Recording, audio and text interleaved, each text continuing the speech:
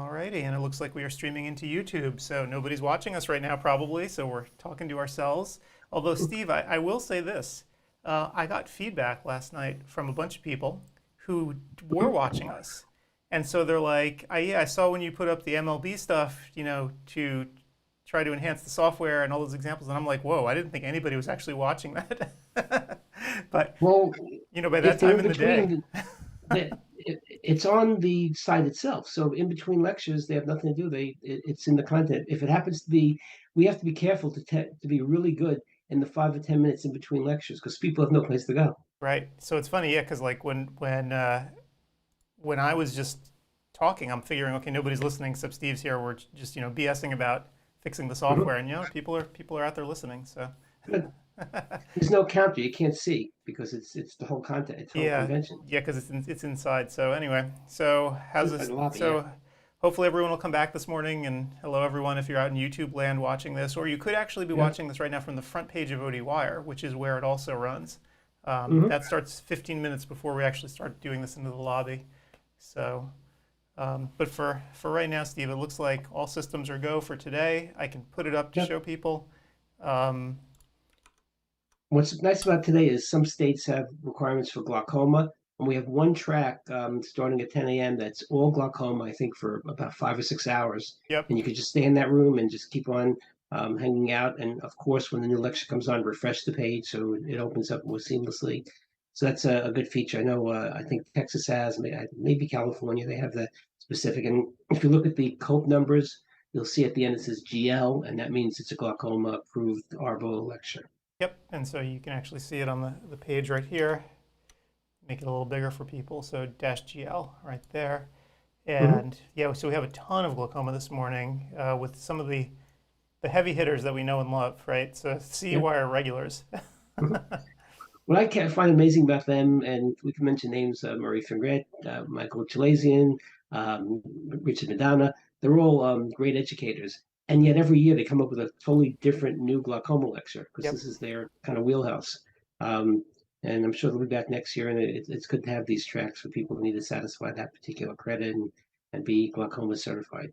I was wondering about this too. Like a lot of these folks that we worked with over and over again, like Rich, right? He's a Mhm. professor, and I wonder for some people who take CE Wire if this is nostalgic for them to actually come in and take these classes, right? Because they're actually seeing their professors again. Oh, sure.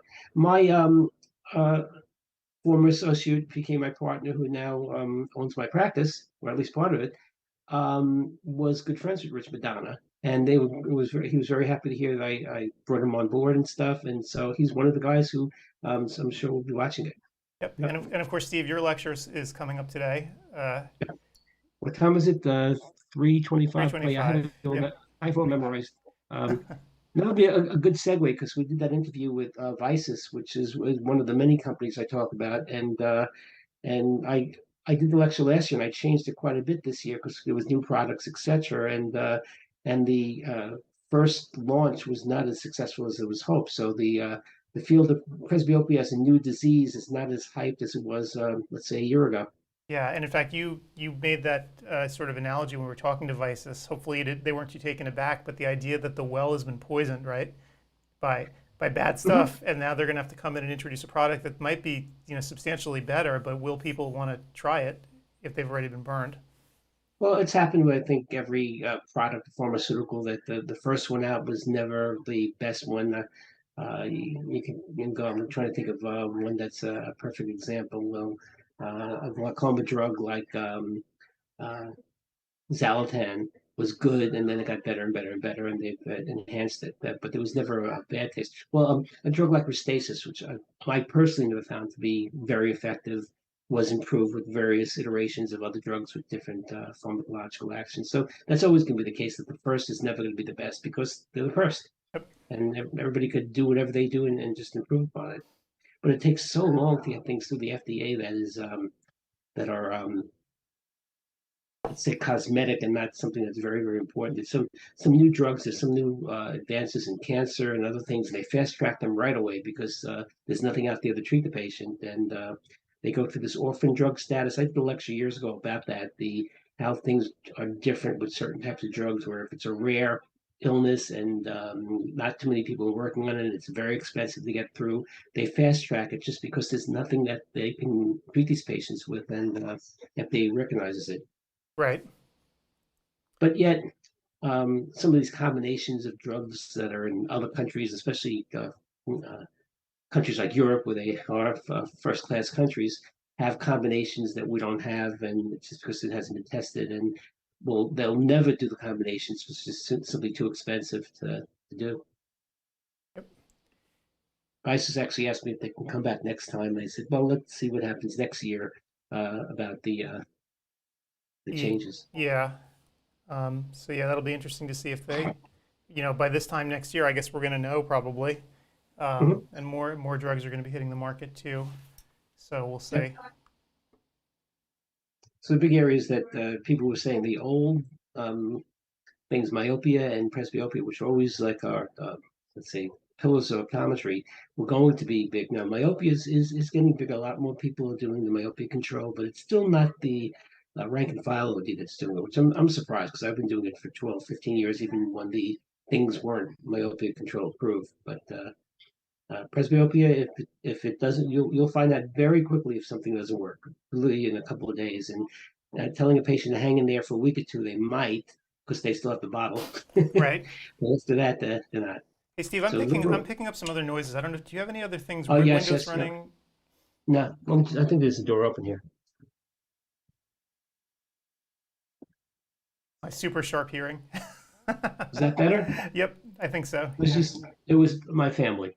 Oh, there you go. Well, it's um, scary. I've a 10-year-old, she's gonna be 11-year-old granddaughter, and she's talking on the phone to her campmate, who happens to be my grandson's friend in Florida, but they go to the same camp. hmm. And they're talking about getting married and having children. And she's gonna be 11 in July, and it's pretty scary. These kids that they get exposed to so many things so early that you know we'll, we'll have to tie her down. All right, so let me pop this window open here too. So I'm trying to get all our windows set here. My virtual desktop here is a mess this morning. Um, but so far so good. I'm just gonna control the light here. See if that's better. I know what it is. A window here. See, I did have windows open, but it was a different type of window. I don't get the glare now. But I'm oh, So let me, it should be better. I can see better also. God, I have like 1,000 windows open here. This is hilarious. When you start doing tech support, you end up just with so much stuff. Yeah, I wish I could help you, but I don't have the back end control to look at things like passwords and what they've signed up for. Yeah, unfortunately, there's very few. I mean, each incident takes a few minutes to investigate and figure out, but we have very few on the whole in terms of problems. So, which is different from prior years, right? So many people have Mhm. learned how to log in properly and stuff, so they're definitely doing it much better And now. also, as people sign up for ODwire, everything's memorized, so they don't have to. As long as they click in, people the computer will know that who they are and what they're for. Yeah, and again, the logins, as you know, are persistent, so it's much easier for most people, unless they got a new computer, which is sort of what happened with one of our speakers last night, right? They switched to a different computer, and they're like, "Oh my gosh, I don't remember how to log in." Um, That's the one thing I'm concerned about. I'm buying a new computer, as you know, and it's going to be a Mac, so it's not going to remember any of my logins and passwords, and I'll have to. But I guess Chrome will, yeah, correct? Chrome can do that easily for you, as long as you're logged into your Google account when you're in Chrome. Yeah. When you install a new version of Chrome, it'll say, "Hey, do you just want me to copy all the stuff over?" And yeah, it can do Yes, it. that's not a problem. I remember when I switched from Firefox to Chrome, well, years ago, it must have been 10 years ago now. That was a problem. But I did get all the bookmarks from Firefox and from Explorer. But yeah, some good lectures. And I bet you're finding a trickle of people even coming in on Sunday morning, newbies. Yes? You there? Yep. Yes. Sorry, still here. So I'm already in the lobby. We have 3 minutes till it goes live. Let me go to the lobby also.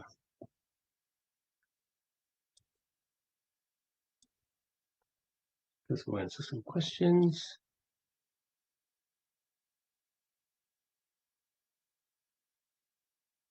Yeah, that's the old stuff in the lobby.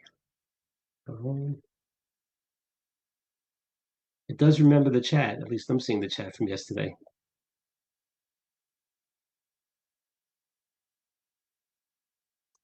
Okay. I'm going to say hi. Good morning, Okay, and everybody. I think it's streaming. I think we're out there live. Yes.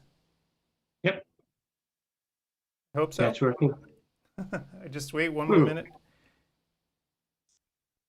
Well, I got a weird message. Error. You're not authorized to perform this action. I just put something into chat. Let me go out and just do a test.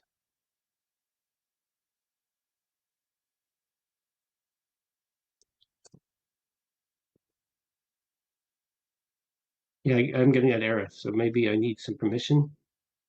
Why don't you just reload the chat from the beginning, leave the room, and leave the lobby Yeah, completely and go back in? I did that, but I'll do it again.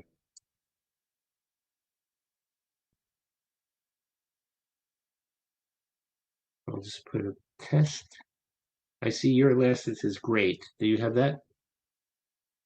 Hang on, let me just log back in here. Nope, I get the error message. You are not authorized to perform this action, which is just simply chatting in the lobby. Huh. No, I don't know. No, I'm in the lobby here, and the stream's gonna start in 1 minute. You know what? Let me go out of the whole program. I'll still be on Zoom, but I'm gonna go out of this and relog back into the whole website Yep. because I had it open from yesterday. Log in. Welcome back. I like Realm. I like the name. Okay, let's see what happens now. Go to all your messages. Yeah, I'm getting that. So what happened is it was when you stay on, it doesn't like it. Let's see. I'm good now. Yep. Yeah. So that was just what was happening. So from yesterday. So this is another issue with persistence in the system, and we're gonna have to talk to the guys about that as well. Because Because that could happen to attendees, correct? If they keep the tab open and just say, okay, I'll come back Sunday right, without logging in again. right. So they have to, Because remember, the lobby today is completely different from the lobby yesterday, right? The mhm, actual stream itself, it's almost like streaming two separate classes. It's two totally separate things. The show today and the show yesterday. So that's yeah, the problem. So it's going to go live in about 5 seconds. So let's see if it actually. Uh, yeah, two different Zoom links. That's obvious, yeah.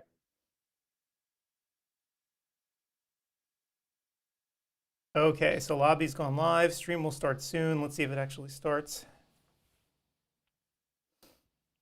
And if not, obviously we'll just have to do refresh. But that's one of the things we're going to talk about with them.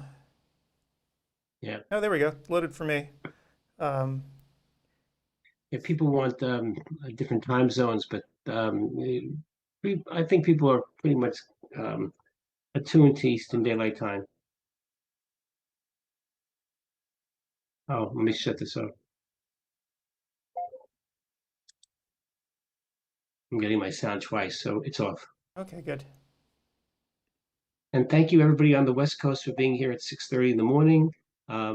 You get to go earlier, but I don't know if I could be at a lecture at 6:30 in the morning. That means you have already had coffee and whatever else you do. You don't have to take showers for our conference though. That's been the requirement has been deleted. And so Tom leads us off today with a discussion. So first of all, good morning, everyone. Hopefully people are getting in here right now. Hopefully the stream is loading and so on and so forth. It's always that first little bit of drama in the beginning where people have trouble getting in. But hopefully they are. So hi, everybody. So day two. And the latency is very low, actually. I just saw myself wave. So Okay, everything's looking good, so Jeff can see it. That's great. So this morning, I guess, let me load up the big screen here so we can show people the classes and so forth. Um, as Steve was mentioning to me right before we came on the air, today's a big glaucoma day. So if you need glaucoma credits for your state, just remember, go right to track 2 here, classroom 2, and you can get hour upon hour upon hour of glaucoma classes. So Basically, you get half of your needed credits for the 2-year period. And just when you stay in the room, just remember that as the old lecture ends, new lecture begins, refresh, because it'll probably be stuck in some cases. And it's just better to do it that way. It might right. not be in your case, but just be safe rather than Right. sorry. Now, Tom brought up an issue right before we came on the air. It's in the chat here, if you guys scroll back on the old chats, that about time zones. And why don't we put everything on the schedules for the different time zones? If you notice on the schedules, everything is done in reference to Eastern time. And this is really more for simplicity and it's for accuracy. So I am on the West Coast, as many of you know. So obviously I'm on Pacific time. But everything that I do when setting all of the stuff up, I always do on Eastern time. Because that's sort of our standard reference point. 2/3 of the country live in the Eastern time zone. And so when we're building this, I always refer to everything in Eastern time so there's absolutely no confusion over what the time is. Because I think most of us, or at least for me here on the West Coast, mentally it's very easy for me to shift 3 hours because I do it all the time Mhm. for everybody. And I'm assuming if you live in the Mountain Time Zone, it's the same thing. Your mind is constantly set to move things a couple hours. Yeah. If you actually log into the classes itself, you'll notice that it does customize itself for your particular time zone. Steve, you wouldn't notice this because you're in the Eastern time No. zone. But for those of us who are not in the Eastern time zone, let's see if I can show I people. did it. Take a look here. So I'm in the Western time zone. The software knows that I'm in the Western time zone. And notice, 6:30 a.m., 7 a.m. I didn't know that. That's great. Yeah. So the actual software itself can do the computation depending on where you are. And in fact, you may have noticed when you logged in, Steve, again, this is something you may not have noticed because you're in the Eastern time zone, but the thing will nag you if it detects that you're in a different time zone than what it's expecting. And it'll Mhm. say, should I change the time zone for where you are right now? Yes or no? So it has an awareness of what your time zone is. The schedule itself that I put together, this matrix, right? This is all done by hand. And so for me, it's just much easier to think in Eastern time so that I don't mess Mhm. anything up. And picture our speakers are literally all around the country and sometimes all around the world. In fact, it's the case in this lecture. And they can calculate these things. So if they know they're in Ireland or in the old days, New Zealand, Australia, we had speakers, they were able to get on the proper time. I wonder if it has built in the Arizona requirements, because that changes during the year. They stay on, I think they stay on or off daylight savings Right. time, one of those. They So don't change. yeah, so the software it uses the standard internet time. So like if your computer has the correct time and time zone, this software will too. Mhm. So I'm sure it takes into account Arizona. And good morning, Jennifer. I see one of our speakers is here. Yep. So very Now, cool. just a little bit of introduction. We're doing a kind of a track on track 3 where Jennifer Ellison Stewart does her program on sports vision, and then Don Teague does a robust one also. I'm not comparing the two because they're totally different, but it's nice if you want to get involved in sports vision. You have 2 consecutive lectures from 2 icons in the field. Yep. Um, I'm an astronomy buff, and when I go outside with my telescope and you look for certain things, you do what's called setting circles. It's basically longitude, latitude of the sky, but everything's dependent on the time zone you're at, where things are. And they use a term called UT, universal time. And you have to know to convert it to, in my case, Eastern time, in your case, Pacific time. But everybody knows who's in the field that that's what they use because they can't possibly have 24 different time zones. People are have this hobby from all over the planet. So if they can do it for space nuts, they can do it for other people. Ooh, Paul's here. Oh, finally, yeah. Hey, you We made just it. finished. We just finished up for the day. Can you hear me? Yep, we can hear Oh, you. Can't okay. see you. For some reason, I didn't want to accept me this morning, so here we are. I tried to kick you out already, huh? Yeah, we put a block in, but you when you try 3 times, you break the block. I just Okay, made that up. So Dad, your camera's not on. I don't know if you're trying to hide something, okay. if this is shifty behavior. Let me get the camera on. Let me start the video. Okay, my camera on now? Right. No, it is not. Okay, let me hit it again. It keeps stopping and starting. Oh, there you go. Okay, here we are. Back in summer mode. I'm wearing summer clothes today. Oh, nice. Yeah. Okay, so let's see, my background okay. Let's see, we have a kitchen, we have a window. We're okay. Hey, you look good to me. Yep. Know where I am now, Paul? Can you see what's behind me? I moved. I'm actually in Central Time Zone in Houston. A lot of Mission, numbers back there. mission Control. Ah, okay. By the way, Excellent. if I had to vote what time zone is the best in the U.S., I like Central Time because you can watch things and still get to bed at a reasonable time if it's a sporting event. And things that are a little bit earlier are just a little bit earlier, like the stock market opening up at 8:30, various things. So it's kind of Eastern light, and you get some of the benefits and really none of the detriments. Yeah, yeah. Pacific is it's great. Like when I go out to Las Vegas, I remember going to Vision Expo West. It was 2016, and it was election night that they actually went out on a Tuesday night. And it was great because I was able to see it was a close election, if you recall, with Hillary and So, Donald Trump. And I was able to stay up till so 11 o'clock, which was 2 o'clock. yeah. So for those of us who live on the West Coast, there is almost nothing more painful than actually traveling east. Yes. It is horrendous. And in fact, doing this conference, now that I think about it, is a lot like traveling to the East Coast Yeah. because I'm up at 4:30 to actually start getting everything ready for the day.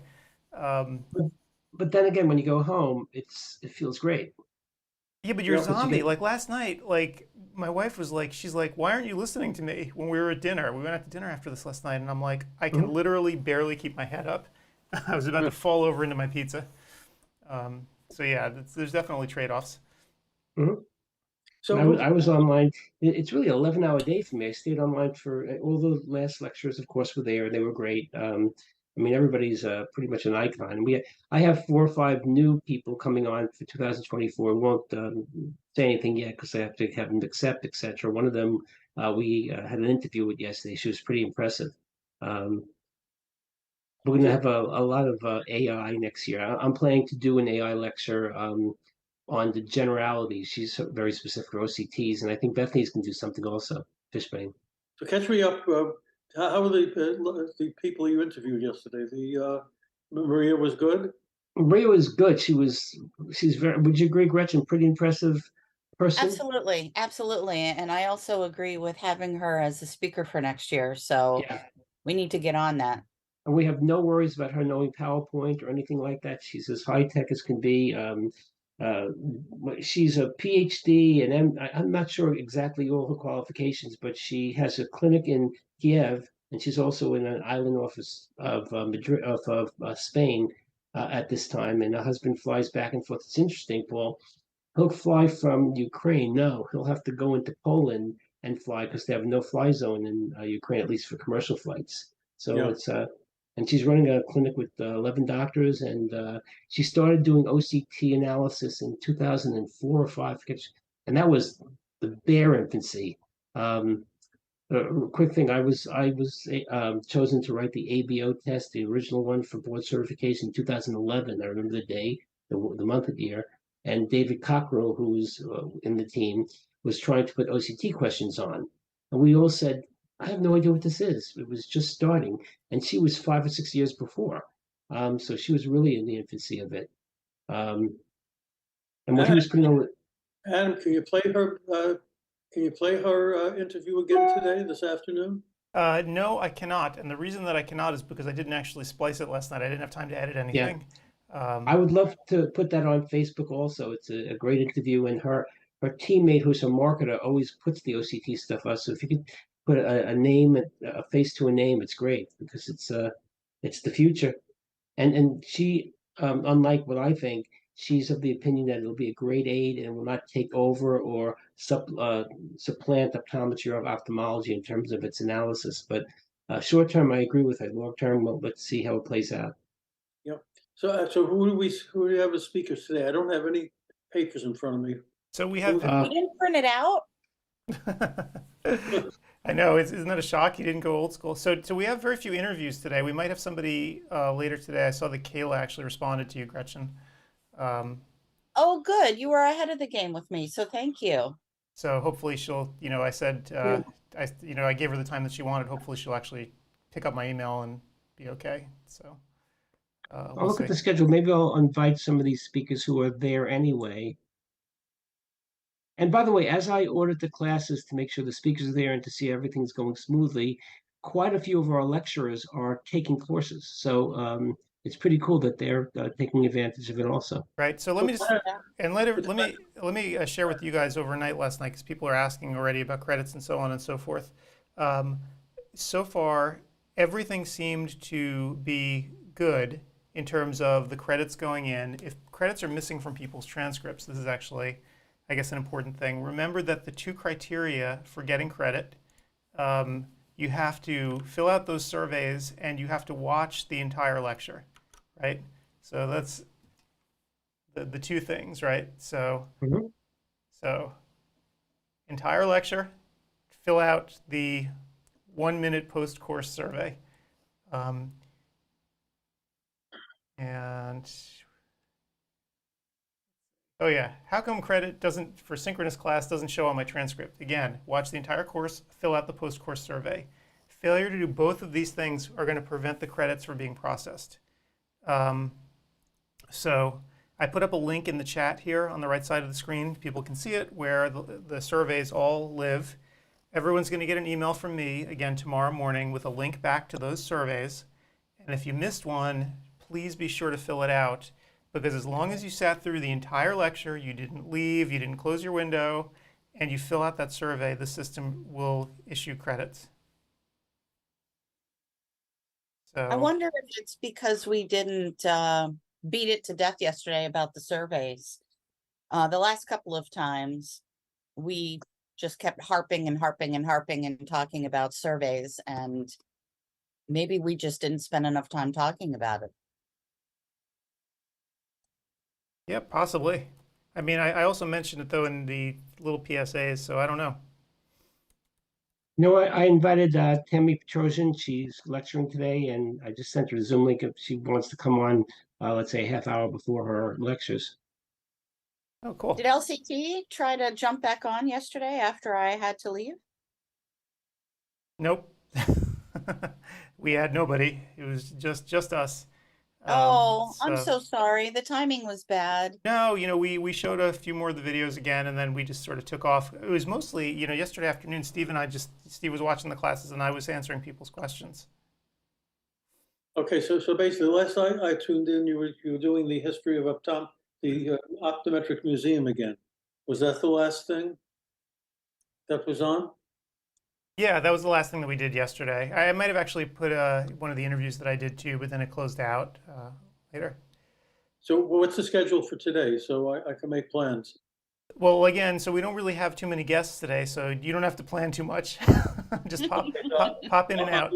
I'm leaving at 1 o'clock Central Time, so I just invited Tammy Petrosian, so she usually likes to come on. It's right before her lectures anyway, so it's pretty convenient. Right. So Gretchen, and by the way, right now Gretchen is engaging in a conversation in the chat.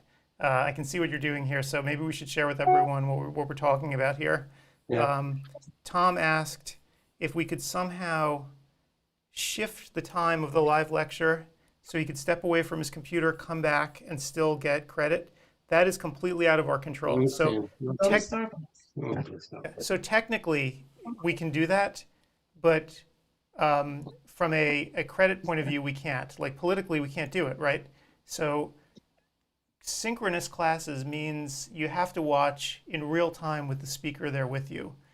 You can't pause it and then come back later. And I know I would love it too, right? And technically, it's probably very easy to do. But we actually follow the rules that Arbo lays out. And until they start allowing stuff like that, we can't do it. So again, I'm going to the ARBO meeting in DC in a few weeks here. So Tom says maybe build in some Slack 8 to 12 hours. No, I totally get it. And I think that would be great. And to be honest with you, Tom, can I go on a rant? Can I go on a righteous rant here? Please do. Because, and I'll put up my, my spirit animal.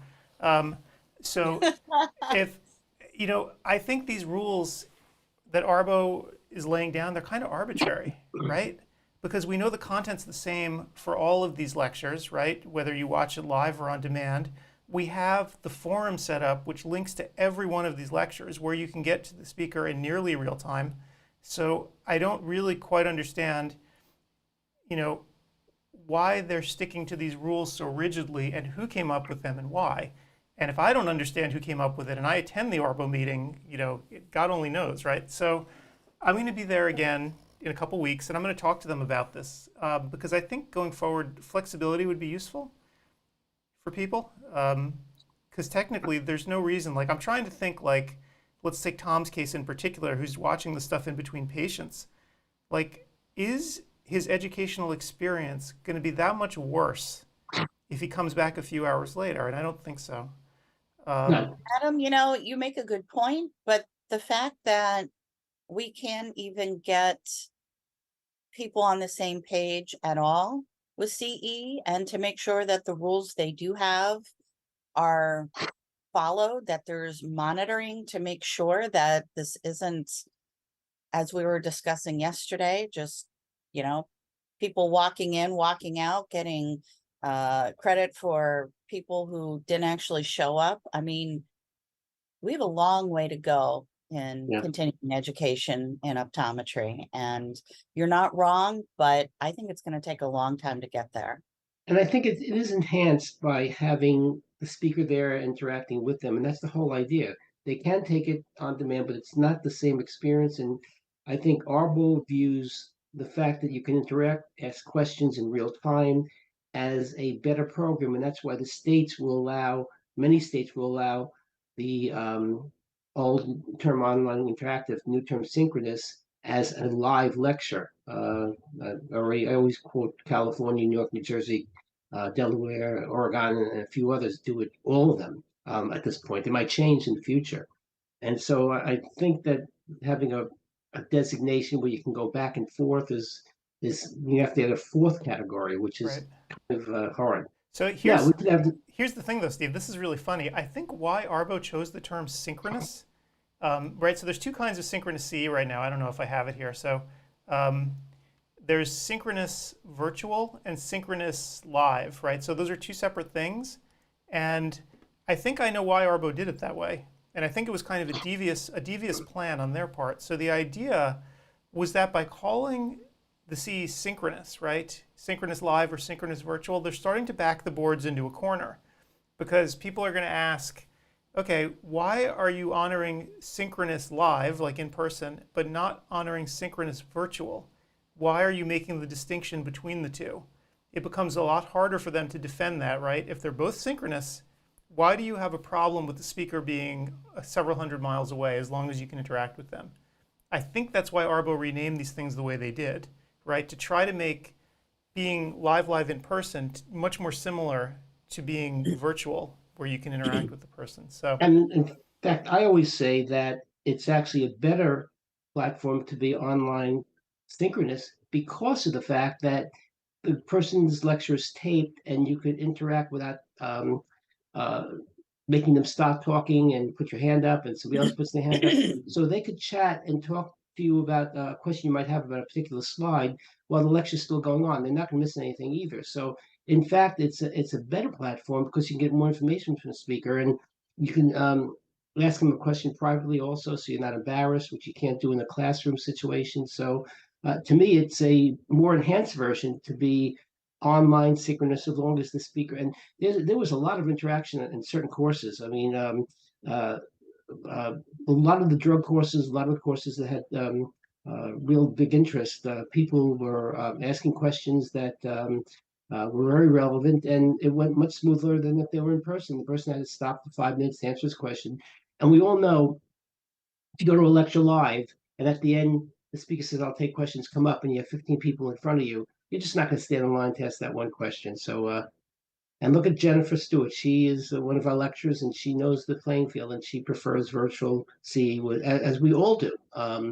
And to get personal, a lot of people they have children. Both men and women have children, Gretchen, and it's hard to get to a Vision Expo or an Academy meeting or an AOA meeting, and if they can do it online and get the same quality, and in fact get more.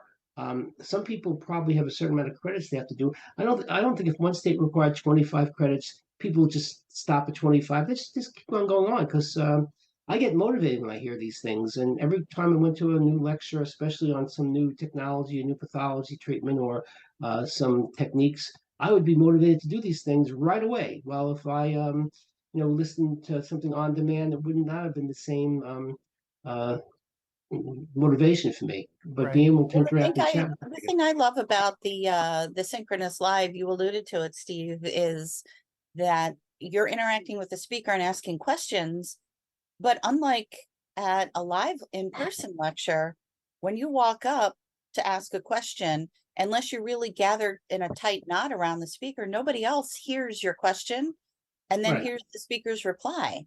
When you're in these classes and the speaker is there answering questions, everyone benefits from Mhm. seeing the question and then seeing the speaker's response. So in a way, I find that part of it much more beneficial because sometimes you really get to the nut of it or where the rubber hits the road Mhm. in the Q&A when somebody asks a very pointed question or it prompts the speaker to give additional information that maybe he or she didn't have time to deliver during the lecture. So I Mhm. find Q&As very, very helpful.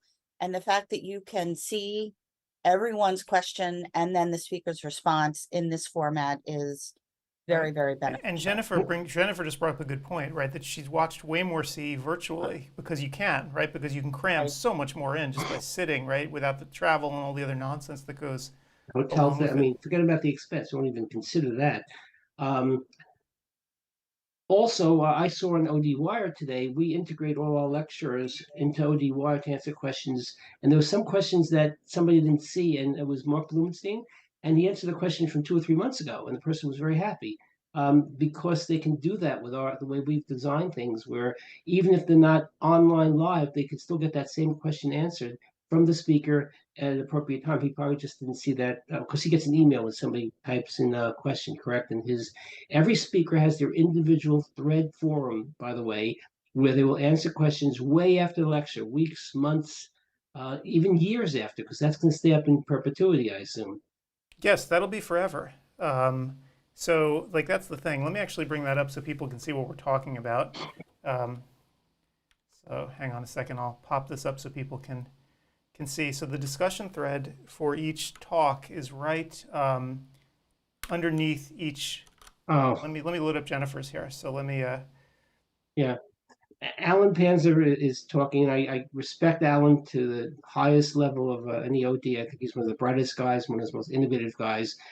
But that particular conversation was a little bit difficult, and it was not what we were looking for in an interaction. That should be done maybe privately. So I apologize if I called you a heckler, but we always value your opinions and value your input, Alan. And I'm sorry if that one particular case it was irritating to you. But you're welcome to. I asked you to come on to be an interviewer, which we never do, but we only do it to the most interesting and the most animated of our ODs and MDs. So, Yep. And so just I'm putting it up on the screen so people could see. So as you were mentioning, here's Jennifer's talk, which is going to start momentarily. But beneath it, you can see there's the lecture discussion thread. So you can always get to this discussion thread. It's right in the private forums for yeah. CEwire. Every single lecture has its own. So I'd be much more likely to interact with the speakers in this context because even if I couldn't do it in the chat while it was going on, all you have to do is pop over to the discussion thread, and then you can say whatever you want, right? You can come back here later, and then Jennifer will get an email if you post a new message here. So, or you can even contact her privately, right? You can click on her name Mhm. and send her a private message. So, you have a variety of ways to interact afterwards. and hopefully people will start taking better advantage of it. I'll probably send out some e-blasts touting this functionality. I don't want to torture the speakers, right? With them having to fill out, a lot of back and forth conversation. But from what I've seen, most people don't abuse it. People really only ask thoughtful questions. They don't tend to get on the speaker's case. So it's a useful thing. And obviously, if somebody starts abusing the system, we could always stop them from doing it. You get more access to speakers at CEwire than you do any other meeting or conference. Yep. Yeah. We try. We're trying to sort of foster that interactivity. To my, dismay, people don't use it as much as I was hoping they would. But going forward, maybe they will. It's a new thing. So yeah, I think this summer, as we have our little hiatus before the last round in September, I think I'm going to start pushing it a little bit more through eBlast. Trying to get that interactivity together, because a lot of people are watching on demand too. Like, this is something that I know that you guys can't see easily. But every time, I'm submitting thousands of credits to Arbo every week from people who are taking the on-demand classes. And I don't know how much interaction they're doing, if they're trying to contact the speakers or whatever, but I'd love for the on-demand people to start also interacting a little better. Somebody asked if they watch it on the phone and a laptop at the same time. Same room I think you can be in, but if you go into a different room, you can get an error message and it's going to be a problem. Yeah, so that's the thing. The software watches, right? So it's constantly watching you to make sure. It's kind of like Big Brother here, but it's a. If you look on the screen here, you can see that there are the different classrooms that we have, and I guess they're about to start too, aren't they? I should probably actually be watching to make sure these do start. But if it sees that you're in like room 2, but you have another tab open in room 3 or another browser open in room 3, it'll actually shoot a message. You'll get it in the lower right-hand corner reminding you can't do that. And you're jeopardizing your ability to earn credits if you do that, because you can't be in 2 places at once. Arbo will not allow that. And so the software will prevent you from doing it. A little double dip on the CE. Yeah. Yep. And I'm not sure what Alan's question is here. I'm just looking down I'm here. saying he said I told him to shut up, which I would never do, about asking a question about a piece of equipment. Could you picture me doing that? There must have been a little bit more, but I don't recall something from 3 months ago. Yeah, so I think you guys could probably take that conversation offline or put it into ODwire Yes. and talk about it there, because I'm not sure what happened there. So let's see. There was a problem, I think in February it was, where somebody was giving a course on COVID. Was it last year? It was last year. And the speaker's not important, but apparently somebody took it the wrong way as a political opinion, and it got really nasty and heckling, and that can't take place.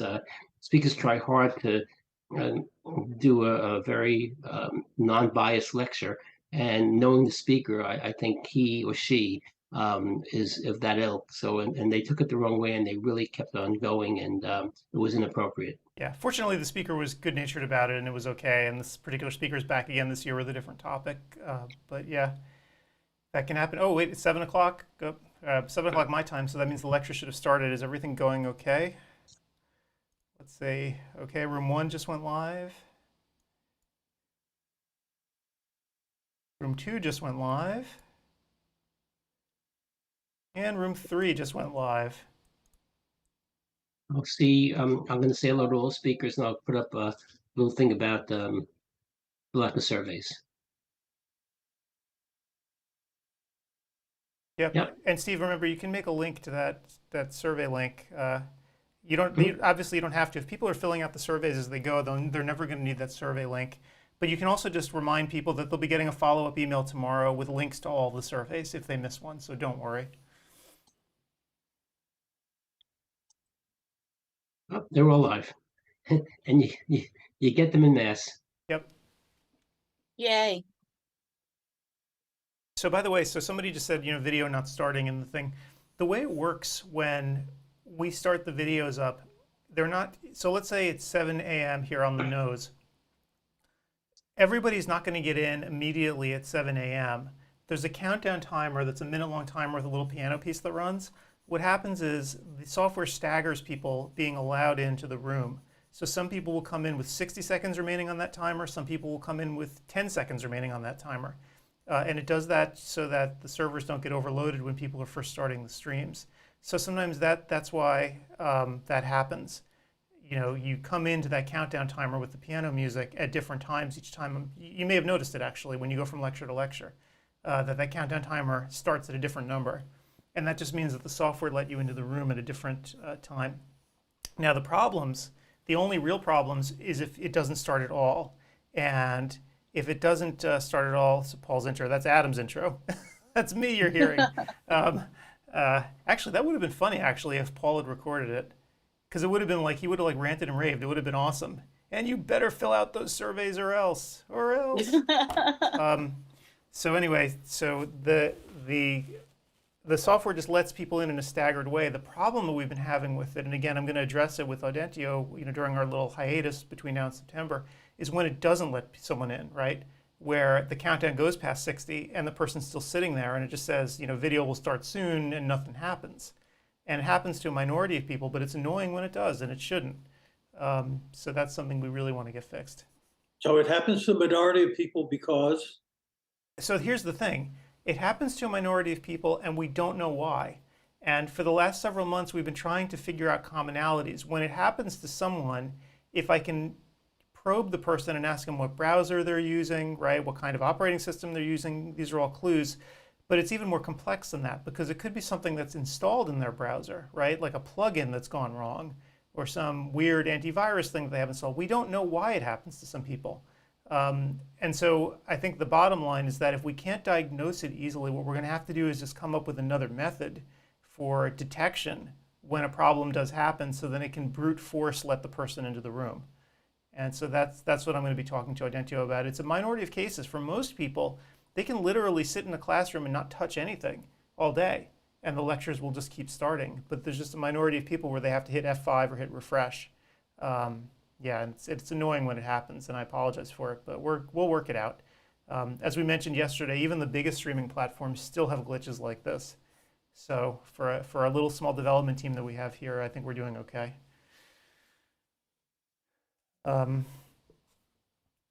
Hey, looks like all the speakers of the room. Again, I have that difficulty where I have to keep on scrolling down and finding the speaker because they don't come to the top. But right, so yeah, we'll address that hopefully too. So Jeff Cooper says cannot gain access. Oh, he's old. Sorry, Jeff. Anybody who's older than me is old. Which Jeff Cooper? Yeah, there's multiple Jeff Coopers. That's right. I don't know which one this is, so let's. Oh, okay. It's probably not. Sorry. Well, I'm older than when I started today. Let me see if I can help. My wife was great. She went out and got Starbucks for me because my daughter's curve didn't work. She had just flavored coffees that were disgusting. I am working only on iced tea and very little sleep. My husband took my car to go to some yard sale thing, and my husband's car is blocked in by my daughter's car, which needs a new battery. So I'm really hoping that Troy gets home soon and is willing to pick up coffee on the way, because the iced tea ain't cutting it. So what does he buy in a yard sale? That's interesting. Oh my God. Paul, I am giving him your cell number so that he can call and talk to you, because that is what my husband does now, go to yard sales and resell things since he retired at the end of last year. And it's what he buys? I'm sorry? He buys something at the yard sale and then resells it? Yes, and there's a lot of things in my garage, in my family room, and our shed. He does have a storage unit that we refer to as the office. So what he does is he gets these things and he takes it's more time consuming than I thought. He has a little temporary photo studio, which is in my laundry room on top of my laundry sink. Are you noticing a theme here?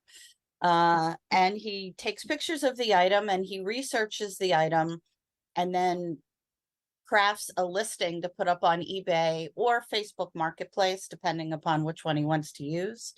And all of that takes a bunch of time. And after he does that, he gets the information, then he takes the item to the storage unit. And he also spends a lot of time packing things up. I mean, he's not making millions, but it keeps him busy Oh yeah, during his Gretchen, retirement. I have a cool thing that he might want to, and you have it for free. It's not a problem. My wife's grandmother's sewing machine, which was a Singer, and it was operated by paddles, no electricity. And then she converted over the paddles. It works perfectly, and it's a real antique. It's over 100 years old.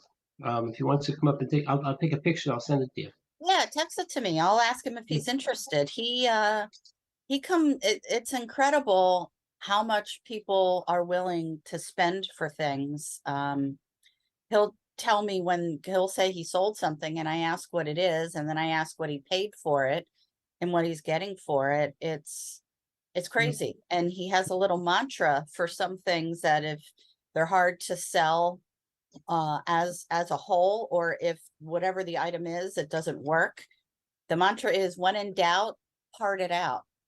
So for example, he had an old mixer that he got that the motor wasn't working. So he could sell the bowl, the beaters, like all the little attachments, little tiny parts. And he loves that sort of thing. He's always been a flea market kind of guy, and I am not. So yes, that is why I don't have coffee Could this visit morning. us now in Chicago, and he could make a living. What we have left in storage rooms here, basically, we have stuff that my kids didn't want, right? They keep looking at it, and it's worth a bloody fortune. And I they will tell still- you that at his storage unit, they have big dumpsters. And when people clear out their storage unit, they throw things in the dumpster. And until a few weeks ago, the dumpster did not have a cover and a lock on it. And he has come home with things that he's gotten out of the dumpster that could be brand new, or that he can sell for a decent amount of money that he just got out of the dumpster because people wanted to get rid of stuff. Well, we have furnished places in El Salvador, places in Mexico now, that we didn't want to go online to sell because we didn't want strangers coming into the house. And so we gave it to the help. And they were very happy to keep all this stuff. But now we have, really very expensive stuff that was picked up in Italy for various trips that nobody seems to want. There's no value. So we'll see what happens to it down the road. Well, you never know that if you spend a little time looking at what your item is and checking some auction sites. Now obviously furniture might be a challenge because that's difficult to ship. It's costly. But Troy has sent things overseas to people in different countries if they're looking for something, and the shipping sometimes costs more than what the item is, but it's incredible what people are looking for. Or if you have something in your house that you just need one small replacement part for, you don't want a whole new thing. And people spend $20 to get whatever little part it is. My Is he wife, handy? Is he handy enough to do like fix a broken pinball machine where you have to put all these points and electronics in, or is that beyond his I don't know capabilities? electronics, but he has fixed our fridge, our dryer, our washer. He changes brakes on the car. He's mostly handy. And where he learns a lot of these things is YouTube. That he's a video learner. I am a reader, and I would rather read something to learn. And he is very much would rather watch a video. So if something breaks on one of our appliances, he does a little online research, and there are people out there who record themselves fixing things and put it up there, and you can learn a lot of things that way.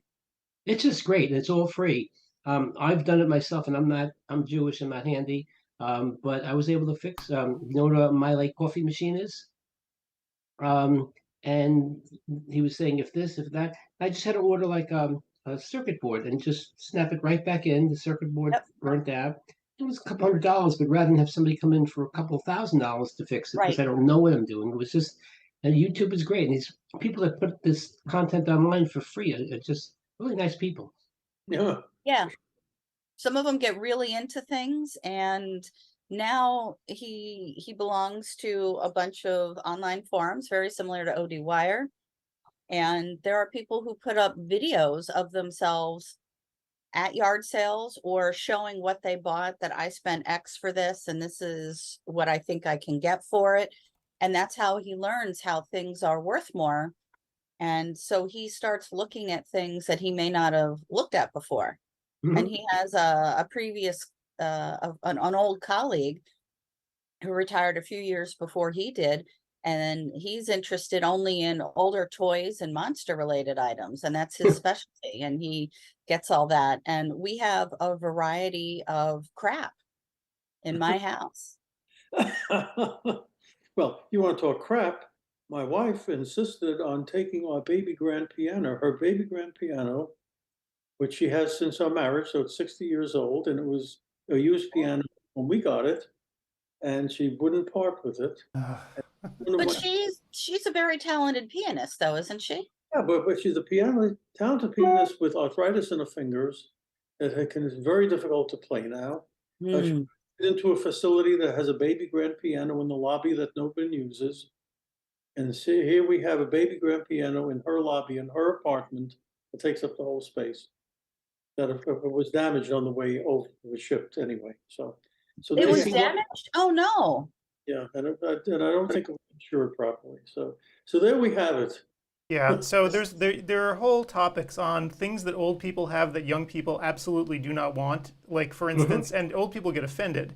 So like fine china is possibly the most ridiculous thing in the world to young people. And so old people keep trying to give it away to young people don't want it, and then they're like, I have nowhere to put it, and then the old person's like, well, you can get a china hutch, and a young person's like, I don't want a china hutch, and all this stuff ends up right in the landfill. On the other hand, young people will go to retro because it's now written up to retro things that they want into their house. And if their parents have retro because they bought it originally, it's a piece of crap. So, yeah, we Well, got usually the craftsmanship is better, but whatever the upgrades to the retro item have been made, improve the item. But Adam, I will give you one even better.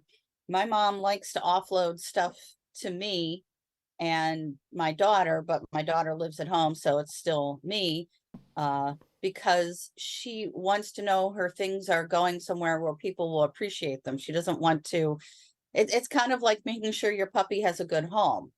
I don't understand. She doesn't want to just donate something.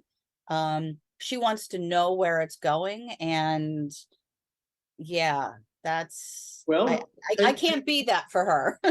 take notes because 30 years from now, you're going to be in a similar situation.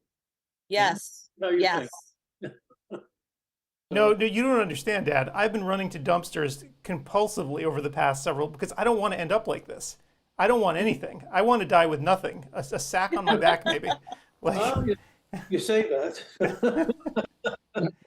I mean, Reed told me that. He's like, don't give me any of this crap. He got to My witness all daughter this. says the same Yeah. thing. Already. Yeah.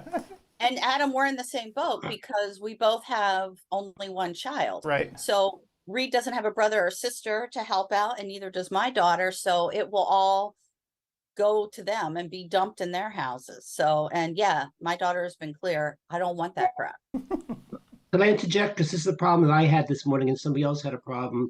They Oh, wait, we have to wanted actually talk about work stuff now? Yeah. just to help this.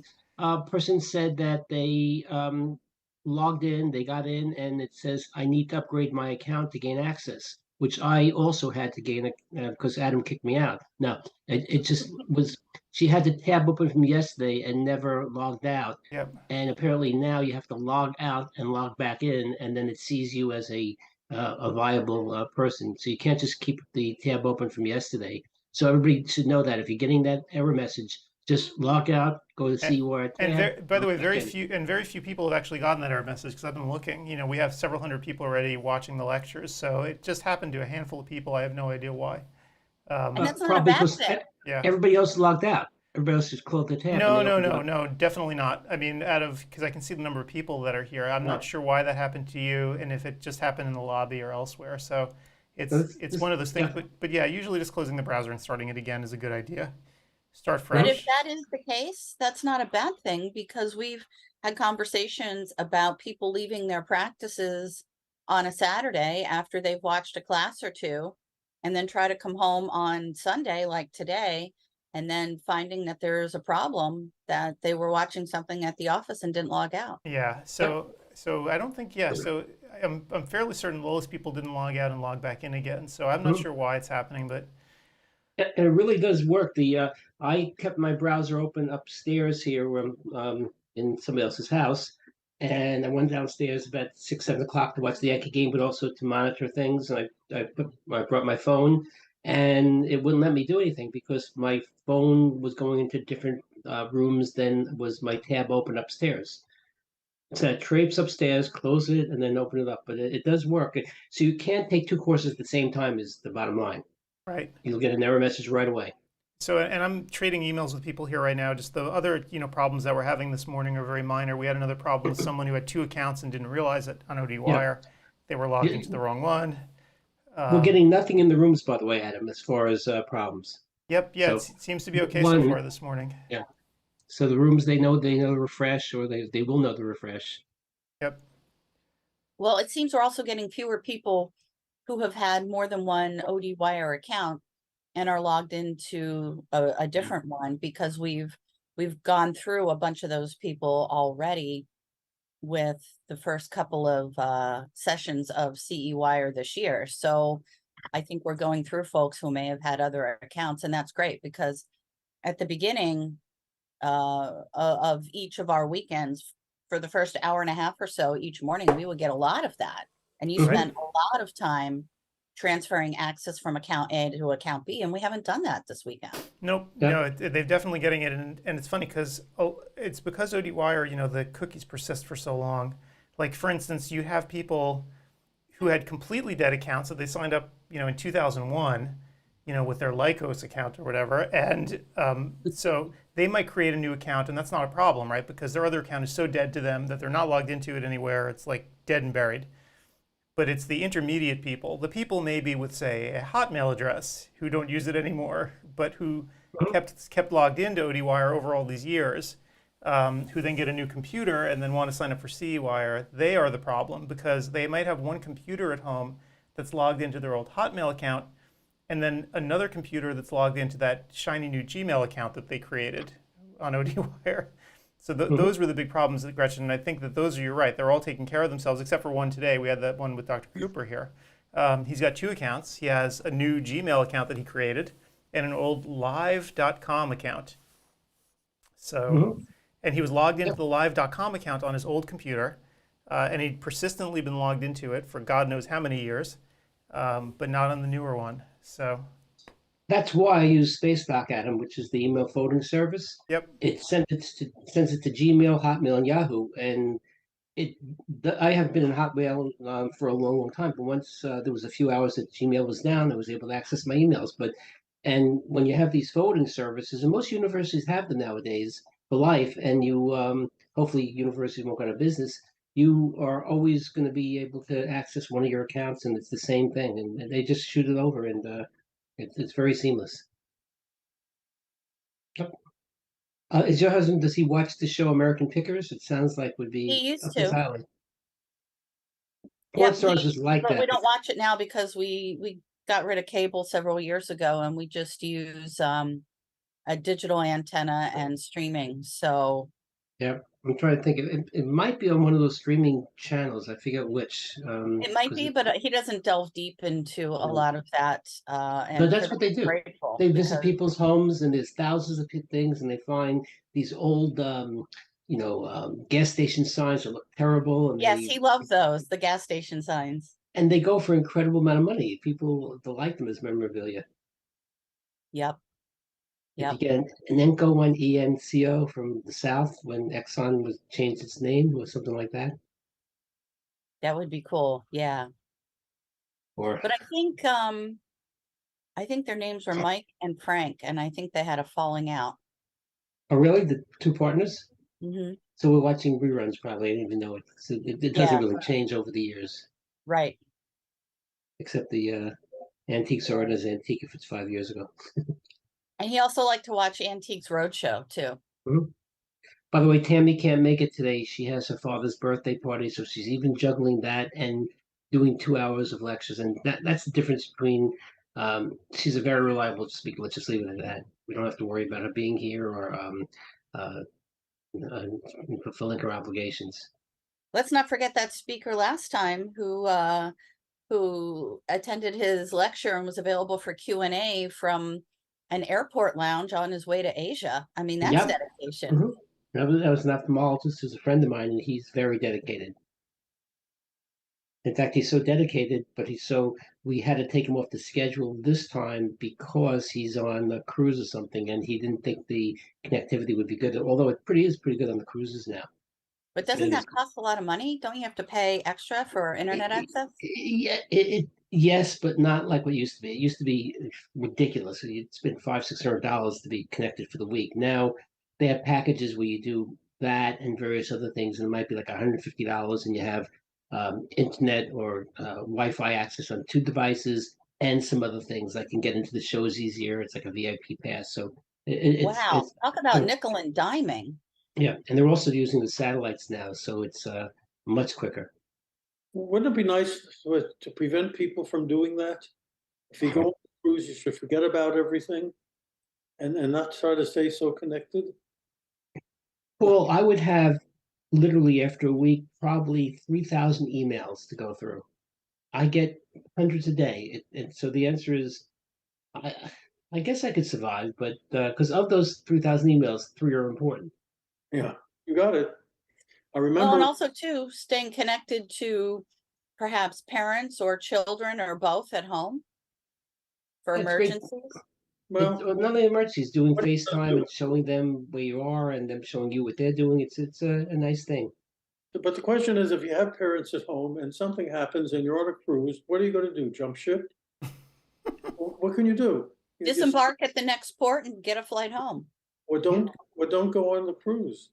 I mean, remember, another trip down memory lane, there was and we used to take a winter vacation before the kids had school years, every year into the Caribbean, into the West Indies.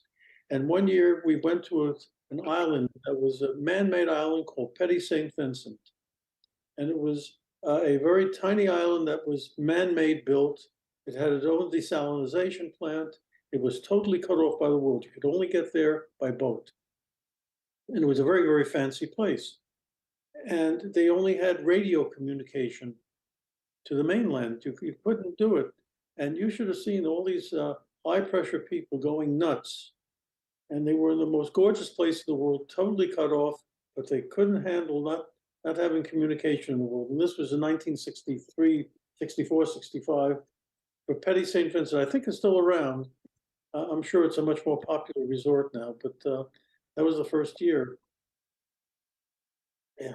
As a matter of fact, they built my daughter's first crib on the island. She was the first baby to be on that particular island. She was a year old. Mhm. So, trip down memory lane. The worst thing is if you do get injured in a foreign country and they have to airlift the United States, you better have insurance because the cost is astronomical. Or better have The- good Medicare. Yeah. Fancy Medicare to allow for it. Yep. Yep. For sure.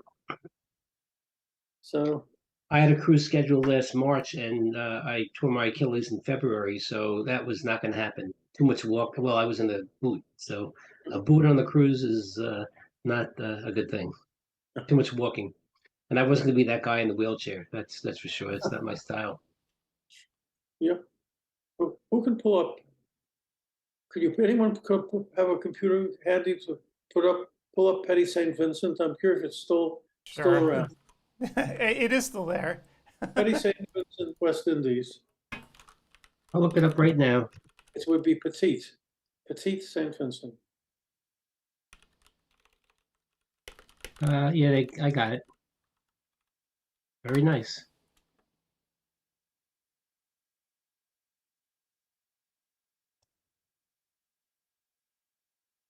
Is it still operating as a hotel? I mean, there's several hotels there, right? It's an island, Yeah. so there's a Like you can. It's a tiny island. As a matter of fact, I almost got killed there. I took a boat offshore and I couldn't get back. So it took a powerboat. Here, I just put in the chat. If you look at the chat to the right, Paul, you'll see There it a is. little bit about it. I just so cut and pasted the I put basics. it up on the screen so you can just take a look. Okay. So this is the resort today. It is a very small island. But if you do call this number, we do get 10% of the. We get nothing. Place there featured. You could have room service, and never go into the restaurant. Or if you wanted to be social, you could. Sounds like a great vacation. It was wonderful. Certainly, if people don't want to be left alone, the best. Yeah, I mean, it looks desolate there. It looks like Castaway or something. So, I mean, look at this.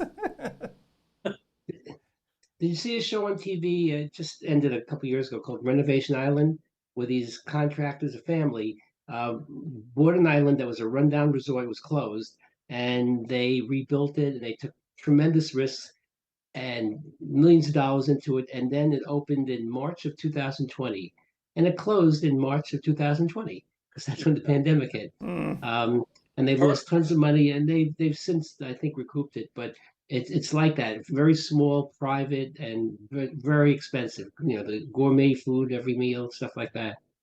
Herman Wouk wrote a wonderful novel about a couple of Jewish guys opening up a place in the West Indies called "Don't Stop the Carnival," and what happened to them when they try to go into the hotel business in the West Indies, with everybody getting involved. But it's a gorgeous part of the world when you don't have hurricanes.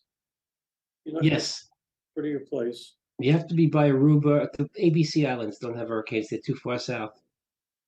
Yeah. Aruba, Bonaire, and Curacao. Yeah. But it's amazing, those islands. There's a leeward side and a windward side. The windward side is lush and gorgeous, and that's where all the hotels are and the restaurants, etc. And the leeward side, where the wind hits, is desolate desert. It's the leeward side that's calm, and the windward side that's windy. Oh, it is, okay. Yeah. So Yep. it was. We drove some ATV vehicles. It was like being in the Rat Patrol. I mean, the dust was so thick because it was so dry and stuff. But you felt like you accomplished stuff, except that you didn't eat a dinner because you ate so much mud that day. Or Yep. Yeah. By the way, go ahead. Speaking of old times, I was thinking of doing a lecture that probably nobody will watch, and it won't be well received, but it would be bring back old memories of what the 21-point exam was and what each step was. Remember blur, break, recovery on reductions in and out, 14B fused, N fused, all those tests that at the end of the day, you couldn't do anything with them anyway. But this is like what many NOROC made you do. They had an hour appointment for each patient. So what do you do in the hour? You got to do something. But you collect all this data that was not even relevant, unless you were doing VT, which a lot of people did in those days. But still, yeah. So if I did a lecture on the old optometric exam, I think it would not be well received. Correct? Well, no one likes to hear about trip down memory lane. They shake their head and forget about it. Yeah. But all these numbers, Gretchen, like 20 and 21 on 21-point exam, that means something. One was NRA, one was PRA, where you put plus lenses until it blurs, minus lenses until it blurs. And yeah, that's a piece of information, but what do you do with the information? Nothing. It was just busy work. I remember hearing about it, but I never knew what all the points were. Now I need to go look it up just because I want to know. That's what we learned in school. And, it was at the end of that, we said, well, guy's eye is healthy and here's the refraction. And all the other stuff was irrelevant. Well, you got to ask the New Jersey optometrists. They had to do it. They still have to do a certain amount of them.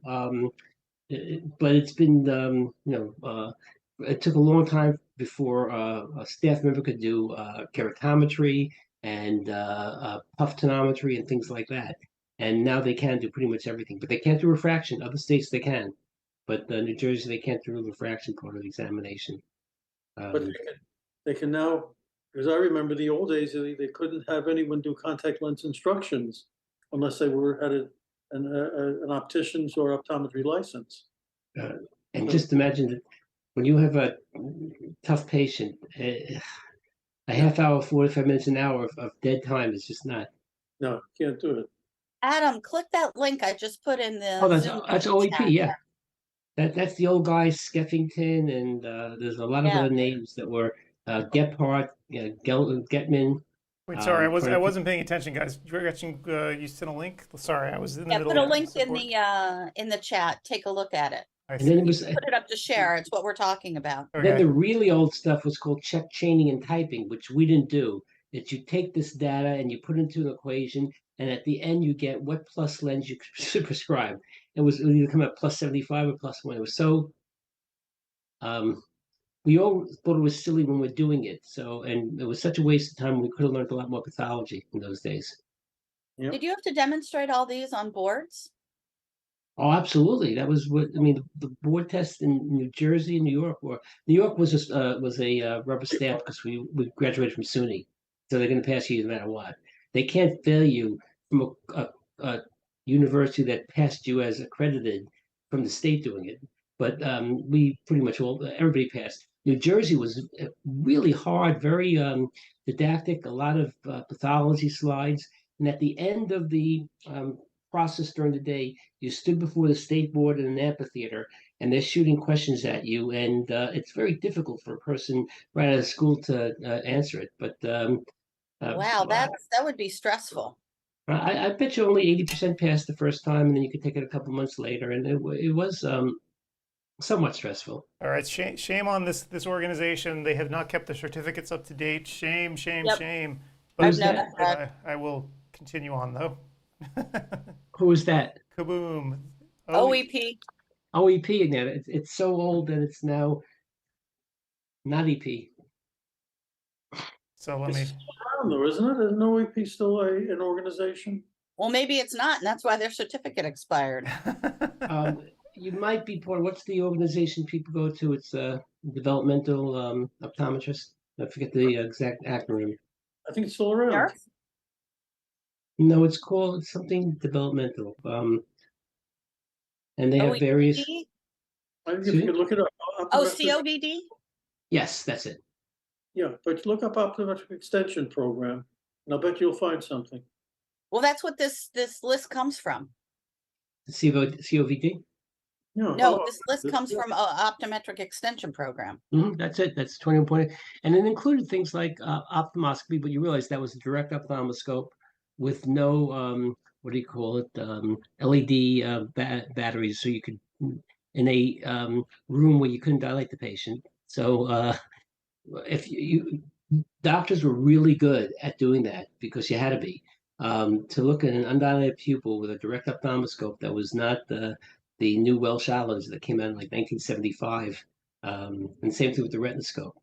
Retinoscopy Like is way back in the day, good surgeons were ones who were fast before there was anesthesia. It didn't matter if they were good, they were fast, and that was considered quality. But then with the advent of anesthesia, those surgeons were no longer considered good, because then you didn't need to go and remove a whatever in 15 seconds. You could take your time and do it more delicately for the patient to heal better because of anesthesia. As another example of that, I have a very good friend who's a urologist, and he did a lot of the prostate surgery, of course, before robotics came out.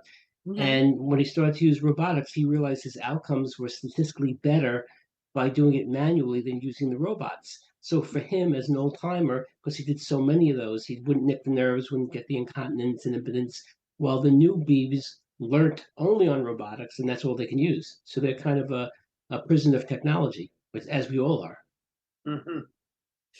Yep. Sorry, guys. I'm just That's okay. We don't need you. helping a person out here. They're getting that message that they have more than one active window open. Ruh-roh. Well, it's 10:30 Eastern time, and you have the schedule up, so we are halfway through our first round of classes of Ben Casella on differential diagnoses of pigmented retinal lesions, Rich Madonna on glaucoma management, and Jennifer Stewart's class on sports vision training.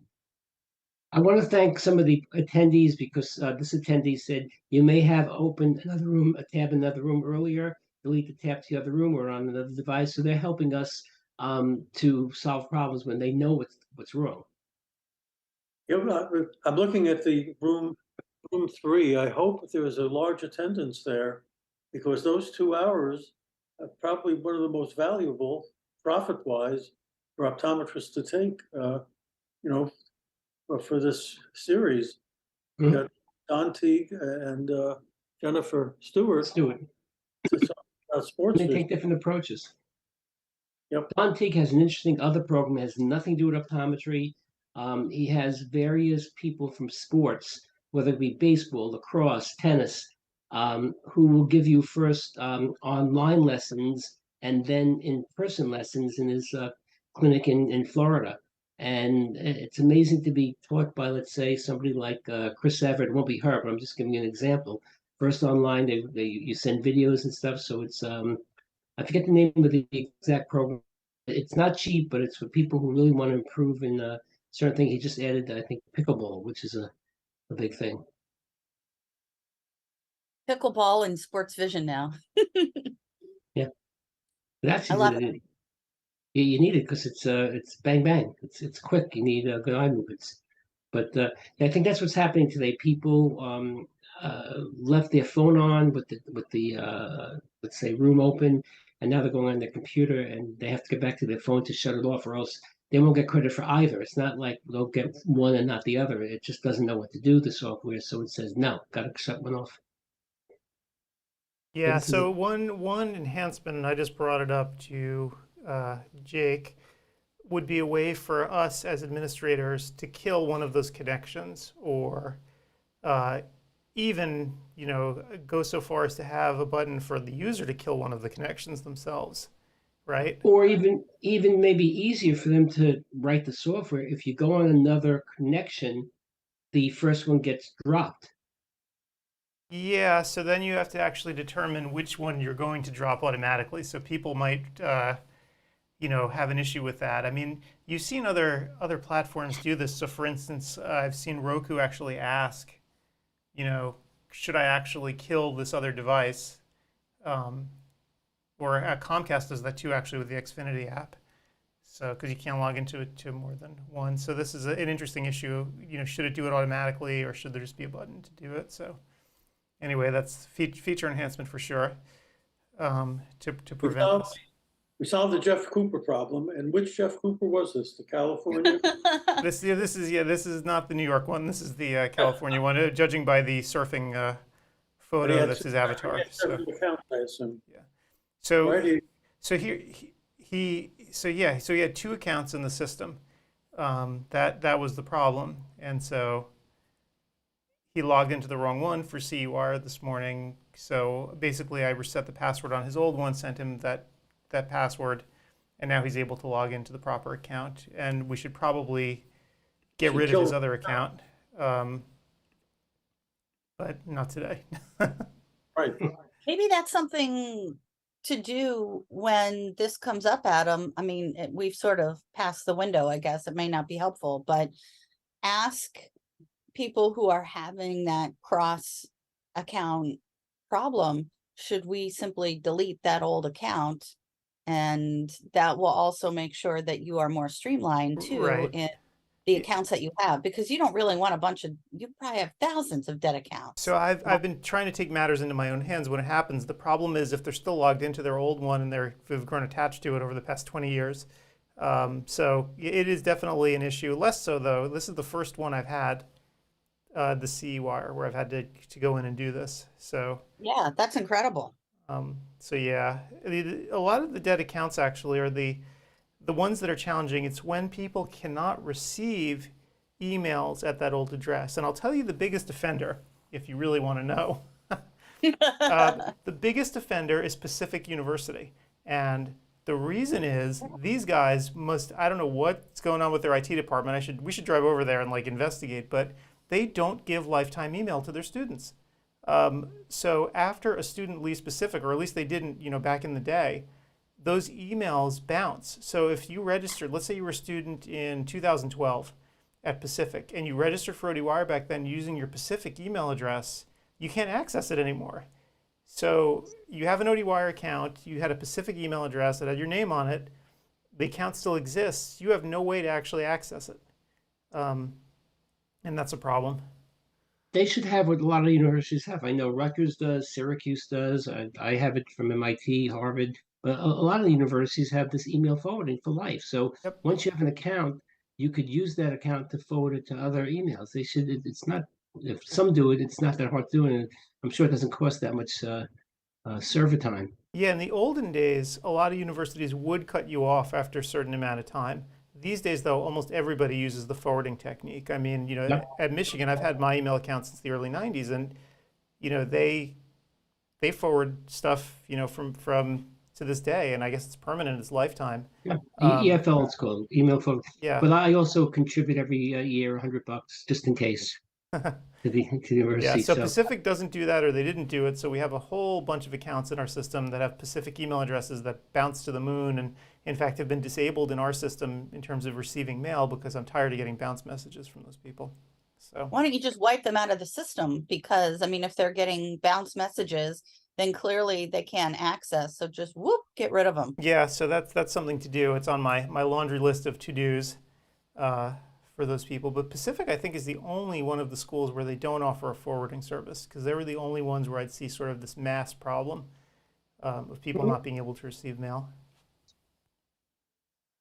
and Oh, that are you? sounds like a task for you to email somebody in the IT department at Pacific and ask them what's what. Mhm. We'll go there personally, knock down doors. Just go there personally. But it's for me at this point, I don't care, right? Because my biggest concern was with CEwire, if this was going to be a persistent problem with people having the two account problem, but it's really kind of taken care of itself, which Now, is do they great. have the emails go to their server and you have to access it there, or does it forward to some other service? So the way it's supposed to work, as you have with MIT, is it's supposed to forward to something else. But what ended up Yes. happening was Pacific literally got rid of those people's email addresses.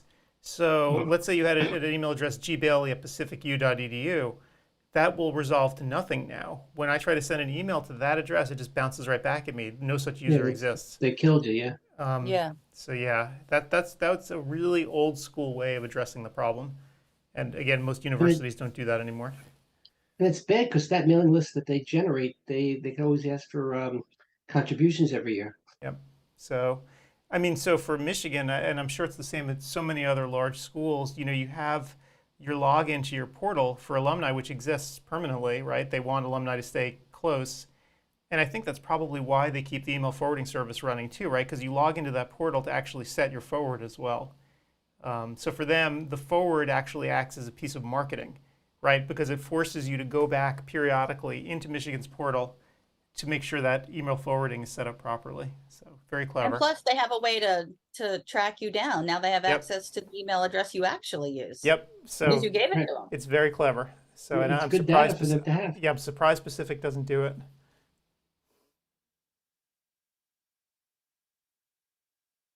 Okay. I wonder what happened to the school. Andy Bazzelli was going to open the school, I think in Tennessee or Kentucky, and it was going to open right before COVID. And he's no youngster. He was a professor of mine, and he's probably about 76, 77 years old now. And I guess the school never took place because COVID knocked it down. Mm. One of the few schools that did. But when you look at various professions, optometry comes up as one that is a good profession to go into, that because be much needed as the years go on. But my prediction is AI. Watch out! Once it can flip lids and take out foreign bodies, We're in trouble. Yep. already I think I could write a. You know, when you refract somebody, Gretchen, let's say a person's new to your office and they come with a -2 sphere, and you Mhm. find -2 with a 2-cylinder at 45 degrees. We generally, would you agree, Paul, would not prescribe that full cylinder. You listening? He's not listening.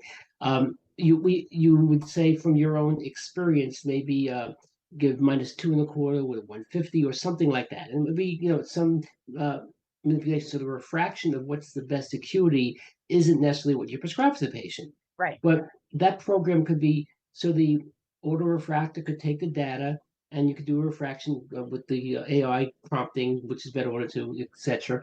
And then the software is written, okay, they found this, they came in with glasses of this, their complaint is this, and some knowledgeable group of optometrists can come up with a software interface to decide what you would prescribe based on the refraction. It doesn't have to be synonymous, because you're going to get, if somebody comes in plano and you find, plano with a 12 cylinder, you're not going to prescribe that.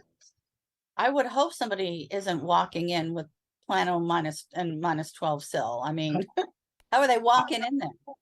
I had one kid who was 5 years old. It was a few years ago, and there's a local OD, no name, who does VT on everybody, and he came in with +2. It was a little cooperative, but we worked with him. He came in with +2 spheres, and he was like +1 with a 7-cylinder in both eyes, and those in one eye.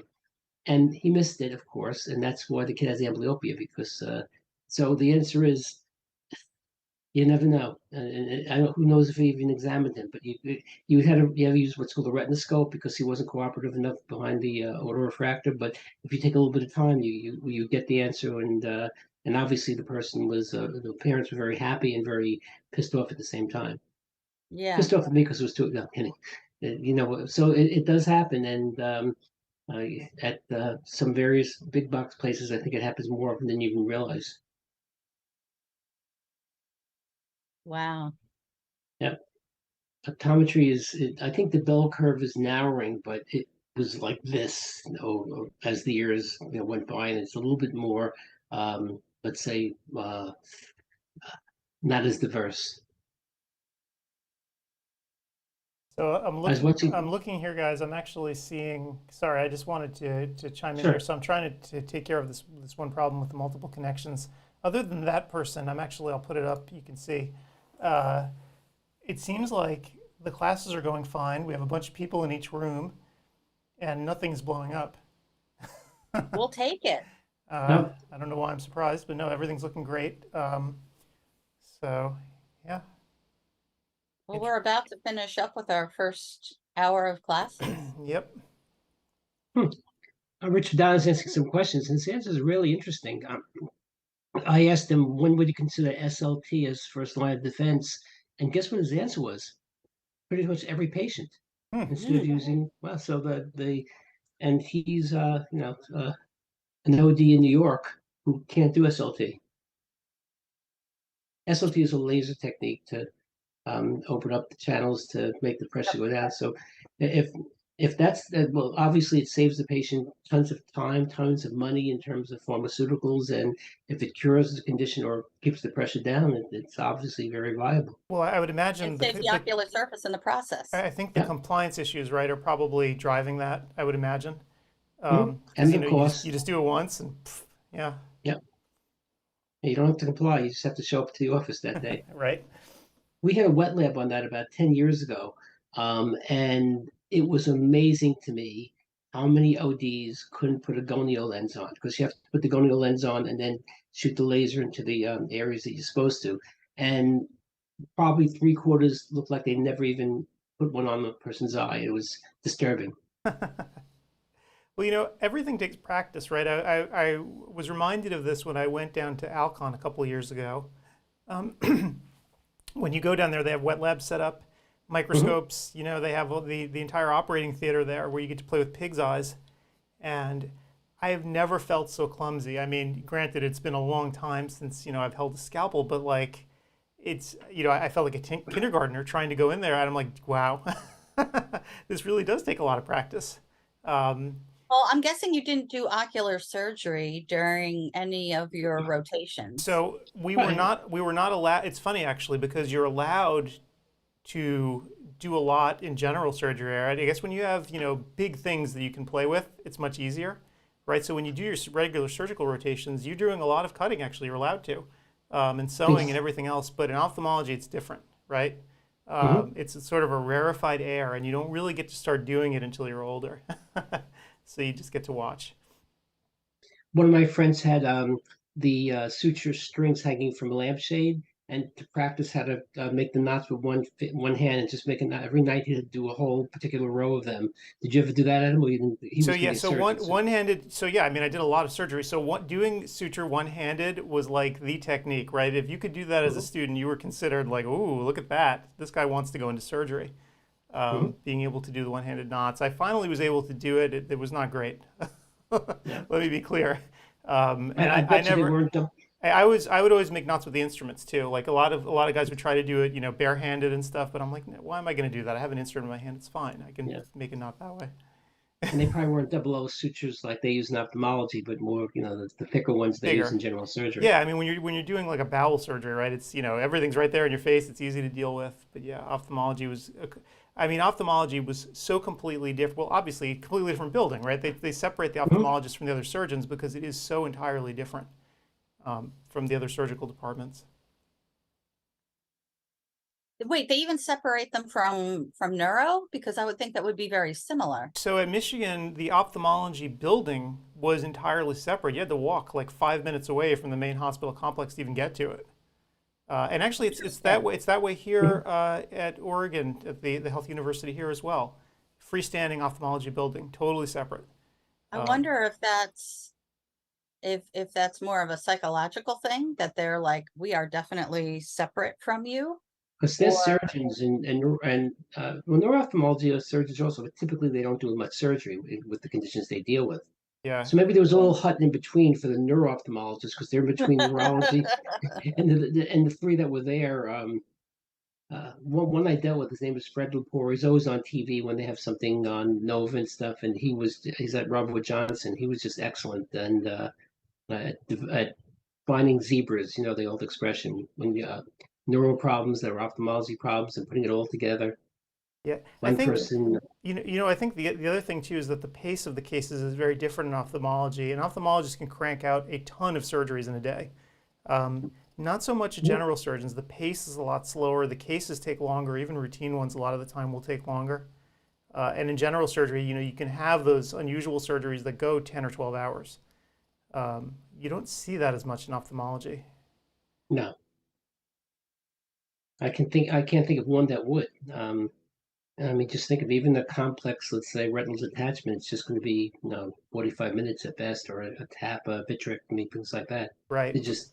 Yeah, it's completely different. I mean, general surgery or vascular surgery, those cases literally, even semi-routine ones, can drag on forever. I remember one Whipple procedure that took it was like 14 hours, and I was just like, oh. The same guy was there for 14 hours? Or So they have a team? sometimes what they'll do is they'll tap out and they'll have second surgeon come in. At Michigan, obviously, we had a ton of residents and fellows around and everything else. So, there was always a team there to help. But Whipple procedures take a really long time. So, And then how do your patients live after that? they don't live very long, unfortunately. It's not a very useful surgery. Just a learning experience. Yeah. Yeah, but well, then think about orthos. I mean, they're a different breed altogether. Yep. And again, a lot of the surgeries that we would see, at least in Michigan, and the ortho that comes through, some of the non-routine ones, right? You don't know how long you're going to be there because it's not cut and dry. You're going to be dealing with trauma, and it's going to be, it is what it is, right? You're just making it up as you go. So yeah, it's very different from ophthalmology, where most of what you see is scheduled, right? They know pretty precisely how long each procedure is going to take. Yeah, it's just very, very different, and I guess that's why they separate out the ophthalmology building.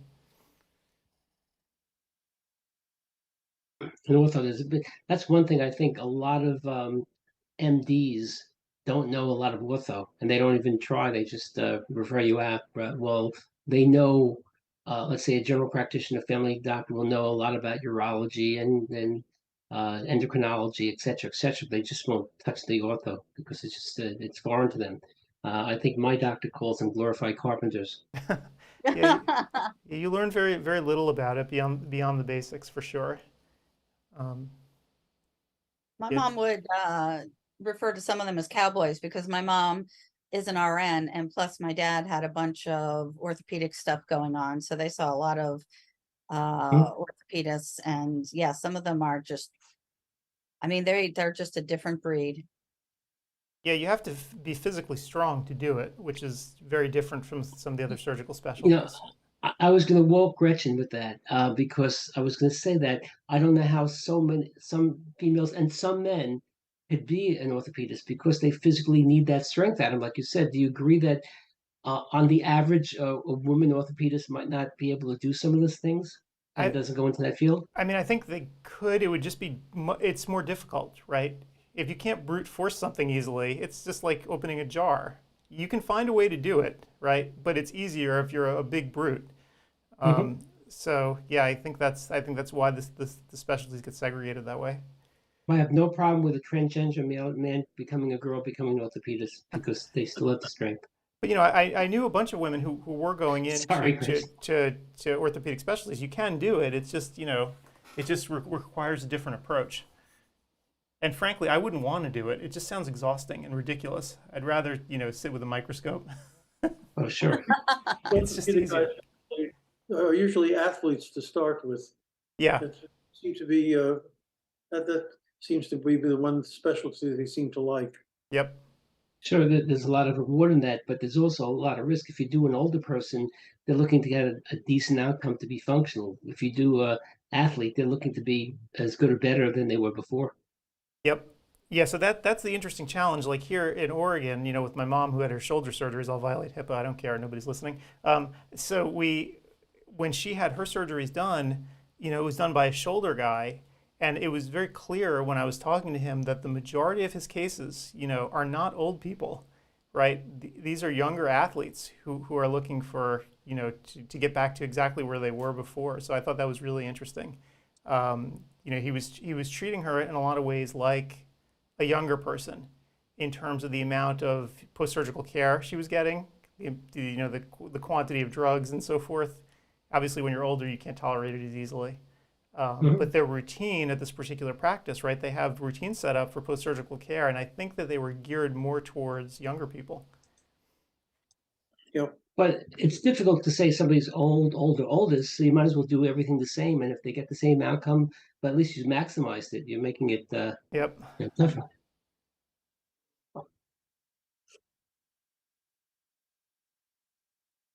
A lot of interaction in all the lectures, by the way, and a lot of good things. And uh, it's interesting. Some of our speakers who are listening, they're not actually speaking at these lectures, are chiming in about their expertise. Uh, Oh, that's Steve Even cool. Sorkin, better. So it's yeah, like several experts in the same class. right. Most of our speakers are not, jack of all trades, master of one. They're all jack of all trades, master of all. Right? At Or least, Jill of yeah. all trades. Well, Anyway, I guess we have when's the next class starting? 5 minutes from now, it looks like, right? So, Yeah, like right. The first ones are ending right now. yep. have you qualified anybody in the first hour? Did people start streaming in again, new people, or is it pretty much died down? Because last conference we had them even in towards the end of the day. So no new people are registering today. I think we got a couple actually before the conference started this morning. One, Yeah, two, three, four, five, six, it's pretty six. good for just the second day. Yep. And So we'll get it. There'll be people even after the September conference is over when they realize they can take things virtually on demand, called asynchronous now. It's a great word, but I think it confuses, at least for a year or two until they get used to it, the general optometrist. Yeah, it's not a commonly used term. Right. That's for sure. And what's interesting in my state in New York, I look at both of them.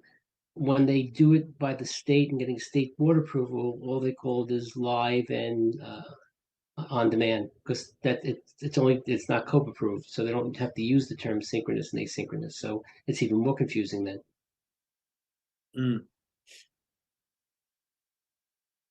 But we're the capital of the world, so we can do anything we want. By the way, I did look, Gretchen, at the Philadelphia AVE, and it's up here. I didn't realize how big a company it is. It's in Dallas and all over these places, Yeah, there are a and bunch of locations. but they're pretty much all the same if you look at them. The rooms are the same, the amenities are pretty much the same, and it's great because you could stay there for a night and you could stay there for a year, and A it's night. I didn't see that you could do it for a night. Because they have a whole business section. In other words, like a hotel. And so if Oh, somebody is, let's say, flying into New York, but they don't want to spend the money for a New York hotel, which is ridiculous, they can stay there and have much better amenities, much bigger apartment, and still use the business section. Wi-Fi is free. So it really is a good thing for one day or one decade. well, let me ask you this, because you and your wife are gonna split your time between New Jersey and Florida. What about stuff? I mean, I know that it's a furnished apartment, but what about, I mean, don't you want, like, if you're gonna live there for months, don't you want some of your personal things there besides clothes?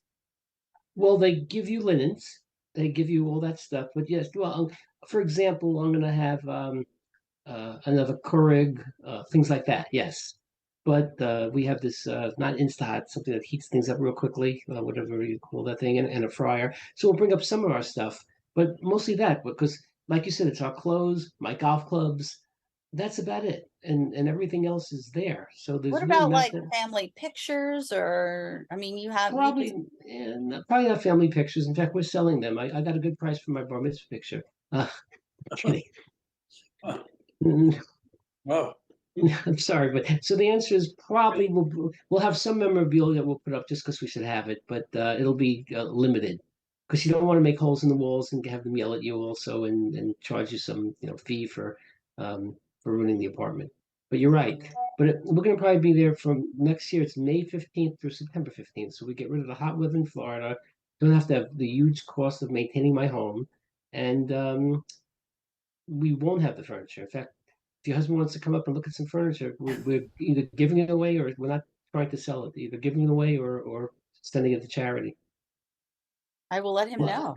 a lot of lucite from the 80s and 90s, though, so just be aware of that. Retro. You're not selling it, man. You got to just call it retro. Yes, but what's happening now is all these homes that are being built lately have these white wooden floors and white cabinets and white and gray and stuff. And they've done that for like 3 or 4 years. Now they're starting to change to like different colors.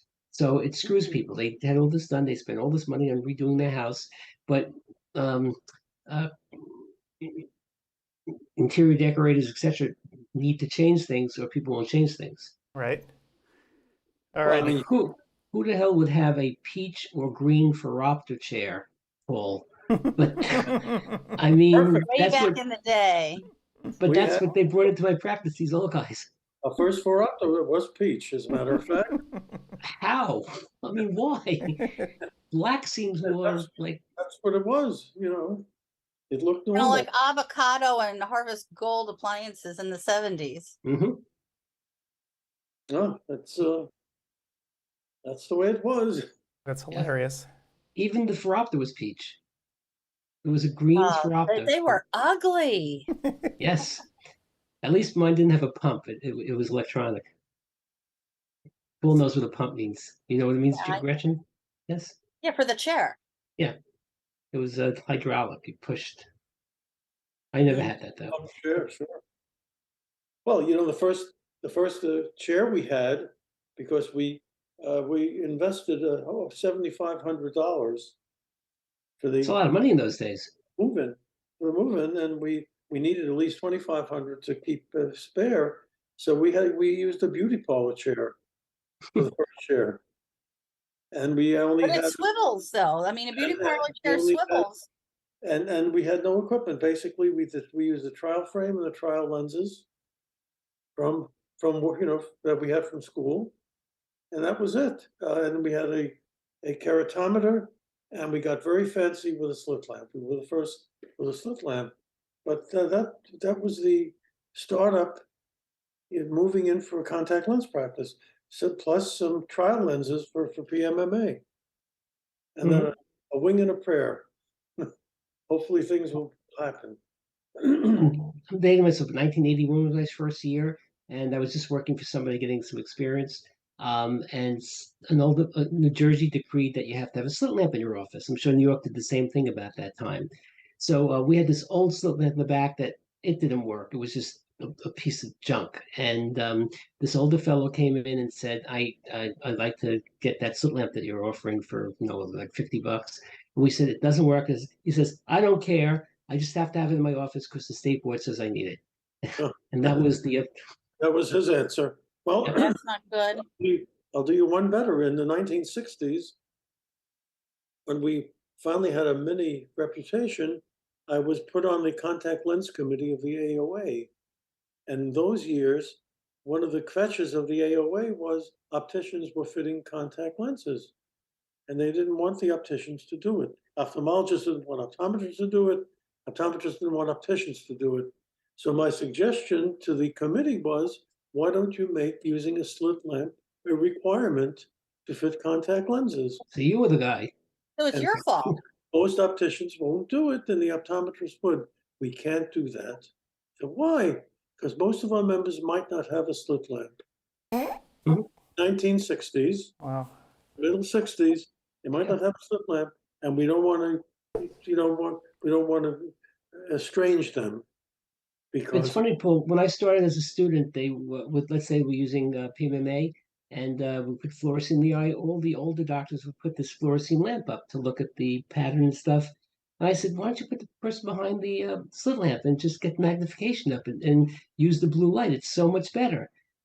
And that's what was done from now on. And they said, wow, what a great idea. They were using this magnifier that you hold up that was like patients loved it. 3x of. Yeah, we had a hand magnifier. You put the PMM, and if anyone was observing, this was magic for people to look at what you were seeing. Oh, because However, it glowed. you could read a lot of things, however. People that knew how to fit PMMA were able to use fluorescent and black But- light to know what the fit was. But when you did it behind the slit lamp with the same blue light and the same fluorescein, your view was just 1,000 times better. Yeah, but the patients would start tearing because of the bright light. So They start tearing because of your fees also, Paul, but that's another thing. those were the days, my friend.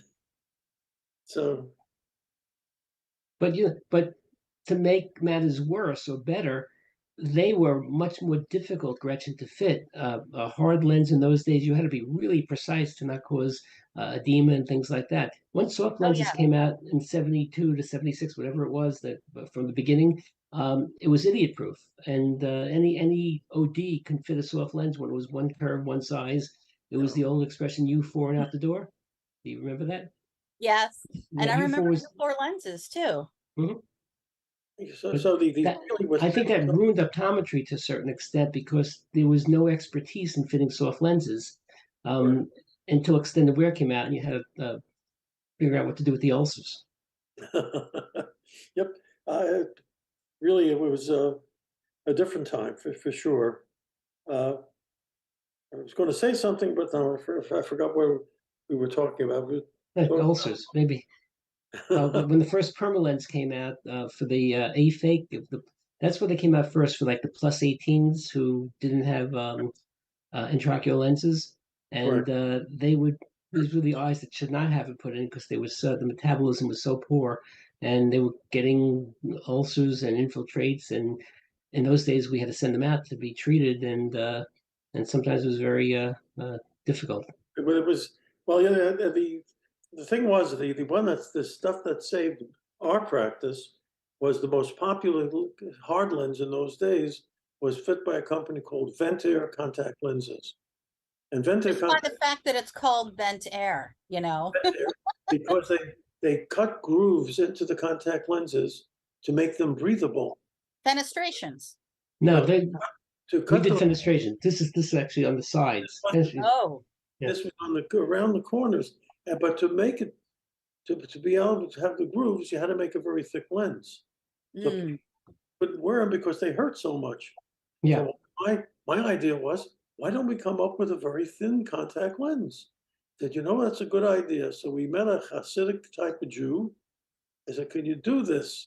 He said, okay, we're going to set up a company. You're going to be a partner. And we set up micro thin contact lenses. Really? In the early 60s. And micro thin made a very thin lens that people could actually wear that were PMMA. They weren't gas permeable, but they were far more comfortable. We only sold it to ourselves and to very few other clients, so we never went public with it. And our first partner left us, Joe Witzkowitz, and then we had another fellow that came in as a partner, and ultimately he bought us out. So I don't know if it's still in existence anymore. Yeah. There's It was something, really, I'm Googling it now. There's something in San Francisco. Is there a micro thin contact lens still in existence? I don't know if it's in existence, but it's showing up on a Google search. Micro thin contact lens lab, 291 Geary Street in San Francisco. So that must be either they stole the name or they sold the they're not using the same technology, I'm sure. brand. This was, Yeah. Oh, wait, The- now it says place not found. So maybe so- Permanently closed. the big advance pull though was 1979 when they came out with the Polycon lens, because that really did revolutionize things. It was the first lens that things actually went through, oxygen went through, so you didn't have to have the pumping action of the tears under the lens to get oxygen So into it the wasn't- cornea. so it wasn't PMMA. No, it it was silicone. the silicone, but those had their own set of problems that the lenses didn't stay clean. Right, So right they out. kept There's dirty, some and pitch on there from the lab too. we couldn't get cleaner. And that's when Barry got into the sponge. The sponge, you use low bob? The low bob was good. Yeah, yeah, but before Barry came up with the idea that we could take the contraceptive sponge, which was already FDA approved, and use that as a cleaner, and indeed it was very good. So I think I put The this on sponge, the contraceptive sponge is off the market though. Yeah, it was off Well, this the was market, but a long time ago. they weren't sponge worthy. But we Okay, Elaine. So we met the developer, a woman. She was a chemist, a PhD chemist. Is okay, yeah, we can do that, and you don't have to have approval because it's already approved by the FDA for contraceptive use. So okay, but I can't do it here. We got to set up the company in Germany. So I said, Barry, you sure of this? Yes, this is going to work. We're going to make a fortune. Well, $100,000 later, in real dollars, in early 1980 dollars, she screwed us over. There was no company, there was nothing. We just lost a bundle, and so went the contraceptive sponges to clean lenses. Fortunately, other companies to that do it. The side story is Paul was using them off label, and he got sued by 2 patients because they became pregnant in the use of them. So there you go. They were dismissed. You know, Sorry, best I can do. the book I could write on money lost. People always talk about on ODwire how successful they are. All the bullshit artists. I mean, it's amazing. No one fails. No one fails on ODwire. Everyone succeeds. Everyone has large practices. You know, it's amazing.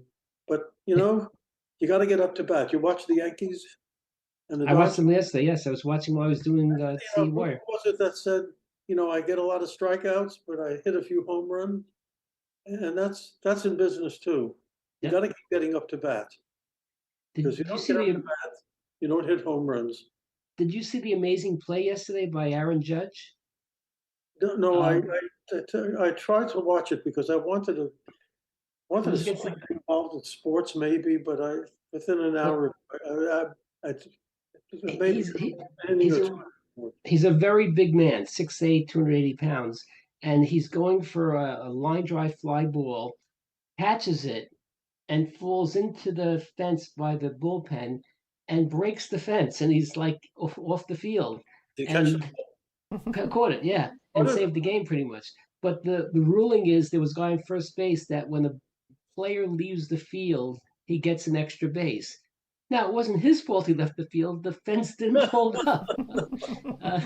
But it was you have to watch. You can see it on pretty much every site. They're showing it. Then he hit a home run also. But I don't think anybody else would have broken the fence. But somebody 6'8", 285 pounds, the fence That's didn't like hold up. baseball players don't grow that large, do they? No, he's the biggest ever. He really is. No, but he's also athletic. He's fast. He's a Martian. He's an anomaly. Amazing. So just to let you know, guys, if we actually look at the schedule here or look at what's going on in the classes, a whole bunch of people are logged in, so the system is tolerating it, which is good. Yay, it's doing its job. doing its job. I'm assuming that the videos are starting automatically. If not, people are obviously hitting F5, but I'm going to talk to Identio about it. I Again, stayed in one room and just to see Adam, and no, I had to just refresh okay, it, so unfortunately. there's definitely something going on for some configurations, but it's so difficult to figure out what that I think they just need to rework how it all works. Yeah. And then it Um, pops up, the 17 things pop up with the three things that the room's alive at yeah, that so moment. But that's all gotta stop. So um, yeah. So these are the little things we're going to rework. I mean, it's funny. I'm complaining and obsessing about these little things, but overall, the reliability factor is high, which is good. mhm. How many people are attending the courses? So right now, if you look on the screen, you can see that these counters, by the way, one of the things that, again, one of the niggles that I'm talking to them about is that they don't update frequently or fast enough. Yes, But this is kind of probably fairly accurate. 269 in this room, 231 in this room, 164 in the third room. pretty much the same as yesterday. And I'm sure it's some same, some different. And it's still early here on the West Coast, right? It's Mhm. 8:15 right now, so we're going to be getting that crowd coming in too. Nobody wants to get up this early on a Sunday. But I don't know how many people signed up from April to now, like probably 300 or 400, something like that. Yeah, yeah, I'm not sure. there are a few hundred people, so you'd imagine So- that they would attend. Exactly, because they really need it. The other ones are more ambivalent because they've accumulated a lot of credits. Yep. So looking good though. I think Okay. they've done a good job at Identio to really make it reliable. I think that was the key for them. And of course, there's a bunch of new features that are going to be rolling out. That's going to be for the next several months, right? As we sort of go into hibernation. Obviously, the on-demand lectures are going to continue to run, but they're going to continue to work on the servers. And we're going to be doing a big rollout next week of new features, and it's going to require testing. And on ODwire, I have to actually do a big rollout as well to upgrade the servers there because it's been 18 months, maybe longer, since I did a major upgrade, and it's needed, right? There's some new features actually that are going to be coming onto ODwire. Push notifications are going to start working on iOS and on Safari on a Mac. So you guys, if you use Chrome, you may have noticed the push notifications already on ODwire, where if somebody posts a new message where they're responding to you, you get a push notification right on your system tray. And Apple steadfastly refused to implement that for a very long time. And I think it was probably because they didn't want people to be overwhelmed with messages popping up in the OS, but they finally caved in because push notifications are really useful. So Safari finally got them, I guess it was last year, and so now we have to upgrade ODwire to support them. So that's going to be next week. I was thinking over as far as people asking, there are some problems that we have, and we've been spending a lot of time and effort to make it perfect. There are other online companies that are giving away free CE. Do they have problems? And if they don't have problems, why do we have the difficulties? Because we have a more complex situation than anyone else? So first of all, every tech platform has problems, and if they say they don't have problems, they're lying to your face, right? They're trying. That's just. It's the nature of the beast, right? Even the biggest ones, like we were showing MLB yesterday, they have problems, and Hulu has problems. They all do. Yeah. Adam, I can speak to it directly because I attend most of these, especially the 2 or 3 big boxes that do it, Paul, and they freeze. You have to refresh it, all those things. Plus, they don't do the services that we do. For example, one, you take the courses live, interactive, it's synchronous, whatever, or asynchronous, and then let's say it's over a 3-day weekend or a 2-day weekend. You then, at the end of the weekend, go to take the quiz. Then and they're requiring you to take a quiz for synchronous, which you're not supposed to do. You don't have to do. Make a long story short, at the end of the day, when you do everything correctly, you print out your certificate. They don't send it to Arvo. So, first of all, you take the quiz days after you've taken the course, or some of them you don't have to take the quiz, and you still, again, you're getting the certificate yourself, and then you have to submit it to Arvo or keep it for your state board. So, by not doing a lot of the services we do, you're not getting the same quality of service, and the attendee has to do everything himself. And it's there was a couple of times that the speaker wasn't in the room. I was asking questions, and I said, "Where's the speaker? Where's the speaker?" And they did nothing. And so that was when, unfortunately, Ken Lawanda was alive, and we would report it to him, and he would send it on to Arbo. But at the end of the day, they're still operational, and they did nothing to them. Maybe they gave them a slap on the wrist to improve things. But I'm going to attend one on June 9th, and it's a live 3-credit free thing, which will be the same exact thing. I have to claim my credits later, and I'll give you my report. But so they don't do what we do, so it makes it easier, and they make the attendee jump through hoops to get their certificate.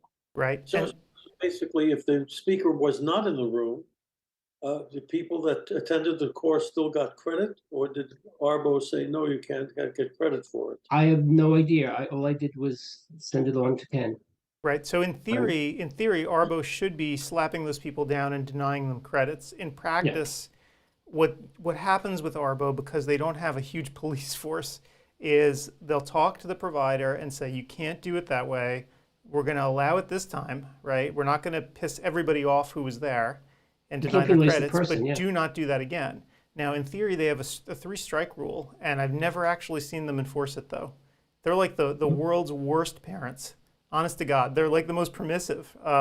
They'll threaten, and they'll oh yeah, one more time, don't do it again. But like seriously, this is actually an issue that I plan to bring up at the meeting in June, whether they want me to or not. Right? Anybody that's going to be sitting, because basically this meeting is like maybe it's like 30 or 40 people, and you sit in a conference room at a hotel, and they go over issues that everyone's seeing. So whether I can formally bring up this issue or not, I'm just going to informally talk to everyone there about it too. That the enforcement has got to be more uniform, and there has to be consequences if you screw up.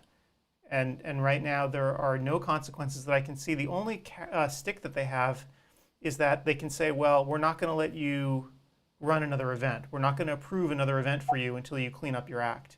But I literally have never seen them do that to anybody. And in people who have been in violation over and over and over again, I've never seen them actually say, no, you can't do another event till you fix it. And I think I showed you, Paul, that in some events they intertwine the commercials with the regular CE. They'll have a commercial, they have CE, they have commercial, they have CE, and the specific rules by Arbo says you can't do that. They have to be a certain time frame in between, etc. But they just Yeah, skirt the law. right. So those are SII rules. They're totally being violated. And again, that's another thing that they need to enforce, and they're just not doing it. And we stick to it very strictly here, which is why you see no commercial messages in the classes, right, or in any of the tracks. There's nothing. And I'm sure our sponsors hate it. We try to make it up to the sponsors by doing things like e-blasts for them afterwards, right, by giving them the forum space if they want to use it to interact with people and contact members of ODwire directly and so forth privately. And But CEwire Live, you're doing it. You have Yes. people that are promoting. well, so here in this track you can, because we're away from the classes, but in general, if people wanted to avoid commercial messages, on our platform it's completely possible, right, to avoid 100% of commercial messages. You don't have to deal with it at all. And that's how it's supposed to be, right? That's what the SII rules say. From the construction of the lectures all the way on down, right? Because obviously we make these lectures up and the topics and whatever before we even take on any sponsors. So that's just how we're different. And I don't know if the average OD appreciates it or cares, to be honest with you, but that's just the way we do it. And I don't think the average OD knows or cares, because we are now in a society of convenience. People like the convenience, and it's some things turn out to be slippery slopes, and there are unintended consequences to convenience. I mean, I was ranting yesterday about Amazon, that there are consequences to buying everything at Amazon, that you're not putting money into your local economy. And it's the same here. Convenience is always a trade-off for something else. And sometimes it's worth the trade-off, sometimes it isn't, but that's a value judgment everyone needs to make. right, but the point is, Arbo actually doesn't have to play into that, right? They have rules, Right. And they need to enforce them. They are the ones that have They to, do. because nobody else will. Like I said, they're being a terrible parent. They are. And I wouldn't even say a terrible parent. I mean, that's kind of funny, and it's a good analogy, but also too, Arbo's there to protect the public health, and they're not doing that. Yep. Yep. So it's a challenge. Speaking of convenience, and Gretchen, I have a story for you. Uh-oh, hit me. Did you guys want to hear a story? I guess we have time. We have nothing else going on, right? Nobody's coming to. I haven't heard back from Kayla. No, she hasn't replied. And by the way, everybody look at me, so I'm going to take another picture. Steve, put your phone down at least for a second. This is about ODwire, but whatever. Oh, I'm sure it is. I just want you Yeah, to look for a yeah. second. I'm not accusing you of Sure. not paying attention. I Steve, just check want everybody to look engaged. your email. You're going to get an interesting email. That's what I'm reading. You know what I'm talking about.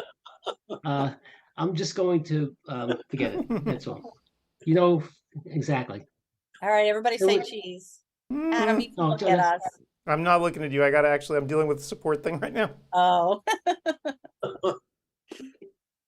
There we go. I got it. You can pick up the phone, Steve. And no, I really wasn't giving you a hard I read it in time. broad strokes, but I mean that this particular person is harping on something that's such an irrelevant, nothing thing, and he or she has always been a issue in general, but he or she might be listening. So let's just leave it as we're sorry, and you can do whatever you want. You know, It's still happening? You know, Same exact person. it reminds me of my dating years. When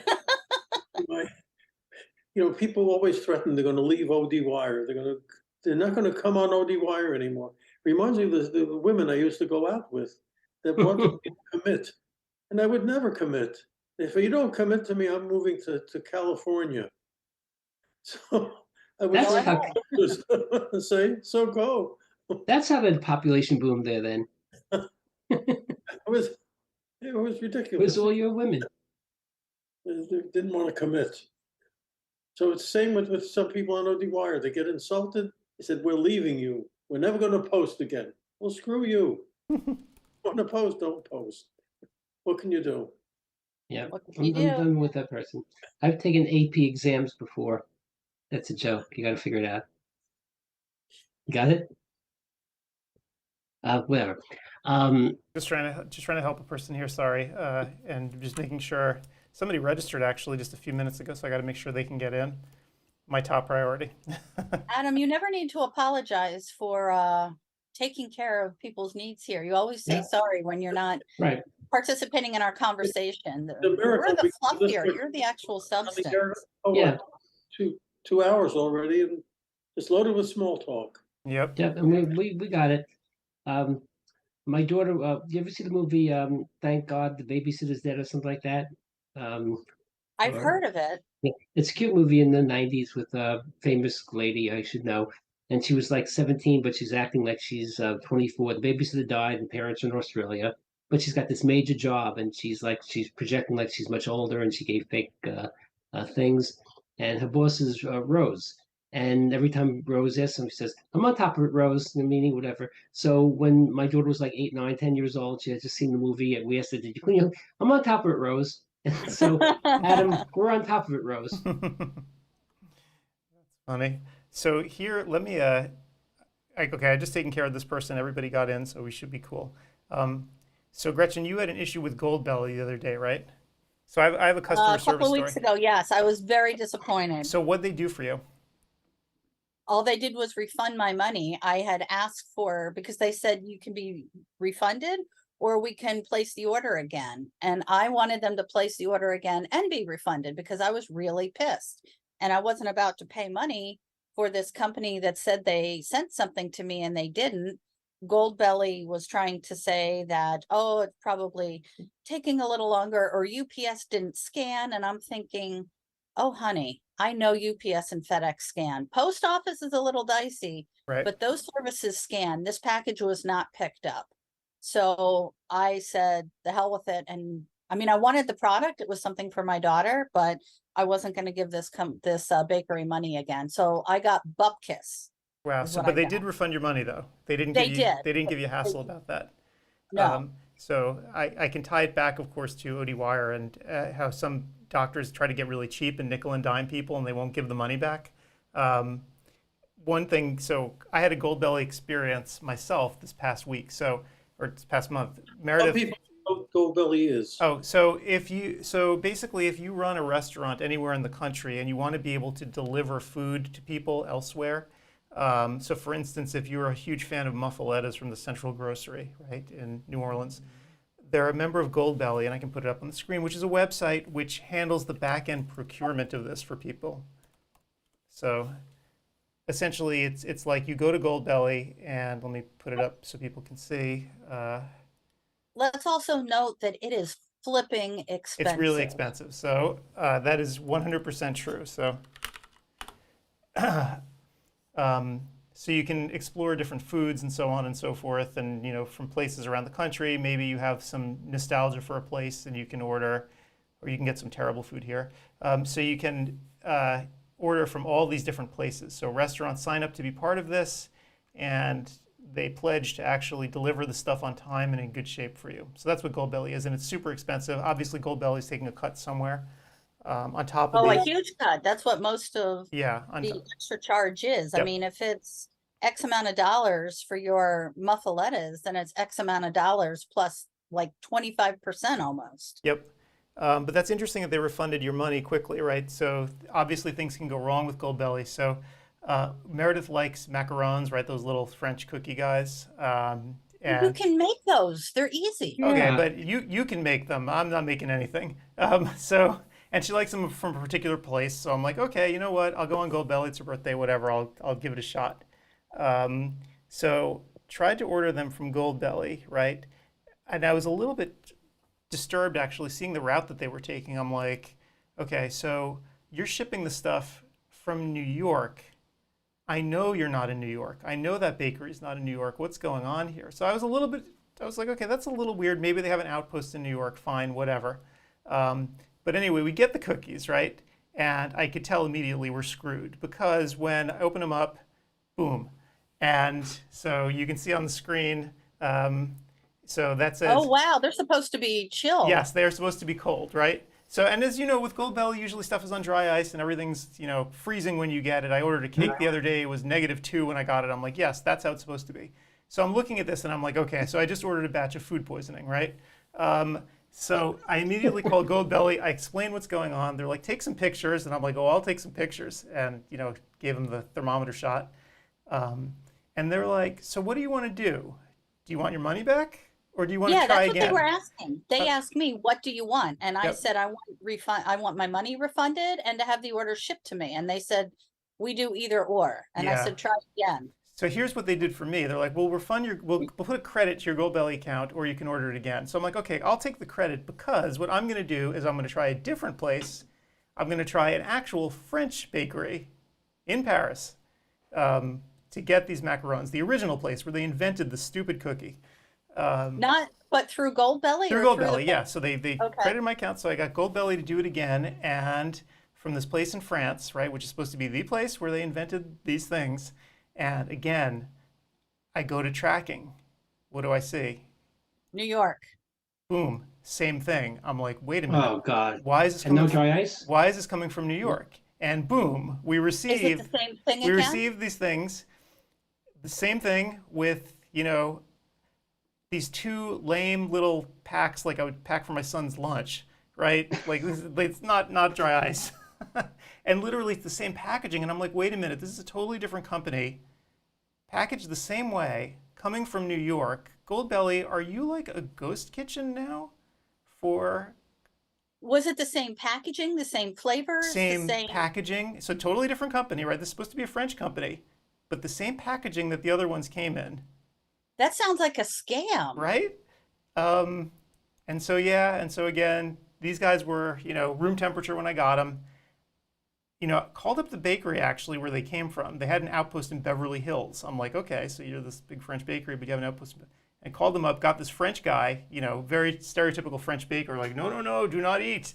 Right? He was like, we got must be chilled. So, and he was pissed, right? He's like, I can't believe they did that to you. But they're like, we don't handle the internet orders.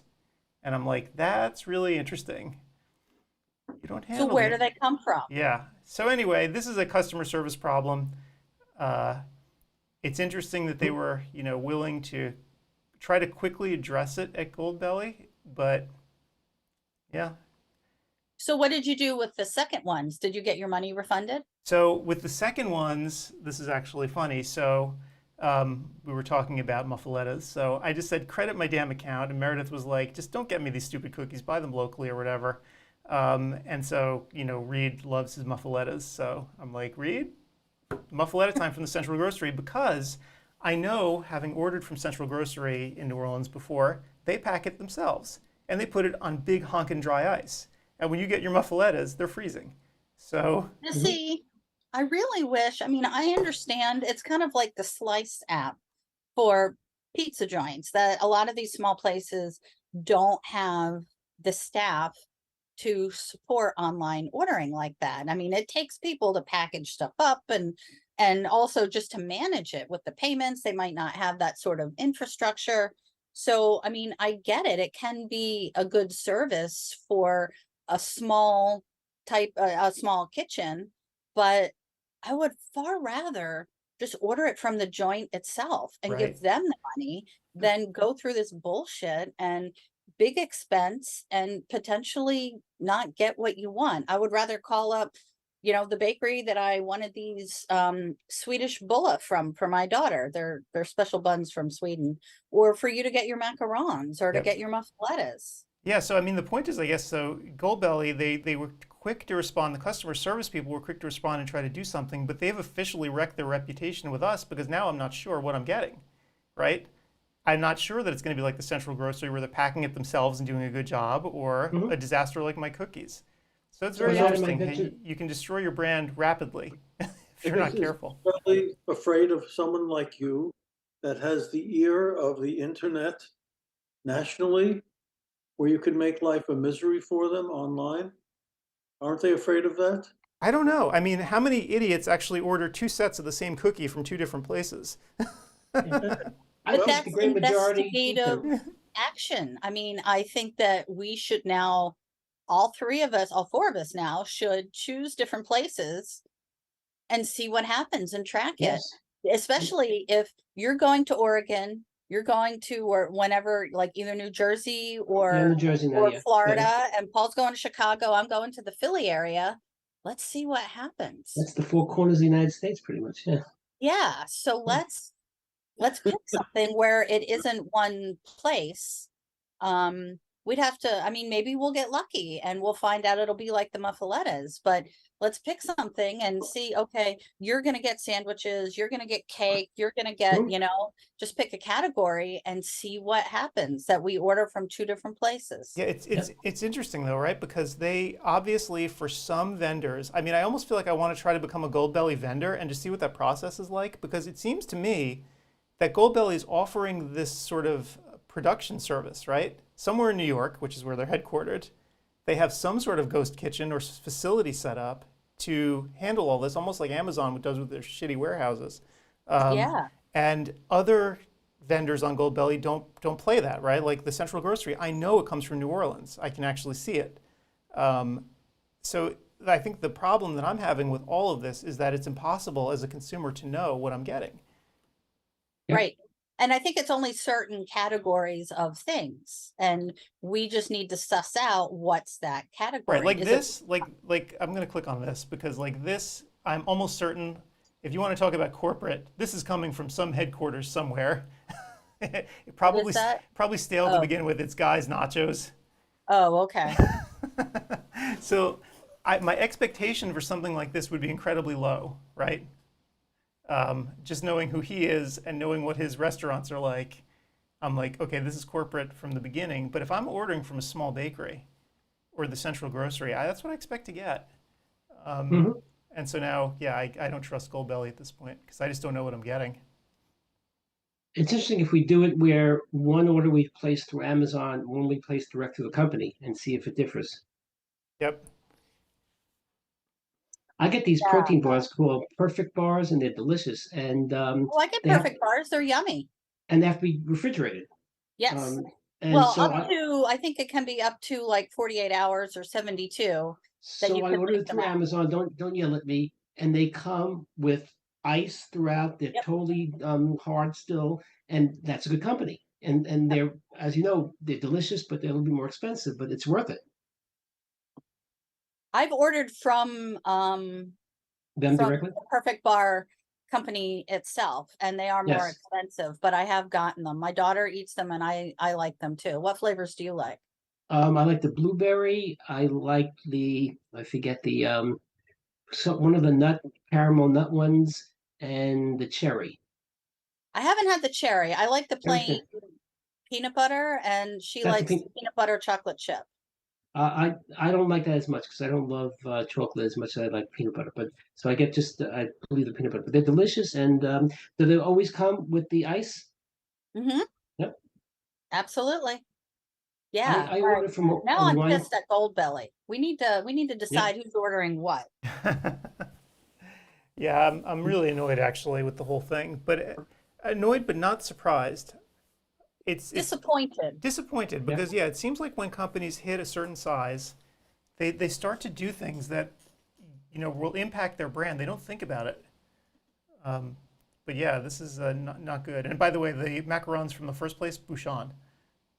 So, right? Oh wow. And I'm like, guys, like you have a Bouchon like so close to me here. Like I don't even understand, right? You have San Francisco. Well, then why are you the moron who's ordering them? Well, because they don't. Yeah, right. So they don't do like. And I'm like, but you have one in Vegas. You have one in San Francisco, right? Like that's so much more direct. Why, like I don't understand. Oh, I thought you meant in Portland that you could go get them. No. If it was in Portland, then I really would be the moron. But yeah, so none of it. What's none the of it shelf makes- life? I'm looking for something here that I was trying to get, and they don't offer it. I wonder if they not on Goldbelly. I was looking for Magnolia Bakery's banana pudding. There's different banana puddings, but not from Magnolia Bakery. But I'm betting if I search Magnolia Bakery, I can order it from them. Oh, there's one in Philly. I didn't know that. So There's we always need something. to decide our categories. I mean, How long some- do they last when you get them? Do they stay like for a couple of weeks? What the cookies? Yeah. No. Macarons are very fragile and they have to be refrigerated. So they're the kinds of things that you want to eat relatively rapidly. So the question is, when you send me the like lox Yep. appetizing, does that come directly from an appetizing place, Right. or is there an intermediary? So you could tell, like, so I always use places that I know when I'm sending you stuff, like Russ and Daughters, right, in New York. They're very protective of their brand and have been for like 100 years or whatever. So when you get stuff from them, you'll notice it's freezing cold. It's usually on dry ice, and it's coming from them. It's got all of their packaging. The thing that was suspicious about the cookies was they used the same 2 little packets of fake ice and the same envelope enclosing it. It literally looked like the identical packaging. Right. That wasn't up to the task. So Okay, so if I go to magnoliabakery.com, they will ship their banana pudding. So I can get it directly through them as opposed to they're not using Goldbelly. right. So, all right, let's find something else. All right, what do I want? I wonder if there's another place that will make these Swedish buns. When my daughter was in Sweden several years ago to do research over the summer, she really loved these buns they call bulla, and it's like a cinnamon bun. And oh, here's the bakery. It's called Fabrique. That was the one that I ordered from. And yeah, I think that was it. This one says it's in Stockholm. So, but anyway, that's what I'm looking for, and we'll see if I can find another place that will make them. So I really want to do this. We all need to pick a category and order something because now I'm righteously pissed. Well, anyone I who's mean- listening to this that's a non-eater, they will say, "What the hell are they talking about?" People that are not interested in food wouldn't even have the faintest idea what you're discussing. To make these moves to get certain flavors, Yep. that people that don't eat wouldn't even think about. Okay, here, Adam, I searched gluten-free bakery and Bouchon showed up for macarons, and it's showing Yountville, California as the location. Right. Yep. So that's correct. Holy hell. 24 macarons is $120? Yep. with free shipping. No, it's not free.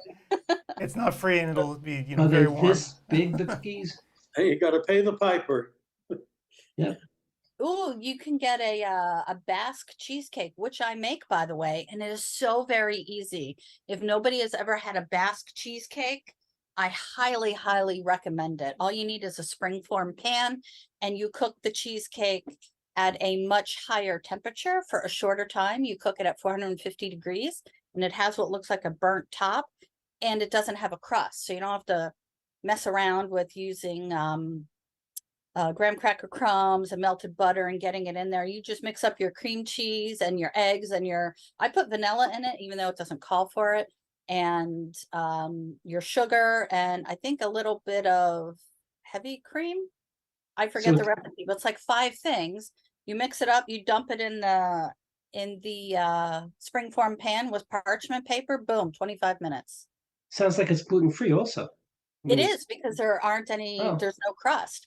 And Send me this the one recipe. is- I'll try to make it for my daughter because she likes cheesecake, and I'm not sure she always gets it with the crust in the bakeries. I will and send stuff. you the recipe. It is so easy. It looks complicated, but it's not. Mhm. And this place is charging $100 for it.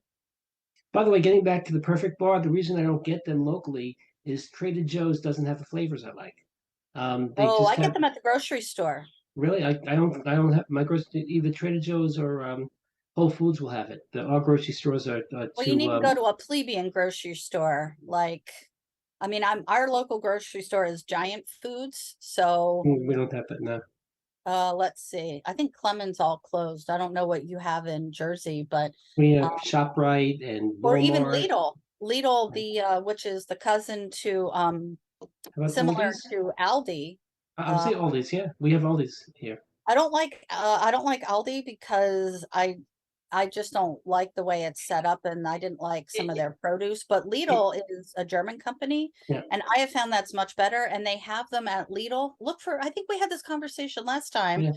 There might be a Lidl near you, and they are less expensive Yeah, I there. think that there's one in Boca, but there's not one in New Jersey. Aldi's has stepped up though. It used to be the lowest of the low, and now it's reasonable to shop, like I said, for produce and certain other things. It's gone from a very low end place to a more average place.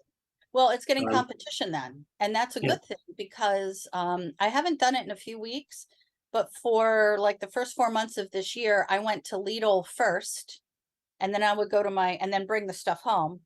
And I mean, I could even walk to the Lidl if I wanted to. And then I went to my regular grocery store, and I was saving 50 to $100 a week Wow, big difference going for the to same Lidl. stuff. Do you have They to do have bag brand names, some brand name stuff, and you just have to look. Sometimes some stuff is good, sometimes it isn't. Do you have to bring your own bags into the grocery stores And Pennsylvania? Lidl you do, yes, or they Yes. charge you because No, they're but we have to do it for European, and that's all. the European We model. have to do it for all, every even the ShopRites, AMP, whatever it might be. In New Jersey, well, in Florida, they bag for. So it's so ridiculous. I mean, No, I love it because Yeah. those bags are, I mean, we reuse our bags because we Yeah, have yeah. 3 cats, so we scoop cat litter or we put it in trash cans, but so many bags are just trashed and they're bad for the environment. I I take my grocery bags totally- everywhere. totally understand, but I'm just saying that the states have different. Why does Florida think it's not bad and Texas doesn't think it's bad or whatever? Because we are the Yeah. United States of America. Which means we're not so united. Well, it means that different states allow different things, such So as some state could legalization of pollute others. marijuana or banning certain books. Mhm. Or we can go down that road, but that's why different states have different rules. Yep. It's not going to change.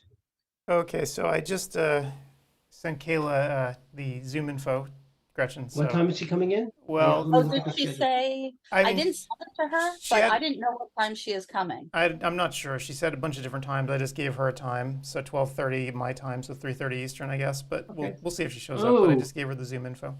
I think that's when I'm giving my lecture. Let me just see. I think. Yeah, pretty because much that's the time that she needed. So I'm like, all right, whatever. If you show up, it's great. 3:25 to 4:25. But I'll cut You back can and forth. pop back in just to Yeah. say hello. Yeah, because I could just look at the questions. I know. You can listen to us and just watch the questions. Yeah, you Yeah, don't need to hear it exactly. yourself. I've heard it too many times. Yes. Okay, so we need to get back to Gold Belly. I'm not letting this go. So give me my assignment. Where am I ordering from? Okay, so what would you like to have? As far as What kind of food? Do you want a sandwich? Do you want cake? Do you want donuts? Well, oh no, you're healthy. So, yeah, and I didn't choose mean something that healthy, as a jab. something that is low carb or Oh my God. That's not a gold belly thing, I think. yeah. Cuisine, let's see. Hmm, Top Chef. I don't know if we want to do, well, Bouchon is well known. I mean, he's a well-known chef, They just so screwed me. yes, they did. So maybe we don't necessarily want to go by Top Chef. No. I'm telling you, I think this is look, so here, if you look at their picks, this guy Joe and his picks, I'll put it up on the screen. This dude runs the company. And my feeling is that the fix is in here, that these places that he's recommending somehow give Are him a the- higher margin than the other ones. Oh yeah, I mean, all of that stuff Mhm. is bullshit. Okay, All okay. those picks, Yeah. it doesn't mean anything. It just means extra promotion. Okay, how about, do you want a lobster roll? Yes, Do you that sounds want good. I'll eat that with carbs. elegant Yes. Greek charcuterie tray? Eh,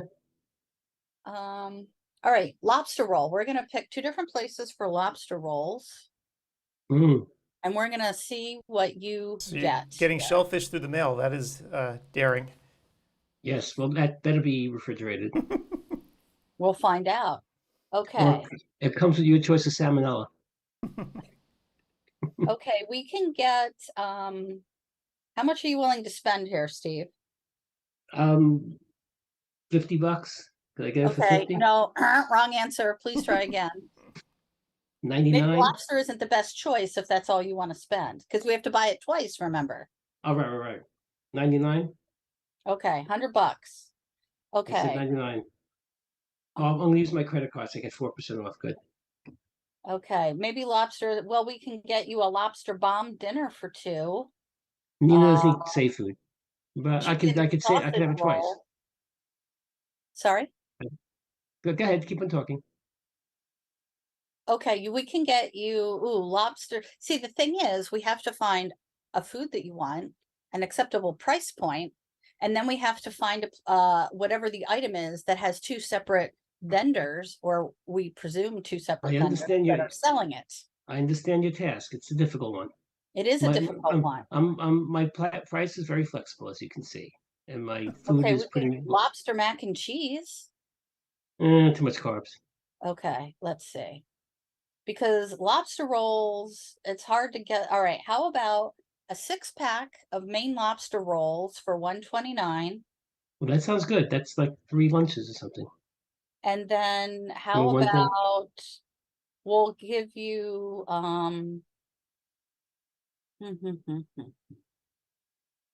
how about a 4-pack of lobster rolls for $149? And they're, oh wait, that's a Joe's pick. I don't think we want. All right, now we have that into the mix. There are too many variables. We need to pick for 2 different places, and I don't want you to go broke. So, all right. I will And send you. I'll buy these like a where you month can before go. the September meeting, so I have a clear, fresh thing in my mind. Let's see. Because we want the whole world to hear about this.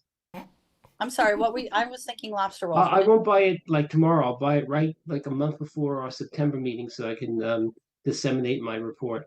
Yes. Okay, that's from the Hampton. Oh, that's a Joe's pick too. Damn it, Joe, you're picking everything Is that I that from the want. Hamptons though? That's good. That's close to me. Yeah, but that's a Joe's pick. Do we care if it's a Joe's pick? He might be getting more of a profit from it. Yeah, That's do all. we want to give Joe more profit? Nah.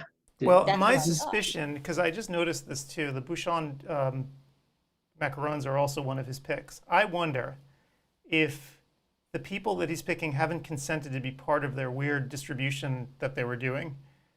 Some of them, at least. Yeah, I'm now really suspicious of their operation. I kind of wonder. I'd love to actually see where they are in Manhattan and just figure out what they're doing there. I smell a Vision Expo East on mission. Yes, I always wanted to go to New York and get arrested. Okay, I'm taking a screenshot and I will send you what you are going to purchase, Steve. So I'll that's your send you mission. the. I'll send All you. right. Is this deductible as an optometric expense? Well, I say yes. This I is think an ODwire CEwire absolutely. We're investigative analyzing. mission. Mhm. When I go to jail, I'll tell the IRS agent who who advised me. Kidding. Okay, Adam, are you going to play again, or are you going to use your single example? Yeah, I don't I don't know. I mean, I almost feel like I want to order more cookies just to see what happens, right? Like order another macarons. I mean, Meredith would have me killed, but you know, now I'm really wondering. All right, macarons. Let's see what we got here. Okay, a place in New Orleans. What was the name of the place in Paris? Was it La Dre Paris? It was the inventors of the macaron, Oh. so they should be doubly ashamed. Actually, and they're cheaper. You get 18 there for 65 Yep. bucks. But if you look, so here's the thing, like macarons all kind of look similar to each other, but I swear to God, like you can see those are the French ones on my screen, and then there were the Bouchon ones. And I'm like, are those the same? Are they just like, is there one bakery that they have in a warehouse somewhere in Brooklyn and they're just like making these things and putting them in different boxes? Okay, so what about we get the ones from these cheesecake macarons, because some of them have a white bottom, like half the cookie is colored white. Or we could go, okay, here we go. Patisserie Tomoko. That is a 10-pack for 65. All right, we're going to try it again. You're going to get the ones in I will, Paris. and I'm going to use my corporate card because if I actually used my personal card, Meredith would literally shoot me dead. She'd say, "You did what?" She doesn't need to know. When she sees the Okay. Goldbelly truck pulling up, she'll be like, "What is this box? Oh my God, It what doesn't did you come do?" from Goldbelly. It comes from UPS. Okay, so we've got Adam, we've got Steve. Paul, what food? Oh, you like bagels and lox, right? Can you still eat them with kidneys? He can eat He can whatever eat the hell whatever he wants. The machine will really fix good. it. What would you Just like, Paul? I'm assigning everyone get food a Nova, place. Nova Lux. So the thing is, though, for his stuff, I know that some of the major bagel bakeries that are on Goldbelly, they do ship themselves, and I Well, wonder. maybe we need to pick something else Yeah, or I a have to pick different something bakery. random because I think especially for the more well-known ones, they're paranoid probably about their fish arriving warm. How about whitefish? Or that's two. It's pretty much the same thing. You might like whitefish. Yeah, the main problem with all of these is you get too much of it. There's no way one person can eat this much. We Well, don't care about that problem right now. yes. My wife doesn't eat any of that stuff, so, Well, pick something she can eat and then share it with your new friends. You This could is have it two I meals. share nothing with my new friends because my new friends are so out of it, they don't know what the hell's going on. you're really raining on the parade here, Paul. This is for research. It's for I science. write the book about this place that looks like a hotel, and they have these lovely people having a good time. But in essence, if you go into a living facility that's a senior facility, you can expect old folks with walkers, old folks that don't hear, old folks that don't talk, and I try to avoid eating with people if I can, but the problem is they want to sit you with a table for four, and they sit sometimes. Well, What about something that your daughter and her family would enjoy that you can share with them? This is all about research. Pick a different food category. Yeah. no, I don't know what the topic is. I was talking to my daughter. I tuned out, so I don't know. Oh, What sorry. Oh, something that we're going to order from Goldbelly. We can do cake, And we're going to cookies. see the difference. We can do cheese, fresh pasta, pineapple. How about New York pastrami? Can you order New York pastrami from them? Can you get it from not the stage delicatessen, but from Carnegie that went out of business, but they still ship? Okay, let's see. I'm searching New York pastrami. We've got Sarge, Carnegie delicatessen. Zabar. Sabar's pastrami would be not. Let's see. Langer's Deli. Say it again. Langer. I never heard of it. Liebman's Kosher Deli. So all these are pastramis that they have. Yes. Well, I again, I don't know. They're all a king's ransom, and you know, Okay, well then pick a different category. Or if you want to opt out, that's fine. I don't want to be a nag.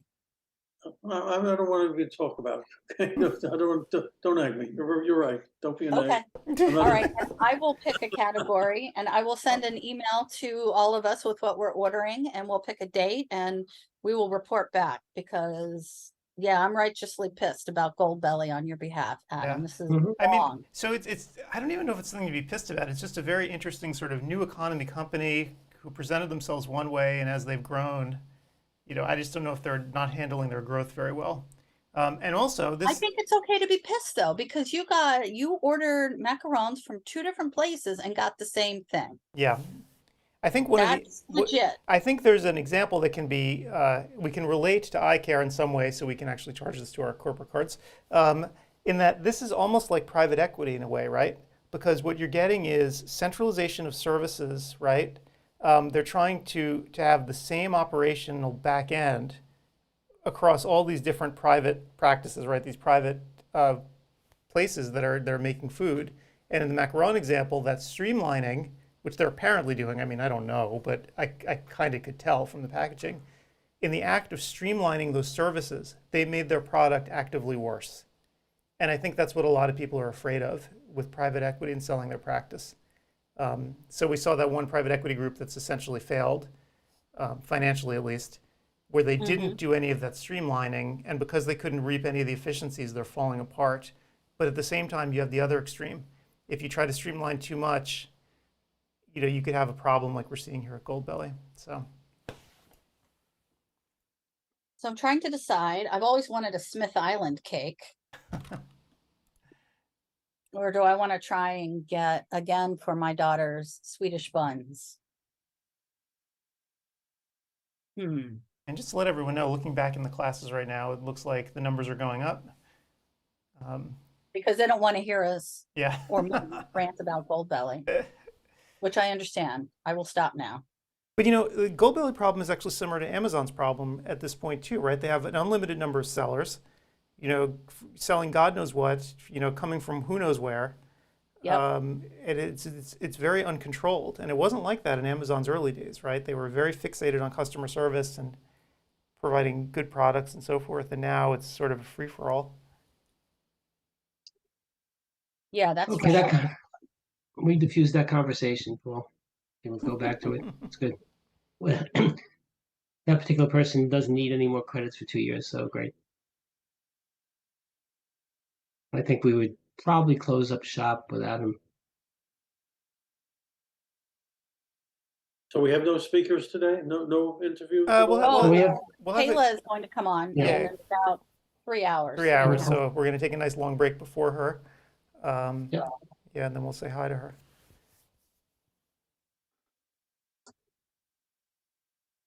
Yeah, so Kayla, actually, if you've never seen her stuff before, Oh, well, she's still going to have a lecture, right, later on in the day. oh yeah, yep, Yes, yes. yeah. Her lecture is damn good. Her presentation is well coordinated, well thought out, and much higher, let's say, tech than the many of our lectures. Thought out and much higher Uh-oh, We're getting feedback from somebody, Dad. than the Dad, not me. Okay, turn off your sound, Dad. okay. Yep. Back on. Good, That's good, good. better. You lit up like a Christmas tree. What Yeah. happens is a crown goes over your head, showing us that it's you. I just made an educated guess. But anyway, she runs this company called Spexy, which helps you run your optical, right? So her big claim to fame is that she can help your board and really optimize your frame inventory. So this is unlike any other lecture we have at CEwire this year. So, and she's really good at what she does. This is something that nobody's taught, right, in school. Mhm.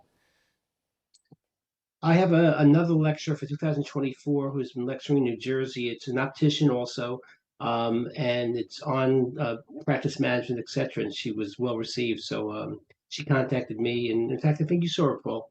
And she'll be coming on in 2024. But Kayla could come back. I think people need this stuff because it's a profit center and it's done correctly. And when I used to go to meetings for IDOC, it was amazing how some of these presentations and practice management really were effective and amazingly simple things. If you ever heard Jay Binkowitz, you must have heard him, Gretchen. I know who he Uh, is. I've never met him, and I don't think I've heard him speak, but I Yeah, know who he he is. just amazing his presentation. For example, let's say somebody has one of these vision care plans. He'd say, "Oh, you're saving money here. You're saving money here. You're saving money here." So instead of making the price, he said, instead of paying $612, you're going to be paying only $350. You see the difference between that and just saying to the patient, "Okay, we'll give you this, this, this, and this. It'll be $350." The connotation is, well, you just save 50% and you're getting all this stuff, and a lot of other techniques like that that he presented to um, make you first of all satisfy the patient needs, so you're doing it in a professional way as well as getting more profitable. So it's a win-win proposition. Yep. He was great. He lectured the first year or so for us, and he's gone off on the tangent for himself. He's always on the lecture circuit for a lot of these alliances. So anyway, yeah, so we'll have Kayla come in and she can talk to us all about the stuff, which will be fun. And what time is that? 12:30 Pacific time, 3:30 Eastern time. About 3.5 hours, Paul. Maybe I'll be back from lunch by then. Why don't we say a little bit about our sponsors, and then Gretchen and I could break for lunch for a little bit because I'm hungry. That's a good idea. So let me actually pull them up here.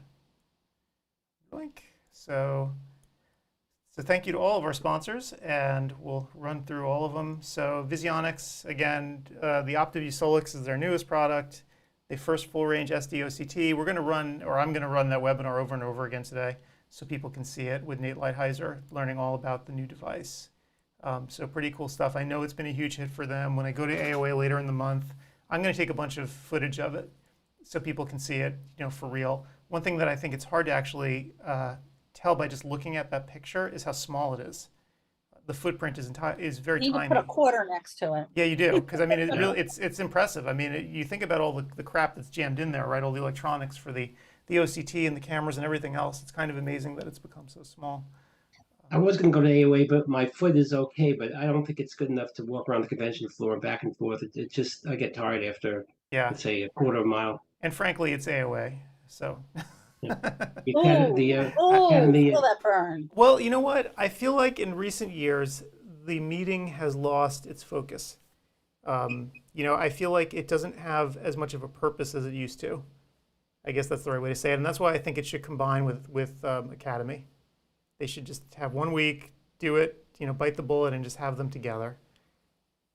So That gets discussed about every 10 or 15 years, and it always falls apart because the leadership would it would be a challenge, because nobody wants, after you've invested how many years going up the ladder in leadership positions in either one of those organizations, nobody wants to give that up. And I understand that, but But how many Academy members are not AOA members? Probably none. I don't know. That would be It an would be interesting Venn weird that diagram. you're an Academy member and not an AOA member. So I think that the Venn diagram is like one is exactly inside the other. It's not like they just overlap. Yeah.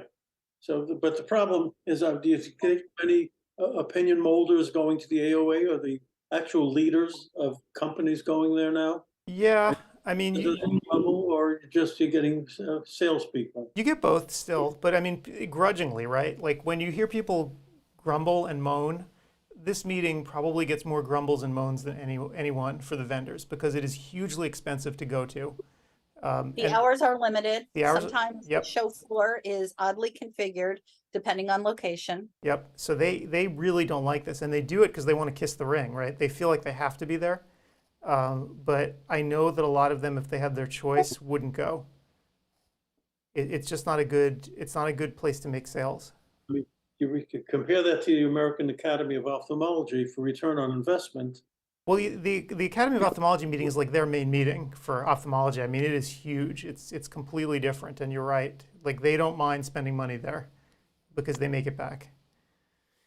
Yep. Okay, so anyway, so definitely check out Visionix. We're going to be running that webinar, like I said. during our little break here. In fact, maybe that's the first one I should run because everybody loves listening to Nate. And realize, Paul, the ophthalmologists don't have Vision Expo East or Vision Expo West per se. So they don't have those. So it's only the Academy. Yep.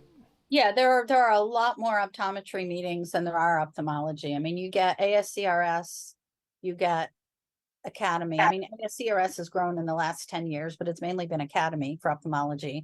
And now you have ASRS and you have some other meetings popping up, but they're smaller, Hawaiian Eye. So, I mean, that's not new, but yeah, I mean, and if you look at state meetings, I mean, you can't swing a dead cat without hitting an optometry meeting every weekend. Like if you wanted to go to a meeting every weekend in the US for optometry, you likely could. You've seen the calendar that comes out within, I think, Review, which is, you're right. Yep. Maybe I'll try to do that one year and get 3,000 credits and be bankrupt. And you'd also never be home. Yep, which I don't love flying now, especially like I said, out of Florida, you don't get a lot of direct flights, and we're spoiled in Newark and Philadelphia and New York to get so many direct flights all over. And it's like riding a bus, but worse because you get frisked before you go on. It wastes a bunch of time waiting and you're squished. And yeah, I mean, flying is just a pain. I like being at meetings, but flying is a pain in the ass. I think it was the Academy meeting in St. Louis, was it? A couple years ago. It was before COVID, about 5 years ago. AOA was AOA. Yeah, so I was there and go to the airport, and then our plane was canceled because of hurricanes, and I had to sleep.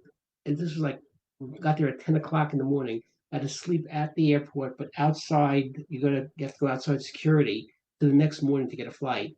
And it was terrible. No food, no place to sleep. And it was like a lot of people doing it because of tornadoes going through the area. That was a I pleasure. remember that. It was a horrible rainstorm Yes, in that's what it St. was. Louis. I mean, you Yeah. couldn't walk across the street from the hotel to the convention center without getting drenched. And I That's mean, what- you had like a foot of water running down the curb. And that's why the airport closed for a whole day. And I didn't want to go back to the hotel and try to book a room for that night. I figured I'd stay there a few more hours, and then that became All day. all day, yeah, all day and night. Imagine sleeping on a bench or whatever it was with no food, because you have to leave the area where the food is because you have to go outside the TSA. Yeah. And with luggage, you're not going to hop into a cab and go to a restaurant. So I survived. I And think I there, had my friends, is a very good reason never to check your bags and do carry on only because you never know when that will happen. It's just tough for a man because we have suits. And I understand that the carry-ons could be that way, but sometimes they don't allow ones to be that big where you can fold up the suit bag. But you're right. If you're there for 2 or 3 days, you can do that. The trouble is toilet articles. You have to buy toothpaste. They don't allow, unless you get the really small sizes. Oh, I Things have that- a whole travel kit ready to go that's filled up with like mini shampoo bottles, mini toothpaste, because I'm high maintenance. I want my own stuff. Me too. That's a good idea. Yeah. Yep. So it's always ready to go. And I check it before every trip. So I don't have to say, oh, do I have deodorant? Oh, do I have toothpaste? It all lives there all the time. Oh, Adam's continuing with his Vision X. Yeah, we got off on a tangent. sorry. We're doing a lot of yapping today. So MacuHealth, makers of supplements, and so we heard John Nolan actually talk again yesterday, all the way from Ireland, about Vitreous Health, right? So there was a supplement for floaters, which is kind of interesting, right? Now it's been around for at least a year now, right? A little more than a year. And they have some clinical studies that show it actually works, which I think everyone, when we first heard of it, were kind of surprised. And he was also discussing the new instrument that you can measure your carotenoids in your skin, which is directly proportional to what you have in your retina, so you can see how well these vitamins are working. Yep. So cool stuff. Check them out. They have discounts at the show and so forth. So go into the forum. So again, we have the link to the forum that you can go into to see all the sponsor stuff. See the Eye Consortium. So this is a Doctor Alliance, a new one actually. They have a couple thousand practices already, but they're relatively new, only a few years old. Interesting group. We interviewed them last time. I will actually get a copy of that interview together as soon as I can edit everything. Yeah, because they want to put it up on their website. Or Yeah. want to put it up on Facebook. They deserve the exposure. They're nice people, and it's free. Yep. And like you said, it's very, very specific companies they deal with, and only those companies. And if you want to deal with another alliance outside, you can. Yep. So pretty cool stuff. So we'll have that interview again now that we're going into hiatus. After this for a few months, I'll be able to start putting all those interviews out. So this has been kind of slammed here until then. So Oculus, makers of a bunch of different devices, and we actually showed some movies yesterday, and we'll show them again. The Chronograph with Tom, and the Pentacam, which is celebrating its 20th anniversary, amazingly. And what's funny is, of course, when the Pentacam came out, now that I think about this, sclera lenses were still seen as kind of, how do I put this? A niche? A very small niche, yeah. Yeah, I mean, yeah. I mean, this was not something that people did, right? You might have some old guy who learned how to do it and was still doing it on a few patients who just refused to get rid of their lenses and so forth. But now it's become a really big thing. And so the Pentacam is, I would say, the best way or the most advanced way to actually fit these things because of the data that it can spit out. And with the CSP Pro, you can see the software up on the screen. It can send this off to a variety of manufacturers to get these lenses made rapidly. It also was used for a lot of other purposes. It was used for anterior segment stuff, the corneal problems in general. So it wasn't just specifically for sclerosis. Yep, and if you want to actually see this stuff in action, Charlie McBride is giving a lecture about CSP. So he actually talks about sclerosis, since this is his bag these days, and how you actually use these devices, the Pentacam and others, to get this data and then send it off to different labs. So it's not as scary as it sounds. And his lecture is actually a really good overview of how it all works. And I'll be showing, again, during our breaks today, I'll be showing John here talking all about it as well. So Lac Rivera, makers of punctal plugs and a bunch of other stuff. And you can see they're offering discounts to CEwire showgoers. They actually have a banner ad running right now as well on ODwire, so you can see the discounts there too if you click on it. So I'll be sending out follow-up emails about them and how you get the discounts as well.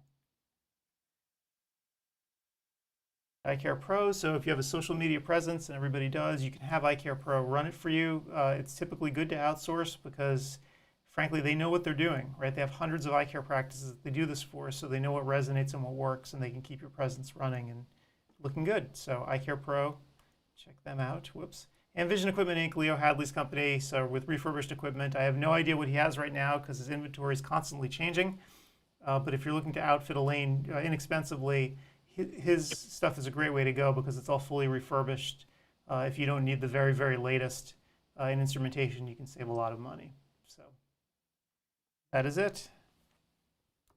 Those are the sponsors. So that's about it. And thank you to them. And thank you to them. And I can share our little numbers again. So we have about 4,000 paid attendees, as we mentioned, give or take, with 99% attendance so far, which is great.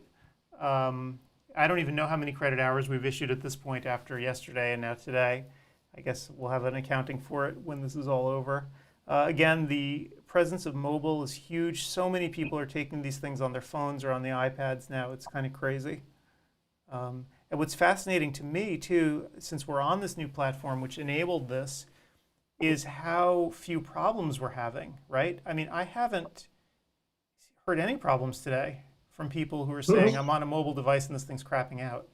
Yep. Last night it was just as good as being on the computer. Yep.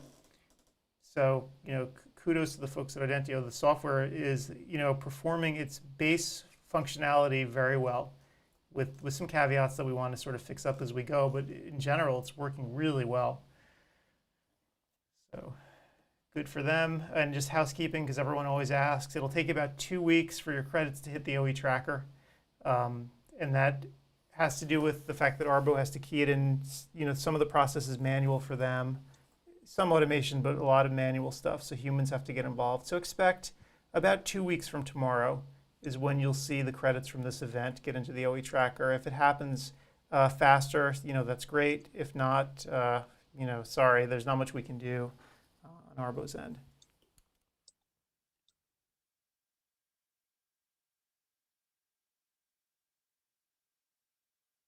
Been fairly quiet. Yep. Even the rooms, a lot of interaction. Also, glaucoma room especially, and Mark Freeberg always is well received. Let's see how many are in his room compared to others. Be curious. Yep. About 800 people, and he has 3/8. So And I'm That's nice. just trying to that's help really, it's Lisa really, here with she's having an issue where again it's saying that she's in more than one room at once. what's interesting is he gets the greatest audience each time. So it's got to be new people. Right, because you don't want to take the same course twice. Or you can't, or you won't get credit, let's say it that Yeah, way. You might people might want want to, it. you might do it, but you'll get credit only once. Mhm.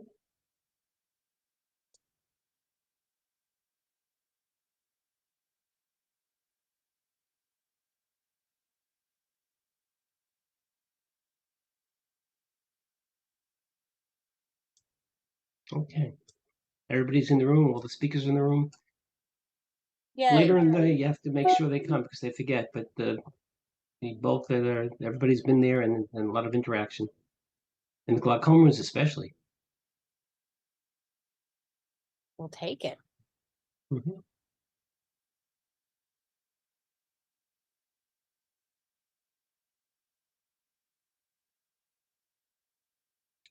Well, it looks like you're feeling a lot better What's than a that? couple.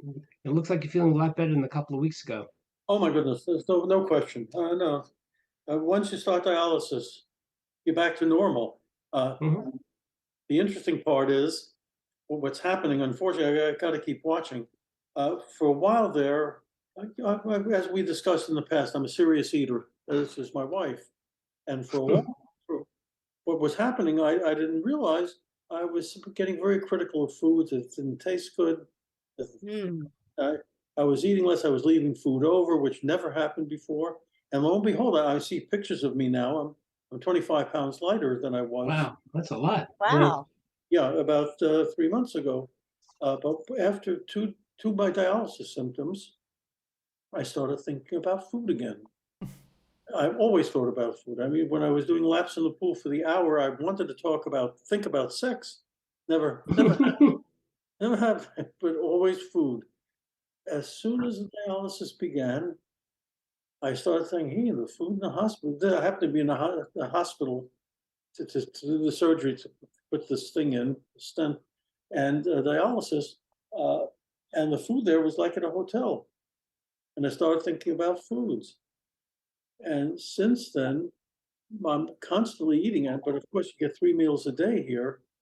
So I got to start worrying about taking in calories because not only do I eat, but I take ice cream back with me and I'm eating like a horse. So I got to You be, have some.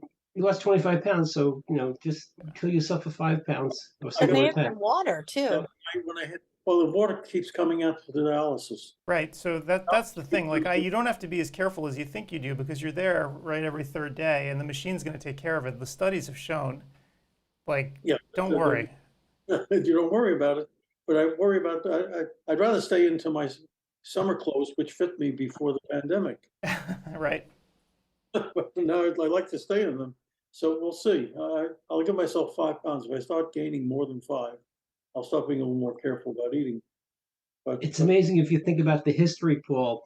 I remember I was a little kid watching Dr. Kildare, and the name of the episode is "Who Will Live and Who Will Die," because they had one dialysis machine and they had to allocate the time for a certain amount of people, and they decided based on some criteria who would have it and who wouldn't have it. Now, Yeah, obviously, it's all over the world. yeah, and there's always room. I mean, apparently there are enough dialysis centers around that you can sit there if you're willing to sit there for 3 hours, and you amuse yourself. There's TV, and I have a Kindle, and I have my phone. So 3 hours goes by, and you're better off with 9 comfortable hours a week, or pain in the ass hours, but having the rest of the time being normal, and the alternative. So that's what you do. Basically, it's what you'd be doing at home anyway. Yeah, pretty much so. I mean, it's no big deal. So, but basically here, the main challenge is to meet people that are like-minded people. There are enough people here that still have their marbles. They're in their 70s that move here, but a lot of them are in their 80s and 90s. I met one guy at a table. He was a World War II veteran. He was 98 Wow. years old, and Wow. he talked about his experience, and he said he lucked out. He ran a PX in Paris Oh, into the war. So he's told his experiences. But most of them, unfortunately, when you start hitting your 90s, the people don't realize how old I am. But when you hit your 90s, the marbles go and people just don't function as well. The parts start wearing out. Mhm. Do you have anybody like there's a movie 1,000 First Dates with I think Reese Witherspoon, where you have a guy, his memory was like 15 seconds. He said, "Hello, my name is Tom," and then, "Hello, my name is Tom." Nobody like that? Oh, no, because they keep the people with Alzheimer's in a separate wing and with their own restaurant. So everyone here, in theory at least, has normal brain power, but unfortunately, some of them can't talk, some of them can't hear. And I hate to waste my best material on people that don't hear. Mhm. There's an old joke. It's a terrible joke. I'll tell it to you. So, Here's a joke you could use, Paul. A doctor walks into the person and says, "Listen, I have bad news. You have cancer and you have Alzheimer's." And the guy says, "At least I don't have cancer." oh, that's bad. yeah, That's bad. And on that note, I think what we It's a could quick do, one. we could take a pretty long break here. I'm going to actually why don't I run two things in two shows back to back, so 2 hours long, and then get back here at 11:30 because then Kayla should be showing up. And in the interim, I'm going to continue doing tech support and try Me to too. try to figure out that two browser issue that a couple of people have had to see if it's real or not. So these are just the minor things, but for the most part, if we look up on the screen, we can see how many people are still in classes. I'm just amazed by how light the support load has been here today. great. Pull it up here and see. I mean, it's pretty crazy. Did you figure out Lisa's problem, Adam? Lisa Calloway Backey? I just So I sent it can't- over. I just sent it over to Identio so they can actually look and try to see. Occasionally, what's happening is that sometimes people will have a hidden tab that they're unaware of, where you minimize something, you don't realize it's open and it's still there. So I have to ask them. I'm asking Identio to actually look at it closely to see. I wish we could just shut it off, but we can't do it. Yeah, I mean So what time did, yep.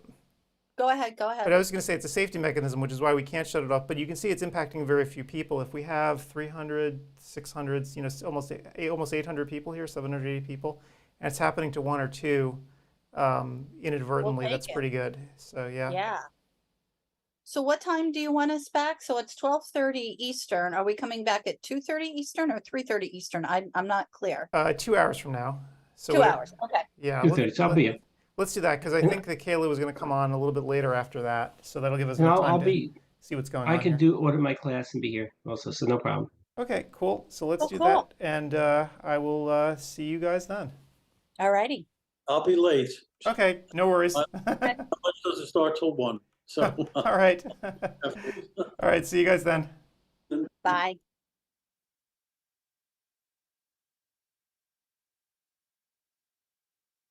Sounds good. Thanks, Adam. Good evening, everybody. Hope you all are doing well.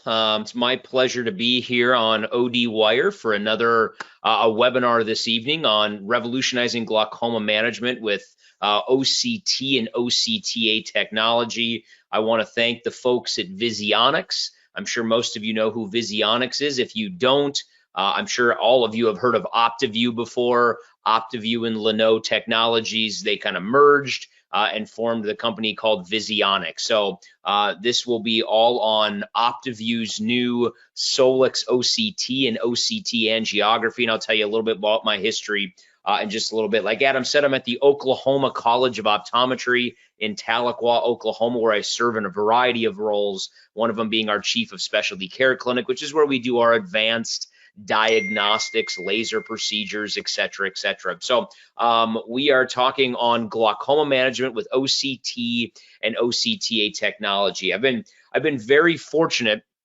And before we get into that, we're going to see some polling here in just a little bit. So I'm going to get to that polling in just a second.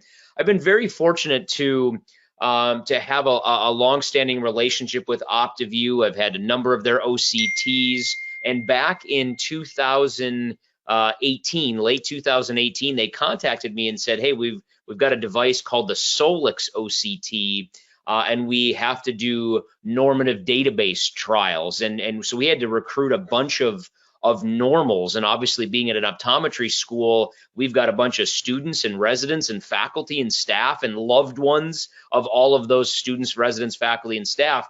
So in the spring of 19, we got to be of one of 5 sites to establish the normative database or the reference database for the Solix OCT. Obviously, COVID then happened in 2020. They contacted me again in 2021 and said the FDA is asking for another study, basically a repeatability and reproducibility study. So I got to be involved in a second study with the Solix, comparing it to the previous version, the Avante, which we had for 5, 6, 7 years at that point. So bottom line is I have been familiar with the Solix since early 2019, and I'm super excited that it is now FDA cleared on the market, because we have been just shaking our heads going, wow, is this device phenomenal, and it is going to just revolutionize how we manage OCT angiography. I know all of you are familiar. I bet most of you have OCTs. There's probably a smaller number that have OCT angiography. To now have FDA approved metrics for OCT angiography is a game changer. To be able to measure that peripapillary capillary network, which we know is affected in glaucoma. It's just been an amazing ride, and seeing this device from the first trial to the second trial, and now having it in our clinic and scanning it on actual patients, not subjects anymore from the trial, but for the trials, actual patients. So it's been awesome to see. Really excited to talk with you guys about the Solix and specifically glaucoma management. So if you've been to my lectures before, you know I like to poll the audience. I'm going to go through at least one case tonight, maybe 2 if we have time, and I'm going to ask you guys various questions. And nobody likes to raise their hand. It's obviously impossible to do on a virtual lecture, but I like to kind of see how the audience is thinking for these various answers. And this is completely anonymous. Nobody will know what you put. I won't even know what you put. But it's a nice way to see which way the group is leaning. Again, no individual answers. So let's open up that first poll, Adam. And my first question is an easy one. Do you see, manage, or treat glaucoma patients? And the answer is yes or no. So let's go ahead and see what you guys think here for that. Do you see, manage, treat glaucoma patients? And I think the polling is open. Adam, I don't need to do anything for this, do I? Nope. You just tell me when you want me to close the poll, and I'll close it, and we can get the results. Okay. So obviously, many of us see glaucoma patients. When I asked this question, I just asked this at a meeting in California this weekend that I was speaking at, and asked the question, and it was 88% of people say they see glaucoma patients. So usually it's between 85 and 90%. It's not going to be 100% because all of us see and have different interests, whether it's ocular disease, whether it's low vision, whether it's vision therapy, whatever it is, and that's awesome. Optometry is a nice, broad profession. But let's go ahead and do you see, manage, treat glaucoma patients, yes or no? And Adam, let's see if we can see our results. Yep. And so let me, if you guys can't see the results on the screen, I'll actually just verbally tell you. So 89% of people said yes, 11% said no. Pretty darn close to California this week. And again, that answer is always between 85 and 95%. My point is the vast majority of us see glaucoma patients, manage glaucoma patients, and probably treat glaucoma patients as well. And I always start with this slide. You know, glaucoma is truly a puzzle. We are adding up a puzzle and putting a puzzle together from both a diagnostic perspective and a treatment perspective. I wish there was a perfect treatment for glaucoma. Is there a drop, a laser, a surgery that's going to cure glaucoma? The answer is not. We cannot cure the disease. We manage the disease. We try to prevent progression. We want to try to delay progression as much as we can. What's the ultimate goal in glaucoma? To prevent vision loss, to have the patient die at 95 years old or beyond with usable vision still. So we have a lot of different tests, whether it's visual field, whether it's OCT angiography, obviously our main modifiable risk factor, which is IOP, corneal thickness or pachymetry, corneal hysteresis, family history, ERG. we add up a lot of different tests. I'm guessing every single one of you, when in your glaucoma patients asks about family history, you check their pressure, you're doing visual fields, which are standard of care, and I would argue OCTs are standard of care as well, probably pachymetry, again, as we talked about. So you're adding up a bunch of different pieces, and OCT has certainly become standard of care over the last 15 to 20 years, and it's revolutionized how we look at retina and how we look at the optic nerve and glaucoma as well. So it's a puzzle, and we've got to add up all the pieces. Well, the pieces are getting better and better and better, more advanced, more efficient, better scanning, and that's what we're going to talk about tonight when it comes with this Solix. So if you haven't heard of the OptiView Solix OCT, next time you're at a conference, whether it is your state association, a local meeting, a national meeting, AOA coming up here in June in Washington, D.C., the Academy in New Orleans in October this year. So whether it's a national meeting, a regional meeting, a local meeting, next time that you see the OptiView or Visionics booth, go take a look at this Solix device. Again, I've had my hands on it since January of 2019 with the trials, and it is so slick when it comes to scan acquisition. The ability to get in through undilated pupils better prior to compared to previous versions of OCTs. It is just slick as can be. And you're going to hear me to say this at the end, but also at the beginning. It's now nice to have kind of a one-stop shop. What do I mean by that? We've got OCT. We've got OCT angiography. We've got fundus photos in this. We've got anterior segment photos built in, meibography photos. You can take pictures of the meibomian glands, and you've got your pachymetry, your corneal thickness, epithelial mapping for dry eye. You got a lot of different things in this instrument. Again, I'll show more pictures of that in just a second. So when it comes to the glaucoma protocol, obviously, we want to detect glaucoma. There is different ways that we can manage this from the wellness perspective. You cannot treat glaucoma until you diagnose glaucoma. So we've got to be able to detect that sooner. We'll get into wellness in just a second. We will get into the ways that this is more efficient, more accurate, and more effective in scanning our glaucoma patients. And then obviously, as you see these patients visit after visit after visit after visit, and you scan them again and again and again and again, I want to know, is there progression occurring? What's the definition of glaucoma? A progressive optic neuropathy, with the main modifiable risk factor being IOP, and we're looking for visual field changes, OCT changes, as well as structural changes on the optic nerve. But in the definition is a progressive optic neuropathy, and we need to be able to easily detect progression. These new advanced scans with the Solix, just a great way to detect progression. So let's go through these very quickly, each one of these. The early detection, again, the wellness or the angio wellness. Again, we're talking about both OCT as well as OCT angiography. So your wellness scans, what does that mean? These patients are not your pathology patients. They are not your diagnosed with glaucoma patients, diagnosed with diabetes patients.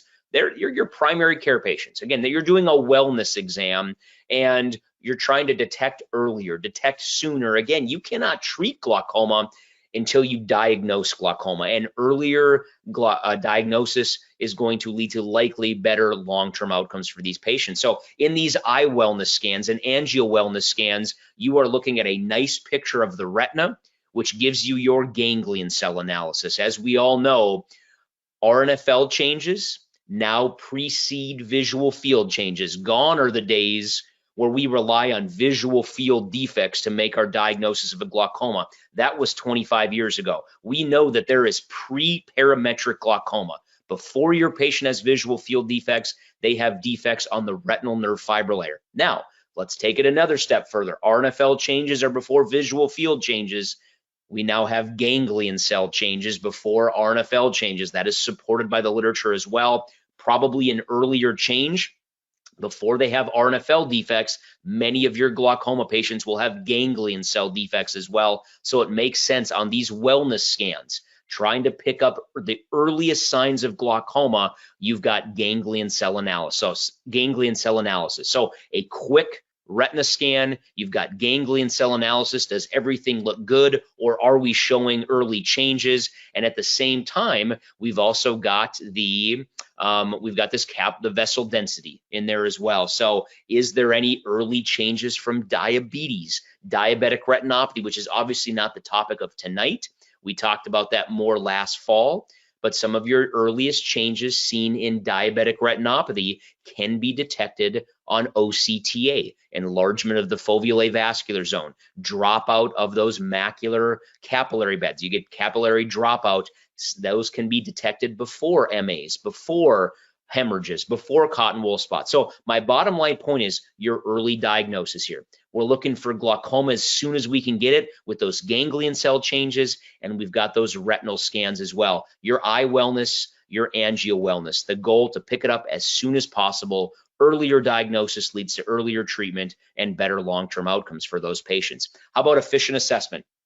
The Solix, compared to previous versions of the OCTs, it's got a new reference database. Again, I was part of developing that reference database, and these newest OCTA vessel density metrics, again, the only one that's FDA approved at this point.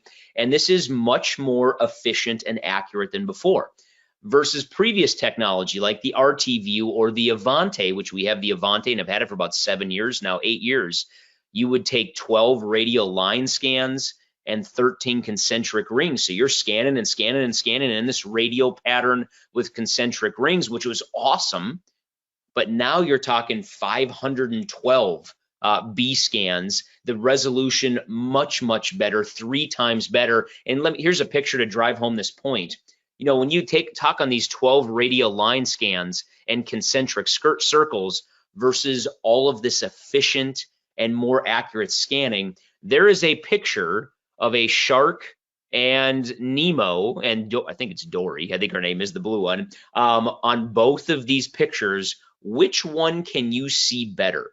Which one are you losing some details? Well, obviously we are seeing the shark and Nemo better on the right one, where you're scanning more efficiently, you're scanning more accurately, the resolution is better, there is just more scans, so you're going to get more data and you have it more efficiently versus, again, nice technology over here. You can see portions of the shark, but you can't see the entire picture. The entire picture becomes more apparent when we have more scans and better resolution. That's kind of what's going on with these scans here. And I'm going to go through this printout in just a little bit. But the take-home point is the resolution, the repeatability, the reproducibility, the ability to see subtle changes is 3 times better. It went from like 2.2 microns down to 0.7 microns. It's getting smaller and smaller and smaller. Back in the days of the earliest OCTs, like in the late 90s when it was just being developed and studied, it was like 20 microns. And then it got to high definition OCT, and then it got to like 5 to 10 microns in the late 2000s over the past decade. And now it's down to in the 2-3 microns down to 0.7 microns. The resolution just getting better and better and better. The R&R 3 times better than it was compared to previous OCTs. And again, it gives you, going back here, it lets you see the complete optic nerve picture or the complete macula picture that much better, and it does it in even more efficient manner. So that's what's going on here. We'll go through those printouts in just a little bit. There's enhanced metrics. You know, we are all familiar with with green, yellow, and red, the stoplight pattern. Green, generally speaking, good. Yellow, borderline. Red is bad. The green, yellow, red, they have now added in an additional color or 2. Instead of actually having 5, you can see we've got red, yellow, green, blue, and dark blue. There is now an additional color, orange with lines and light blue with lines. And what that is it gives you another color in between yellow and red. You know, red scares us. When we see red, it's like, what is happening? Why is there red on this? It could be normal, but the chances are very, very low. It's called red disease. But it gives you a better opportunity to say, you know what? I don't want as much red. We've eliminated some of the red and some of the yellow and combined it into orange. So it gives you 7 different colors now. It basically gives you a more enhanced normative database or reference database. So if you see orange, it's in between yellow. It's a little worse than yellow, which was in the past I thought of as borderline, and it's a little better than red. So orange is in between yellow and red. And in glaucoma, so it indicates green is normal, yellow may be borderline thinning, again, generally speaking, and red is more significant thinning. Orange is going to be right in between that. So it's going to be in between the yellow and the red. In glaucoma scans, optic nerve head scans, in your retina scans, the scale is going to be blue, because as the retina gets thinner, you go from green to light blue to dark blue. So blue with lines means in between the light blue and dark blue. So the bottom line is it's a more efficient, more accurate color scale. Instead of 5 colors, there's now going to be 7, which helps to reduce red disease, which means the OCT is red, but it's not disease. We'll talk more about that a little bit later. So it gives you really better intervals and enhanced reference database metrics there. So again, it scans more efficiently. It does this in a better manner, and it's got better progression analysis. So be able to look at these scans and going, is this progressing? Is it not? Give me an idea if this glaucoma is progressing or not. So again, advanced scanning of the optic nerve, looking at, is this changing over time? We'll go through some printouts here in just a little bit. The bottom line is these scans are less affected by scan position. They're less affected by eye movement. They're less affected by tracking speed. The device now, it can just easily track and lock on going, okay, that's where I scanned before, even if we're a little off center. If the scan position is a little off center, if they're moving their eyes a little bit during the scanning, the acquisition is much better. The artifacts are reduced better. The tracking speed is better to give you better data scan after scan after scan, which helps with progression detection. So you can see here, when we take a look here, visit after visit after visit after visit, it will lay those right on top of each other, and you can see the retinal nerve fiber thickness with the reference database, as we'll go over in just a second. So you can easily compare one visit after the other. We've got the right eye, we've got the left eye. There's your retinal nerve fiber layer. The ganglion cells just below that. We've put on the deviation map here, which is what I like to look at, or how I like to look at it with the deviation map. So you can see, again, is this progressing? Is this deepening over time? Any ganglion cell thinning? And then I really like these plots down here where it shows right eye and left eye, the superior RNFL, the inferior RNFL, the average RNFL, and then the hemis as well. But how are we trending over time? Are we pretty stable, which is what these scans are showing us? We're not deteriorating over time compared to age-matched norms. We all know that we're going to deteriorate over time just from age. Is this deteriorating more than just the standard aging? Is pathology going on? In this case, this looks great. No signs of progression, but really like to lay that visit after visit after visit, as you can see on the top right there. So again, we've got those scans on the top, the RNFL. I've unchecked the box on this one. So again, you're not seeing the reference database. My preference, notice there's no colors here. You can't see any colors on this because we've unchecked this box here, the reference database. I prefer it looks like the previous one. Notice this reference database box has been checked, and now we've got these numbers all compared to the reference database, so we can see our colors, the greens, the yellows, the oranges, and the reds, as we talked about before. I like that. Again, you can use these. That's what's the beautiful thing about this Solux, is you can customize so many different things. There you go, turning on the reference database, and then we also turned off the deviation map here. Notice the deviation map. We are not seeing it in this row right here, compared to my preference is having the deviation map on, so you can see the ganglion cells as they're deviating from age-matched norms, and is that deviation increasing over time? Obviously, if the deviation is increasing over time, that becomes more concerning. So just a couple of these protocols here. Again, the RDB database, that's the colors on the RNFL, and then the deviation map, that's the colors on this row right here, the ganglion cells. I like both of those boxes to be checked so I can get this printout just like that. But it's your preference. Whatever you prefer, here both of those boxes are unchecked, so we're not seeing the colors and we're not seeing the deviation. And then you've also got the disk parameters.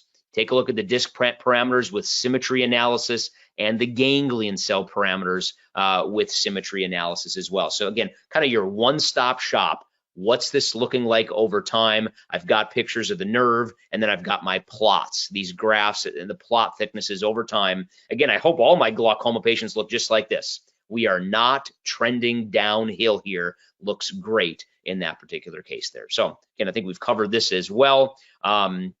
There's AngioView disc trend analysis, where again, you can look in this from the disc, visit after visit, or as you can see in this one, and it's hard to see, here's the first one, here's the most recent one in the right eye. Here's the first one, here's the most recent one in the left eye. You know, you've got a bunch of scanning, and you tell yourself, or you say to yourself, I just want to know if today's scan, has it progressed from the first time that we scanned this patient 3 years ago, 5 years ago, 10 years ago. You can lay that out as well there with the vessel density.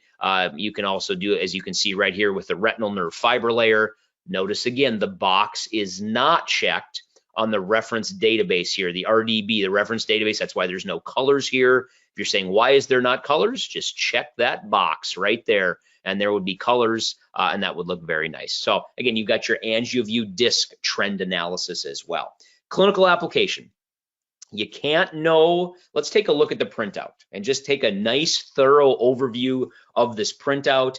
You can't know what abnormal is until you know what normal is. So you gotta know what normal is. Here is a nice normal. Again, this is a glaucoma lecture, so we're focusing on the nerve. We're not focusing on the retina or the macula in this lecture, but here is a beautiful, normal, perfect AngioView disc, the combo report. We've got an OU report here, both eyes, and let's go through this. Again, this is a normal printout. Notice we've got our fundus photo. Again, your technician, you can, when you go through the protocols, there's going to be able to different protocols. I want to do a macular scan. I want to do an optic nerve head scan. I want to do an AngioView of the retina. I want to do an AngioView of the disc. I want to take a fundus photo. I want to do pachymetry, whatever it is. But obviously the box has been checked here to take a fundus photo. So we've got the right eye fundus photo right here. We've got the left eye fundus photo right over here. So we'll start, there's the photo. Just below that, we've got the ganglion cell analysis right here. Shame on me, I don't have the box checked. Again, I would like this deviation map box checked so we can see the deviation. It's not, but there's your ganglion cell thickness right there. Here is our RNFL thickness, the retinal nerve fiber layer thickness. We've got the good RDB, the reference database box checked. So we got colors here, and we can see this is a nice normal. We are within the greens for the retinal nerve fiber layer thickness. You can see our Hemi report for the retinal nerve fiber layer right here in the right eye and right here in the left eye, followed by the quadrant analysis and the quadrant analysis right eye and left eye. So looking at our retinal nerve fiber layer, looks great, followed by the vessel density. You can see the radial peripapillary capillary density. That's what RPC stands for, radial peripapillary capillary density. And you can see the nice picture, the qualitative data right here, followed by the table, which is right here telling you the percentage of vessel density around the disc, superior, inferior, average, and then the whole image. So you can see your nice normal report. Fundus photos look great. The RNFL thickness looks great right here and right here in the left eye. The quadrant and Hemi analysis looks great in both eyes. And then obviously give me some numbers. I want to see the overall number, 94 in both eyes, nice in the normal range, superior, inferior, is there any eye difference? And then your optic nerve head analysis and your ganglion cell analysis. Some of the key words or key data that I look at. I want to know the disc area. The average disc area on an OCT is 1.76. How did I get that? Pi r squared. Area, the formula is pi r squared. What's the diameter of the disc? 1.5 millimeters on average. What's the radius then? 0.75 millimeters. So if you do pi r squared, if you do that math, it's 1.76 millimeters squared. So I look at that number just to see, am I dealing with a big disc or am I dealing with a small disc? Yes, you can eyeball it and you can get very good at eyeballing it, going, that's a big disc, that's a small disc, that's an average size disc. But I always do glance at that just to get an OCT confirmation of whether this disc is big, medium size or average size or smaller. So there's your disc area, your cup to disc ratio that the OCT is estimating, your ganglion cell analysis, as you can see here, and then lastly, your vessel density, peripapillary vessel density. Nice normal report. It's giving you everything. It's giving you the RNFL, it's giving you the ganglion cells, it's giving you the vessel density around the nerve. This looks perfect. Let's compare this to case number 1. And you see this just on this case here. Obviously, you take a look at the fundus photos in the top left and the top right.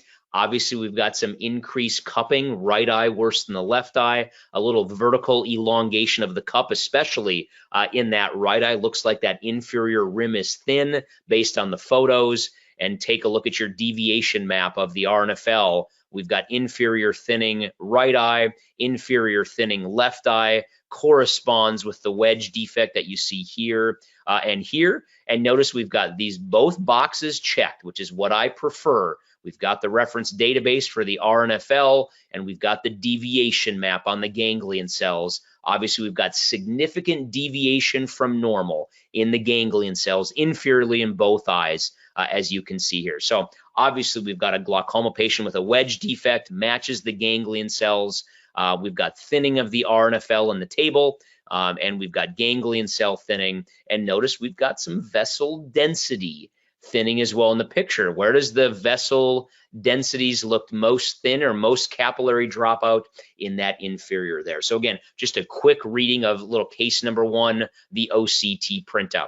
Case number 2, again, this one's more borderline.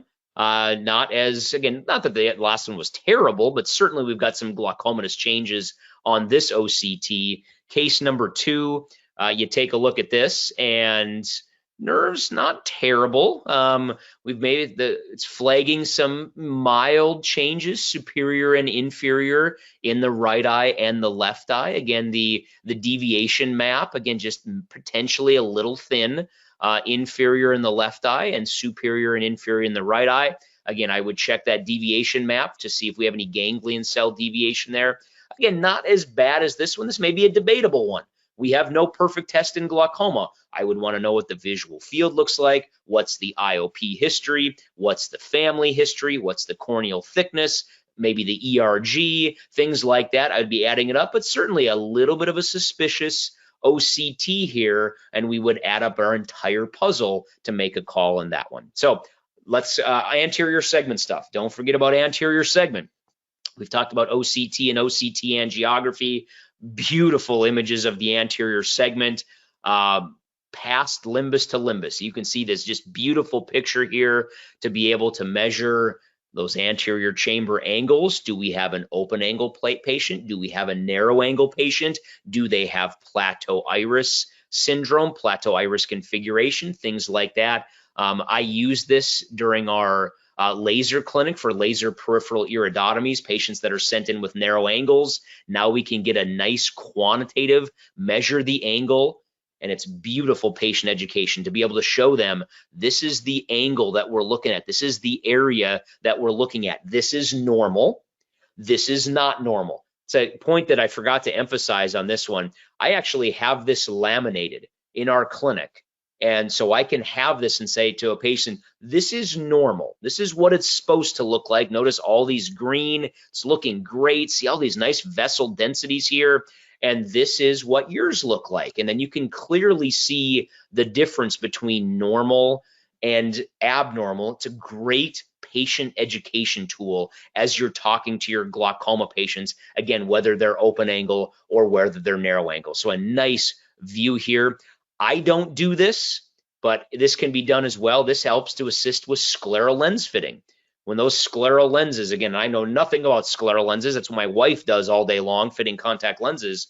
But seeing, are those scleral lenses landing where they should land, limbus to limbus, sclera to sclera. So certainly you can image scleral lenses with that as well. Your pachymetry map, getting a nice view of the entire area of the pachymetry. Epithelial mapping, it gives you a nice epithelial map. I use that in dry eye. Your patients that have dry eye, significant SBK can show an increase in this epithelial thickness map, irregularities in this epithelial thickness map, and it's a nice again, educator for the patient going, yeah, I hear your eyes are dry and look how bumpy your surface is. I want this nice and smooth, because a smooth surface equals nice optics going into the eye and clear vision. And look how bumpy yours is. That's why we need to take those artificial tears. It's why we need to take that cyclosporin, that lifitegrast, that steroid, IPL, whatever it is. So the corneal map, giving you a beautiful corneal thickness picture, pachymetry for glaucoma, as well as an epithelial thickness map used more in dry eye and things like that. So we talked about the trend analysis already, so I think I've really covered the trend analysis, and hopefully you don't see lines that are going like this, going down over time. That's flagging you, doc. There looks like there's progression going on. So I think we've covered this, so you can monitor changes over time as well with that. Retina reports, again, the topic is glaucoma optic nerve, but there's certainly, I use this in diabetes all the time for retina reports, where you can take a look at the retinal vessel density as well, looking for enlargement of that foveolae vascular zone, capillary dropout, et cetera, et cetera. So last thing I'm going to mention before we get to the cases, which are in just a bit here, your external and fundus capture. I mentioned before, this is an OCT angiography. It's a fundus camera. It's an anterior segment camera. It has external infrared. So if you flip the lid, you can do meibography as well. So you've got an OCT angiography, fundus camera, anterior segment camera, meibographer, pachymeter, et cetera, et cetera. So really a one-stop shop with the Solix OCT, a phenomenal instrument right there. So a couple of quick pearls, just very quickly on general OCT stuff when interpreting changes. Remember that the average RNFL and the RNFL thickness in the inferior quadrant have been reported to be the most clinically relevant RNFL parameters. So when I'm looking at an OCT, I look at a lot of different things, but I pay attention to that average RNFL thickness and that inferior quadrant, inferior nasal, inferior temporal, looking at that. The literature shows those are the most relevant for diagnosis and progression. A change of more than 9 microns may alert you to, is there early damage or is there progression? 9 microns between the two eyes, that's a red flag for they should be symmetrical. If they're not symmetrical, 9 microns, that could be significant in your patient. And then green disease and red disease. What does green disease mean? It means the patient is green on the OCT, but just because they're in the green on the OCT does not mean that they are normal. Okay, they could be in the green, but yet they started in the high green and they are progressing through the levels of the green, from high green to the middle of the green, down to the lower end of the green, and eventually going into yellow, orange, and red there. So green disease, look for progression, as we've talked about before. Red disease, there's a lot of things that can cause patients to artificially look thin: myopia, tilted optic nerves, et cetera, et cetera. So just because they're red on the OCT does not mean they have disease. If they're red on the OCT and you think it's from myopia, tilted discs, and are seeing no progression, that's red disease. And again, I think it's why it's nice to have a more enhanced and fine reference database with green, yellow, orange, and red, eliminating some of that red disease so it doesn't scare us as much as before. So thinning due to age, again, you can see some of the natural thinning due to age, as you can see here. Remember, there's a floor effect with the OCT. If your patient's OCT average is in the high 40s or the 50s, they are nearing the floor of the OCT and they can't get much thinner. So for that reason, this is kind of my general rule of thumb of which test to use when I'm managing glaucoma. If they are early glaucoma, or if they are, again, they don't have much disease yet, they don't have much thinning yet, I rely on the retinal nerve fiber layer thickness and the ganglion cell thickness, basically OCT, early in the course of disease, pre-parametric glaucoma, early stage glaucoma, you got to rely on the RNFL thickness. Okay, when the visual field mean deviation is good, when the RNFL thickness is greater than 83, when they've got a good visual field index, the bottom line is borderline glaucoma, early glaucoma, the OCT is probably more valuable than the visual field. In advanced glaucoma, When they get really advanced glaucoma and they're reaching that floor effect on the OCT now, and that visual field is really bad, mean deviation less than 10, when they get to advanced disease, there's a point where the OCT doesn't become overly useful anymore when they get to advanced disease because they get to the floor effect. So late disease, the visual field, rely more on the visual field. So early disease, more OCT, very late disease, more visual field, and in the middle, you need both. Okay, you need both the OCT and the visual field to monitor for progression there. So, all right, in my last 5 to 7 minutes here, let's go through a case here. So case number 1 is a 61-year-old male, and he was sent in to me.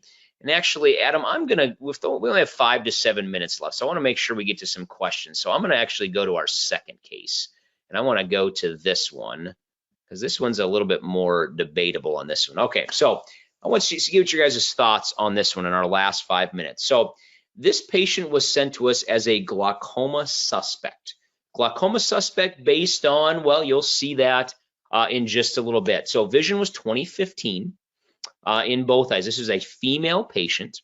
And again, we're 2015, prescription of -4 in both eyes, over multiple visits. I'm talking 5, 6, 7 visits. Pressure was always in the 14 to 18 range. So we're in the mid-teens, so IOP looks good. However, pachymetry is a bit thin here. As you can see, those Packies at 467 and 474. So pretty significantly thin in this glaucoma suspect. Again, female patient right there. Here is the optic nerve in the right eye. And I'll give you a couple of seconds to take a look at the nerve in the right eye. What would you call that cup to disc ratio? And the nerve in the left eye. So right eye, left eye. Nerve in the right eye, nerve in the left eye. Okay, going back, there was the right eye. I called this cup to disc ratio about a 0.4 to 4.5 in the vertical meridian there. And in the left eye, I called this a 0.55 to 6. I thought the left cup was a little bit bigger than the right cup. Maybe you agree with that, maybe you disagree, but I think most of you would agree that the left cup looks a little bit bigger than the right cup. There's the visual fields. Take a look at the 24-2 visual fields, okay?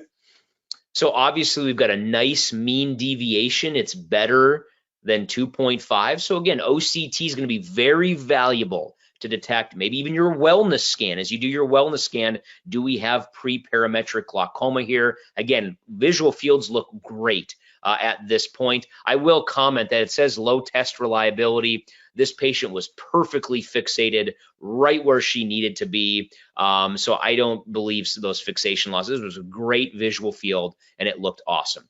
OCTs over the years. I've been seeing this patient for close to 15 years now. So here's some previous versions of OCTs. And you take a look at these OCTs. Again, remember the average RNFL and the inferior quadrant have shown to be maybe the most important to look at. Look at asymmetry. Is there a 9 micron or more difference between the two eyes? The literature guides us to 9 microns or more between the two eyes. That could be a trigger for early glaucoma diagnosis. So obviously these OCTs are from quite some time ago. Here is the most recent OCT, and I'll give you a couple of seconds to digest this one. We've got our AngioView disc combo OU report, meaning we've got our RNFL, our ganglion cells, and our vessel density. Shame on me when I printed this. I didn't check the box here. Again, I would want to see those colors on this one, but let me tell you, on the disc cube report, I did check the box, so you can see the colors there. So these two printouts, the AngioView disc combo report and the disc cube combo report, are the exact same report. The only difference is one has vessel density in it, OCTA, and one does not. So this one does not have OCT angiography. It doesn't have that radial peripapillary capillary network density. Okay, that capillary density. This one does not have it. This one does have it. Okay, so that's the difference there.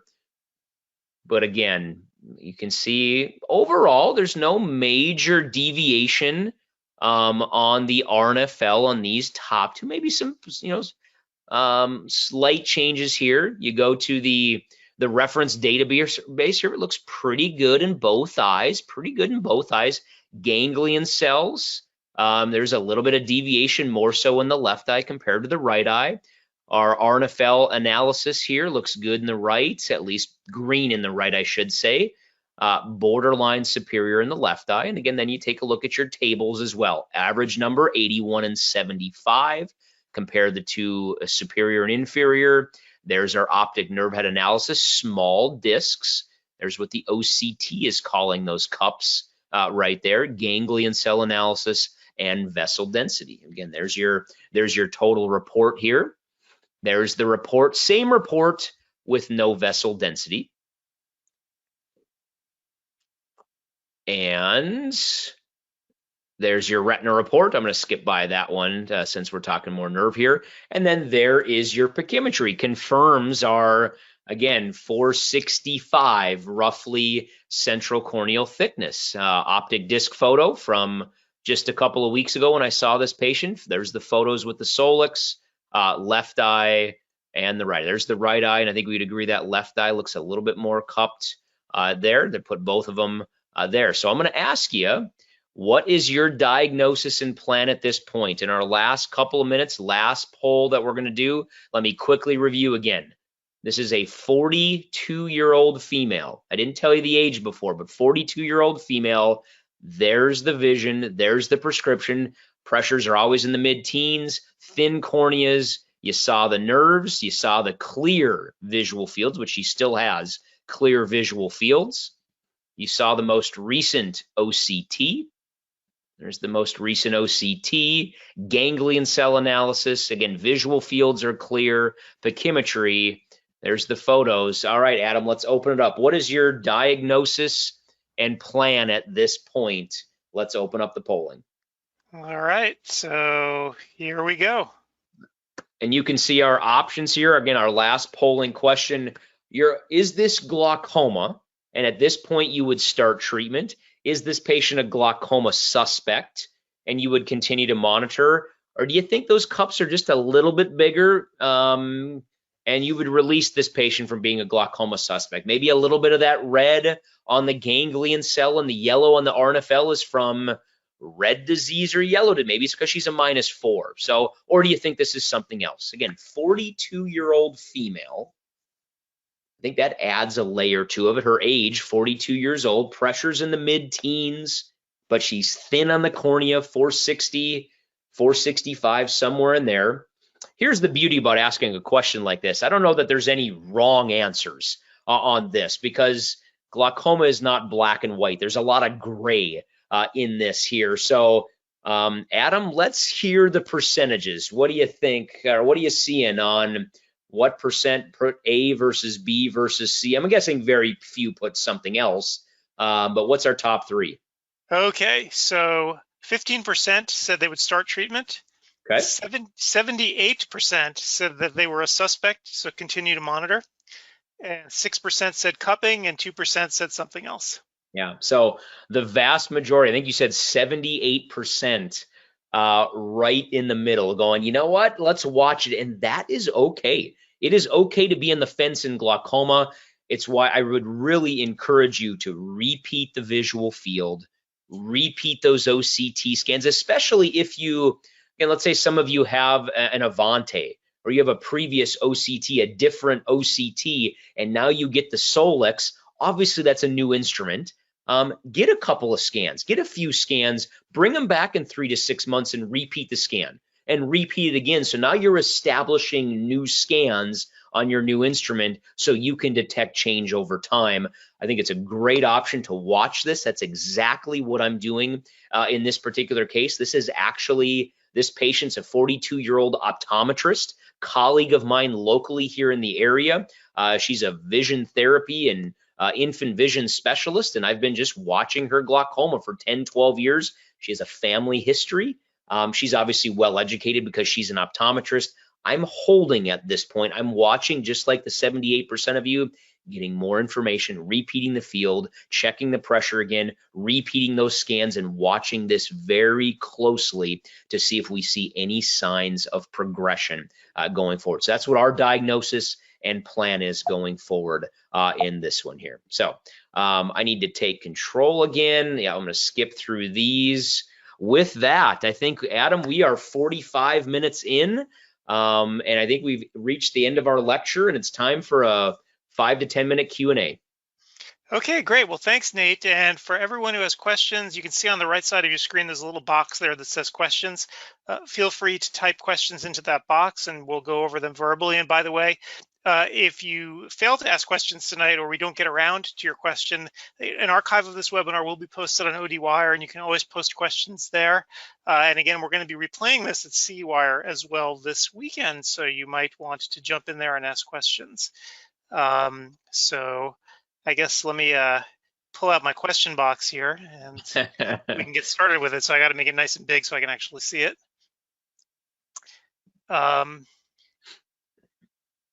So let's see. Question here, can you do montage and fundus photos? Question is, can you do fundus photos? The answer is yes. I haven't used the montage figure just yet on that. So I'd have to kick that to Rachel or Sierra. I'm not sure if you can montage on this or not. I haven't used that yet. We actually, because the fundus photos aren't new, we didn't have to do that in the clinical trials. So that wasn't part of our 2 clinical trials that we did for the FDA. So it takes a very nice photo. I would have to ask Rachel or Sierra. I'm gonna have to look at that, see if we can montage. I don't know if we can on that one. Okay. We do not montage. Yes, I don't believe so. On the photos. Yes to OCTA montage, but no to fundus. Yeah, no to fundus photo montage. Yep. Yes, correct. Great. And let's see.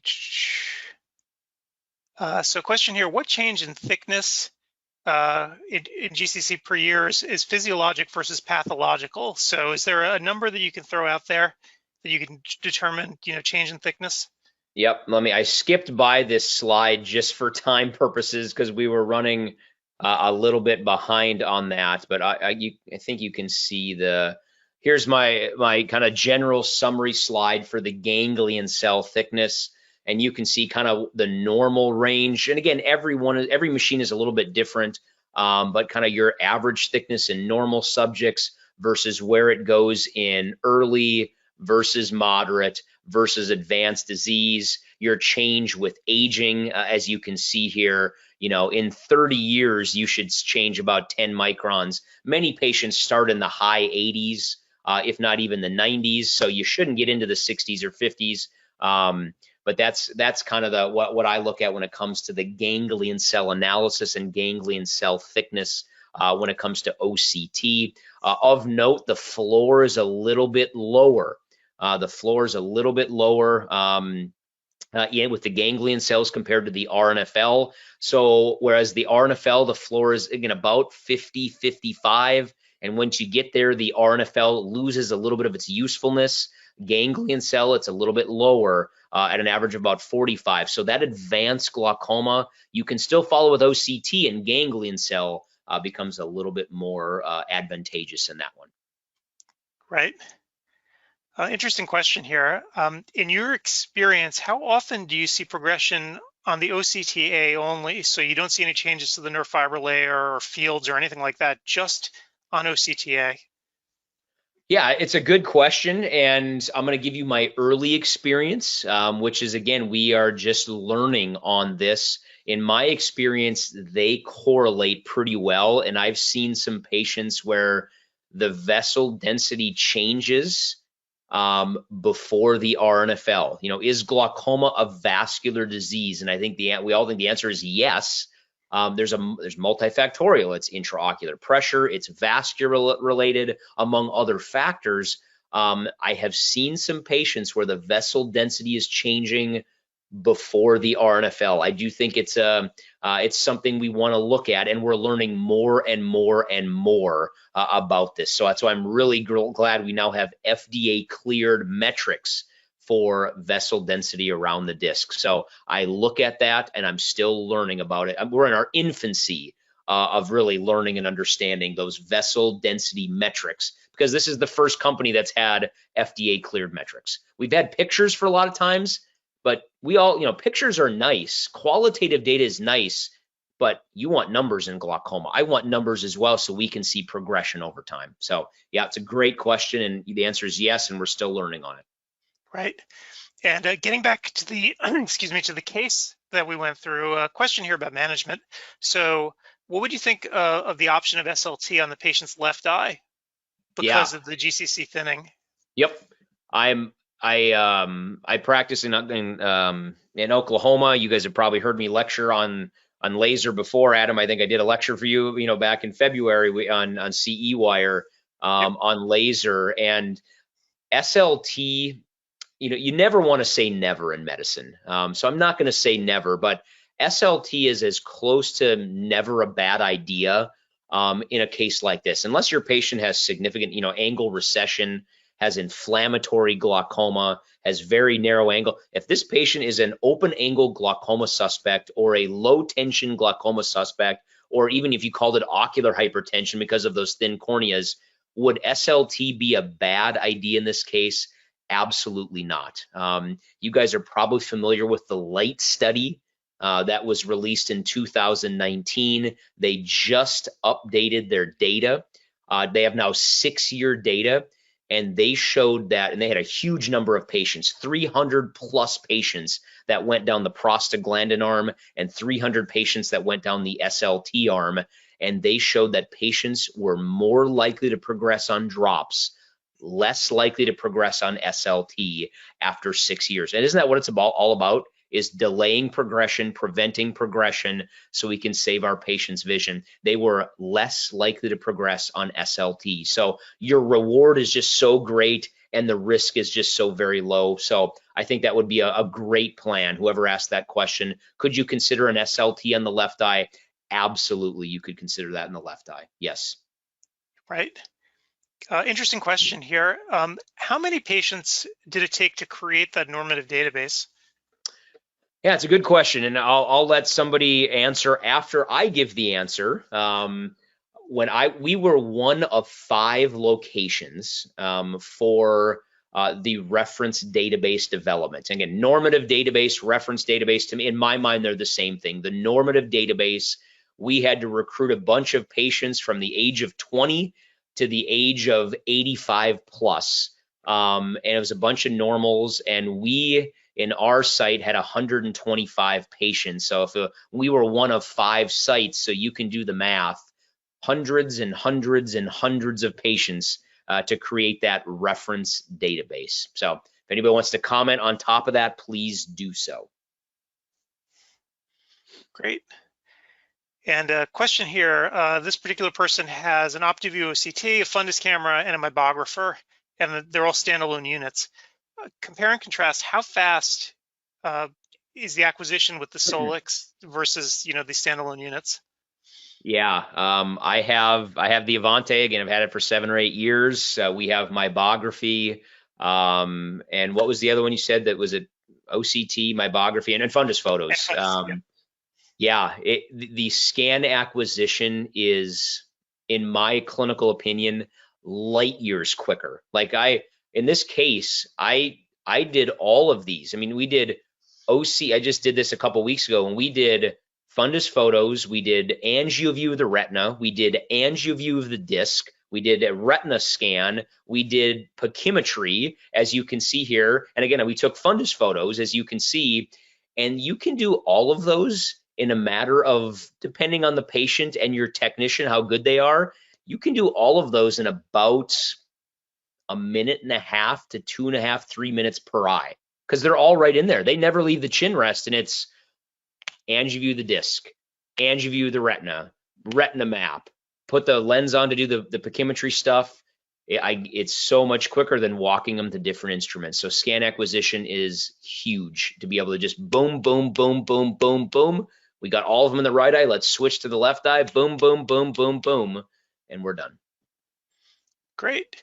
And it looks like we are just coming up on an hour right now. So Nate, thank you for doing all this. And I want to actually give a link. Whoops, I'll put it right here at the end here to show people where they can go to learn more information about Solix. So if you go to visionics.com/us/ODwire, you can get straight to our page there. And obviously, if you're watching this webinar on demand, just scroll down a little bit and you'll see links beneath the show, and we'll take you right there as well. So Nate, thanks again for coming out, and thanks everyone for coming out tonight. Again, if you have more questions, this lecture will be available on demand. We'll put it up on ODwire. Feel free to ask your questions there, and we can have a little back and forth. So thanks again, and I guess, Nate, we'll catch up with you soon online.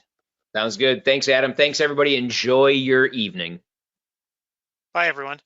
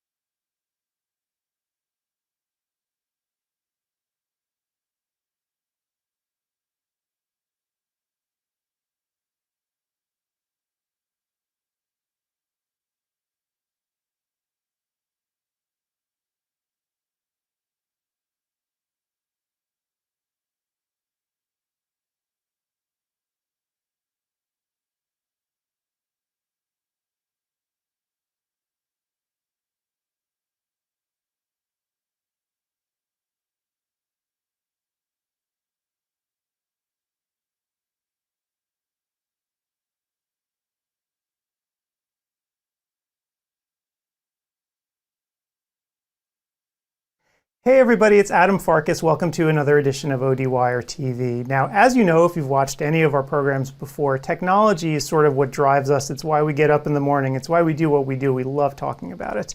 Whether it's diagnostic instruments or products you dispense to your patients, like contact lenses.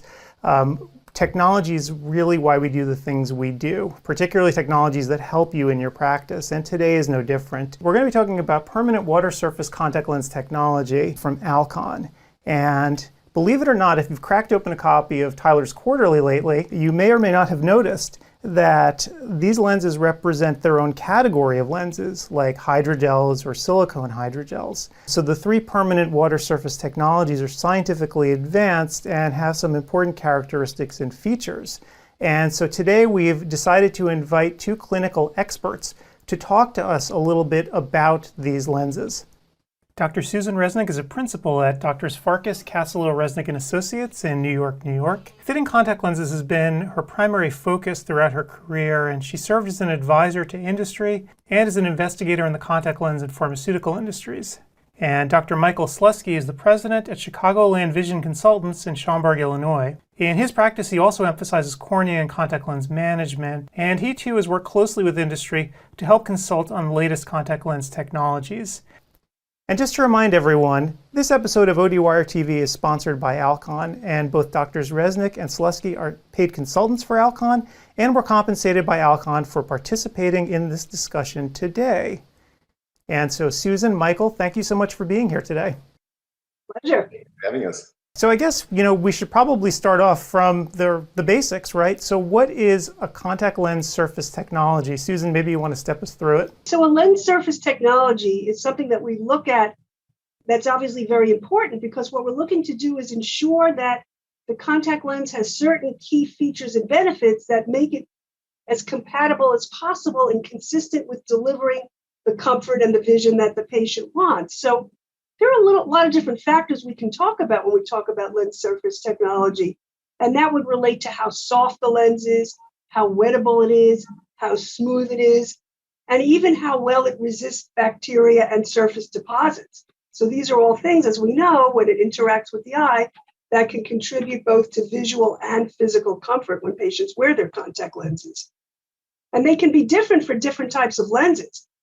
We think about a daily disposable and what are we demanding of a daily disposable lens, but not every patient wears a daily disposable. And what about the patients that are in a reusable category? We're going to look for other things, and we're going to be getting into that in just a few minutes. So these are things that we want to ensure as comfortable an interface between the contact lens and the ocular surface. Right, and this can be pretty important to patients, right? Michael, what's your experience been with it? Oh, true. I think of the surface technology as being the primary thing. It's the first point of touch. It's no different than really putting on a shirt. You want that shirt to be comfortable all day long. People define success when wearing contact lenses in a variety of different ways. That would be one way, I guess. But Susan, what's your own personal definition after doing this for quite a while now? Is the wearing experience greater than whatever little kinds of annoyances that they may have attributed in the past with contact lenses, whether it's difficulty handling it or end of day discomfort or less than adequate vision. So if we can get them over any little obstacle that they previously associated with lenses, we've made a big improvement in the wearing experience, and that's the value that a good contact lens will bring to the patient and to the practice. Right. And so in your mind, the issues that come up are, comfort is probably primary to a lot of people. Michael, do you see the same thing? I certainly do. I really find that with 1 out of 5 patients dropping out of contact lenses, even new wearers, there's a substantial amount of them that are not going to continue in contact lens, and even worse, they're not going to tell the practitioner that they're not going to continue with their contact lenses. So it's quality of life. We're giving somebody the opportunity to enjoy visual freedom without their corrective spectacles, and that really follows an obligation. So if I make that commitment to my patient, I got to use a product, a device that's going to substantiate that so that they can enjoy their life with the contacts on. Right. And, you know, as patients feel discomfort or have problems with their lenses, it can be due to, as everyone knows, a wide variety of factors. But is there any sort of commonality that both of you have sort of seen when, you know, people are having problems with their lenses in general? How about you, Susan? So I think it all goes back to the tear film. You know, we all know that while the cornea is the main refracting surface, it's the tear film that covers the cornea. And so if you have that first layer that's compromised, it's downhill from there. And so we know when we put a lens on the eye, it's basically splitting that tear film in half. You're going to have half your tears behind the lens, half your tears in front of the lens.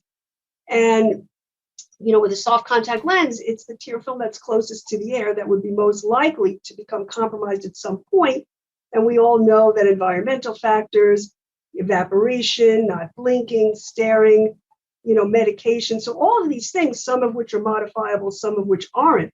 But if we can get a lens that has the least negative effect or the most positive effect on tear film stability, patient will be more comfortable and the vision will be more stable. You know, and to Michael's point, you know, we often forget that, you know, some studies show that 20% of new wearers will drop out of lens wear for vision or, you know, comfort or handling reasons. And, you know, half of our patients, or more than half, aren't even telling us. So it really behooves us to not just say, you know, how's everything, to probe a little bit more. And what I like to do is I like to ask the patient, you know, how many hours do you wear the lenses per day? And then I follow it up with, how many comfortable hours do you wear the lens per day? Because if there's a mismatch there, it tells me that I can make some changes to make things better. And, you know, the lens itself, as you mentioned, can disrupt the tear film just by the sheer act of putting it on one's eye. But what about other factors as well, besides contact lenses, that might be compromising the tear film even before you do something like fit a contact lens? So many aspects affect us in that statement. First of all, it's our general health. There's medications that we may be taking. There's the environment. So many individuals are spending time on digital devices. The blink rate goes down. And what's interesting to me about it is it's become second nature. It's not something people think about. And oftentimes we have to remind them to simply blink, but more time spent staring. And when you disrupt that tear film, that has to have an impact. That's man-made. That's not a natural process. And I mean, these factors are unavoidable, right? You're not going to tell people, no, you can't use your smartphone. No, you can't sit in air conditioning. No, you can't do these types of things. So you as the clinician have to kind of work around these limitations that you're dealt with. Yeah, Adam, I've learned that unless my patient's truly harming themselves, I don't necessarily want to change their lifestyle. My job is to understand their lifestyle and try to find a solution for their lifestyle. And that truly is the key word, is a device that can provide them function throughout what they want to do, their needs and their wants. And so when choosing a contact lens, right, you have to kind of think about this as well. What, you know, when you look at a patient, what are their wants and needs, and knowing their lifestyle and getting a sense of it before you actually try to put them in a certain material. Now that brings me to something, and I've kind of said this to over the years to many individuals in the hallways or in lectures or even to my own partners. You know, it's so easy to look at a lens or a lens design and just say, okay, this looks good, I'm going to fit this to all my patients. I really believe that the lens has to be fit to the patient versus the patient to the lens. And now that we have choices, we can very carefully and methodically evaluate that ocular surface prior to fitting and choose, to our best of our knowledge empirically and through diagnostics, what's going to be the best match. It doesn't mean you're going to get it right on the first shot, but we at least know that we can go to these advanced technologies, you know, and that's the beauty of having permanent water surface technologies, is we have this family of lenses that enables us to just take a look at the category as a whole and meet not just the wearing schedule, but the physical and visual profiles of the patient as well. Right, and so let's get into it a little bit, right? That's what we were here to talk about today, is the sort of permanent water surface contact lens technology, and trying to find the best fit in terms of a lens that you could fit your patients with. And why don't we just dive in a little bit and talk about where this permanent water surface technology is actually being used and the lenses that actually contain it. So maybe, Michael, you could dive in and tell us a little bit about it. This is fun for me. So let me break that up into two parts. Share with my colleagues, and then what I share with my patients. So For my colleagues, you've heard Adam mention that this is a separate category in Tyler's. We know that already. Alcon has a portfolio of products. There are 3 distinct lenses. Each has a different property, even though they share some similarities of water surface technology. But these are not repurposed lenses, and each one has a specific purpose for a patient's need. And here's what I tell my patients.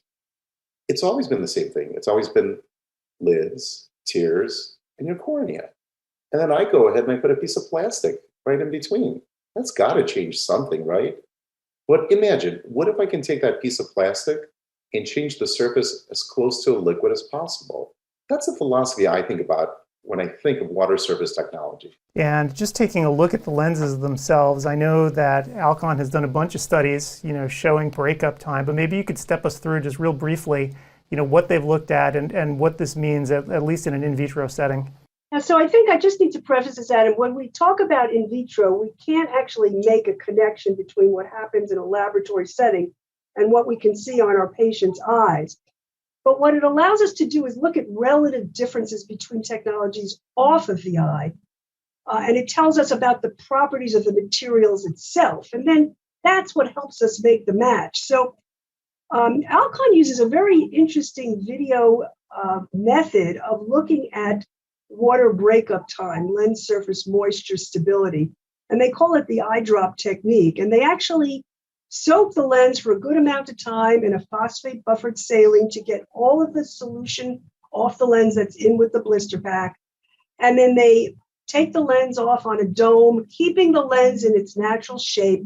And they take a video of when that moisture starts to evaporate. And we can see here in the graphic what the time frame is for the Daly's Total 1, the Precision 1, and the Total 30 relative to each of those, but also relative to other lenses in their respective classes. And we can see that the Daly's Total 1 is certainly the category leader, and I don't think any of us is surprised with that. We've been working with these lenses for many years, and many of us know how that water gradient technology is so good in retaining the moisture. And we'll talk a little bit more about the polymer and the surface in a little bit.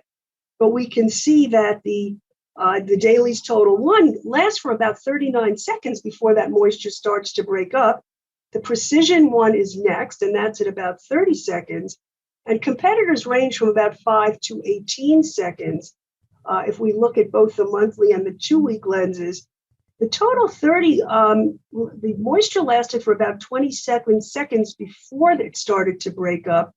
And that was followed by the Air Optics plus Hydroglide at 19 seconds. And then, the competitors in the categories came in anywhere from about 9 to 15 seconds. So permanent water surface technology lenses showed superior lens surface moisture stability. And again, just to reiterate, this is in an in vitro setting.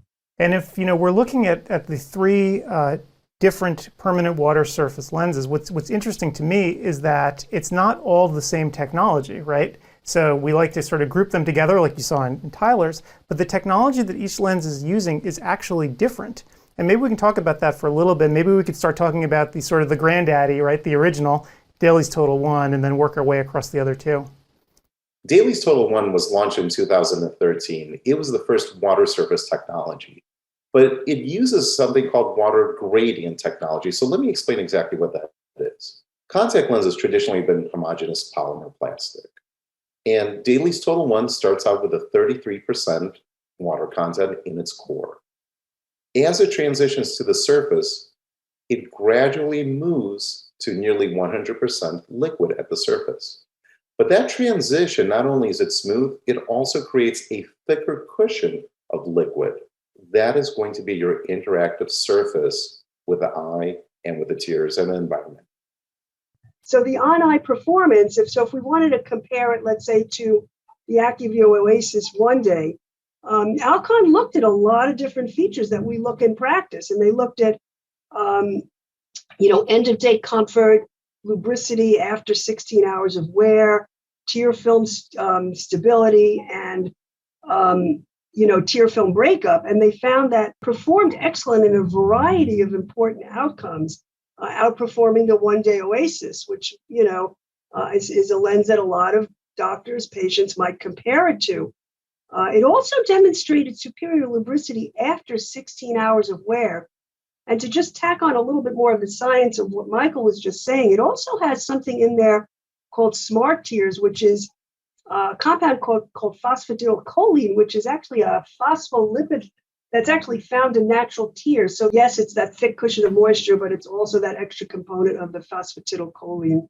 From your perspective as clinicians, Michael said, again, that these lenses have been around since 2013. I'm actually wearing them right now. Tells you what I think of them. But what do you guys have actually seen in clinical practice, with all the thousands of patients that you've had? How has Dailies Total One performed for you over that period of time? Looking at the feedback from my patients, I ask them questions. Is there anything about the contact lens that I prescribed for you that you wish could be better? And that gives that patient the opportunity to speak freely. They can judge me. They can tell me if I'm doing the right thing for them. Consistently, I'm finding that patients are saying, I love these. All of those aspects that I mentioned earlier and Susan followed up on, especially with the smart tears technology, those are the key elements that provide vision, comfort, and consistency over time. Again, it's going back to, I want my patients to feel like I feel by not wearing anything when they're wearing their contact lenses. I love the clinical performance. And we've spoken a lot actually about the way the lens feels, but how does it actually perform visually, particularly over the period of time that people are going to be wearing them, right? Where, the goal is you're shooting for all day. How does it actually work? Susan, what's your experience been? So, my patients love it. I wear them too, Adam. I know you do. And I happen to be in the multifocal. Is that a surprise? Me too.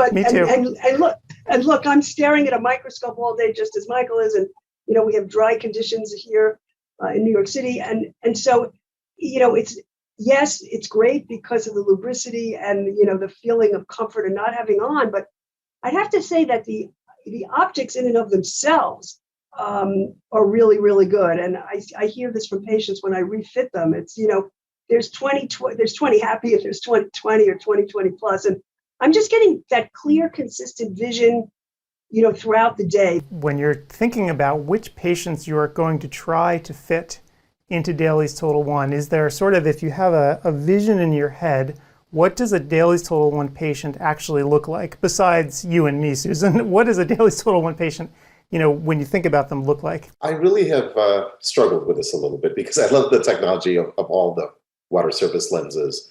And I have a feeling that a lot of my colleagues are asking the same question. Okay, I've got this technology. Who do I put in what? Do I look at function, cost, desire? What are the factors? So I'm using Dailies Total One platform for my high demand patients. So let me describe what I consider a high demand patient. This is a person that has tried contact lenses before and has checked off on the medical history form. Yes, I've worn them. No, I'm not interested in them. It begs the question, why are you not interested? Whether it was vision, whether it was comfort, any of those things, I call that high demand because that's a challenge. High demand also means somebody that has a long day. Dailies Total One has a great platform for that. So I like that aspect about it. That's the position I have. And this has been a consistent, comfortable lens for them to wear. The vision has been consistent over time. It makes it simple. It's maintenance free. It's a great place to start and keep the patients. So that is what I consider a high demand patient. Okay, well, great. Well, thank you so much, both Susan and Michael, for being here today, giving us all, this great advice and all these little points that you can share with your patients as well. So thanks again for being here. Thank you very much for having us. Thanks, Adam. And for those of you watching, join us for part 2 of our conversation, where Susan and Michael will discuss the most recent additions to Alcon's permanent water surface technology contact lenses, Precision 1 and Total 30.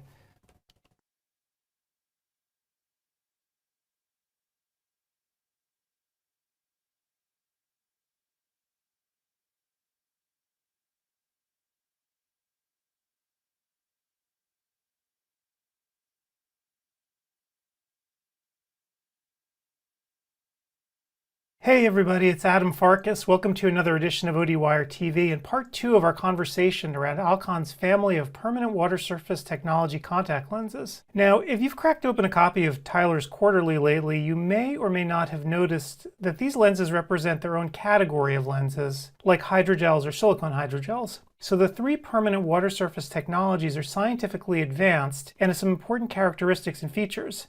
And today we're going to be talking about the two most recent additions to the permanent water surface technology family of lenses, Precision 1 and Total 30. And so today we've decided to invite two clinical experts to talk to us a little bit about these lenses. Dr. Susan Resnick is a principal at Drs. Farkas, Cassillo, Resnick & Associates in New York, New York. Fitting contact lenses has been her primary focus throughout her career, and she served as an advisor to industry and as an investigator in the contact lens and pharmaceutical industries. And Dr. Michael Slusky is the president at Chicagoland Vision Consultants in Schaumburg, Illinois. In his practice, he also emphasizes cornea and contact lens management, and he too has worked closely with industry to help consult on the latest contact lens technologies. And just to remind everyone, this episode of ODwire TV is sponsored by Alcon, and both Drs. Resnick and Slusky are paid consultants for Alcon, and were compensated by Alcon for participating in this discussion today. And so Susan, Michael, thank you so much for being here today. Pleasure. Thanks for having us. So in our first conversation about permanent water surface technology contact lenses, we talked about Daly's Total 1. And today I wanted to continue that conversation by talking about the other lenses that are included in this unique category. And so that probably brings us to the sort of next lens in the family, Precision 1. And I remember when Precision 1 came out, people, when they first saw it, they didn't know what to make of it at first. This question mark came up over their heads, like, is this just another version of Daly's Total 1, or is it something completely different? And of course now we know Precision 1 is not Daly's Total 1. It is different. And it uses different technology. Maybe, Susan, you could speak to us a little bit about how Precision 1 is different technically from Daly's Total 1. So, as Michael said before, this isn't just new and, well, he didn't say it like this, but this isn't just new and improved Tide. It's not the same basic lens that, repackaged. It's a totally different lens, a totally different polymer. It's Verifelcon. And it is not, even though it's a permanent water surface contact lens technology, it's not a water gradient technology. It actually steps up from a low water content to a higher water content. But that being said, the step up is less of a step. So it goes from a 51% water at the core to a little more than 80% water at the surface. While it has a really nice cushion of moisture, it's about roughly half the thickness of the cushion of moisture of the Daly's Total 1. But where does this fit in? And this is where, again, we as practitioners go, okay, we got all these lenses. How are we going to divide them up? We're going to flip a coin? No. So the purpose of this lens, or where it's sort of its niche, is that it is a lens that handles extraordinarily well. So it gives all of the features and attributes of a water surface technology. But for that novice wearer, or maybe patients are a little bit challenged in terms of handling, it is a lens that handles very well. And we all have a lot of patients. We have a lot of challenging patients. If we think about it, those are the ones we remember. But the majority of our patients probably aren't all so challenging. So what about those who don't really have those physical or physiological challenges, who just need a really good, comfortable lens that's easy to handle? And that's where I think the Precision 1 comes in. So you've got the excellent vision and the excellent handling. And again, harking back to the Anna Sully study, where she looked at what encourages dropout, or what motivates people to drop out, if I can use that word. Oftentimes with new wearers, it's handling. So it's really critical that we don't have our patients being frustrated with the very first step of lens wear, which is inserting and removing the contact lens. Right. And once they get past that first step, of course, this lens uses the smart surface technology, right? Which again is another one of the advanced surface technologies that we've been talking about. Maybe, Michael, you can speak to this technology and how it sort of fits in and compares to Daly's Total 1.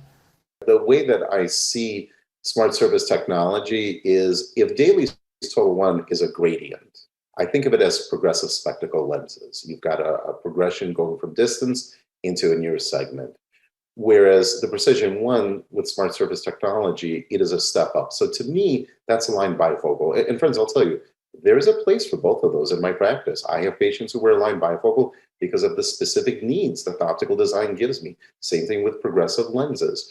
I like to think of it as my workhorse lens. I mean, I know that word is used a lot, but that truly is what it is. And then for the patients that we discussed before that are more challenging, you can step it up from there. But this to me is a lens that meets the needs of most contact lens wearers. Susan, I love what you said about that. I'm going to throw something out that you might identify with. There's an expression, if it ain't broken, don't fix it, right? That expression. So, right? And I think that's great for a washing machine, maybe a dishwasher, but when patients come in and see me and I ask them that question, is there anything about your contact lenses that you wish could be better? And they may say, no, there's nothing. And I'm looking under the slit lamp and asking about their habits, how they wear their contact lenses. What I say to them is, if it ain't broken, enhance it. We enhance everything in our daily activities. We have new cell phones, we have new computers, we have new clothes. We don't continue to reuse or repurpose those things. And that's where I found that Precision One has really worked well in my practice. And that's what I found patients are preferring compared to their habitual lenses. And I don't think that I did anything wrong in the years of past by giving them technology, but that was technology from them. Right. This is water surface technology. It's a great workhorse lens. It's my mainstream go-to. Right. You know, it's funny. I've got a teenager at home, and when I ask him how his day was, you know what you get? You always get the answer, it's fine. Right? My day was fine. And then they clam up. I kind of wonder, is it the same with contact lens patients, where they will just tell you, it's fine. How do you actually probe a little deeper? You know, because as you guys know, it's not always fine, right? They're just not talking to you. They're not telling you. What is it that you can do to kind of tease this out of them to try to make their experience better, even when they're not necessarily being upfront and telling you? That is true. And there are two main reasons that happens. One is that patients assume that this is just the way it has to be. And the other are afraid to tell you because they think if they're going to tell you something negative, you're going to tell them they can't wear their contact lenses. So that clinician has to keep in mind. So, and again, I alluded to this before. I first ask an open-ended question and I say, you know, how are you doing, you know, with your contact lenses? And I let them answer. And then if I get that, oh, great, which is, you know, even at 35, my children still answer me with that. So it's not just teenagers. I ask closed questions, which is how many hours a day do you wear lenses? When do the lenses start to bug you, if at all? And how does your vision feel at 6 o'clock at night versus 1 o'clock in the afternoon? So I'll ask those three key questions. And from then I can tell, is there an issue or, you know, what kind of changes do I have to make?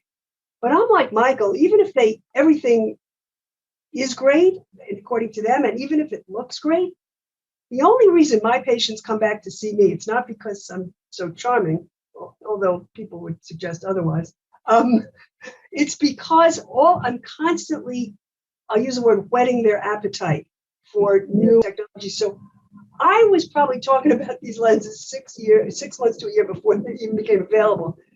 Not that I have telepathy, but I'm always telling patients that research and development is an ongoing thing, and that, you know, these lenses are great. These are the kinds of things I was talking to you about last year. And so I kind of always harken back to the last visit because it's what motivates them to come back to see me. And it also is what engenders loyalty and referrals.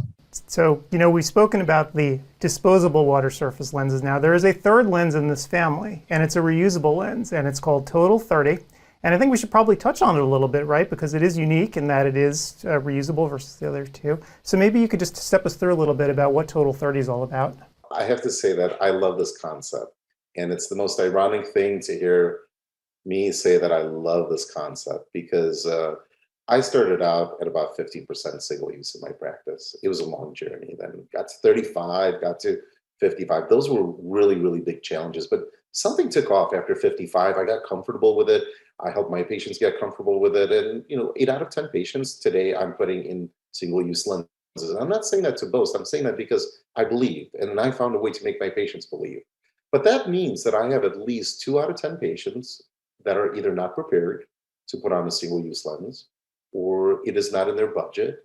And those, friends, are truly my most valuable patients because they really do stand the highest risk of dropping out of contact lenses. And if I lose them, I've impacted their quality of life. That's important to me. So for years, since 2013, the concept has come up, well, what if there was a water surface technology and a reusable lens? And more importantly, why isn't there one? So it's here today. And the key thing I understand about Total 30 is, again, it is not a repurposed product. It's a material that was specifically designed to be able to be worn for more than 1 day. That means it has to have characteristics. Number one, it has to be compatible with solutions, which it is.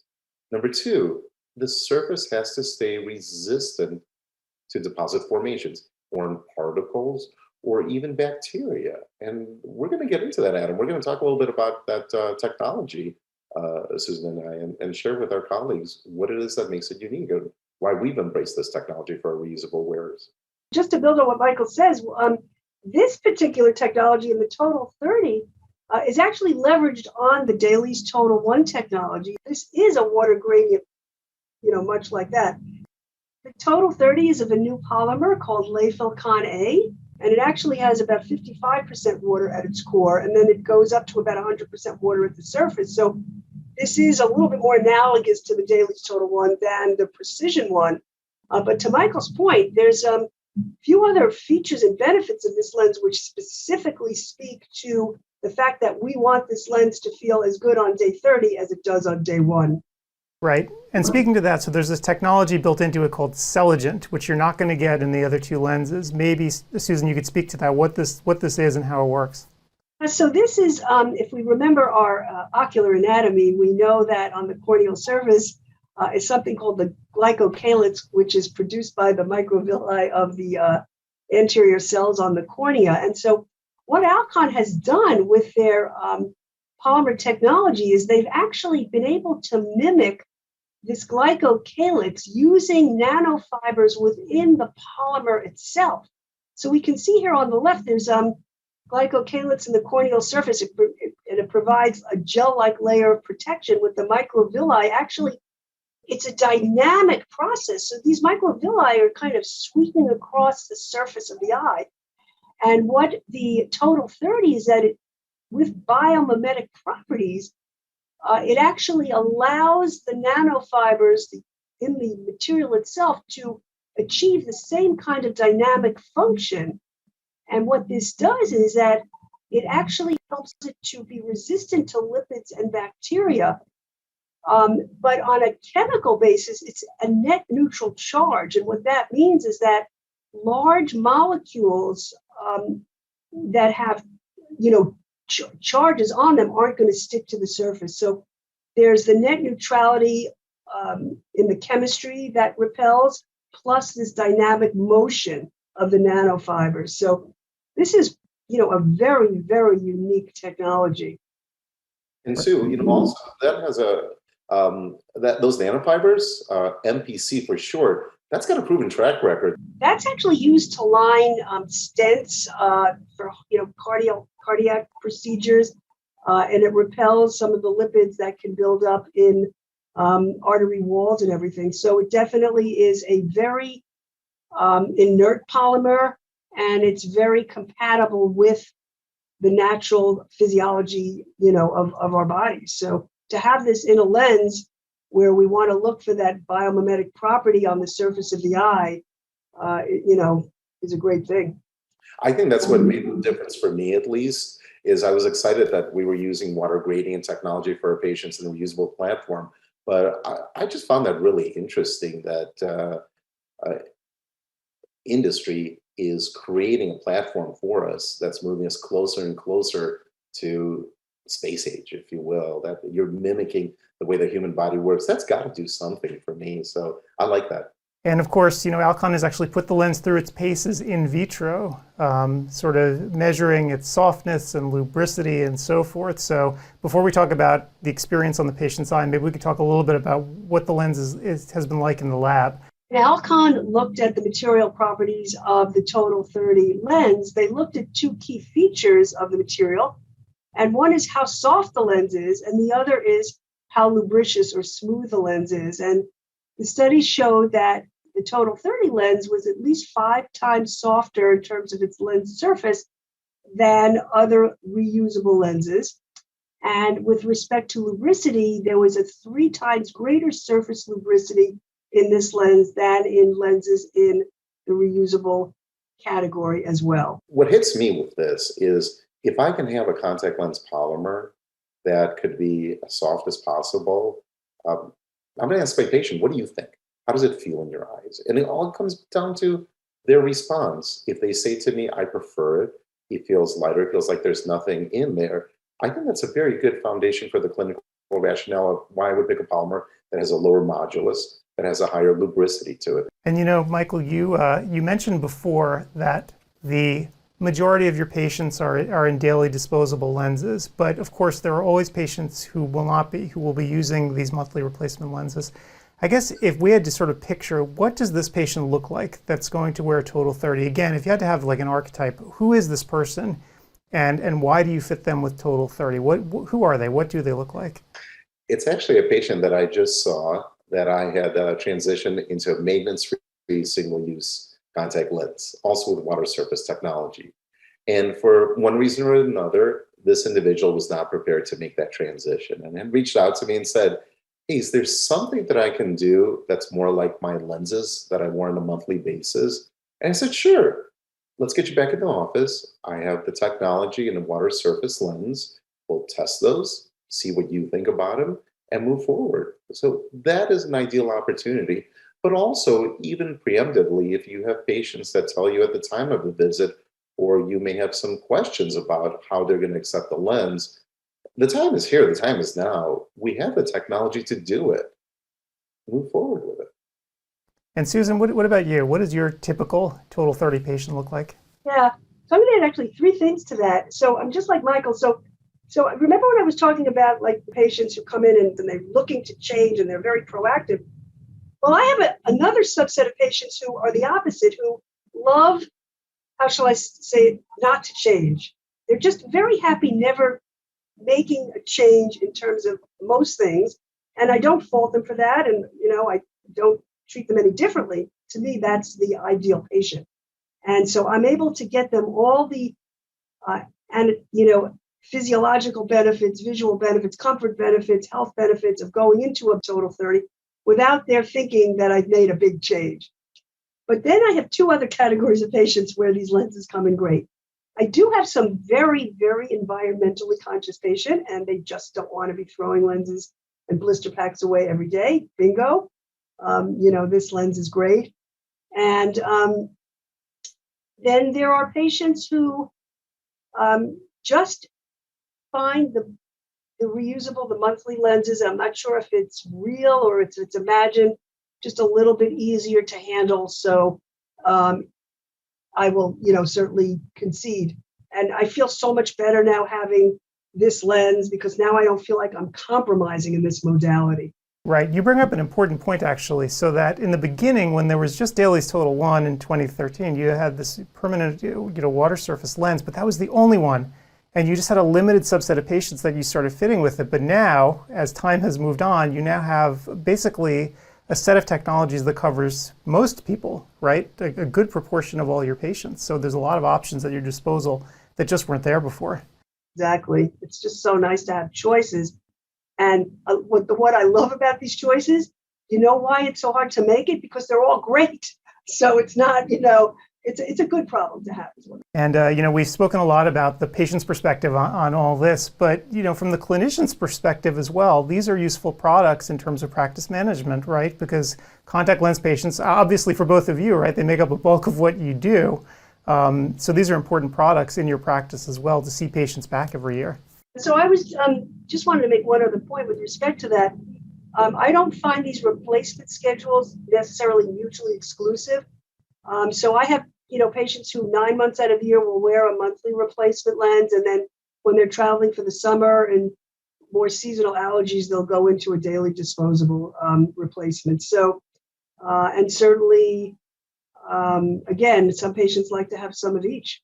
I want to add one thing that I heard from a colleague that I want to give full credit to, Dr. Wilson out of Texas. I heard him say something phenomenal. He said, my job as your optometrist is to make sure you run out of your contact lenses on time. And that's really where I see this technology. When the person is enjoying, when they're comfortable, they're going to use it. They're going to be more compliant to use it. And you're really tying them directly back into your practice. If you don't say to the patient at the end of the exam why you're doing this, you've lost it. So we as clinicians, we understand this technology. And some of it may be a bit wordy, but we understand why we're doing this. Here's a great opportunity for us to tell the patient, here's the reason why I'm giving you this lens. I'd like your feedback on it. Tie them into your practice. We've been talking about what makes a contact lens successful for the patient. That's what we've been focusing on right now, both scientifically and clinically. But for your practice, from your perspective, what makes a contact lens successful for you? So I look at really three things. The most important thing is the health and the happiness of my patient with respect to their contact lens wear. So the happiness would maybe go more to the emotional benefits, and that would be my emotional happiness as well as the patient. I always want both of us to be happy. We're each looking perhaps, well, we have most things in common, but I may be a little bit stricter. In terms of the clinical benefits, that's strictly up to me. That's looking at the vision, the corneal health, the quality of the tear film, and everything while the lens is on the eye, and then when the lens comes off of the eye. And then, certainly, the practice benefits, there are the tangible and the intangible. The intangible ones are really, what is my net promoter score with respect to that patient? In other words, is this patient an active promoter of my practice and what I've done for them? And I'm happy to say today was a good day. All my patients came in and brought their mothers, fathers, sisters, brothers, and that's what I want to see. But at the same time, I look at the hard economics of it, and if the patient's happy, they're basically coming in, replacing their lenses with me at every visit, no questions asked, and we keep it very smooth and convenient for the patient. So, again, it's pretty much a three-prong differential as I look at product and patient experience. Right. This is, I want to chime in on what you said, the emotional component of it is, that's a big part of what we do as clinicians. It's trust. And I found this as an opportunity to just continue the trust I've been building with my patients. I love what you said about the emotion. And sort of one final question I had for you. When you're speaking to patients about water surface technology, how can you sort of get it into a language that they will not just understand, but also relate to? Because obviously we have one audience here today that's listening to us, and we all sort of understand the science and everything that goes behind it. When you're speaking to the patients, what kind of language can you use to really make it relatable to them? Some of the things that I said today are a little bit more wordy, they're more technical. With a patient, I can get it as simple as possible. It's lids, tears, cornea. Then I put a piece of plastic inside, in between those. What if I could take that piece of plastic and try to cover it with as much water as possible so it feels more natural? And I want to see what you think about it. That's it. Is I tie my patients into, give me your opinion. Tell me what you prefer. That helps me to build on the clinical rationale of why I'm doing it. But to the patient, it's simple, and they're engaged. That's what makes it different for them.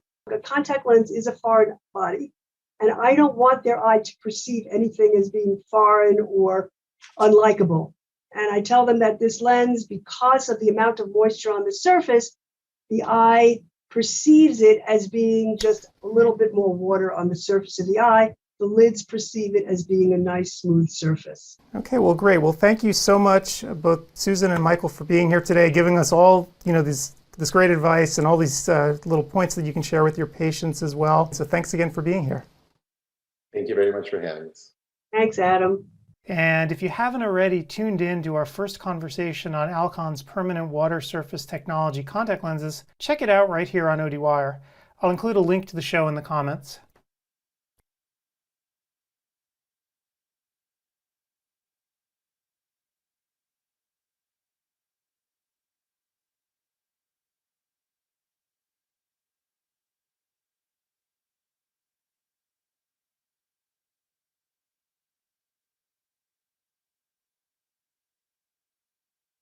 Hey everybody, it's Adam Farkas. Welcome back to another edition of ODwire TV, and today is all about drops. And specifically, we're going to be speaking about Sustained Complete Preservative Free, or PF as they call it.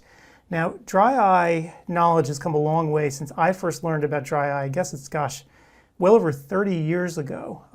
We didn't know as much back then. There wasn't as much science, and back then, in the old times, as they used to say, a drop is a drop is a drop. But these days, that is absolutely not the case. the science of dry eye has advanced and the drops themselves have advanced. So today we are very fortunate to have an actual scientist with us here today, a person who has worked on these drops and can tell us all about the technology behind them and how you can use them in clinical practice. So I'd like to welcome Dr. Howard Kettleson to ODwire TV. Howard's the immediate past head of ideation in dry eye and global vision at Alcon.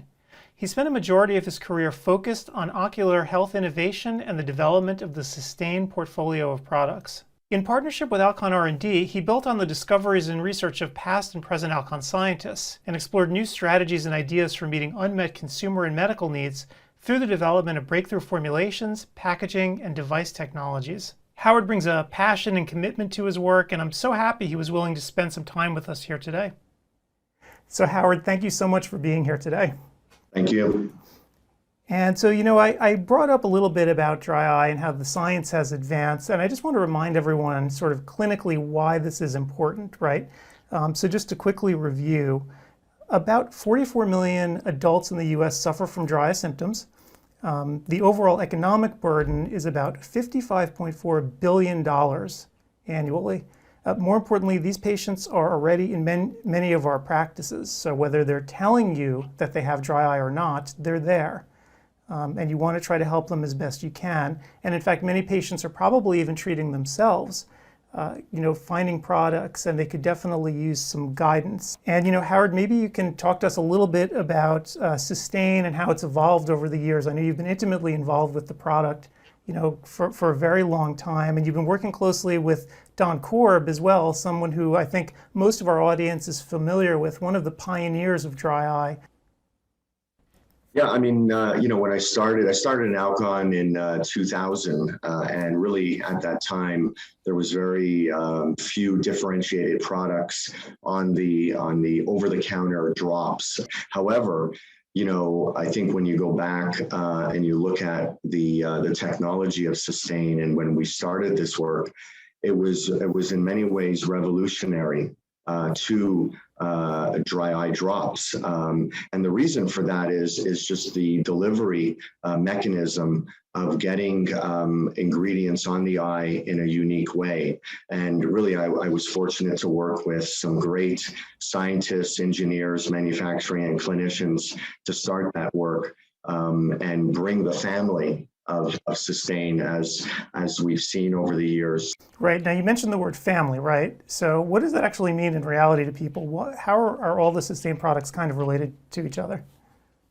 That's it's a good question, and it's a question that comes up often, because when you look at products in this category, everything seems to be similar. What we started with was a gelling technology that essentially cross-links in the eye as a reflection of pH. So essentially, it's a smart polymer system that, in combination with actives like polyethylene glycol, propylene glycol, you get a cross-linking mechanism to get a meshwork that forms on the ocular surface. Right. Now, this technology is referred to as HP Guar, right? People can see it behind me, and I'll actually put up a slide on the screen as well so they can take a close look. Maybe you could take us through what this is all about. Yeah, HP Guar, HP stands for hydroxypropyl, and guar is a galactomannan, it's a polysaccharide. And HP essentially allows the polymer to be easily dissolved, so it doesn't have any issues in terms of mixing. And the key part of this particular polymer is it has what is known as hydroxy groups called cis-diols. So it's in a particular configuration that allows the cross-linker, which is borate, as you've shown here, to actually undergo a cross-linking mechanism to essentially entangle the polymers, so you get a meshwork-like formation. Right. Now, Systane itself is a liquid, right, in the bottle, but then when it touches the ocular surface, because of the pH, that's when it turns into a gel? And it's fascinating because when you think about if someone were to just take that solution in the bottle and put it on their fingertip, it is not even close to something that would be in the eye. So in the eye, of course, it forms this entangled polymer network, which forms a nice thin layer across the cornea, and literally it is like a mesh network. Right. So the tech is very advanced. I said in the beginning, a drop is a drop is a drop was the old philosophy before people really understood dry eye. But I'm putting it up on the screen right now so people can get a sense of the timeline. Maybe you can walk us through, as the science evolved. I guess this timeline covers about 20 years. What happened? What kind of science was happening in the background that made this all possible? Yeah, I mean, some very important pivot points over the years. Of course, when Sustain Original was launched, that was all about aqueous deficiency. It was meant to be a differentiated product compared to the classic HPMCs, CMCs, which are more the classic lubricants out there. And when the first DEWS report came out, we started to think about how do we incorporate improved retention properties, improved wetting, and Sustain Ultra was all about improving that hydration retention aspect of the formulation. Of course, back in 2012, when really meibomian gland dysfunction really started to be more visible to the community of optometrists and ophthalmologists. Really at that time, when you went to conferences like ARVO, there wasn't a lot of MGD work, and Alcon recognized, along with working with folks like Don Korb and others, that we needed to do something that would address meibomian gland dysfunction, or to at least try and do something that would provide lipid supplementation. And around that, in that time, Dr. Korb had done tremendous work clinically with some lipids that do provide interesting what I would say is reinforcement of the tear film by improving tear film stability, tear film thickness. And from the learnings of Don Korb, we worked with him on developing Sustain Balance, which is a formulation that is the first formulation that is an emulsion. So it's an oil and water emulsion, which means that you have water as a continuous phase with oil droplets in it. And in those oil droplets and on the periphery of the droplets is a phospholipid called dimeristoyl phosphatidylglycerol, DMPG, which is a polar phospholipid. The DEWS-2 report came out, and obviously there's a tremendous amount of learning from that report. And one of the learnings was that polar phospholipids do contribute to tear film integrity. And we were fortunate that back in 2010 we had worked on Sustain Balance, launched it. And knowing that polar phospholipids are important for tear film reinforcement, integrity, replenishment, we did something really, I think, quite interesting in that we essentially transformed Sustain Balance using nanotechnology, where we were able to essentially reduce the droplet size to below 100 nanometers, which really is quite advantageous in terms of getting more product and what I call active product that's in the formulation to the eye. And that really set the stage, I think, for our product called Sustain Complete Multidose Preservative Free, which is a unique bottle that prevents backflow and contamination. And that being said, just for everyone's for context, we also during this time had come up with a hyaluronic acid combination product called Sustain Hydration. And Sustain Hydration was a product we had done quite a bit of work on from a cellular level and doing experiments to define, could we have synergistic value with HP guar and hyaluronic acid? And Sustain Hydration was developed. Right. And in fact, let's talk a little bit about these nano-sized lipid particles in Sustain Complete. I want to put up a picture to sort of illustrate what it is that you were talking about. Maybe you could walk us through how this actually works. Yeah, when we started this work, it's, making emulsions is not easy. It's something that demands a lot of creativity and a lot of scientific excellence to come up with something that's stable in a bottle. And what we did at that time is we were working with high pressure homogenization technology, where essentially we're pressurizing a solution under extreme pressures. And from mixing and these high pressures, you're able to essentially power down the droplets into smaller droplets. And from that highly pressurized mechanical system, in combination with the polar phospholipid, you're able to get these nano-sized lipid droplets. I think it's about half or just a little more than half of folks want a preservative-free option, right? And that's what a lot of doctors are recommending. And so I know you mentioned Sustain Complete PF before. Maybe you could just run through a little bit about the product in particular.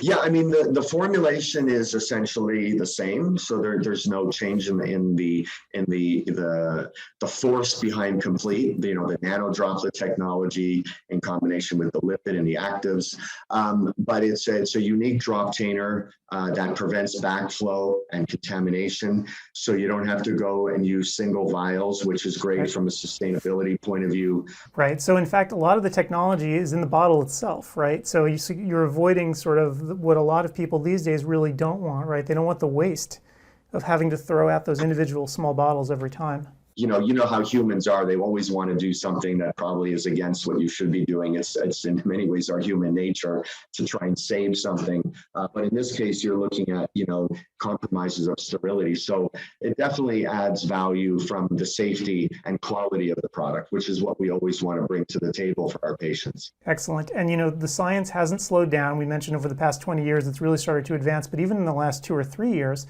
there have been a few big studies that have come out that are very significant for clinicians. Maybe you could step us through a couple of them and tell us what's going on. Yeah, we especially, of course, with Sustain Complete, we've done, our clinical work group has done a lot of great work on trying to figure out where we stand, not only in terms of short-term assessments of the value Sustain brings to a daily use, but also from a long-term use. And there's been 3 key studies, and one of them was by Craig and co-authors in the Ocular Surface Journal in 2021. And they examined a wide variety of patients who were treated with Sustain Complete. And this was in the preserved formulation. At that time, we had not come out with preservative-free. But the one important thing to note here is that what we found in this particular study was done over several months. And interestingly, patients with an evaporative component to their dry eye experienced improvement in their lipid layer grade with Sustain Complete. And I know you're showing here some essentially lipid layer colored fringe patterns, which show the differences post-treatment. And clearly, when they looked at the lipid layer interferometric patterns following the dosing in this long-term study, there was clear indication in the endpoints that there was a higher lipid layer grade, which indicated essentially that a thicker amorphous lipid layer pattern had formed, which is associated with enhanced tear film stability. So very important in this study over several months of use that this supports a long-lasting effect of the Sustain Complete. And, this is one of the first studies, that I've seen with one of our products that, first of all, we pushed out for many months, which is great because that's not easy to do. And not only did we push it out, but we opened it up such that after these several months of use, we were able to show that there was an enhancement in the tear film stability. And this is just wonderful news for a product like this, and goes back to that early science that was put in with Don Korb in terms of using a polar phospholipid in combination with the active propylene glycol to provide value for long-term benefits. So yeah, awesome study, and kudos to our clinical folks and the doctors that helped in this study. Excellent. And I know that there was also another large study, and I can put it up right here to show people, that was done in 2020. Maybe you want to step us through this one as well. Yeah, this was the daily, it's always interesting to, also think about that.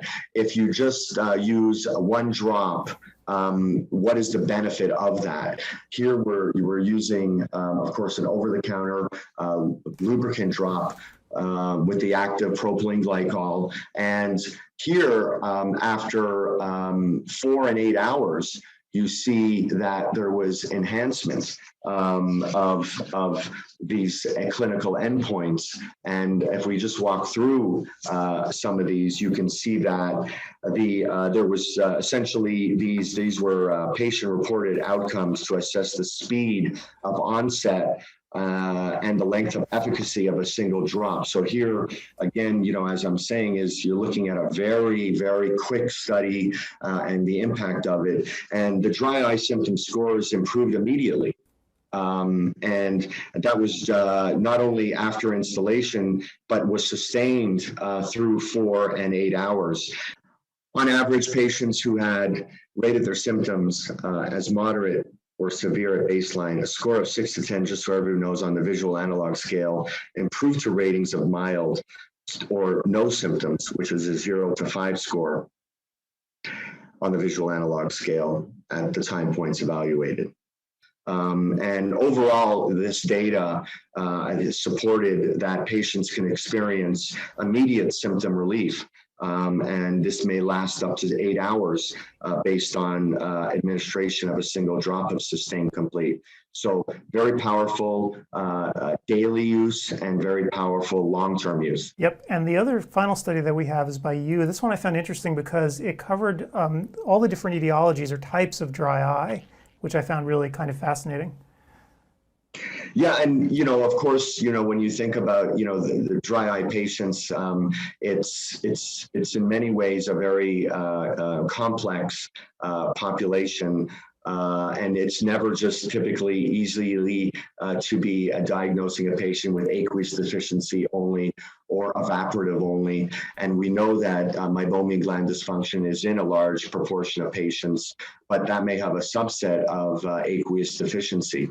And essentially in this particular study, we were looking at BID, which is twice daily dosing of Sustain Complete in all these major subtypes, the aqueous deficient, evaporative, and the mixed. And after 14 days of use, the tear film breakup time and ocular discomfort improved from baseline for all dry eye types.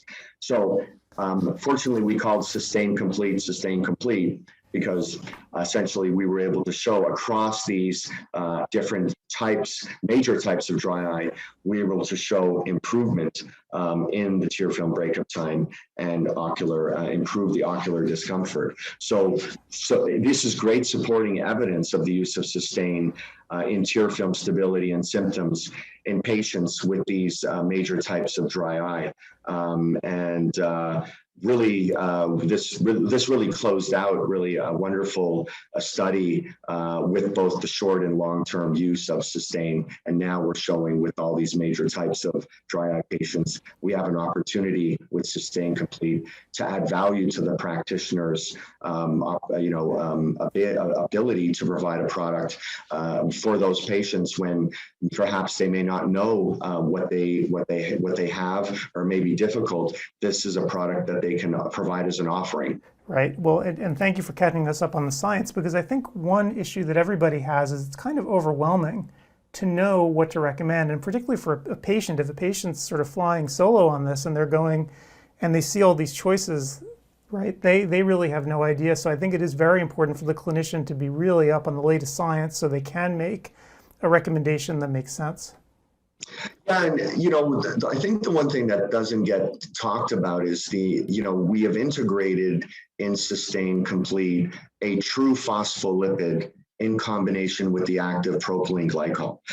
It's very unique because based on the work from Dr. Korb and the learnings from clinical studies of polar phospholipids and the DUCE-2 report, we have integrated into Complete this science and this clinical understanding that adds value to this mixed population in dry eye in these major types of dry eye patients. And so, you know, I think it's important to get people to understand, you know, when companies like Alcon invest in technology and put a lot of effort, not only in science, but the clinical side of things to support the value that the science is bringing. This really, you know, is something to be proud of, not only for Alcon as a company, but for all the doctors, you know, out there that are providing great care for their patients. This is a product that should be part of their wheelhouse to offer all the major types of dry eye patients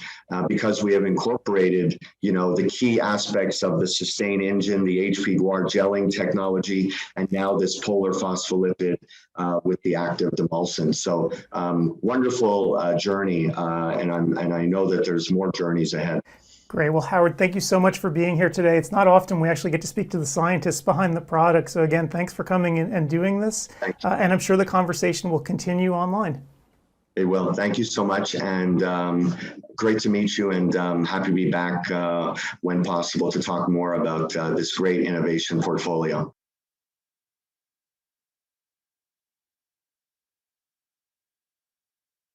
All right, guys. So hope you had a good break. Let me unmute my friends here. They want to be unmuted. So you guys. Roll trucks. Hey, guys. How you doing? We're still talking about food. Did you ever have a lobster roll from a truck? Because they're outstanding. Cousin's food truck. We have it here. They were, I think, on Shark Tank with one truck, and now they have tons, and they make a fortune because they charge a premium price, but the line's out the door all the time. Oh, because it's. there's an app that you can pre-order, my friend. Oh, You don't really? have to wait. Yes. But how do you do that with a truck? How do you get to the front of the line? You find out where the location is. They publicize where their location is, and Yeah. or you can go on the app and it'll tell you when the truck is near you, and then you can pre-order because you might wait up to half an hour when they're Oh, really sure. Well, this line of trucks is right outside. It's called Bryant Park. So people, not just, it is like, you know, sushi and teriyaki. I mean, you can go name into it. the city? In the city, yeah. 45th and 6th Avenue. 5th Avenue. 6th Avenue. Yeah, right near SUNY. Yes, I could walk there very easily, even with my slightly gimpy leg. I'm doing well, but it's still, they said a whole year before I could be in the NBA.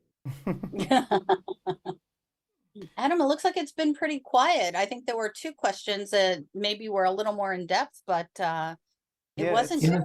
It's been crazy, actually. Yeah, it's just how quiet it is. You know, putting up even the, you know, if we looked in the lobby, I mean, it's been crazy, like almost like a ghost town. Yeah. I love our veterans, the Fingerettes and Chilasians, and they get a lot of action. They have a lot of questions, and they're always there. Yep. Yeah. So very, very quiet out here. So kind of crazy. We'll take it. That's great. Crazy's good. And you can actually see on the screen right now, you can see the number of people that are in the classes. So there are a whole bunch of people. And I'm trying to think, like during the break, you know, the kinds of questions I had were just one person had problems with the lectures freezing. And upon further evaluation, I asked, how fast is your internet connection? And they gave me the sad trombone noise, right? Because it was 100 megabits download. I think it was 4 megabits, 4 megabits upload. And so that is just kind of pushing it. You probably could stream these videos. However, if somebody else in your house is doing anything else, that's when you're going to start having problems. So where are they listening to? From Russia? So you'd be amazed, actually. There are still some communities a little more rural where it's hard to get fast broadband. So yeah, but so that's a limitation. I mean, of you know, the ability to stream video. The system will degrade the quality of the video to a point, right? It'll do the best it can to keep streaming it, but sometimes if the bandwidth is just too low, it's not going to work. Especially for real-time stuff, right? Because if you kind of think about what we're trying to do and trying to keep the playhead in real time, right? It's the kind of thing where you just can't keep going buffering forever. No. So it's definitely a challenge. Can't wait to get back to Florida when I see that 500. They said it's good enough to do gaming between people also, so that they were aiming for that for all the 65 pluses to play video games. So, having high upload speeds is useful for a lot of things. If you back up stuff out of your house, so if you use a service like Backblaze to make backups that are not local to you, that kind of thing is really important because otherwise it'll take forever to upload all the data. Just think, 500 megabytes is like 10 gigs in 20 seconds. Yeah, so it's a fair amount of bandwidth. I mean, the problem is the way the internet's developed, at least here in the US, it's asymmetrical connections almost everywhere, right? Because the cable technology, most people get their internet through the cable company, and they just deployed this asymmetric stuff from the beginning because it was the most economical and it made the most sense because nobody was uploading anything.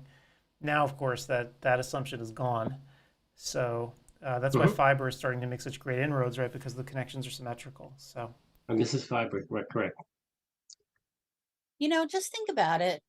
From when all this started to, I mean, we're all old enough to remember the early days when Al Gore invented the internet. And now look at what we're doing. We have 1,000 people on one platform watching 3 separate live stream videos with live chat interactions, and then not to count the 3 of us in another stream, and we're coming from 3 different parts of the country. Well, right now you're in Jersey, so you're close, but I mean, we're not all together. Sure. Just the fact that, that you can watch a live stream movie, or you could watch your grandkids' high school graduation from across the country if you couldn't make it. Just the fact of what we can do now. I mean, sure, we all complain that our speeds are too low, or shoot, I was watching Hulu and it crapped out and I had to restart. But when you step back and think about it, the amount of change in such a short period of time and technological advances of what we're able to do, it's mind-blowing. Somebody told me that if the pandemic happened 5 years earlier, we would have been dead, meaning that all the things we did with Zoom, all the kids' classes, all the ability to get broadband, if it was 2015, 2014, yes, a small percentage of the population could do that, but all the other things, work from home, etc., would have been not that it was the I greatest don't know thing. if I'd say 5 years. I'd go maybe 10 years because I was working from home 5 years ago. Right, but I don't know if many people had the ability to Zoom at broadband. Yeah, I mean Zoom, but there were other things like you could do Skype. I mean, there were other things. Skype. I would go a little farther back. If it were 10 years ago, Yeah. I think it would have been a very, very different story. Yeah, I don't know how things would have shaken out. I think we all would have had very different experiences, that's for sure. Even when I started to get Netflix at the very beginning and I tried to watch it on my iPad, it would buffer and buffer and buffer, and that's only about 6, 7 years ago, 5 years ago. Yep. Yeah. It's incredible what we all take for granted now. Yep. Man, we're old. I mean, it's these things that, I mean, you can't hide from people now. Well. Oh, yeah, it's our devices. And if we want to go conspiracy theorist, I mean, yeah, they track our location. I was ranting about Amazon earlier today and yesterday. All of these things, we are handing a whole bunch of information to faceless entities to market to us. And you can insert the plug for ODwire now, Adam, about how you don't do that. But yeah, I mean, phones have changed a lot of things and not necessarily for the better. And if I think I've talked about this book before, but it's a book by James Patterson and it's called The Store. And it's very clearly modeled after Amazon, and it's kind of creepy, all the things that it tracks. And James Patterson all of his books are very, very quick reads that a chapter is like 2 paragraphs long. I mean, I kid, but not really. Like it's at most a few pages. And it's very action-packed, quick pace, so you can go through it. I mean, I've been known to read a James Patterson book in less than 24 hours. So check love that that out style. because it's very interesting. What, Steve? I love that style of writing very fast. I like science fiction, and there was an author, he died a couple years ago, Isaac Asimov, but he wrote a lot Oh, of I know the. who he is. Yep. His style was exactly the same. At most 6-7 page chapters, and very easy reading, and you could devour it rather than having a 40-page chapter book with stuff they put in just to make it 250 pages. Yeah. Patterson writes mostly mysteries and spy stuff like that. And the three laws of robots.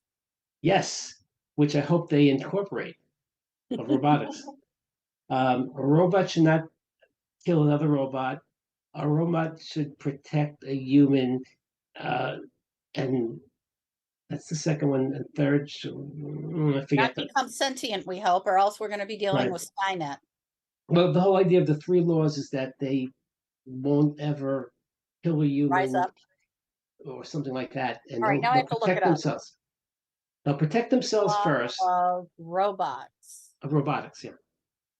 A robot may not injure a human being or through inaction allow a human being to come to harm. That's a robot first. must obey orders given it by human beings, except where such orders would conflict with the first law, which is not injuring a human. And finally, a robot must protect its own existence as long as such protection does not conflict with the first or second law. So And- humans become first on the list of. Yes. So no So we have Skynet to here, please. We have to program that software into all AI, and we're fine. My Good luck. stepdad was a big science fiction reader, so I never read Asimov myself, but I've read a bunch of other science fiction writers because sometimes I needed a book and that's what he had in the house. So I was more fantasy than science fiction. But yes, very familiar with that. I'll give you a tip because it's a very quick read. It's only about 10, 11 pages. It was voted the best science fiction story of all time. You can just go online and Google it and you'll get it. It's not proprietary or anything. It's called The Last Question. I'm not going to say anything about it, and see if you can get it. And it's a quick read. It's like I said, only about 11, 12 pages at most, and it's really cool. Okay, I will read it. And Did you get it? I see it here. I will try to download. And there's a whole bunch of stuff talking about it, and I'm not going to read that. I'm just going to read. You don't want to do a spoiler Yeah. first. Read that afterwards. I was the president of the science fiction book club at Stony Brook, which is on Long Island, and he lived in Connecticut. Oh, wow.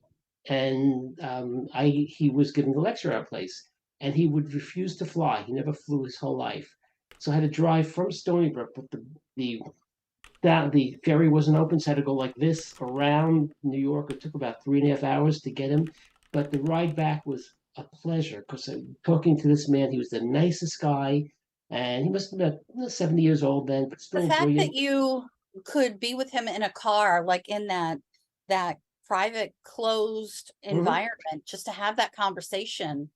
Oh, Right. that must have been an experience, Steve. I would have loved that. He was a professor of biology and biochemistry at Boston University before, and I was then a physics major, and I probably was a senior, yeah.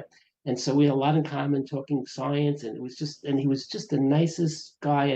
I don't think he took any honorarium. He did it for free. Wow. Okay, I'm gonna look at his Wikipedia page to find out more about him. And Well, he wrote stuff on Shakespeare, on so many subjects besides science fiction. I think he was the most prolific author of all time. If it doesn't say that, I'll be surprised. he was born in Russia. Yeah, Asimov. Yeah, that makes sense. Yeah. But he had no accent, really. He was totally U.S. Interesting. All right, so ChatGPT is on my list. Uh-oh, what happened to it now? Oh no, I just asked it if it's going to try to kill me or if it will abide by the laws of robotics. Oh, what did it say? It's denying all accountability. Did it know the law of robotics stuff? It knows what it is, but it doesn't think that it applies. Uh-oh. So You're screwed, Adam. I think we're all done for. Because it's not a robot. It's an AI. It's totally different. Yes, but the AI becomes the brain of the robot, correct?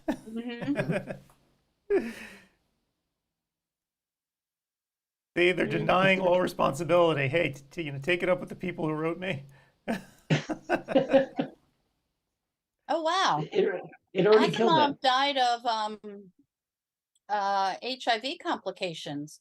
And Wow. he developed HIV, he contracted HIV from a blood transfusion. Correct. He was married, and so I know he wasn't gay. If he was, he was. Well, you can get HIV and not be gay. Yeah, yes. I'm just saying that was the major cause. Remember at the beginning, you thought it was Haitians. It was crazy, all the stuff that came. He had at a the very heart beginning. attack and then had triple bypass at NYU, and he got HIV from a blood transfusion. But he still was about 80 or so, right? He was not a youngster. One moment. I love Wikipedia. He was 72. Wow, so he was a little younger than I thought. You know, he never used a word processor. He thought that it was bull. He would always use his old typewriter to type, and just that's all he did all day. He loved writing. After Well, science. I mean, if he died in 92, I mean. Oh, I had a Commodore 64 in 1985, and the word processor was fairly good. It was I not had a big deal. Commodore 64 in the late 80s too, and Yeah. I didn't Remember do much with it, but there was something called Speed Script. It was just a disk you put in, and you could cut and paste. And the biggest thing is you could correct errors without, the white stupid stuff on a typewriter. And I was a terrible typist, so it worked fine for that purpose. And they had the printers was something called NLQ, near letter quality. It was dot matrix would go across and then would offset and go back, so it would fill in the spaces, so it looked like real print. yeah, and wasn't that called like a daisy wheel or something? Well, Daisy Wheel, that Daisy Wheel was much higher quality. That was real letters coming out. It was like a ball. Okay, that I had the remember letters. dot matrix. That was pretty. This was dot matrix, but it would fill in the dots by coming back. And I mean, the printing was slow, but for my purposes, I worked at the Super Optical, and I wrote a newsletter through SpeedScript on. It was called New Ideas, EYEDEAS. I like that. Experience just now. They sat there at a 1 o'clock seating due. They were late. They sat. I was a single person. They sat me with a lady who looked like. Remember the old person in the Titanic? She was very. Sure. She was a real pretty. person. Old Rose. No, it it was was Gloria Stewart. Titanic, the person that played a very old person. Mhm. Well, she almost looked like her, and but she's very wrinkled, but perfect features. I started speaking to her, and I said, well, "What do you do for a living?" Well, I was a model. That's what she did for a living. So I said, "Okay." So we started talking. I said, "Well, well, what year were you born?" Oh God. I don't know where to start. She said, "I don't remember." I don't remember. Come over Wow. and ask her room number, her apartment number. She doesn't remember. Oh. She sat me down with someone that looked perfectly normal, beautifully groomed, gorgeously dressed, and she had Alzheimer's.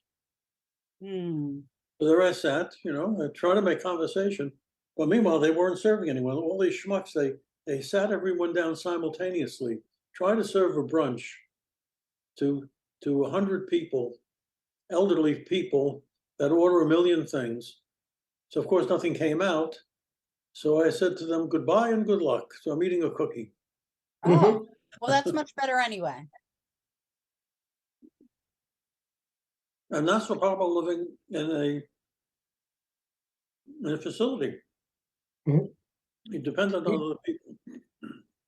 You can avoid it. Avoid it. We took an elderly person out to lunch in Boca at Fligelman's. You know Fligelman's, Paul? Say it again? Fligelman's? I can't hear you. Say it again. In Boca, we took an elderly couple out just for a gift to You Fligelman's. Please. It's called Fligelman's. It's a deli. Where? Oh, Fligelman's. Fligelman's, yeah. Where? I don't know where. In Boca. Well, it might have been Boynton, Boca, whatever. So the first thing they do, they sit down and they take the rolls, and she puts it in her pocketbook, and she asks for some more rolls. And she puts that in the pocketbook. And I said, "You have this beautiful home." She said, "These rolls are good rolls. I can't get them." So we're taking them out for their 60th anniversary. They were just acquaintances. No. I remember Yep. with and the lobby is not, and all the speakers are there, and Adam around? What's he doing? I'm yeah, sitting right here. I'm just talking to somebody, just making sure that they got their credits properly. So see, I'm not seeing all that. And in the lobby, there's really nothing happening. That's let's see. Yeah, a whole lot of nothing. Yeah, no. Good. And there's good lectures going on also. Great lecture at another 35, 40 minutes. This guy talks about presbyopic drops is just excellent. Adam, Mhm. do we have, oh wait, maybe I'm not caught up. Am I not caught up? No, I wasn't. All right, never mind. Never mind. Somehow it got paused. It looked like we were still seeing Mhm. a webinar in the lobby, and I don't know, for some reason my stream was behind. And people are helping out when somebody freezes or has trouble. They tell them to refresh, go out, go back in, log out. So even the attendees getting good at giving support help. yeah, At but least the but part that. what I've noticed though, which is interesting, is that so few people were having trouble with things Mhm. starting today. So there's obviously some more work to be done to make sure that this doesn't happen to anyone. But for the most part, Oh. this seems to be working okay. Okay. Definitely your video checklist, show them after this is over. Yep. Adam made a checklist of all the things that need to be tweaked a little bit to make us as perfect as we can be. Yeah, I made a little video yesterday, and since we had nothing else to talk about, I was going through at hour like number 7 or something. I was going through all the little things that we'd like to see fixed. And by the way, things like the counters, so like the counters that are lagging here, where the numbers lag behind, that has been fixed. Again, that just has not been rolled out. Other things like automatically logging people out of windows that they're not using, or asking them first, like Netflix does before they kick your butt out. That's actually been implemented, but not released yet. So Okay. there's a whole bunch of these other features that we didn't want to actually release live before this conference this week, because we want to have time to actually test everything thoroughly. So when the conference is done next week, Audenti and I are going to get together, and we're obviously going to do the releases that we need to for CEwire and ODwire, and start testing those out, as well as continue to work on the other stuff for the September event. Please, for my sanity, please have the start speakers be at the top of the list, because I've got to keep on clicking that right cursor to find them, and sometimes there's 300-400 people in the room, and Yeah, no, so it's- it definitely, the ability to differentiate speakers from participants, and frankly from administrators too, in case you need them, would be really great. And being able to select which group appears at the top would be very useful. Because before they had the admins from Dentio were on the top. We're at the top. Right, And I'm not sure what happened to that and why that's not there anymore. When they updated the chat functionality, they must have moved that away. And I don't know if it was for performance reasons or something else, but I'll talk to them about it. So I'm getting about 20 people, as you know, and then there's a cursor to the right, and just to keep on finding people. And right, so just to so sort of see what you're talking I about. could care less about the rank and file, but you can see what I mean. Now you have to right click on it. Right, so Murray was here at the top of this one, right? So he's easy to find. But had he been, number 1,000 or whatever in here, he'd be much more difficult to find. Well, what happens if the speaker comes in and announces themselves, and I drop down this chat and I go to the top, I could see it. Right. It's no big deal. Sometimes they'll do that just as a matter of course. That's what speakers should do. Say, hi, I'm here for questions. But sometimes it'll take them 10, 15 minutes and they get buried and you can't find it. Yep. You see what I mean by scrolling through. Yeah, so that can be annoying. So definitely we'll try to fix that. Because it'll save, I'll be more efficient and for Silverberg, that's important. So, yeah, I mean, we've hit some of the major problems. Having the surveys at a common location now, a link to them, has also fixed a lot of issues, because people were panicking before if they missed a survey, and they don't panic anymore. That's good. Because they know they can always just come back to that survey link. I've been experimenting, Adam, during today and yesterday. I've Whoops. been doing the survey I first. can't type. Oh, what's that? Sorry. It's you. Yeah, that's me. I can't type anymore. So I've been doing the survey first and then putting the tab on for the course, and I get credit. Then I've been doing the survey afterwards and get credit without. So it's working perfectly. Right. We have a 3 o'clock speaker coming, 3:30. 3:30. She's very animated. She's very good at what she does. I didn't get any outline or anything. Any conversation we're gonna No, have? you'll see when it gonna meet her. happens. We're gonna meet. You're Yeah. gonna meet her. So yeah. Yeah, you have to watch her lecture to appreciate what she did. Yeah. So you'll see. It'll be good. Okay, I got the thing working here, so you can see the survey link. Oh, that's nice. So they're all here. I mean, you'd have to try to not find it, because we show the course number, the Alphabetical order by speaker, right? yeah. No, it's good.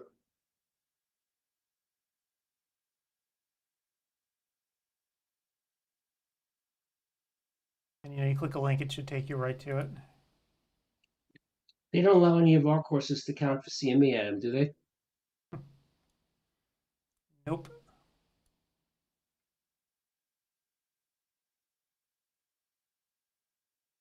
I'll go back.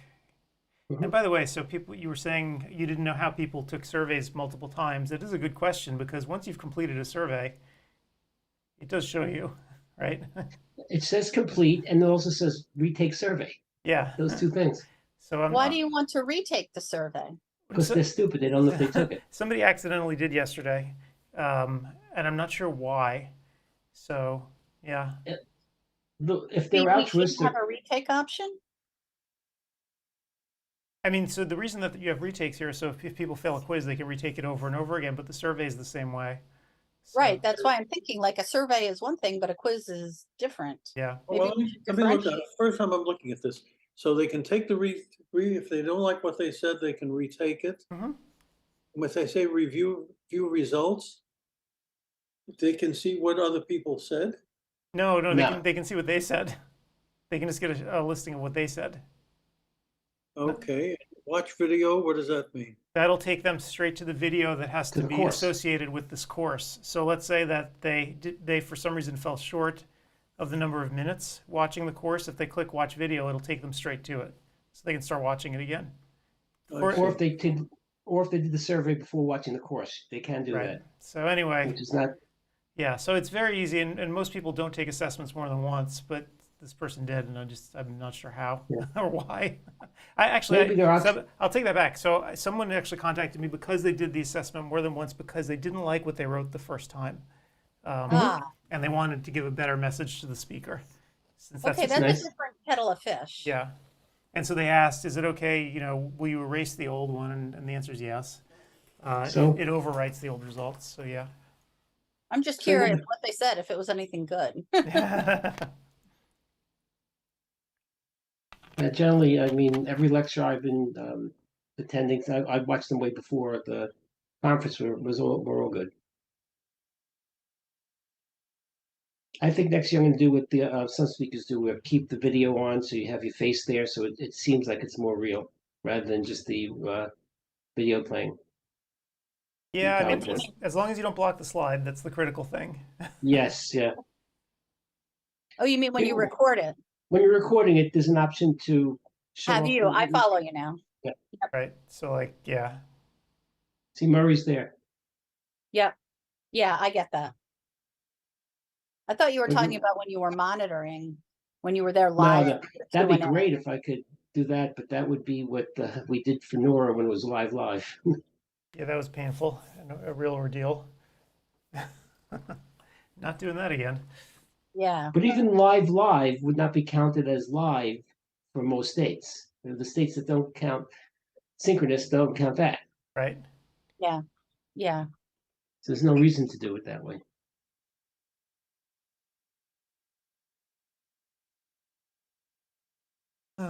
Okay, well, so far nothing's going on here. I'm checking my email, nothing.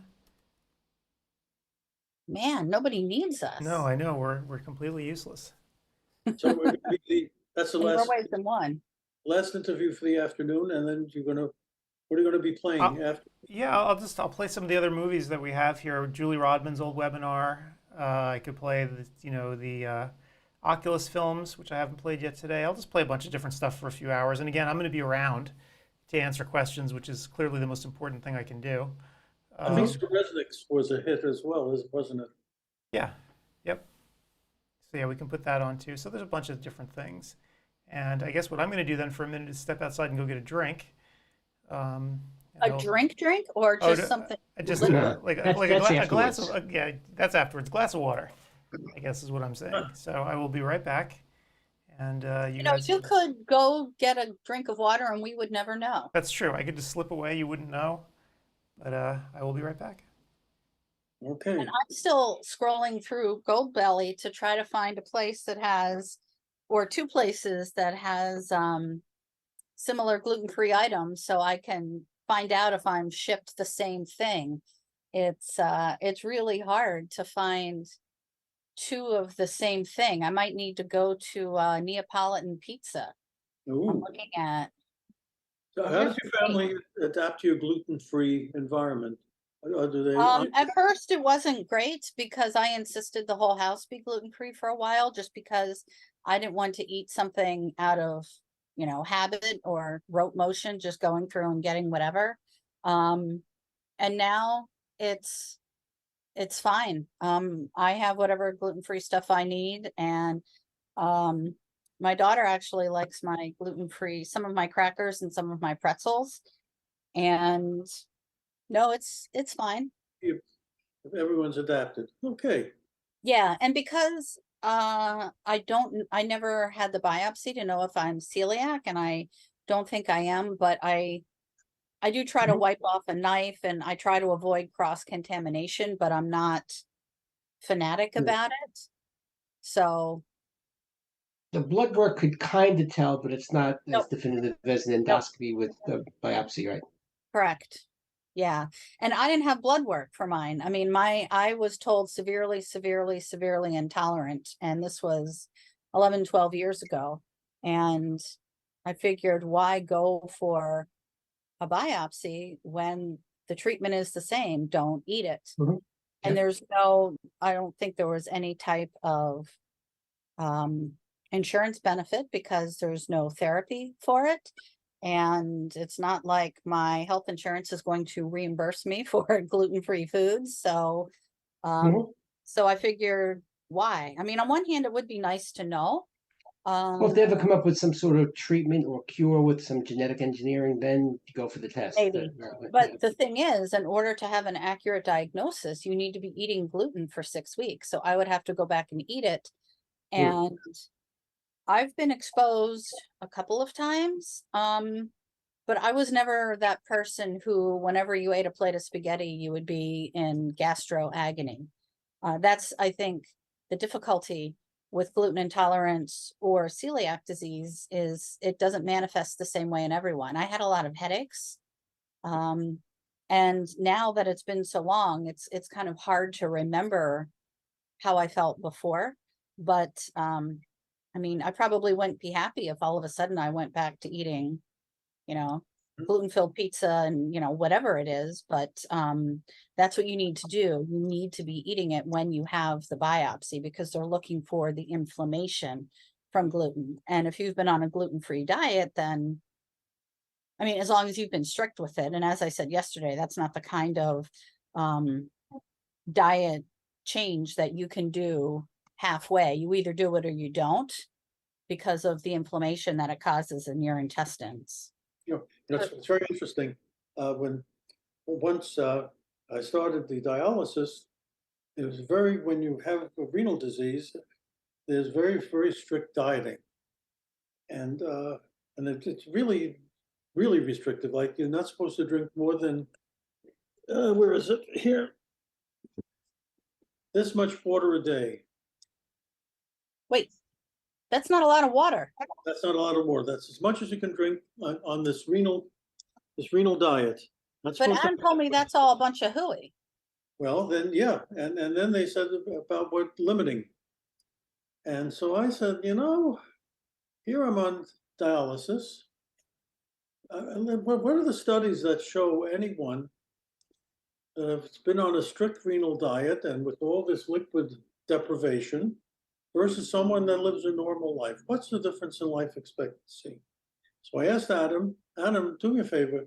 You can do it very quickly. In 1 minute, Adam pulled up studies. There was only one study he found and one study later on in 2021. One was a 2015 study and another one was a 2021 study that tried to compare life expectancy on dialysis with a diet or without a diet. And the results were inconclusive. Yeah, so why go through that? Exactly right. Why would anyone in their right mind, when you're a certain age anyway, Right. assuming even it makes a difference, would you want to deprive yourself for the rest of your lifetime for the back 6 months of life to not eat anything you want? It doesn't make sense. Yeah, and why if you're gonna die in 5 years or insert whenever anyway, you might as well enjoy it. What difference does it make? Why have the quality of life be as good as you can? So it's been proven that I mean, there's no correlation. I talked with a guy that was 95 years old, and he said, "Oh, I'd love to order bacon, but it's not good for my diet." What you talking Eat bacon, man. Life's too short. 95. What does it matter? No, Yeah. you gotta be careful, Well, Weird. was he kosher? It's tough to be kosher here, but it's tough to be salt free. The foods here that are served, I think they're looking to knock off people. I mean, it's They very have to overlook beds. very high. Is there an is there an entry fee? Of the lunch I didn't eat because it never arrived. Brunch today was, you had choices, so you could it was a bacon and lox and bagels with cream cheese and up to start. That's Then 1,000 you had a calories choice just to of start. the main courses. I ordered a cheese omelet with the ham, and then you have dessert. So you eat major stuff of each meal. I'm curious, do they serve alcohol, Paul?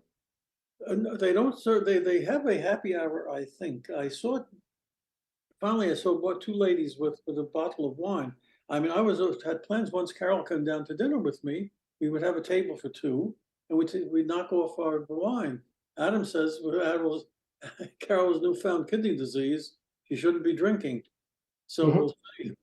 She's discovered that she has one bad kidney and one good one. So it may be that the good one will Drink half as much, Carol. make it last.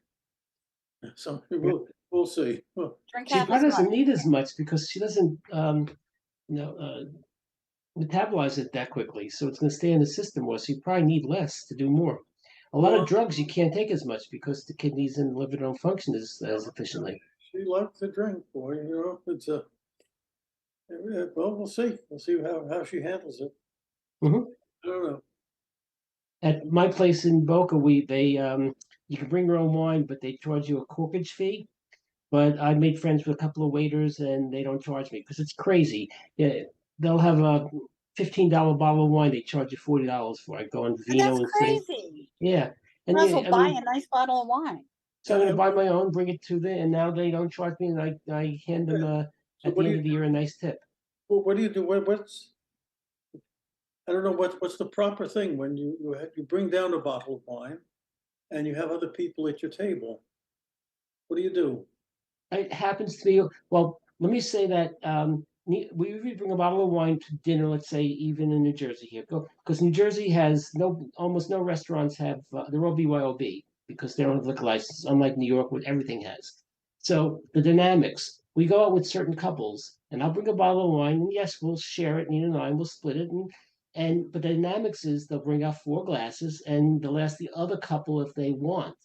Now, so they're offering wine that isn't theirs to offer the server, and they take it. So usually my wife makes the arrangements with the couples. I tell her to say to them specifically, it's BYOB. We're bringing a bottle of wine. If you want, bring your own. And then if they, I'll be adamant. I'll say we brought that for ourselves, and sometimes it's a relatively it could be a $30 bottle of wine. That's just rude. The other people will drink when you bring them. So the answer is, Paul, in our community, they know, and pretty much they will bring their own or order their own, so it's not a problem. But in New Jersey, they're schnorrs. Yeah, but when you sit at the table at your club, Means they want something for you sit nothing. at the tables that you know someone, or do they sit you with other people? We usually make plans. You have to make reservations typically, so we'll go out with 2 other couples and we'll have a table of Suppose you 6. suppose that they don't, you go by yourselves, not another couple. Will they sit you at a table for 2, or will they put you at a table for 4 for convenience? Always table for 2. It's very modular; they can move things around. So they'll move. Yeah, it's different where you are because they're trying, Paul, where you are, they're trying to have consolidate tables to make it easier for the servers. Yeah, but the problem here is, you know, sometimes when you sit with people, I've met some very nice people during my 3 weeks here, but sometimes you meet terrible people. Sure. You want to be with them, and then Like what do we you had do? You want to be with them again? There's one guy, he always complains. He wears a big chaya in front of him, and he's a Jew, and he I'm but he glad. always complains about the food, and he complains about the service, and he complains and complains. Who the hell wants to sit with someone like this? Yeah. Constantly complaining. So the waiters know to ask him not was everything okay? Was anything okay? And the problem is that most people have led really very boring lives. You know, when you think about it, you know, and so they have nothing to talk about. There's nothing really to say about their lives. You gotta try to pump them to get something out of them. But with most of them, there's very little to say. You know, They become curmudgeons. Also, you know what that means, right? They're Yes, just I angry know, with everything. curmudgeon. So Paul, what if you go down and you're not with Carol and you just want to sit and read the paper? yes, or a book? absolutely. And this is what I've done. I was able to score. I go down first thing in the morning at 7:30, and I immediately go to a table that's designed for 2 people. And for the first week or two, it was good. I was able to watch Seinfeld, 24 minutes of Seinfeld. That was breakfast. Started the day perfectly. Then the next thing I knew, someone came by with a guide, and she sat this woman down at the table. I said, no. I said, you know, you're like that, don't. No, she sat there. The woman sat there. She stared. They wouldn't serve her, so I didn't know what the hell to do. And then she started singing. She had Alzheimer's. I don't know how the hell she even got into the dining room there. But you don't have in that case you could be rude, Paul, not interact because she doesn't really know what's happening anyway.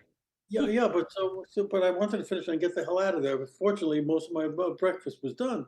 But it happened a second time. Someone sat there. But now the same woman that sat there beat me to the tables. So she's sitting there to start with. So I'm not going to sit with her. So I end up sitting with people. Most of the breakfast people are okay.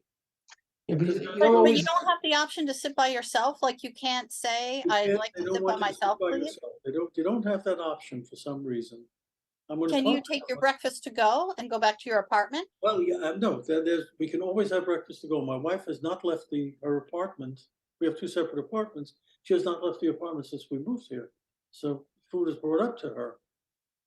I could do it too. And today I got pissed off because I went there intentionally on the dot. Usually I'm late on the dot, so I'd be taken right away so I could come back to be here. P.S. They didn't seat everyone until about 1:15. By 1:35, there was no food out for anyone. Because the problem is everyone comes in simultaneously, and you have that many people, they have to take orders, and everything is made to order. There's very little that's pre-made. So I told the head person, send my lunch up. And you're still waiting for it. Maybe it'll come, maybe it won't, but I don't give a shit. I have food here. It doesn't matter. But that's being dependent on other people. I mean, that's the way it is. Yeah. You know? And so when your daughter says to you, Ma, it's time. It's time. You can't live by yourself. You can't be alone. It's dangerous, Ma.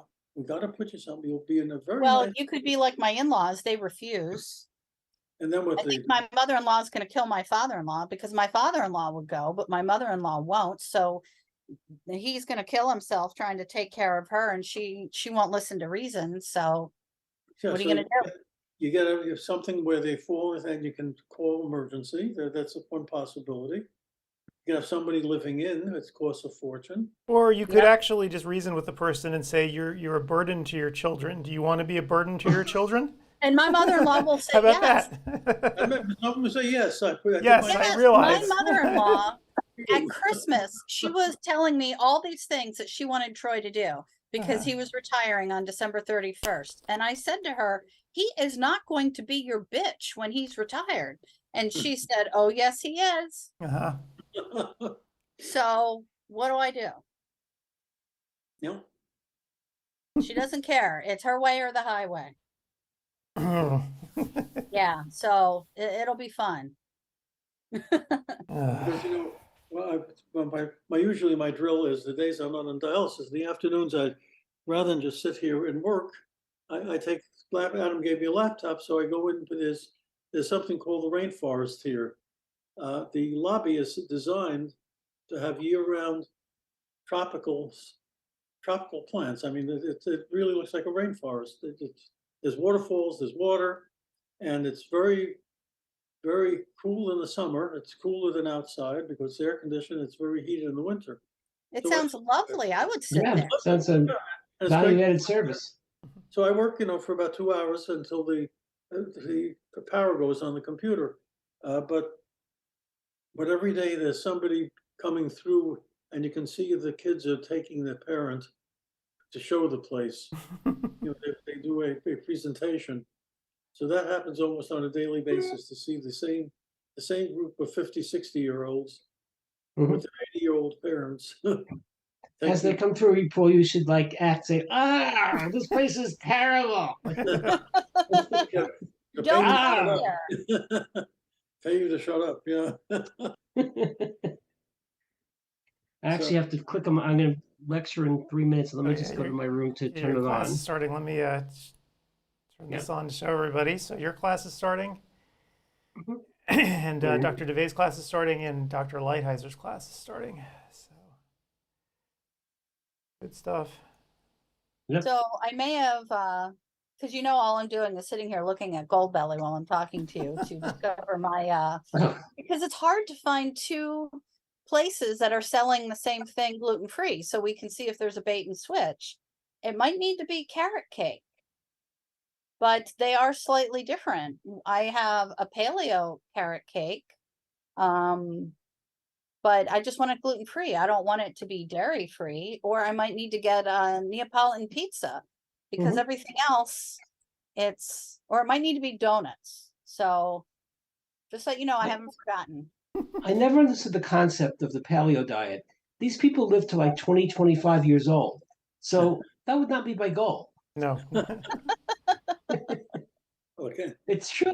I understand they infectious disease and Most diets parasites. are, Steve. What? I said most diets are the sugar. If you gotta know.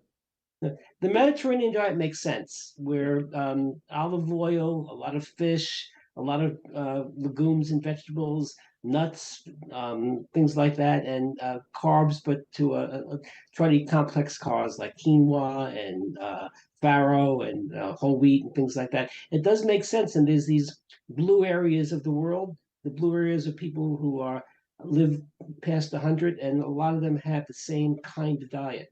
Not everybody lives that long, but it's places in Italy and places in the Far East and places in Africa that have similar type diets. Yep. I thought blue meant something else. Yeah, I think don't quote me, Have but I you think it's seen called blue Sarah areas. Silverman's latest stand-up? Sorry? Mm, I saw one a couple years ago. I'm I not sure if haven't, it's the no. latest. One on HBO. She just did one on HBO. Yeah, I think I saw it then. Yeah, I saw it about a month or two ago, maybe 3 months. It's the one where she describes her trip to Hawaii, to a very fancy resort. No, I didn't see that one then. I And don't so she remember that. described the fact that this was an anti-Semitic resort. What? Anti-Semitic. She has a whole Jewish thing that she does, and she said I knew it immediately was anti-Semitic because they said no one with diarrhea is allowed in the pool. But not only did they say that, but they said no one that had diarrhea the last 2 weeks should be in the pool. What Jewish person hasn't had diarrhea in 2 weeks? How Or would they know? colitis. How would they check? They're anti-Semitic. So Okay, I didn't think that's where it was going, but how are they gonna check? How would they know? exactly right. Well, you know, we had the very healthy Hungarian diet. No one was ever constipated in my household. No one. We had 3 families living in with 1 bathroom. Well, I thought that that would be the kind of diet that would back you up because it would be so No, heavy. Hungarian food, it's a belly wash. It's However, greasy, yeah. when my brother-in-law Bill moved in with my sister, he went into the bathroom with a newspaper. And boy, when he was in there, it took forever. And then knocking on the door, what are you doing in there? When can you get out of there? So we weren't used to constipation like that. It was, well, the way I got the lesson, of course, everyone, I guess you were too old, too young, Steve, to work in the Catskills? No, I did. My uncle was the maitre d' at Brown's Hotel. I worked there 1 year as a busboy and hated it. Of course. They worked me like a dog, and I became a Yes. lifeguard after that. But you learned I- about people. You learned about people, waiting on them. Oh, absolutely. And you made a good lesson. sum of money in those days for what you did. When But I you worked like 18-hour days. you know, when I started as a busboy and I got to get up 6 in the morning, the kitchen opened because lunch, breakfast started at 7 or 7:30. And then there was still Yiddish people from Europe there. And when I first got there, somebody, an old lady, they shouldn't look so old by now, but knocks on the door. Says, yeah, she says, what is, darling, I need some hot water and lemon. I said, hot water and lemon? Never heard of such a thing. So all these young old Jews were drinking hot water and lemon for constipation. Does it work? Oh yeah, but we had other people that you come. The next lady comes in, says, "Darling, I need hef and hef." I said, what is hef and hef? Hef. I want half water, hot water, and half plum juice. She used to mix the hot water and lemon. That was it. That did it. But the people used to eat. Remember at Brown's, you had 3 meals a day, right? 3 large meals a day, yes. Yeah, 3 meals a day, and they were 3 big meals a day. Mhm. These people ate 3 meals a day. Well, it's like that here too, if you wish. So And the good busboys knew exactly who the first day wanted the fruit on the table, wanted this, wanted that, because you got a better tip at the end. always the rule of the busboy is never go back to the kitchen empty-handed. Mhm. Always have your back. Always make sure there's enough bread on the table. Right. Very important. And my uncle was meaner to me than anybody else. He worked me like a dog. He said, "It'll teach you how to be a person." And I said, "Next year I'm going to be a lifeguard." And you didn't get your tip until the end of the season, right? No, everybody's there they're there for a week. Okay. Called Palm Sunday. That's when they reach your palm. The problem was the ones that used to roll up the bills to shove it in your hand, they were always the shitty tippers. Right. Like you saw Dirty Dancing. That was kind of that's what I was thinking of. Yes. But that was more like a bungalow colony with people who were there for the season. Yes. The hotels are very nice. At least they were very nice. I was at Brown's with this Neville Kutchers. They're all, I think they're all out of business now. But in those days, they were beautiful and they had great golf courses and great pools and Saturday night, Friday night entertainment that were top notch. The comedians that you would see on TV on the Tonight Show and the singers and stuff like that. It was really top quality entertainment. Oh, thank God! Thank God, Kayla's here. Okay, let me let her into the room here. Remember, I'm multitasking now. I'm on my lecture. So. Oh my gosh. Hi, Kayla. Thank God you arrived. Hi, Kayla. Thank you for coming. You destroyed a terrible conversation. Oh, okay. Goodness. funny. Oh my gosh. How's it going, Kayla? So good, Oh so my good. It's gosh. Sunday. Yeah. Yay. So, your lecture is going to be coming up here later. I was going to put it on screen for everyone to see so they don't miss it on the schedule, because you have the fortunate or unfortunate part of being on the latter part of the schedule, like the very last Yes. course of the day. So it's good because you get like a lot of West Coast people like me, right, who don't want to show up early in the morning. Hopefully some East Coasters will stick around too. So yeah, because Frameboard Mastery, your lecture is really unlike anything else that we're doing here at the conference. So thank you so much for agreeing to come and do it. Yeah. Yeah, I, thank you. I usually Thank you for that control the compliment. speakers. Kayla, you did a great job. We use your lecture as a, let's say, a testament to what other people should do, and how much pre-production, production you did, and all the work that you put into this is very much appreciated. Well, So thank you. you. Thank you. We kind of have a little leg up though, because it is kind of what we do. So, so we have a recording studio and all of that other fun stuff. So yeah, And we Well, kind of have a slight advantage over everyone else just recording off their computer. But what should remind you of? You are a Mary Tyler Moore lookalike. oh, you think so? That's a So you compliment. are. You gotta throw a hat in the air, then we can all see. So yeah. Yeah. I would say more Taylor Swift with dark hair. I would take that too. I think she's Yes. lovely. so Kayla, one thing that I'm pulling up your site again so everyone can see. The reason that we were so excited to have you on the program when I ran across your stuff and I started looking at your material was like you're doing things that most of the ODs, at least here at this sort of general conference, they need help with, but like don't know how to do, or they do like a really miserable job of it because it's like not what they were trained to do, right? No one, That's right. I mean, for most of us, like being in a retail environment is either scary or boring, or you just feel yuck about it, right? Like pushing people. So helping these doctors with this, I think, is it's a huge, and it's sort of something that I think that's been sort of an underserved part of the market for docs. They may not even know that they need this, even though they probably do. That's right. That's right. That's kind of what got us into our little niche, when, excuse me, when I started out in the optical world, I started out as, front desk for an optical, like back when I was still in college, and started selling, glasses, even more so than the opticians. And the opticians are like, hey, come here, we'll train you. So I did all my training and did everything else. And I'm a huge numbers dork, like big time numbers dork. So for me to, I guess, really have the opportunity to go to the doctors that I was working for and for them to be open-minded when I said, hey guys, you're leaving a lot of money on the table. Can I help you? And they gladly accepted. And that's kind of where all of my trainings and everything started. And then they started telling all of, their other doctor buddy friends. And so I was basically kind of doing like this training consulting type thing in my local area.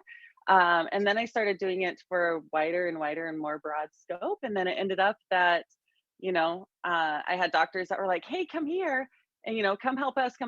And, I've got a family and I've got all these other things. I don't have time to be going everywhere. And so I was like, how about I take all my trainings and I put them online so that doctors can have access to it and they don't have to pay me a gazillion dollars to go there. They can have it for a whole lot lower costs when I can put them online. And so that's kind of how it all started. Was, you're exactly right, the need for, doctors don't realize, you go to school to become a great doctor, and your opticians and your optical team, they get their trainings to become great at their trade, but so many are not really taught the retail environment and how to really prosper in the retail environment. And so that's where we come in. Well, that says something very great about the doctors you worked with, that they were willing to listen to you and not assume that they knew everything. I mean, your numbers, I think, would Right. speak for themselves, but still, some people would not be open to a non-optician coming to them with that information. So kudos to you for bringing the data and for figuring it out, and to your doctors for being willing to listen. Yeah, I was very, very blessed because, and now in all of my experiences, now with thousands of different doctors, not all doctors have that same willingness to Correct. be open and learn. So yeah, you're exactly right. I was very blessed. That's for sure. You know, I Where are was, you do you have located, other- by the way? Tell me more about your company. That's interesting. Yeah, okay, I got where are you located and tell me about your company. I'll answer both. So, Okay. so we are actually, I live in Boise, Idaho. So little town in Boise, and it's beautiful here. We have all 4 seasons. It's really great. And it's a great place to fly out of. So it's just really awesome. Really? So when we travel, it's really easy to be traveling about. So we love that. Yeah, and then the other question was more about Spexy, is that right? Yes, okay. Yeah, yep. Yeah, so a little bit more about Spexy. So Spexy is, we kind of had 2 umbrellas underneath the Spexy, I guess, or 2 platforms underneath the Spexy umbrella. So we have the learning platform, and that's where our most popular courses are our new hire training courses. But we have leadership training courses for your optical team. We have billing mastery, what we call it, is to help with the medical and vision billing. We have courses in there that help with office staff meetings. Oh my gosh, so many doctors hate having staff trainings because They're so because it's just like important. they are, but so many times when you don't know how to manage a staff meeting, it ends up turning Yep. into a gripe session. And so Yep. doctors are like, don't want to do that again. Yep. Is this online, or is this an online course or in person? Yes, these are all online courses. So what's Ah. really great is that your team can access it whenever is convenient for them or whenever is convenient for your team. So it's really nice because it's not like scheduling, a big ruckus of scheduling and getting everybody on the same page. We even have some doctors, for example, the office training and office meeting one that I was talking about is called our optical cell smart course. And within that course, it's set up so that every month you basically have a new staff training to go over and new initiatives to go over, like anti-reflective treatment sales or getting new patients, or there's all these new initiatives that we put out there every month. And with those new trainings, what's really great is so many doctors, there's offices where, office trainings and meetings are very, very important, but you have very limited time. So we have doctors that go, okay, everybody watch lesson 4, because we're going to talk about it in the meeting, because they don't have time to necessarily all watch it together, which is a lot of what the offices do. But being online, it allows for the freedom to then the office go, hey, everybody watch this so that we can basically review it at the meeting. So being online really has created a big opportunity. In the beginning, we started pre-COVID. So we thought we were like ahead of the curve, with all this online learning stuff. And so that was pretty cool. But a lot of doctors were like, wait, no, we're supposed to be getting our trainings in person, which might be similar to, with the online platform that you guys have, kind of a similar type thing. But we had a lot of, skepticism, but I can say that our members really love us. We don't ever have any contracts or commitments, so they can leave whenever they want to, which is kind of cool. So it speaks to how much they love us, I think. So Kayla, you do live interactive then, where you're delivering some sort of PowerPoint presentation like you did for us, but you're also there to answer questions? Or is it only a tape? Yeah. Great question. It is recorded, but with the membership, so our lower membership is $34 a month, and that includes all of the online learning, all of it, like Netflix style. So they can go in and learn and review whatever they want. Is that per And then staff or per office? Great question. That is actually per office. Ooh. We have, I know. Yeah, we have additional users that can be added. It comes out to like $1.66 a month. You can add them in groups of 3, which we recommend, so everyone can, have their own little login, but it's $1.66. It's like nothing. So yeah, that's per office. So I forgot where I was going with that. Sorry, I interrupted you. No, Live you're interactive. great. Oh, yes, great, thank you. So it is not live and interactive, but we do have the capability for people to be able to comment and question within the courses. They can reach out to the pro tip team at any time. And then with our premium service is $89 a month. Again, that's per office. And with the premium service, they get access to the frame turn platform, and they also get access to what we call pro tip talks. And those are 15-minute conversations that they schedule with myself or my team. And depending on what their question is about, we'll connect them with the specialist. And so they can actually, they do the learning, and then often they'll they'll, schedule a pro tip talk, and we do a Google Meet, kind of just like this.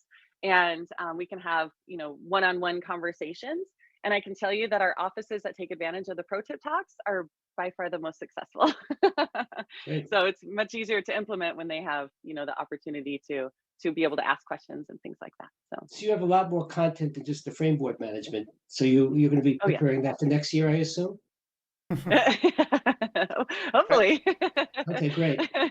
Yeah, so Yes, and yes, actually, absolutely. and Kayla, I put up on the screen for everyone to see the frame turn platform itself, the software. Maybe you could explain a little bit about what it is, because it looks pretty neat.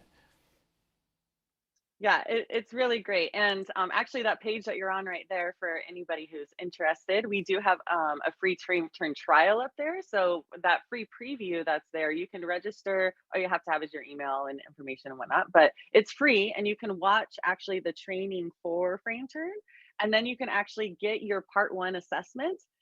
We give the training, or I'm sorry, the platform itself for frame turn is where you enter in your data and your sales data, and then our team actually coaches you on the right moves to make within frame turn. And it's really, really fabulous as far as being able to give offices a lot of insight as to what's going on with their frame boards.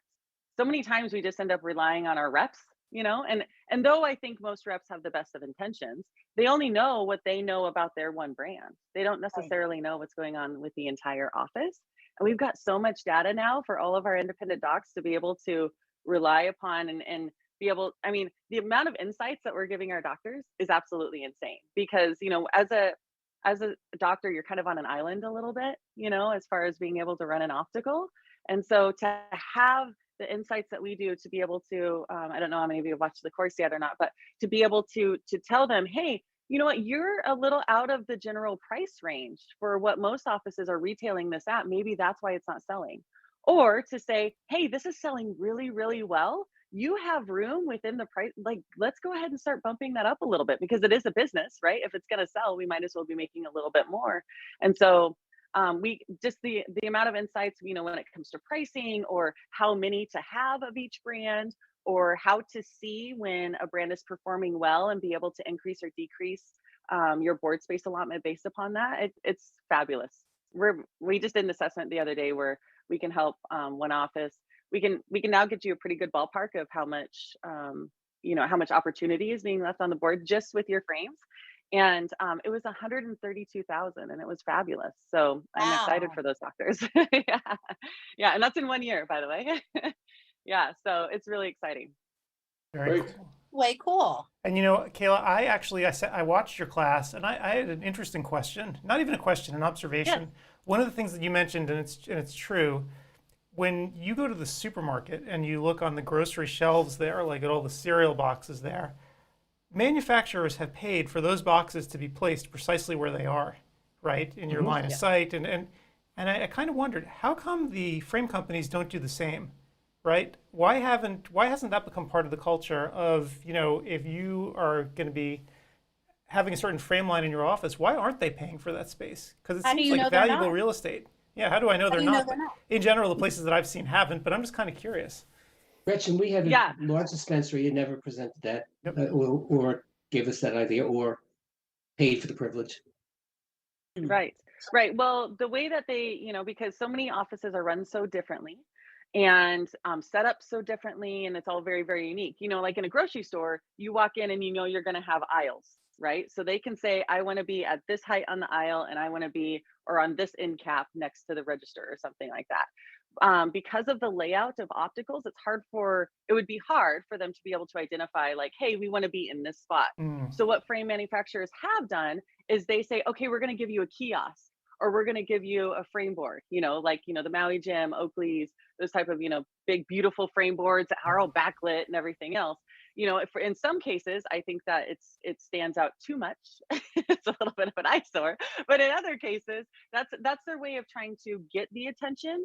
But the difference is frame companies are in it for themselves, right? Well, they're supporting the eye doctor, but they're not in it to help the other frame companies sell, right? They're in it for their own frame company. And so what's really unique about frame turn is that we will not, and will never take any money from any frame company, because we want to remain, you know, very unique and non-biased. You know, I'm a huge fan of independent brands, like big time supporter of independent brands. But if there's a non-independent brand that's selling like crazy in your office, I'm going to teach you how to make it sell more. You know, so even It's though really I favor refreshing that we you're can not. look at all those numbers. Yeah. That's very refreshing. You're not being supported by any frame company, and I'm sure that you have received offers and have been approached by folks. And the fact, and I also love that you like independent brands. So I think this is really refreshing, and it's very reasonably priced. You have a lot of info to offer, and I'm Thank you. kind of wishing that I still had editorial duties, because I would be all over talking to you on many different topics. Well, anyone we want to talk to, you just send them my way and we will talk. It's interesting, I've Kayla, already when I was sent an in, email, trust me. Kayla, when I was in school, I was dinosaurs and brontosaurus next to me, but we had a whole course in dispensing, and we were all into medical and learn this, learn that. And everybody stood in the back of the classroom, didn't want to, or the room, didn't want to learn about what face went frame and how to adjust a nose pad, etc. So we just did as little as we could to get by. And then when we went into practice, realized that we should have learned all this stuff because it was far more important than some of the things that we thought were important. So that's why it's important to bring it out to the practitioner, not to the student who doesn't really think they're going to do that. That's right. That's right. And you know, referring back to from what I have heard from, you know, all the ODs, is that when you did have that class, it was one class and it was like a semester long and nobody loved it. Like everyone was like, not so much. And you know, it's one of those shoulda, woulda, coulda things. Like, I wish I would have really paid attention in that class. But even Exactly as right. such, you're in there refining your trade at becoming an amazing doctor, right? Not realizing, like you were, you know, referring to, when you get out, oh my gosh, this is one of the biggest parts of what we need. And you know, it's one of those things too where doctors go, okay, well, I'm going to go ahead and I'm going to hire for it, right? Which is great. If you know your area of genius, and if your area of genius is not out in the optical, then hire someone who is. Yep. But the problem is that their area of genius out in the optical is great with fitting, great with adjusting, great with all of those things. But again, the amount of training and resources that doctors have with doctors and opticians have with being able to sell those things is a huge opportunity that's being missed. And so that's where we find that there's a lot of scope of help that we're offering. There's also a great diversity of opticians or optician laws in our country, where some states require a license and very didactic education and a very hard test, and some states you're an optician if you just walk into that state. So that's right. And that's the majority of them, I believe. You probably know the stats better than I do. You know, that's right. That's exactly right. When early on, there was a very upscale company called Tour Frames. Are they still in existence, Steve? I think Tour is still around, yeah. Well, Tour Frames, what they did was to train people to look at a person's complexion and look at their facials, their head face and their ear face, and actually give recommendations based on their appearance. Does your course give some insight on how to pick frames based on a person's look and size? Well, yes, great question. We certainly do, and that's kind of a little bit more of a standard process of, you know, looking at the aesthetic part of it. But what we also do is we also train on how to fit eyewear or help a patient choose eyewear that's ideal for their prescription. So it's so much more than just the aesthetic look of, you know, what's ideal for their face. Of course, you want it to look good on their face, but to be able to be properly sitting, to be able to have that vertex distance that's sitting at a good vertex distance, so it's not, you know, way out here for someone who's got a big nose or pushed way too, you know, up way too close. A few different fitting options, but mainly we do focus on that, of course, but a lot of things that I think optometrists are, in my opinion, that we've kind of shot ourselves in the foot on is that we haven't refined the skill of choosing the right frames for the appearance and for the lenses. And so unfortunately, when online eyewear has come into play, eye doctors, because of the lack of fit that patients have been getting from opticians maybe in their office, patients go, oh, well, I can get pretty much the same thing online. And sometimes you can, if you get really lucky as far as, the fit and everything else. But if your opticians are really, really skilled in setting the proper expectation for the patient and finding that proper fit, both aesthetically and for their lenses and their prescription, I mean, the amount of patients that will never leave that one office is amazing, because they have the capability to have that full patient experience be completely optimized, right? So back to what you were saying with, yes, we teach the aesthetics, we teach them how to fit it, because we really believe that is one of the most foundational things that has kind of been, unfortunately for a long time, kind of forgotten and not really had a lot of stress put on it. That the whole optical team be able to properly fit a patient, not just for the aesthetics, but also for the prescription. And there were so many times when I even had friends that would go and purchase glasses online, and I'm like, what are you doing? And they're like, well, look at these other ones I got from my eye doctor, and they were just as terrible. And I was like, who is this optician that you're working with? So to be able to equip the doctors and the team with the knowledge of how to properly fit for the aesthetics and for the prescription, because the doctor can dial in the most amazing prescription back in that phoropter, but if it's not put in a lens and a frame that's really optimized for that patient, I mean, you're lacking clarity, you're compromising clarity overall in performance for the patient. So sorry, I got on my little soapbox there. Oh, soapboxes are great. We all like to rant here, so no worries. I love it. So the fact that I gave everybody a double bar aviator to brand my office, and they knew that they came from my office when they left, when they walked down the street, was wrong. I'm kidding. That's awesome. Well, if they're the ones who bought it, I mean, maybe they're into the whole branding. That's funny. Oh gosh. Well, Kayla, thank you so much for doing all this year, and I really hope you do come back with us next year and do something. Oh, absolutely. Because there's so many topics you can touch on that we just know nothing about here that we could really use a the whole help area with. for us that I think is very very needed. Yep. Yeah. Well, thank you. I appreciate it, and I would certainly love to be back and do.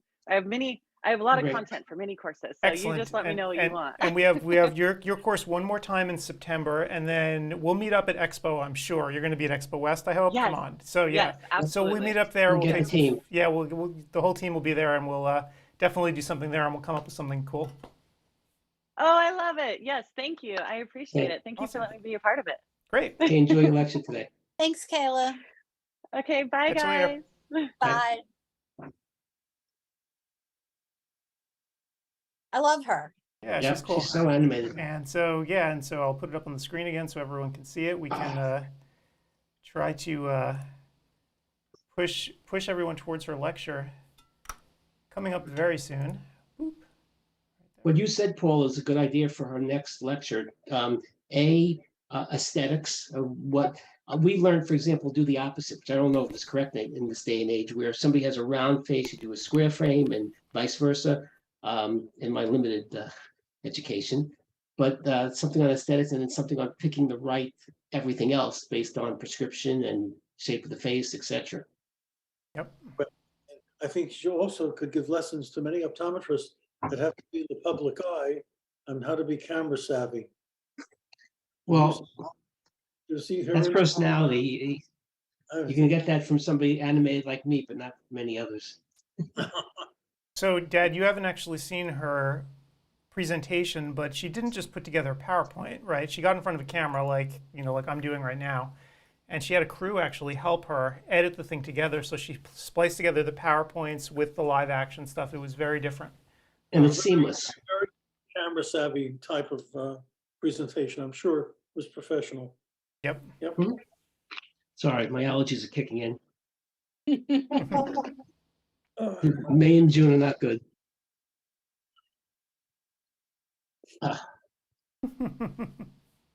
Better. Good. Okay. That cream really does work. So, Steve, your lecture is Yeah, I've been answering questions, as you can see, as we Yep. go. Yeah, so you're going in there and it's nothing terrible is happening, right? Everyone can get in. No, but everybody's agreeing that the first iteration is not working. At least the people that are commenting. If you look at the comments. Yep. Oh, Which- you're talking about the options. Follow you now. Yeah. Yep. If you take a look at the conversation, you'll see. No, But I know. one person, no, it's Jeff F. Cooper. I don't think it's R. Cooper. Jeff Cooper. Jeffrey B. Cooper. California The California Cooper. Yeah. California So Cooper. he said that somebody who's like a +1 hyperope, it's great for distance vision, and it really does work. And it's something that people don't consider, especially if they're like 39, 40 years old and they can read without glasses at that age. But it also will help distance vision if you pinpoint the pupils.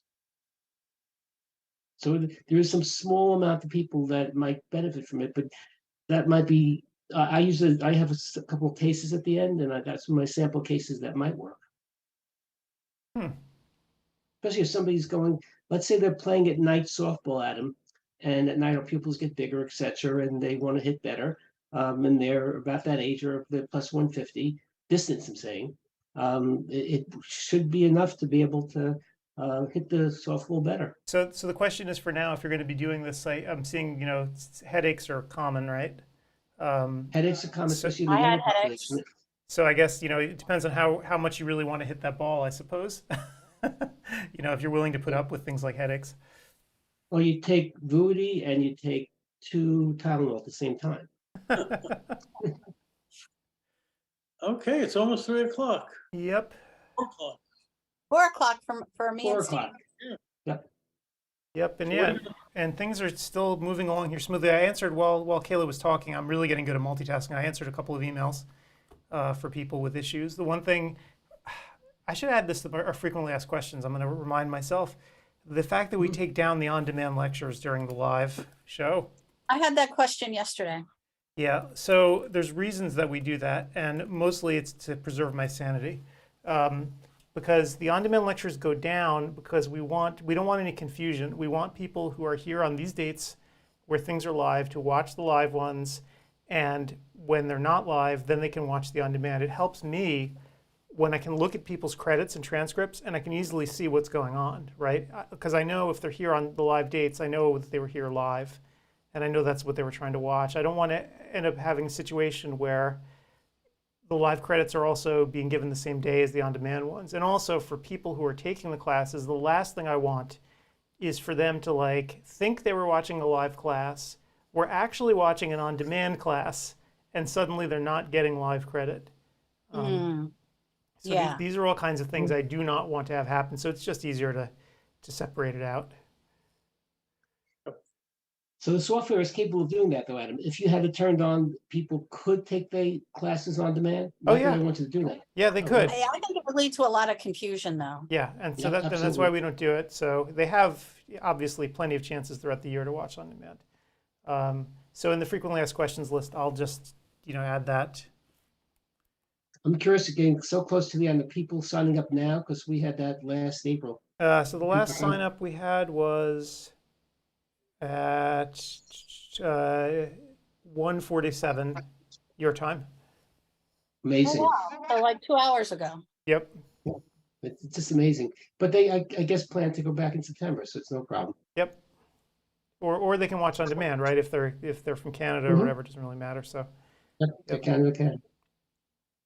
Boy, I wish we were like Canada. It's so easy. It's so simple. It's Yep. And do the Canadian population, do they suffer because they have stupid ODs? I don't think so. Yeah. Again, if someone enterprising person wanted to, they could do a comparison between states to see the rates of of poor care or blindness or whatever else based on their CE that they're allowed. That would be interesting. There are so many different variables, though. I mean, how do you But- control for that? That's why it's interesting, because I could think of there's other reasons why it's better or worse in states besides the amount of CE. Yeah.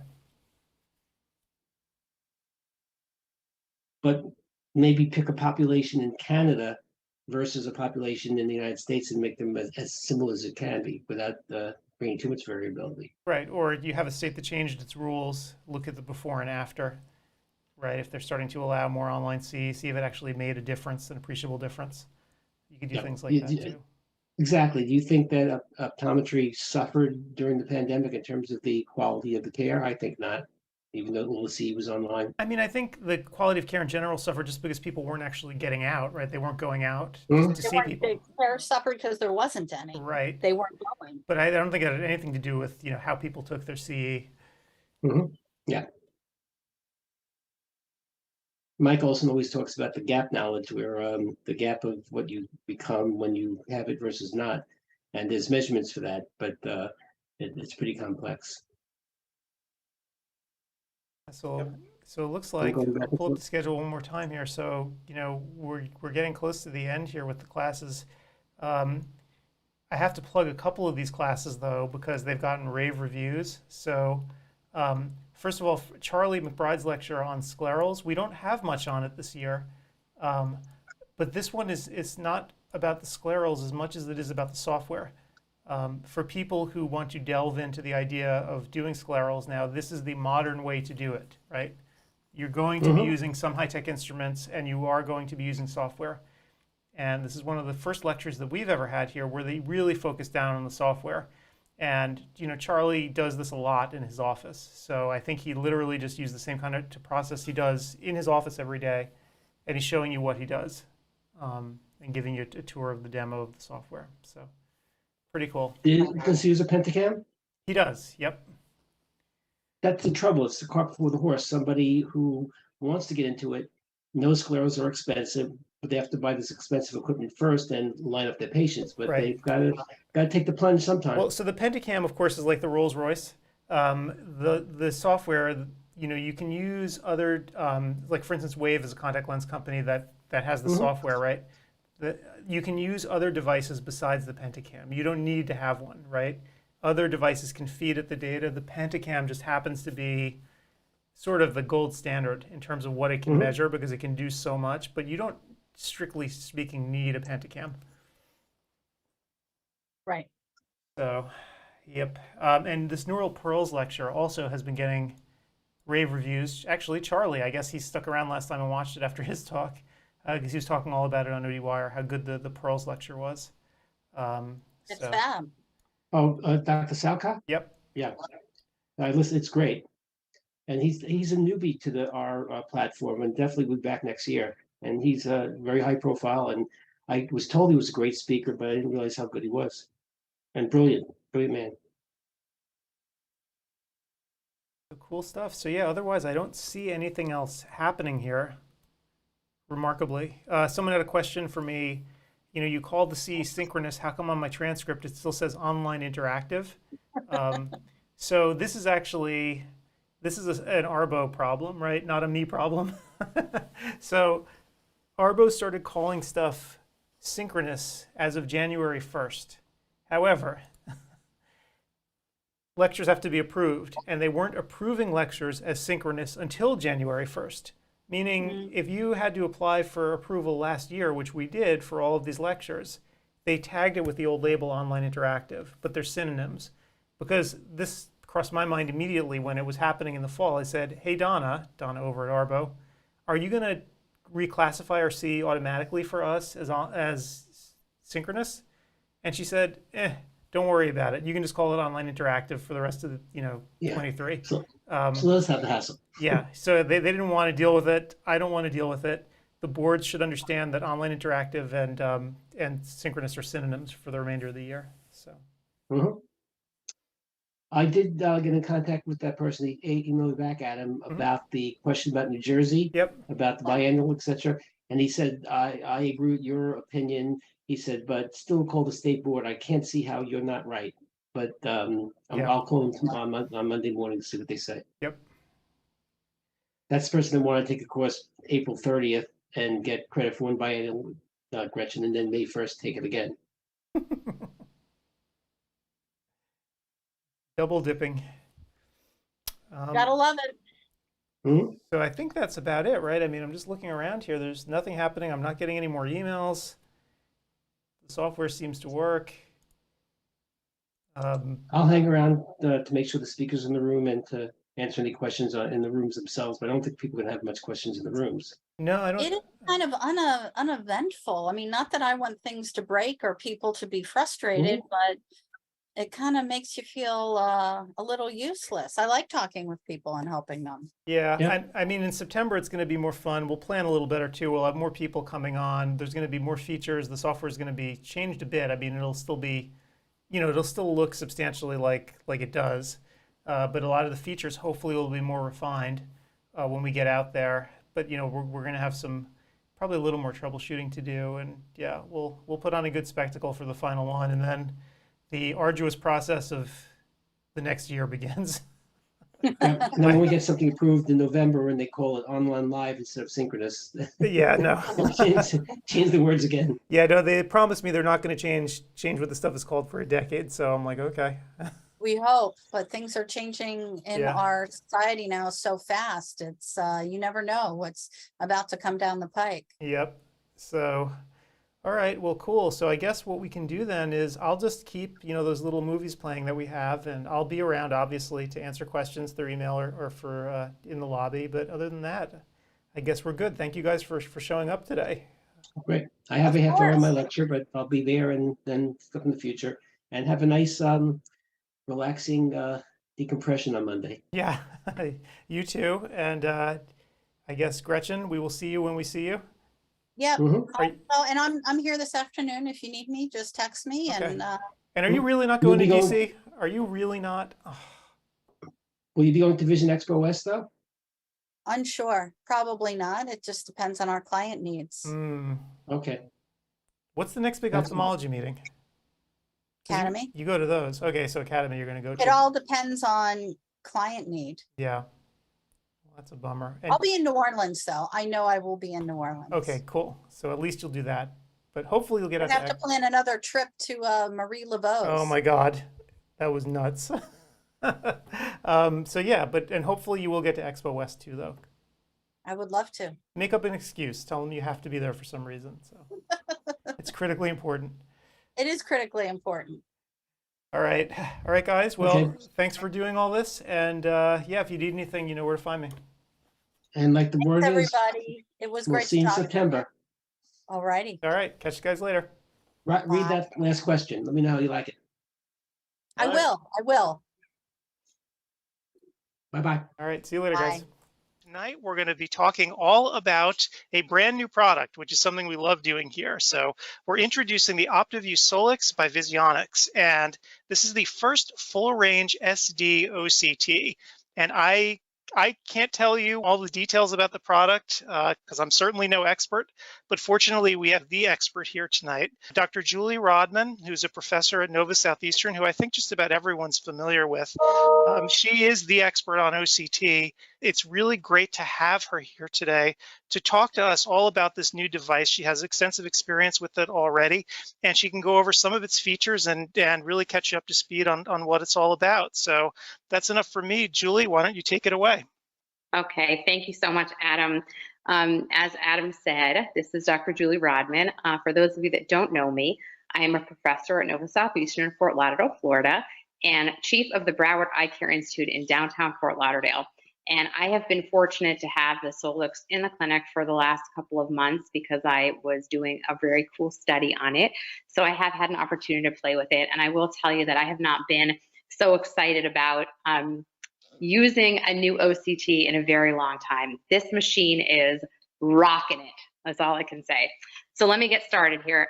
So as Adam alluded to, I'm going to go through some of the amazing things that Solix is going to bring to us, starting with full range anterior segment. And I'm going to show you images of everything that I'm talking about. So what does full range anterior segment mean? Essentially, it's going to give us a panoramic view of the anterior segment of the eye from the front surface of the cornea to the posterior surface of the lens. So we don't have to go through multiple images to essentially see the entire front surface of the eye.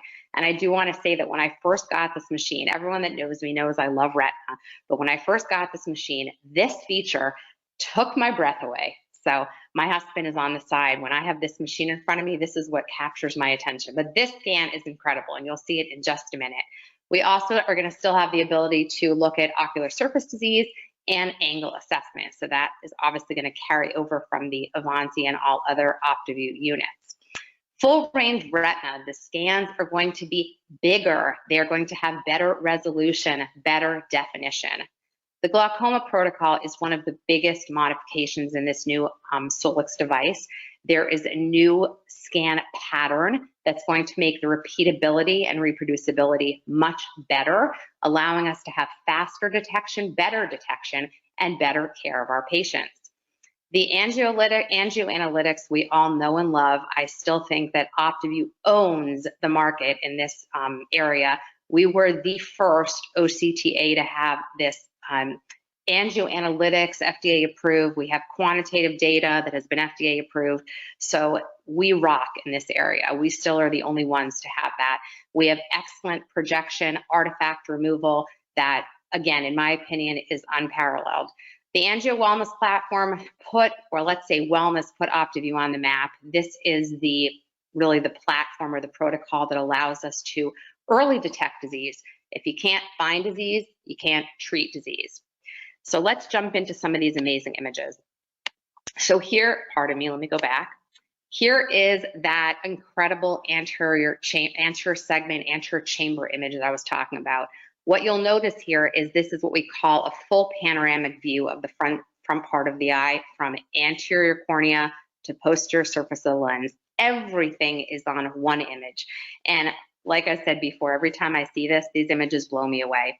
One of the really cool things about this is that we're not going to have to take separate angle images, and I'm going to go into more detail in just a minute, because everything is essentially on this one image. You can even view a cataract through the lens because the definition and the resolution is so outstanding. This was a picture of a patient that I took. You will notice that this Solix also has the ability to take a picture. So on the left side of the screen, you'll see this really pretty picture of an anterior chamber implant with an LPI. And what's really neat is that you can actually image the anterior chamber right along, or you can view the anterior chamber right alongside the picture.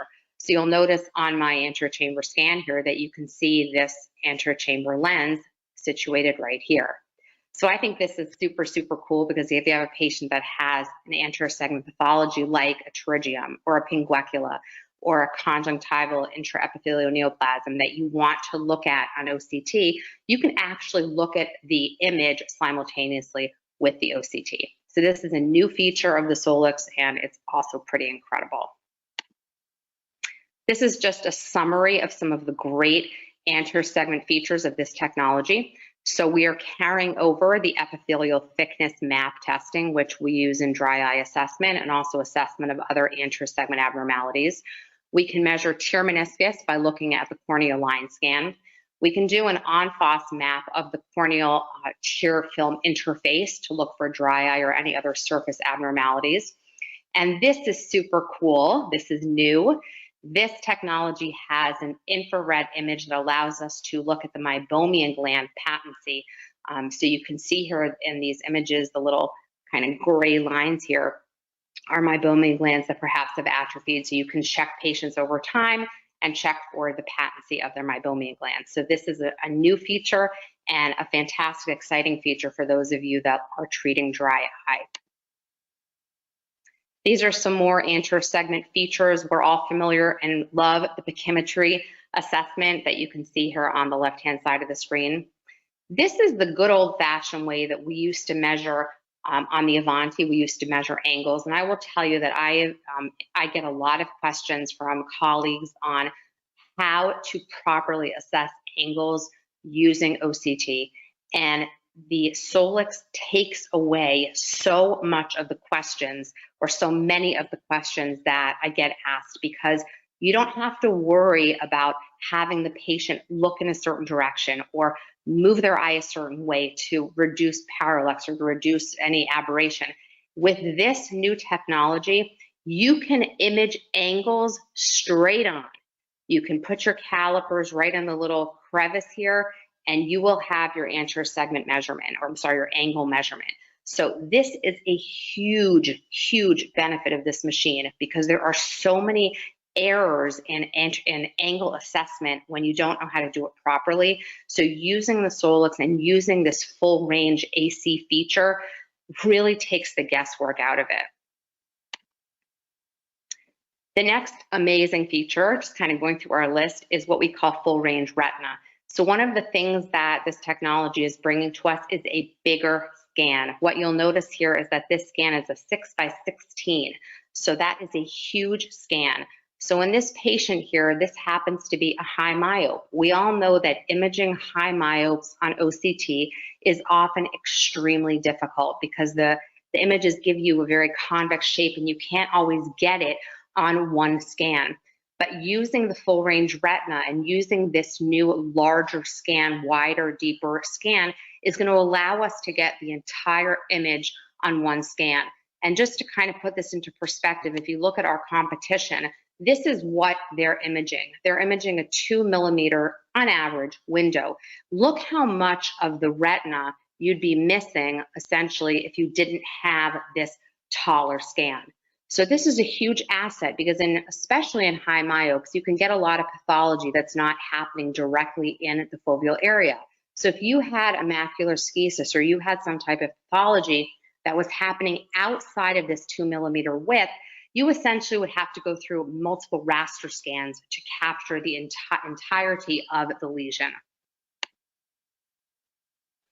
These images, second to the full range AC, are ridiculously incredible for being my favorite.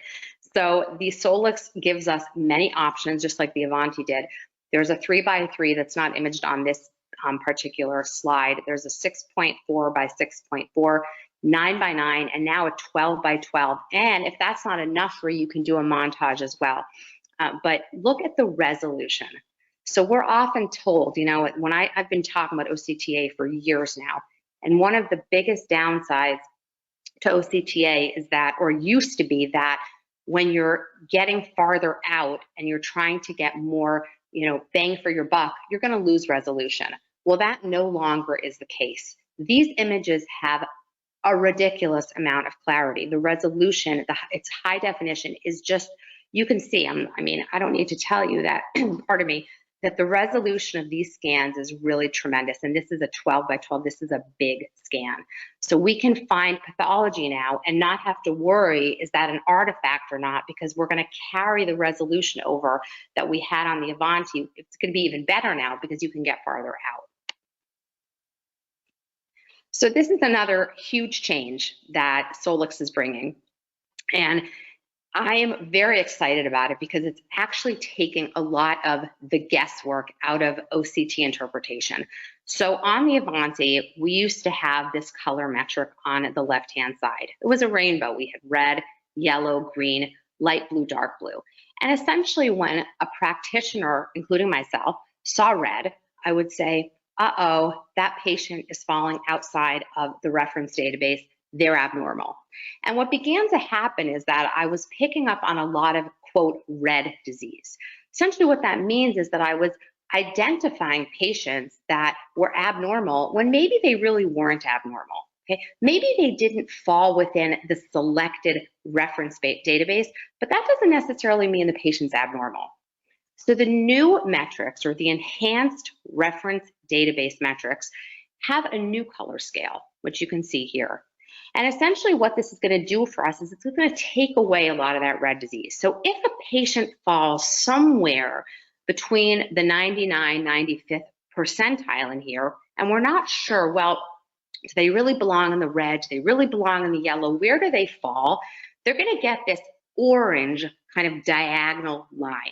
And that tells us, hold on, doctor, that doesn't necessarily mean my patient's abnormal. It means we're going to take another look at them. We're going to think about it. Maybe they're going to go red, or maybe they're going to stay in that orange, or maybe they might even be yellow, but they're not necessarily abnormal.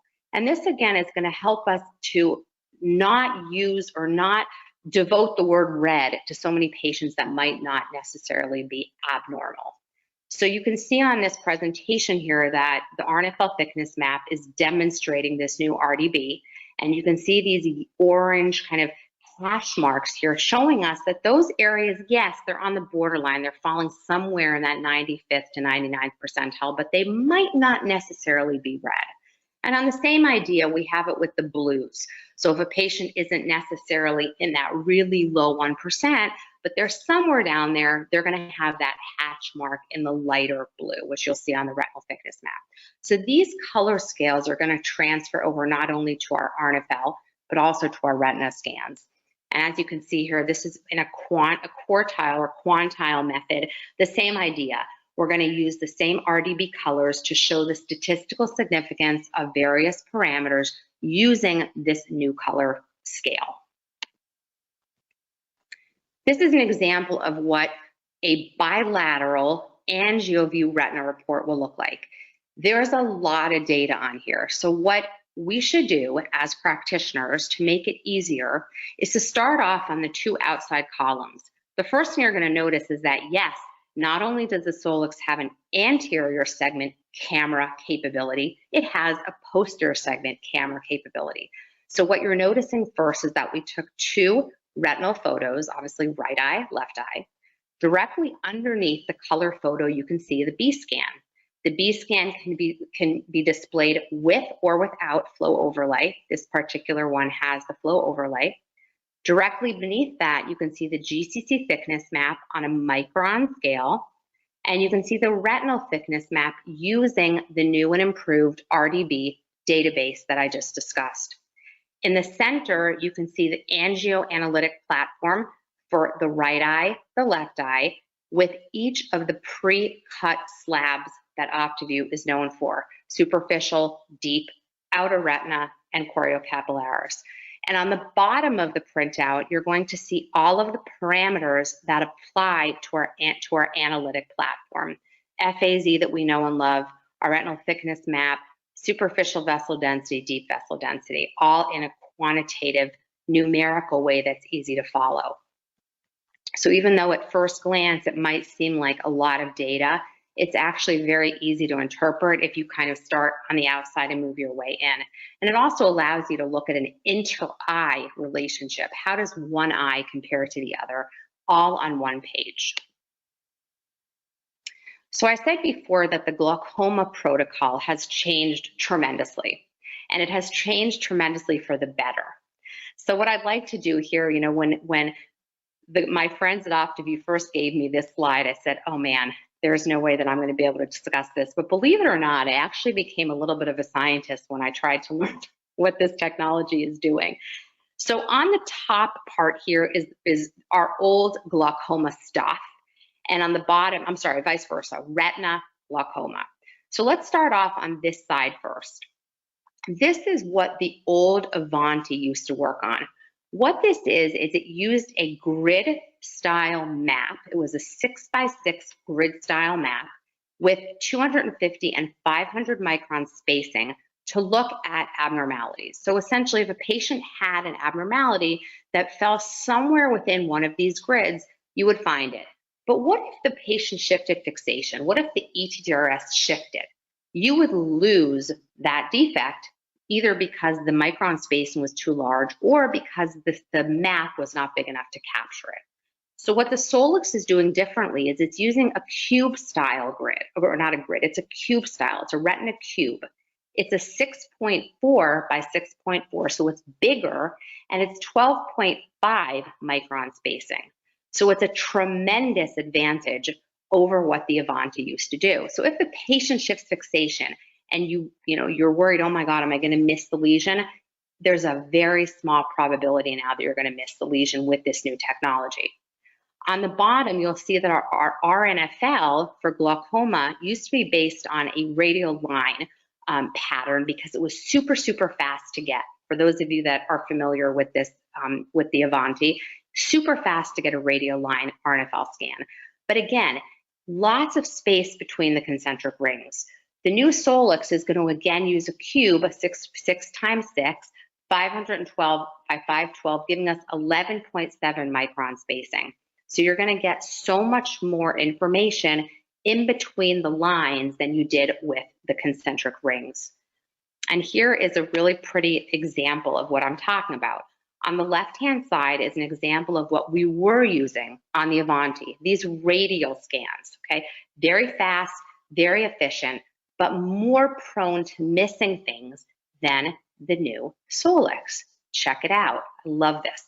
So you can see how close together these lines are, allowing us to take a much more specific look, or more precise look at abnormalities than on the old radial pattern. So in turn, what is this going to do for us? We've improved the scan pattern. Okay, we know that we have much tighter microns. We're getting more information. So what does this do for the doctor? Well, essentially, it's going to give us better reproducibility and repeatability. Well, what does that mean? It means that if you were to look at the Avanti, just for argument's sake, let's say we were looking at the superior RNFL on the Avanti. The repeatability is 2.2 microns. On the Solix for the same area, the repeatability is 0.7. Well, what does that mean, Dr. Rodman? I don't understand.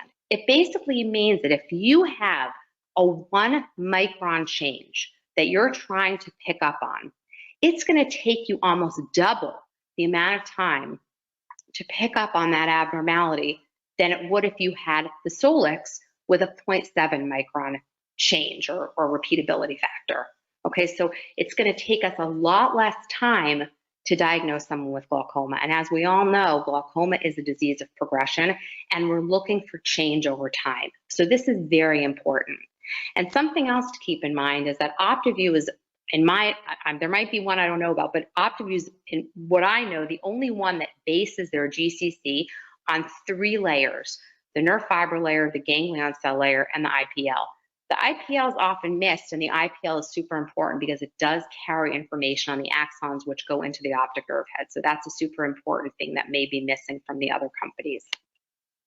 So here's a map that shows you exactly what I was talking about. On the top would be, let's say, a schematic of the Avanti. On the bottom is the Solix. You can see that it would take each of these little yellow dots is a visit. It would take all of these visits at a little more than 1.5 years to find that the patient actually is progressing with a 2.2 micron reproducibility, versus on the Solix, you can see how much less time, 3/4 of a year, using that 0.7 micron change. So it's a much tighter amount of time, gives us better information because of the new scan pattern, and allows us to make a diagnosis in a faster amount of time.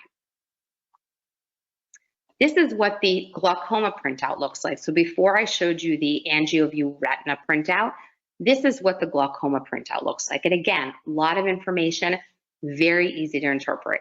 So what you'll notice is we start off again on the 2 outside columns. We have an optic nerve head photo here. Okay, so before we had retinal photos, here we have optic nerve head photos. Right next to the optic nerve head photo, you can see the RDB. What this is telling us is, where does this scan differ from the reference database? So those colors are showing us where there's areas of abnormality. If you go down, you can see that there's a GCC thickness map on a micron scale. And what's super cool about this printout is that I started off telling you that we have this RDB map up here. Right below it, we have our RNFL thickness map using the new RDB or reference database. And then below that, we have our angioanalytic platform with this radial peripapillary capillary density map. So you essentially have 1, 2, 3 ways, all kind of right in line for you to assess an abnormality. You don't have to go through scans. You don't have to flip between images. This is showing you 3 different representations of nerve fiber layer thinning in a potential glaucoma patient. So if you don't necessarily love angio and you're not familiar with it, you can use your RNFL thickness map. You can look at the reference database colors up here. So there's a lot of different ways. Then you can look at things which I'm showing over here on a quantitative map. So if you like numbers, you can look at things either in a hemispheric or quadrant analysis. And on the bottom, we have our good old-fashioned B-scan. And the B-scan is actually movable. So you can take your mouse and you can move through the scan. You don't have to go to your 3D baseline map. In the center here, we have all of our metrics. These are the metrics that we all know and love with OptiView. Very easy to understand: our RNFL analysis, our optic nerve head analysis, GCC analysis. And then on the bottom, we have our angio, our radial peripapillary capillary density metric or map. So, and our T-SNP maps are still there. So everything is in one very, I think, easy to interpret way. And again, the ability to have all this information on one page allows us to look at inner eye symmetry or asymmetry, depending on what the condition is. We also have amazing post-processing alignment, and the purpose of this is so that we can look for change over time.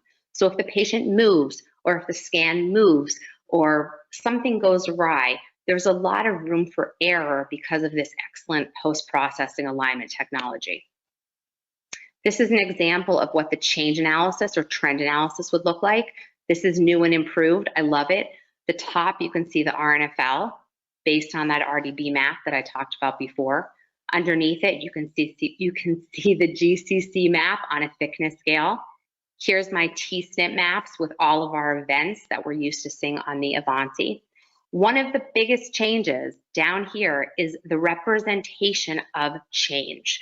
So this is super easy to understand. You can look at any area of the RNFL, and all you have to ask yourself is this straight or is it going down?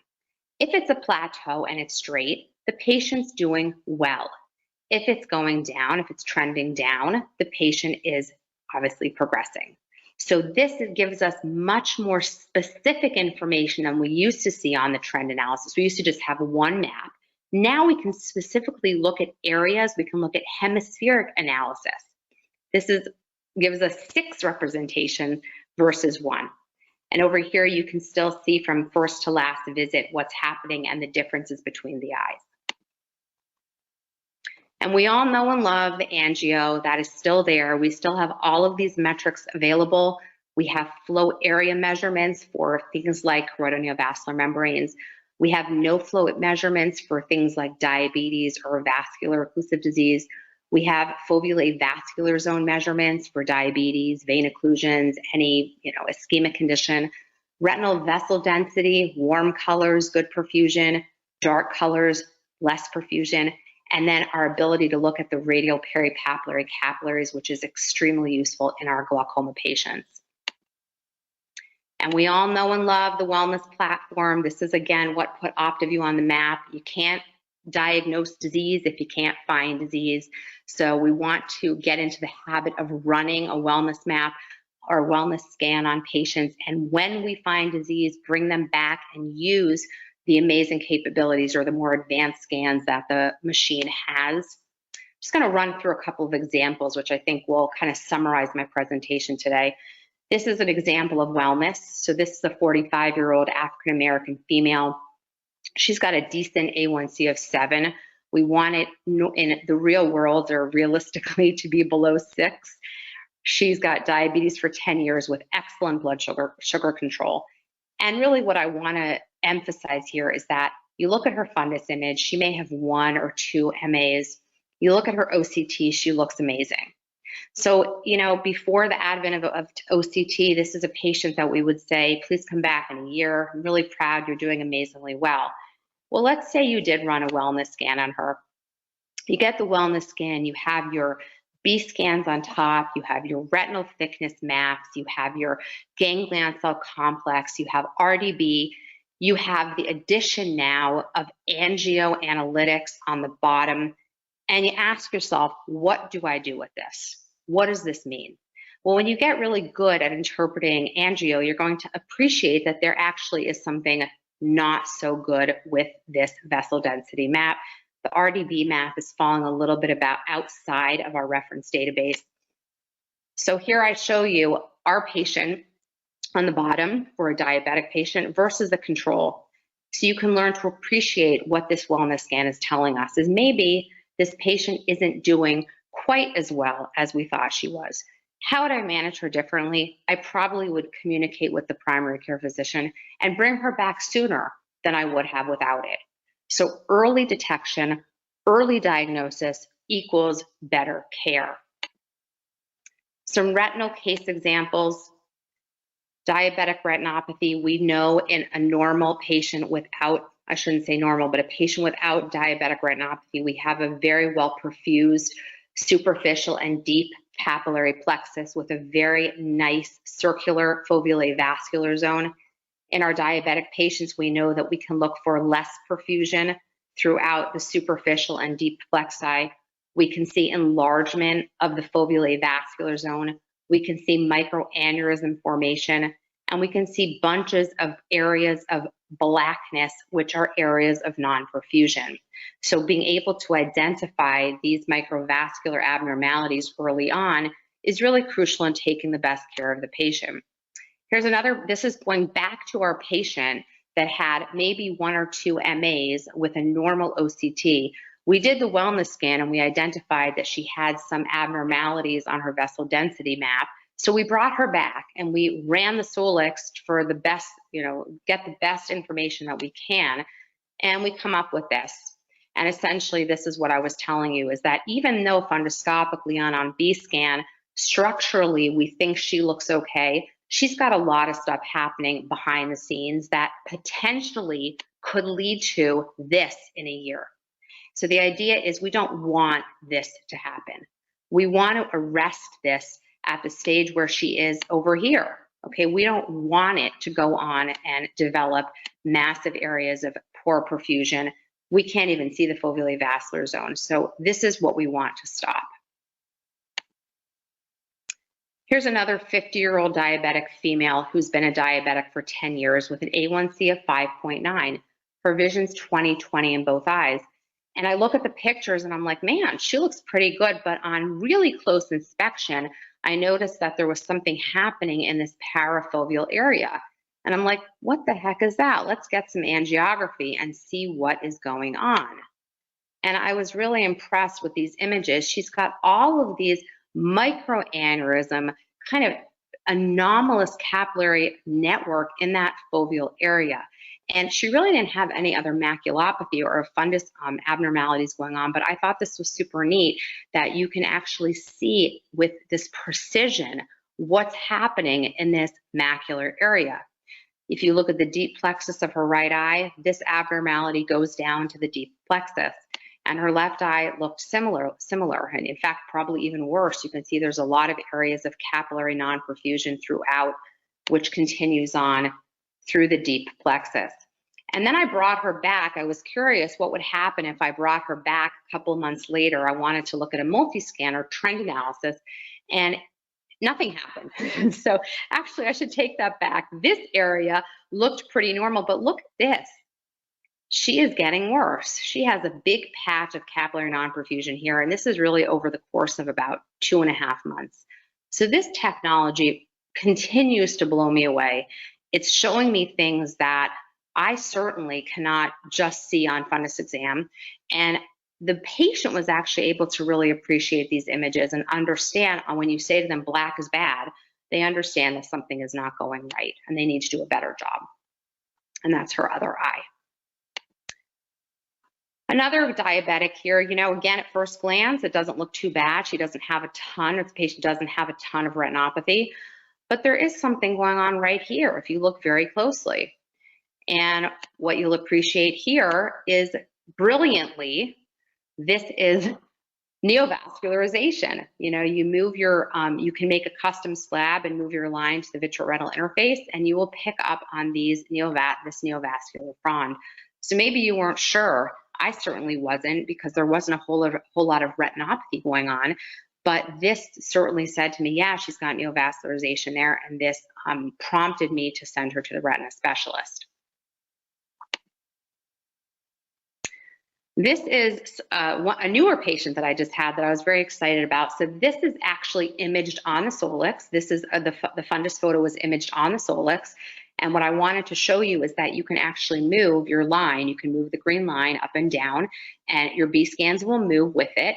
And you can see the angio right next to it. So not only can you manipulate the picture to look along the B scan, so you can specifically look at an abnormality, but you can also look at the angio at the same time. And we are the only people, or the only company, that can put all 3 of these technologies on the same platform.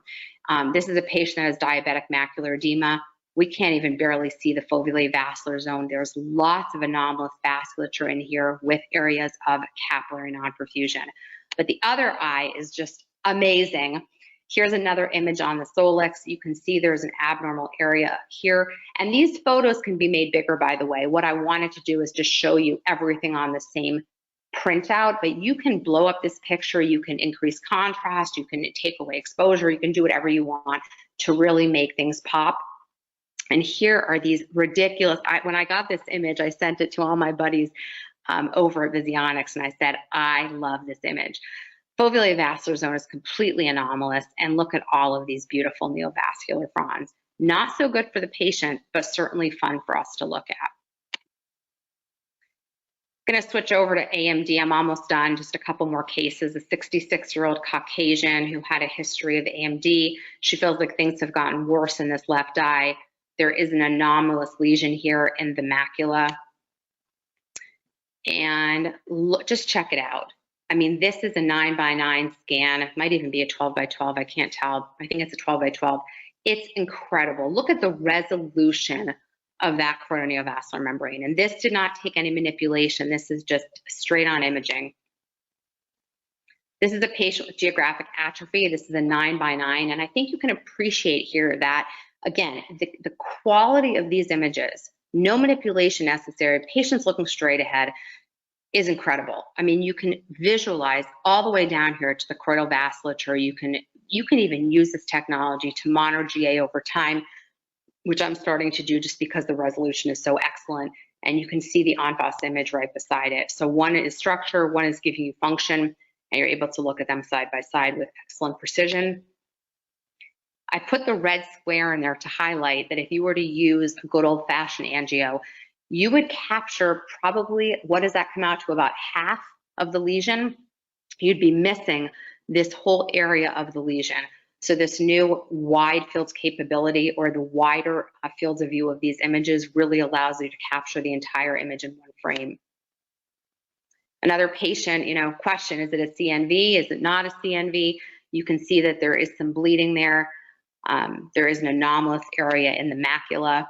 And again, check out the choroneovascular membrane. Now, this patient was not very cooperative, and I wanted to put it in here just to show you that even when you don't have a cooperative patient, even though you can see there are some saccades, there are some blinks, you can still capture brilliantly this choroneovascular membrane. And this is a massive one. So this one was a 6x6, and I believe I have her on a 9x9 too. There's the 9x9. So this, it just shows you in perspective how much area this choroneovascular membrane is taking up. And again, not a good patient, a lot of movement. The image was still able to capture. So a lot of times you have these difficult patients that can't fixate, perhaps because they have a CNV, and we just give up and we say, we're not even gonna try to get an image. But guess what? You can get an image. This machine is able to get through so much mess because of the post-processing power and the projection artifact removal. And then glaucoma, just to sum this up, these images were taken on the solix. These are two optic nerve head photos taken on the solix. When I looked at these, I thought that the left eye looked a little suspicious for glaucoma. There was definitely some asymmetry in the cupping. So I went ahead and ran a report, and here is my report on this patient. And I was shocked to see that essentially that left eye did not fall too much outside of where the right eye fell. Most of the parameters came out within our reference database. One thing I did notice is that the GCC, again, was falling in that orange zone in both eyes. So something to keep in mind, something to watch, something to see in a patient that does not have any other retinal disease. When the GCC is abnormal, we want to keep an eye on it, make sure it's not an early indicator of glaucoma. Again, we have our angio maps here, everything that you could possibly want on this page. This is another patient, very, very cupped in that right eye, somewhat cupped in the left eye. Is it glaucoma? Is it not glaucoma? And this kind of goes back to why that R&R, that better 0.7 micron resolution change is so important, because we want to be able to pick up on glaucoma as early as possible. So here's kind of a magnified report. I picked out pieces just to show you. We have our on-phos images on top. We have our RNFL images. And in this particular patient, there was asymmetry. That right eye that was much more cupped than the left is definitely showing some RNFL defect, which you can see here, which we're not seeing on the other eye. You have the vessel density map, that peripapillary or radial peripapillary capillary density map. So you have a way of looking everything side by side, and you have all of your metrics in the middle that we talked about before with the new RDB. So I think that is it. Let me see. Yes. I hope that I got through my excitement to all of you. I'm happy to share or answer any questions that anyone might have. Excellent. Well, thank you so much, Julie. That was actually a really great tour. I think probably just about all of us out there haven't really had exposure to the technology yet. So thank you for giving us an introduction. By the way, if anyone wants to ask questions, click on the question box on the right side of the screen and feel free to ask, and we can try to answer a few of them here. So the first question, and Julie, I don't know if you're going to be prepared to answer this. What is the cost? Well, it's a good thing I have people on here from the company to take that one. That's not for me to answer. Right. So yeah, I don't know if anyone from the company wants to chime in with the approximate answer. Yes, no. Well, we'll move on to the next question. Maybe if somebody wants to jump in. Let's see. From Visionics, if you want to book a virtual demo, we can go through the ROI calculator and show you kind of the features and then determine if it would fit with any of the clinics. Okay, cool. Thanks, Rachel. So they do that online? Yep, absolutely. Excellent. So head on over to your website, I guess, and then just fill out the form, and that should do it. Cool. Okay. Question here, dilated or undilated pupils? Every scan that you saw here was done through an undilated pupil. Believe it or not. No, actually, the chorioneovascular membrane was not. That was done through a dilated pupil. You can do it through both. It's the same as with the Avanti, the same exact idea. You know, you can try to do it undilated. I have had a lot of success. Or you can always dilate. Either way. Right. Question here, and I guess this is more of a general question. Somebody has a different brand of OCT right now, thinking of upgrading and moving to Solix. So the question is, how do you compare images from an older OCT to this new unit? Well, there's two parts to that. I mean, for retina, I would compare OCT-OCTA to an MRI or a CT. Once you know how to interpret a scan, it really doesn't matter what technology you're on.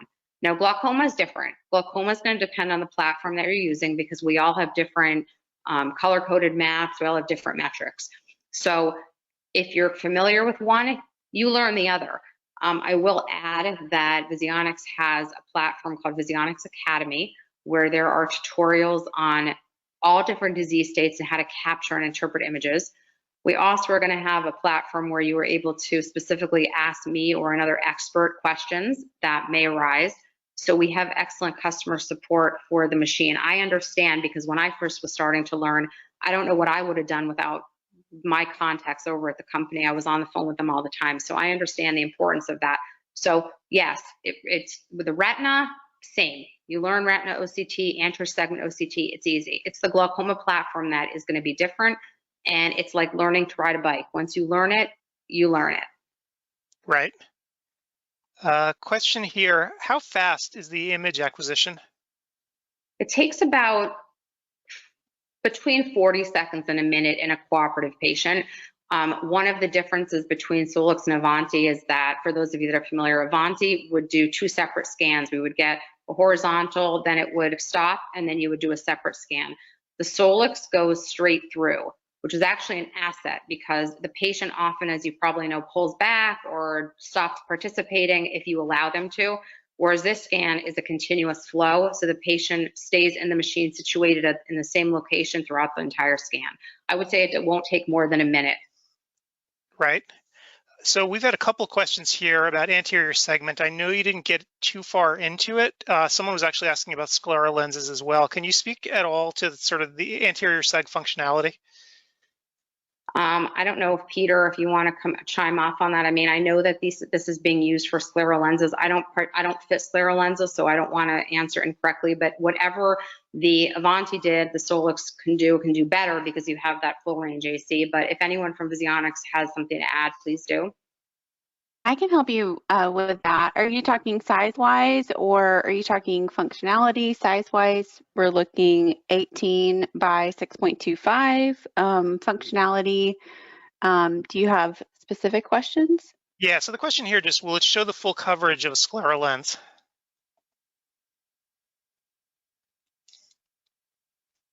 Give me just 1 second.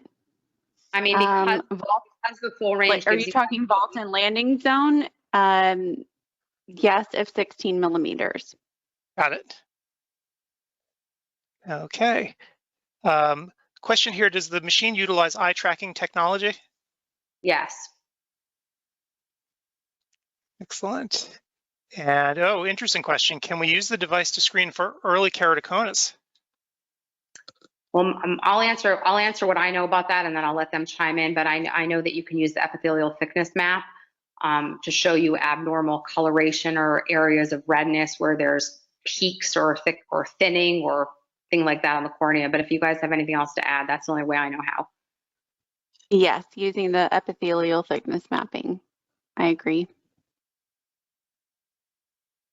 And a question here, I think we've had a couple of questions sort of about the software. People are wondering sort of, can you distribute the data to different workstations? Do you have to be at physically the machine to work with the data, or can it transmit it to other machines around the office? I'm going to send that to the software people over there. That I don't know. Yes, it can transmit the data via the review stations software. Great. And let's see. Full functionality.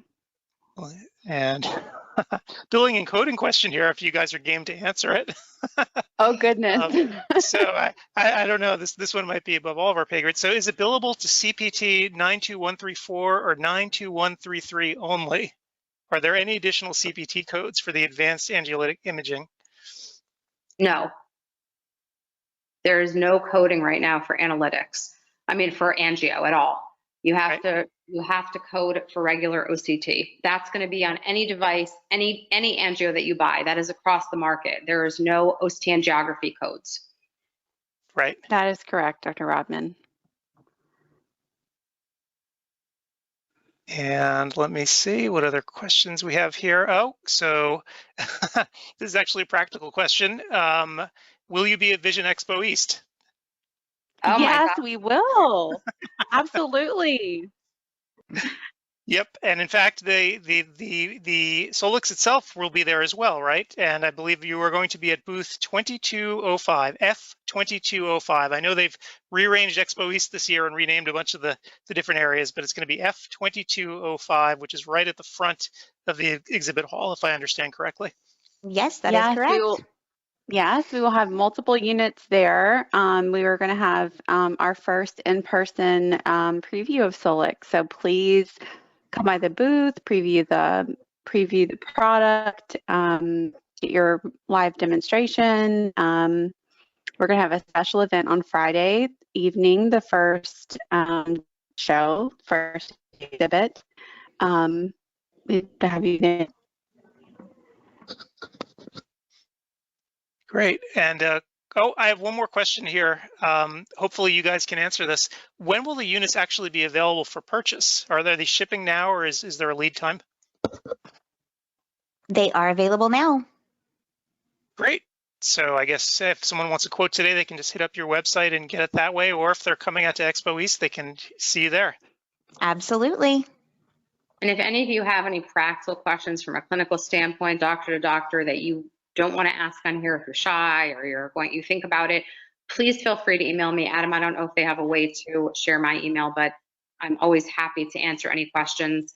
Like I said, I've been using the technology Nobody forced me to continue working on this device, and I chose to, and I love it. So just letting you guys know, if you have any questions, please reach out, and I'm happy to answer the questions. Excellent. And we'll actually have an archive of this webinar on ODwire with the discussion thread beneath it. So people can feel free to ask questions there and we can get a conversation going there. People might also be watching this at CEwire. We're going to be rebroadcasting this over and over again at CEwire this weekend. And I'm sure that's going to generate a bunch more questions as well.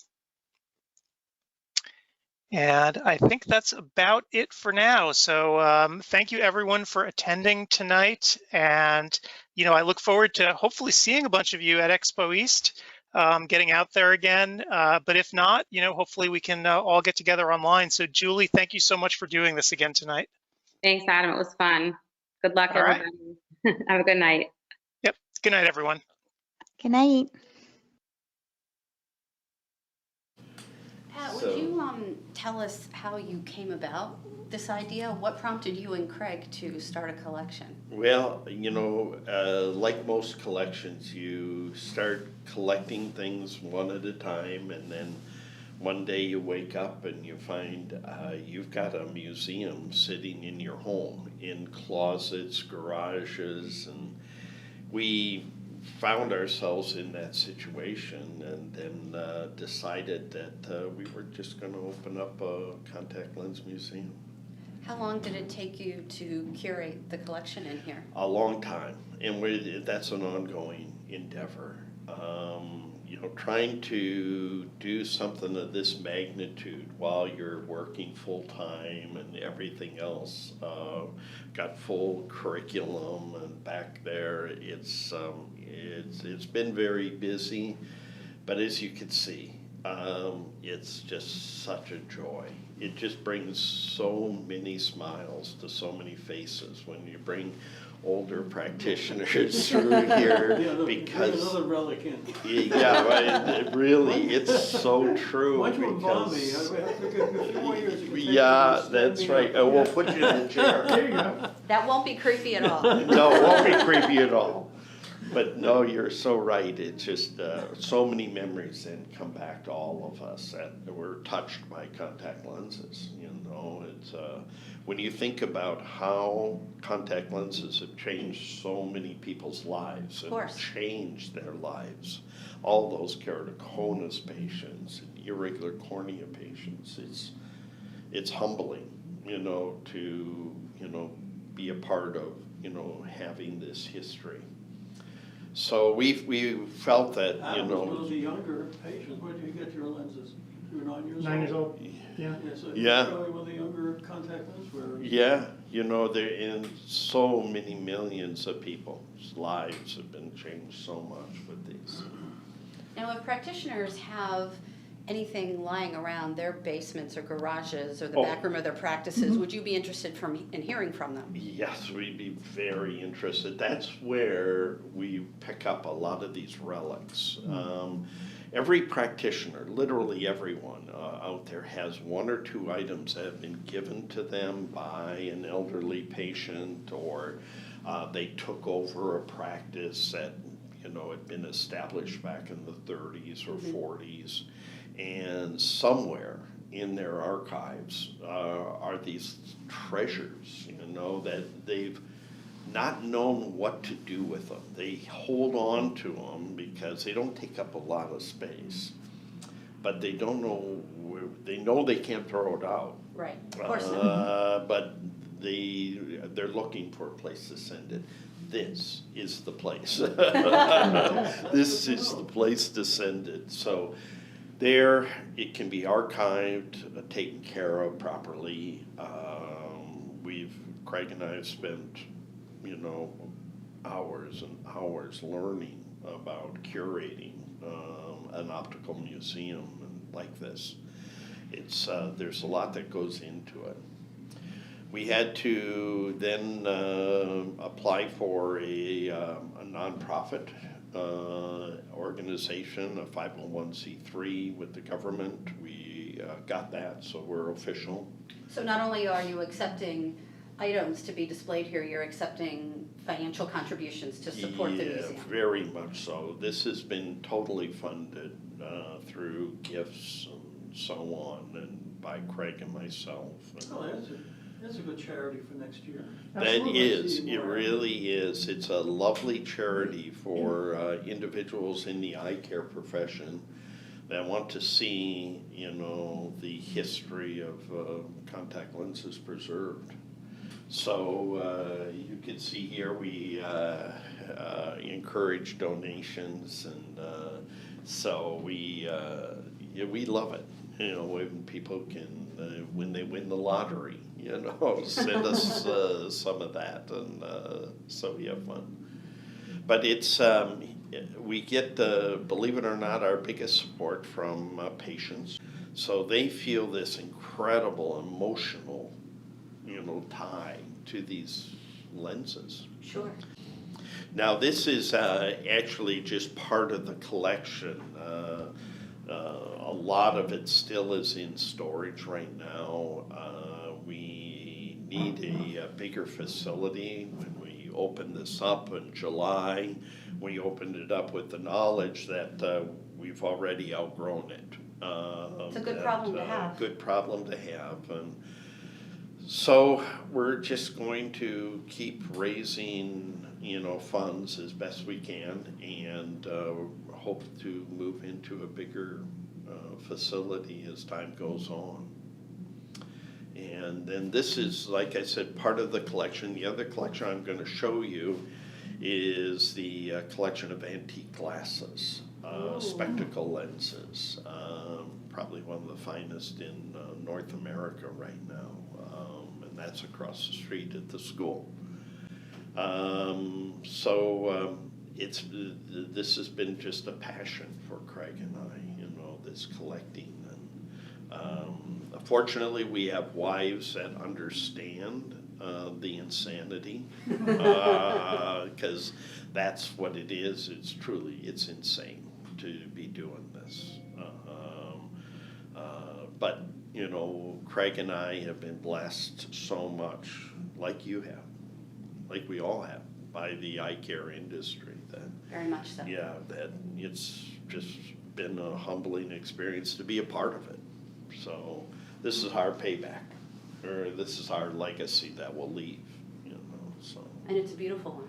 It's a start. It's a beautiful, beautiful, beautiful start, and so we're real happy, very, very happy with it all. Excellent. So many, many years ago, as you can imagine, it's really myself and Craig Norman who kind of put this all together. The story begins over here. I'll sort of walk you through. This is kind of the evolution of contact lenses. All of these lenses here are made of glass. And so these were the earliest contact lenses in Germany and Zeiss. So they were the three making glass scleral lenses at the time. When did Oberg come in? Oberg came in the 1940s. How do you know that name? I used to live with him. Oh my. I was just reading a book this morning, his textbook from 1945 on contact lenses. It's really one of the earliest. Yep. And that is, what a coincidence. Oh, yeah. So Are these companies related? It's no, Muller Stone and Muller Welt? No, they were different families. Okay. Yeah, they had no relation. And so these, like I said, it's the largest collection of glass contact lenses in the world. So it's they're hard to find, very rare, wonderful to feel because they're incredibly heavy. Can I touch one? Yeah, as a matter of fact, you can touch the one that is yours. Craig and I wanted you to have this. This is a glass Really? scleral lens. Wow. And it's all the contributions you've made to the industry. You deserve that. Oh, you are so kind. Thank you. Yeah, it's, Look at this it's thing. kind of neat to have. You can see kind of how rough the optics were. Very rough. And, but, you know, they got better with time. That's a real early one. Would you like What to see? year? This would have been probably early 1900s, so between 1900 and 1910. But you could feel how smooth the glass The workmanship was wonderful. But yeah, it's that's definitely one we wanted you to have. That's very nice. Yeah, thank you. Yeah. This would be a real challenge to apply and to remove. Yeah, it really is because of the size. These were about 22 to 24 millimeters in diameter, so they were pretty big. And then I see that they're fenestrated as Some well. of them were, and that's kind of unique, the number of them that were fenestrated. You can imagine drilling a hole in glass can be a little bit challenging. And, A lot of breakage. Yeah, but I'm always surprised when I'm going through the lenses, the number of them that have actually been fenestrated. And that would have been a challenge as well, not only drilling the hole, but making sure that the edges are smooth enough. Oh, Because yes. that would have been quite painful had you applied a fenestrated Yeah. lens that wasn't smooth. But then you look at these Zeiss lenses, the optics are absolutely perfect and they're incredibly thin. And I always wonder how many of those broke in the eye. You know, it wouldn't take much trauma That would have been to a shatter really big problem. those, yeah. But that was unique of the Zeiss lenses at the time. They were incredibly thin. Do you know who made this one? The one that you gave me? That one, yes, I do. That one was from the Mueller-Weld company. Wow. Yeah, that one. Look from at these. there. And then So those are the molds right there? Those are the molds. So that is and let me- brass, and Let then me take you through how, let's looks like a say shell. it's 1920 and I'm gonna fit you with a contact lens. It would all begin over here. May I sit in the chair? Yes, please. You sit in the chair again. That's where I sit. You know, I get comfortable in here. And now the molding process began by just simply mixing this compound. It's called moldite. And we would mix it in one of these containers. And then it would be placed into a syringe.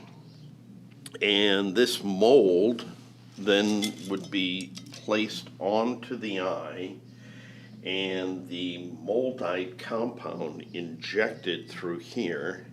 And then it would take a perfect mold of the anterior segment. So the molding compound would harden in about 90 seconds. So you had to be real efficient with your time. You had to load this, inject it, and be pretty efficient. So you had to do that on a board exam, right? Absolutely. 1950s. Jeez. And then what happened next was when you had that beautiful mold, you would mix this next compound called cast stone. And that cast stone then was just like a concrete, but incredibly fine, powdery concrete. And then you would let it harden, and then you would have this beautiful impression of the eye.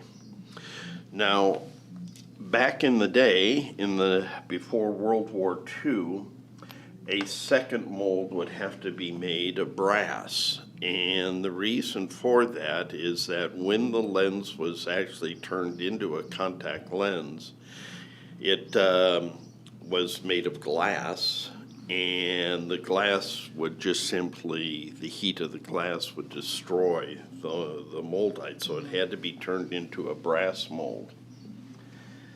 then it was taken over here, and this is probably the highlight of the museum in the fact that we have the only remaining glass contact lens making apparatus in the world. This is Really? it. This is the only one left. Does it work? If you It wanted works. to create a lens, Oh, you yeah. could? Yeah, we've had it fired up, and you could see we've destroyed part of the table from the firing it up, and it makes a lot of pops and noises. And now there was this vise was on the stand. We don't know what its function was, but it must have had some function. The problem with this instrument is that nowhere can we find anything written on how to manufacture the contact lens or how they were manufactured. So we're having to piece it together little by little. Now, the If I push this, is something gonna happen? yeah, Oh, push it. Push it? Yeah, push both of them. This one. Oh my And God. it still works. That's the amazing thing. We fired up these motors, and they were still working. This is incredible. So, now, the way it worked was you attach the mold, the brass mold of the shape of the eye here. Top two, I think. Perfect. Now, that bottom, yeah, no, you got it. You got them both. Good. And what would happen is you had natural gas and oxygen that were mixed together. Those were, it wasn't propane. Propane hadn't been invented yet, so they actually used natural gas back in that day. And so the gases were then mixed up here to the appropriate concentration, and these valves controlled the amount of oxygen versus the amount of natural gas. It looks like it's a very non-precise process. Exactly, very non-precise.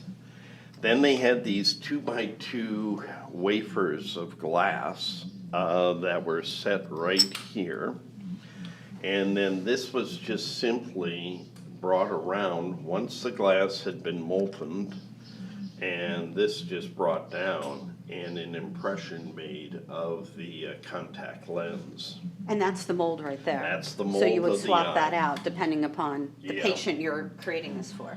And then in this little container, when I got the instrument, it was just filled up to about here with asbestos. Oh, excellent. So that made it all complete. So then you would bring it back here, drop this mold, and because it was flaming hot from being in contact with the glass, and it would fall into the asbestos where it would be cooled. And now with these little tools here, the residual glass would be broken away. And then you saw over here how the edges were rounded, and then the power placed on the front of the lens with this. Now, the only thing we can think of here is that this was actually operated by hand to oscillate the application of the power on the front side of the lens. That's all we can actually kind of surmise. We don't know how else it was driven. And but everything came with the unit. It was intact. And it's actually from, of all places, Perth, Australia. Don Ezekiel. Yeah, Don Ezekiel. And if anybody would have something like this, it would be It'd him. be him. And you'll see as you go through the museum, many of the pieces are from Don's collection. And that was probably the largest in the world. And he gave it all to us. So we're really super fortunate to have that. And he got his basement back. I'm sorry? He got his basement back. Yes, they had his garage. He had had it in his laboratory, but when he sold the laboratory, it moved into his garage. So he was kind of grateful, but again, sad to see it all go away. And, but to have the only one remaining, now this is for this. A mechanical tool then, nothing to do with creating the contact lens. No, just strictly for changing out the gas. If you wanted to, is there gas in there? Could you make one? No, we keep the live ones in my garage at home, but these are actually empty.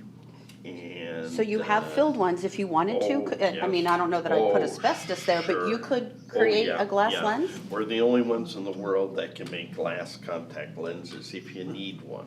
Have you tried it? Oh yeah, we've tried it and it's incredible. Just, there's a lot of experimentation, getting the temperature right, getting just the exact amount of natural gas and the exact amount of oxygen. But you could see that it would be very easy to accomplish. Now, when PMMA came along, things changed rather dramatically, because now it was possible to just simply use the mold itself rather than turning it into a brass mold. And what was used at that time then were these PMMA wafers. That's actual PMMA? Yeah. I thought it was cardboard. No, it has this protective coating on it, and you just peel this away, and then there's this beautiful piece of acrylic plastic. Wow. For scleral lenses. That's really cool. Very cool. And now, it didn't take any temperature at all to melt that. That was not like melting glass. So I think we even have one here that might be, there we go. Oh, so that's it. That's it. So dare I ask the question, when you were in school, did you ever see anything like this? Yes, well, with the way it worked in school, our contact lens course was one person with keratoconus that was handed down from class to class. And we had it was at Columbia University, and we had Isidore Finkelstein was the professor, a very bright guy, but that was it. And he had this one guy, and every time they had to do something to wash the lens or something, there was no sink. The Fink used to walk in to the bathroom and wash it and try it on. And this guy never succeeded, but he kept coming back from class to class. Oh, and that was the contact lens course in the 50s. Oh my gosh. That's so interesting you mentioned that name. I read his name for the first time last night. Finkelstein from Columbia University. And the reason I came across it, I was doing a story, as I'll show you down here, on Dennis England, who helped invent the first corneal contact lens. But I came across an article written by Hank Knoll from Bosch & Lowe on this gentleman from Columbia University. And it was the first time I had seen his name. And so it was really so that was the kind of neat. That was the contact lens course. Oh, my period. End of story, cool. and then whatever you learn happened afterwards. Yeah. It happened afterwards. But the academy required, in order to become a diplomate, you had to be able to fit a scleral lens and using moldite. And what happened, as basically we smuggled in some anesthetic, because there's no way you can put that shit in your eye. Yeah, no kidding. And say, stay still now. Because you can imagine if the patient's eye was moving during the molding process, you have a pretty bad mold. Yeah, I mean, so. What year did you earn your diploma? In 1965, I think. And so that was 67, being required at that time? Yeah, it was a very large class. The word was, you better get it now because it's going to get much tougher to do. But that particular part was separating the men from the boys, because you had to learn not only to do it, but then to adjust it. And I was always very unhandy. I figured I'd cut my hand off with the burrs that they used. Oh my, So, wonderful. So we have glass lenses. Glass lenses, and then, in fact, we, oh boy. Boris and I suffered. Oh my. So here we go to PMMA sclerals. PMMA sclerals, and you know, it was very, plastic was very slow to get involved into evolve into the contact lens industry.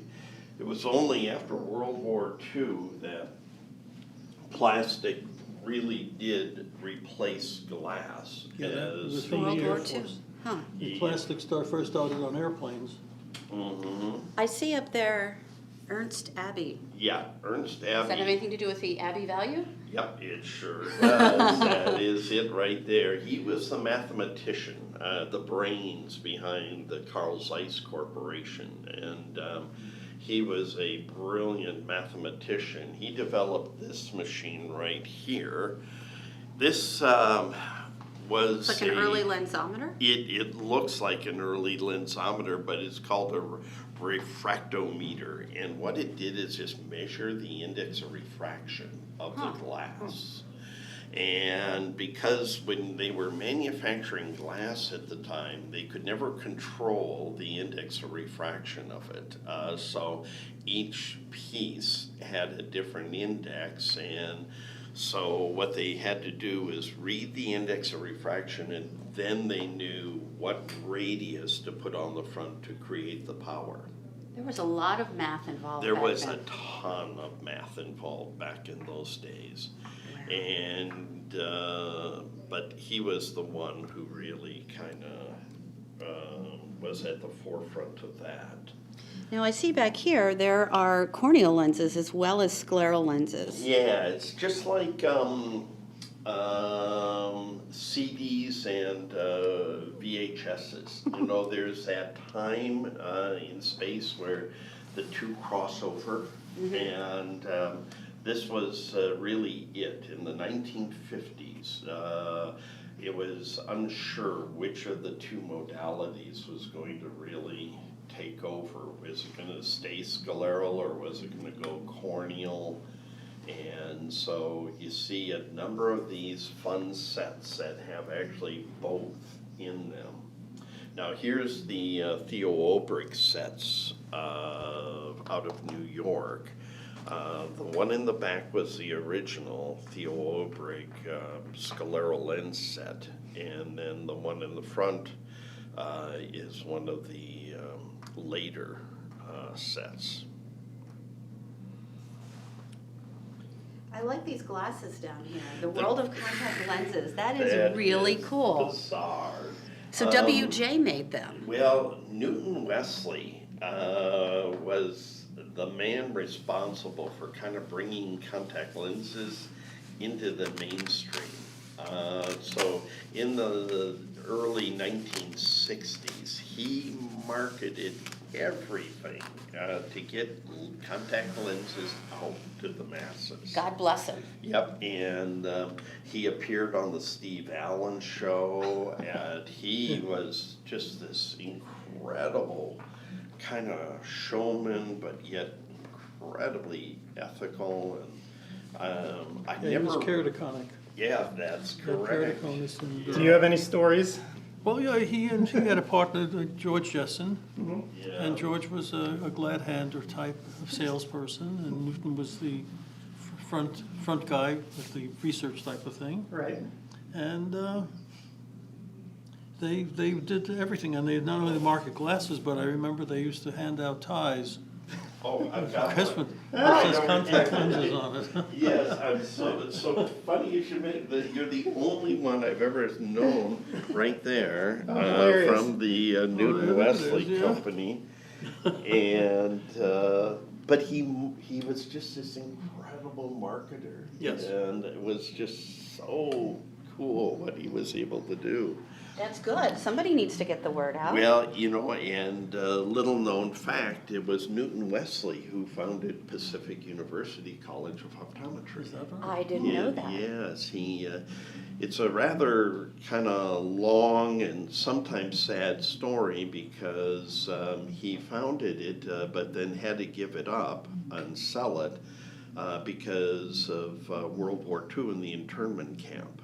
So his two sons and his wife ended up in an internment camp throughout the course of World War II. And it was here in Portland where the internment camp was. And Roy Wesley, his son, is still alive, and he is on our board of directors of the museum because he's this incredible historian of that era of the internment camps and all the kind of injustices done back then. So kind of a fun story to just hear him talk about. Oh, I bet. About his life growing up as a child in the camp. Right. So, and then over here, we have a couple other items. One is the Micon. This was the first commercially available contact lens solution that went into the back of a scleral contact lens. What is Micon? And you know, it's I'm not sure. I think it's a sodium bicarbonate system. What does it say there? I looked it up. 2% there we go. sodium. You were Yeah, right. I was. Sodium bicarbonate solution. So where did the name Micon come from? Now that I don't know. It was manufactured by House of Vision in Chicago. House of Vision. House of Vision, yes. It sounds like a sketchy place. It does. It's like a haunted place. Now, next to it here is another one of those Wesley Jessen things. This was a research lens. And patients were losing their lenses pretty easily when they switched to corneal. So what they did is they impregnated the contact lens with little graphite particles. And then you would just pick it up with a magnet or find it. Are you kidding me? Yeah, so it was a magnetic contact lens, and that's what it's actually stuck to, is the magnet right there. Oh my Did gosh. that affect vision by having that into the plastic? It's sort of like putting fenestrations in the lens. They never really affected acuity very much, and just a clever idea. So, but they never marketed it or anything, but it's just kind of cool to have A one magnetic of their lens. Wow. Some patients may like to have that option available to them. Oh gosh, I thought it was so clever, you know, but it just shows you, you know, you've got a problem, you know, this is how we're going to fix it. Who was the optician that brought I forgot his name, that made the corneal lens popular? Remember his? Oh, Kevin Toohey? Toohey, yeah. Yes, The Toohey lens. Kevin That was the Toohey. first one. We've got some of his early things over here as we evolve from. It took lids of steel to adapt to those. That's for sure. Then we went from the scalerals into the. Oh, we have a TUI contact lens fitting record back there. Yes. Now that's kind of interesting. That's Robert Ryan. Now, Is that a HIPAA violation, Pat? Yeah, it's a definite HIPAA violation. Now, he was a famous actor. Oh, sure. Back in the 50s. And another famous person was Ronald Reagan. Ronald He was Reagan. highly myopic. Yep. He wore contact lenses. Wore contact lenses. So we have some pretty interesting things. Oh, so here's the little scandal, I guess, with Dennis England. He applied for the first U.S. patent. In 1945, I've got the original patent. Craig, I've got a Xerox copy, but Craig has contacted the patent office, and we're going to see if we can get the original patent, that patent application. And Kevin Toohey preceded him. Yeah. Oh, no, he sorry. Followed. Okay. He followed him by 2 years, 1 month. Was 2 years later, Kevin Toohey took out his patent, or applied for his patent. That was in the 50s, I think. Yeah, 1950. And then Bill Feinblum also got involved with scleral lenses. Yeah, and there's Bill's diagnostic set. Yeah, You'll notice those green lenses there, and apparently someone told me that those were actually developed for treatment of an nystagmus. Now, Did it work? That I have no idea. I didn't know why it would work. Again, I wish Bill was still alive, and You know, I've got there's a Yiddish expression, it worked like a Teutonbankus, like a leech on a dead person. Yeah. So did you know Feinblum? Oh, sure. Oh, yeah, we used to work together. He was the man. He was, Bill, what happened towards the end, he couldn't handle the contact lenses, so he referred to us. But he was a tremendous promoter, and his main specialty was low vision. Yeah. Right. And he was able to get his face on Life magazine. Yeah. And he ended up having a tremendous practice on Park Avenue, and again, the low vision didn't work. But but people kept coming I've in. got that Life magazine with that's his story, the Feinblum story. It's actually one of the really earliest He knew how to promote. publications. Yeah. He was, well, actually, there's a direct link between Bill promoting and me. Afterwards, so I shouldn't knock him. This machine, the Compumatic. Yeah, it's the only one I've ever seen. Again, another WJ product from the 1960s, and you turn those dials, and it would you would build your contact lens. Each one of those dials put on a different radius of curvature. Wow. So you design both the anterior and posterior surface of the lens with that little, they call it computer, but it's just roller device. And a very, very cool thing. But Did you ever use one? no, never used one. It's the only one I've ever seen. Yeah, those tinted lenses are also very interesting. Yeah, those are from England. Change your Yeah, eye color. yeah, Caprice PMMA lenses. Oh, God.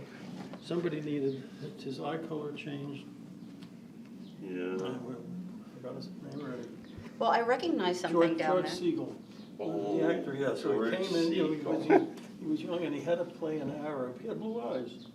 So he had to play an Arab in some sort of film he was in. So Columbia Pictures sent him in. He was in New York in those days. So we had to give him one of those lenses. So I gave him the lenses and I gave him a bottle of anesthetic. So we were shooting because he suffered with those. They were thick and they were terrible. Oh, So he had to have dark eyes for the shoot. Did you see the movie afterward? No. No. Maybe it didn't even come out, I don't know. Yeah, it could be. Who knows, many Yeah, of them maybe didn't. don't make it. I see a bottle of Playa-Gel down there. I haven't Yeah, heard Oh my gosh. that name in a long time. Yes, Playa-Gel, and the ones behind it, the yellow ones are called LC65. They were big items back in the 60s for PMMA. And what happened in the 50s and early 60s, these lenses were very thick.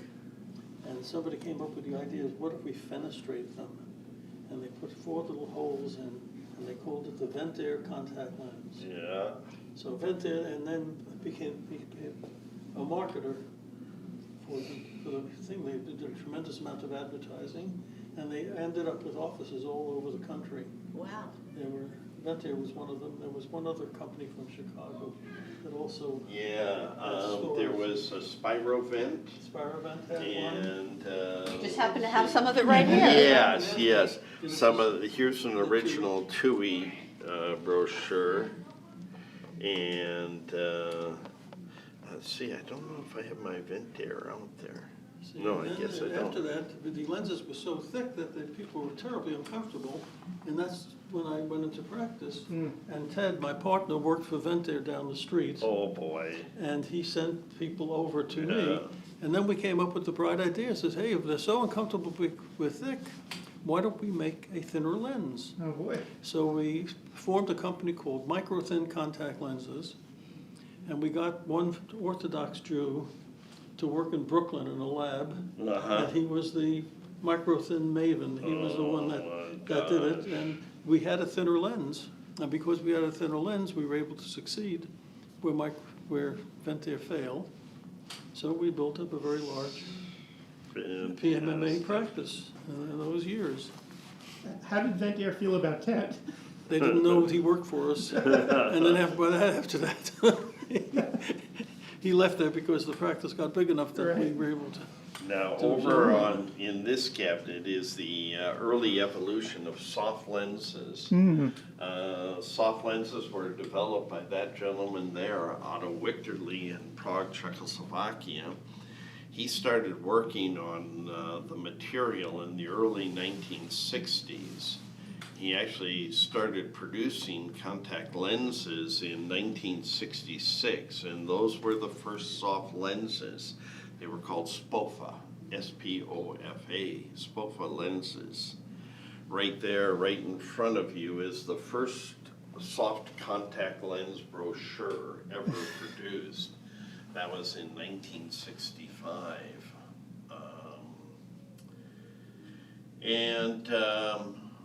These lenses here really do represent the first key mount for first soft contact lenses. I've got one hydrated there. The rest are stored dry. Wow. Very kind of neat to have those as part of the collection. These were the original SPOFA cases from 1966. And about the same time, a company in upstate New York and Toronto started this Bionite company, which was a Griffin lens. Oh, I've never heard of that. Yeah, that was the high water content lens. It had about a 55% water, but you see it goes back to that same time frame as the Otto Wichterle lenses. Oh, and there it says they were purchased by AO. Yep. And then became SoftCon. Yep, and then became SoftCon, exactly. And then B&L marketed them very differently. They had salespeople, and the first sales manager insisted that all their salespeople come in dark suits. So they were very, very formal, very unique, very businesslike yeah. with the Bausch & Lomb lens. And now we're into salt tablets and heat units. Salt tablets and then heat units. This is the scepter unit. Range of the scepter units. The first one you see right here was the original Bausch & Lomb one, 1971. The FDA had no idea on how to disinfect these soft contact lenses, so this is what Bausch & Lomb came up with. If you look kind of closely, that heater unit there was actually a baby bottle warmer. They purchased them from Gerber Baby Food Company and then modified the top lid to hold a contact lens case. So you filled that up. You remember the distilled water that you put in there and push a button. And actually, it was a marvelous way to sterilize lenses because after that, the cold sterilization came in, but unfortunately, they put thimerosal into the solution. And that was this one right here. This was the first. And the red eyes started. Red eyes started big time. So you'll love these names here, Paul. The Normal, Flexol, and Preflex. That will resonate with you. Those are just so cool. Alcon Swirl Cleaner. Yes. That sounds like toilet cleaner. Well, it does sound like Sorry, it. Alcon. The scepter unit was something that patients had individually. However, the office had very large units. Right. So you could Oh, right sterilize down the here. lenses, there they are. I remember And those glass vials, cutting my And that fingers on them. particular one ended up with a short circuit over a weekend, and our office burned down. Oh, no. The staff forgot to turn it off before they left. They lost So many we had an a office fire. with that unit. Wow. And That was when you met me at the door, said, Dad, you can sleep late tomorrow. And I came back from the lecture. you know, this was, you'll notice that a lot of different cleaning systems were developed because at the time, we had to make soft lenses last a year. Right. They were replaced on a yearly basis, so a lot of heroic things were developed to try to extend the length of time. Matter of fact, we had one scheme. We met the developer, a woman who developed the contraceptive sponge. You remember Seinfeld Spongeworthy? Right. It was a contraceptive sponge. I remember that. And it was FDA approved, and it had the ability that if you would rub a contact lens on it, you could clean it. And we say, this is what we're going to do. So how did somebody come up with that concept that this is a contraceptive sponge, I'm gonna put my contact lens on there? I mean, where did that come from? Say what? I mean, who would think of that? So, And the chemicals, because it was a spermicide, Yeah, right? So, but- I mean, but- wonder what the chemicals yeah, would do so- to so the lens. We started dealing with this crazy woman who had some company in Europe and Germany, and it cost us at least 6 figures by the time we figured out it's not going to work, and then she conned us, and so that another scheme. Okay, so I'm glad to hear that You that talk about was, my West Indian land, that was even worse. but, so that actually, nobody ever really did that, so she No, took we you for a ride, okay, I'm Yeah, glad to hear that. absolutely, I mean, not that you were taken for a No, ride, no, I'm I- not glad, I but that have- nobody I was have been cleaning their taken for lenses many on a rides. contraceptive That was sponge. only, that was only, that was only one of the many rides.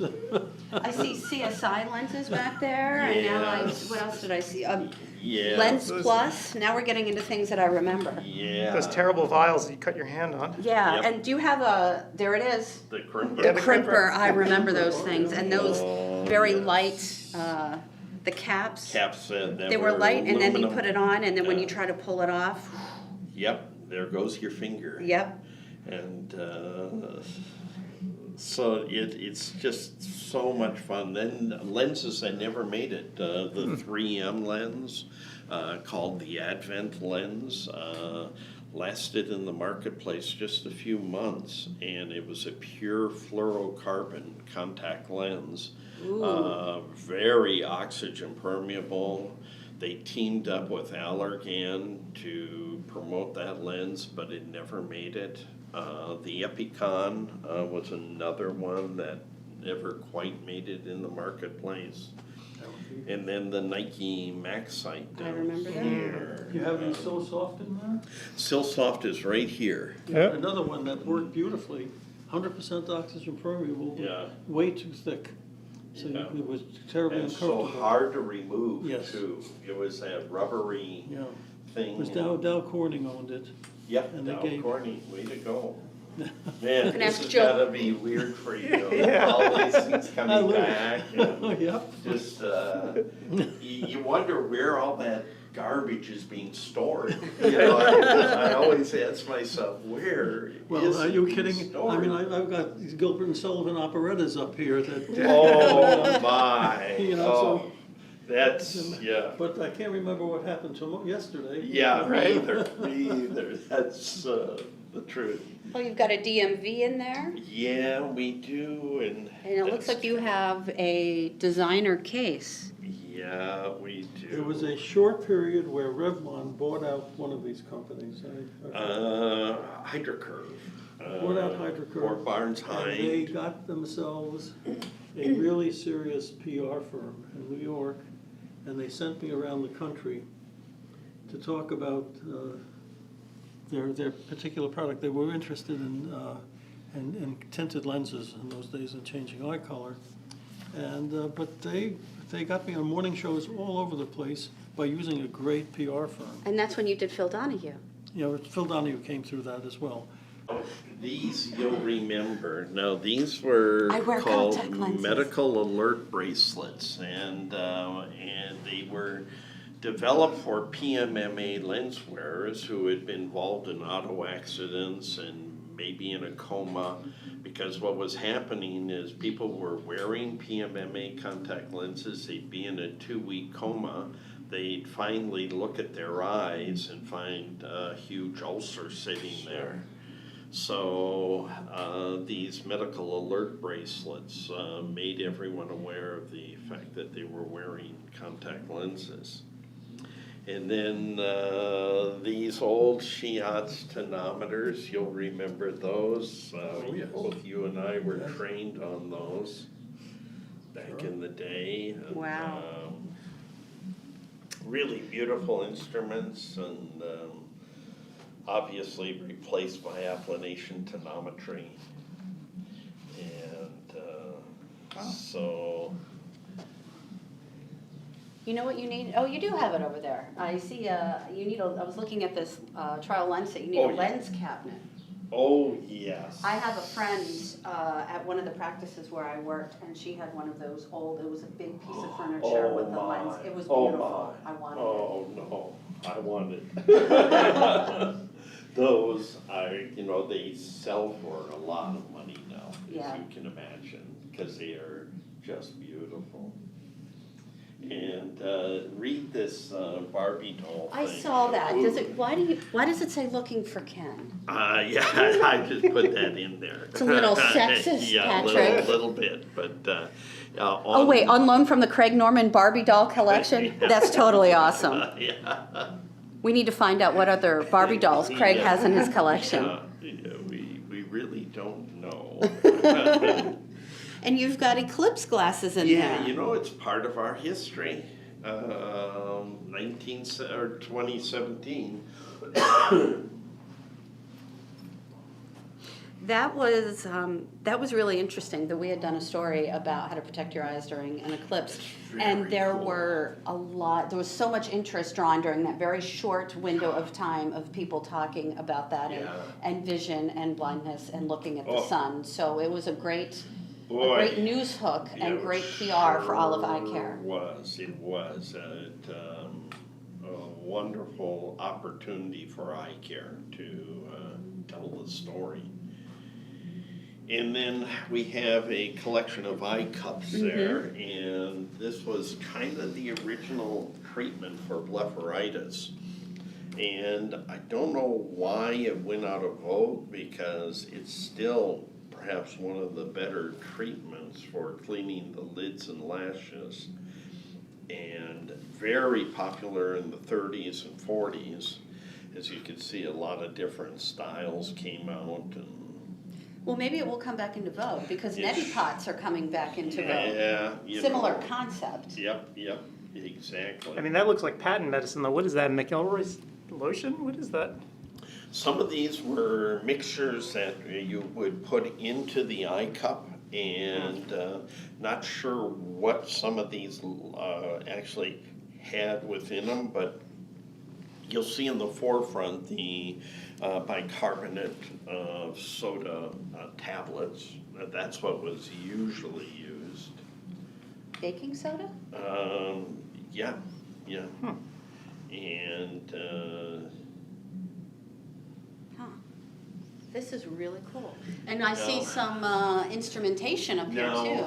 It starts over Placido here. discs. These are all from the early 1900s. These are all keratometers, ophthalmometers. They look like satellite dishes of today. There were still some in my school. Yeah, Those- just like that. And, Yeah, that thermometer yeah. position, you had to get the axis on.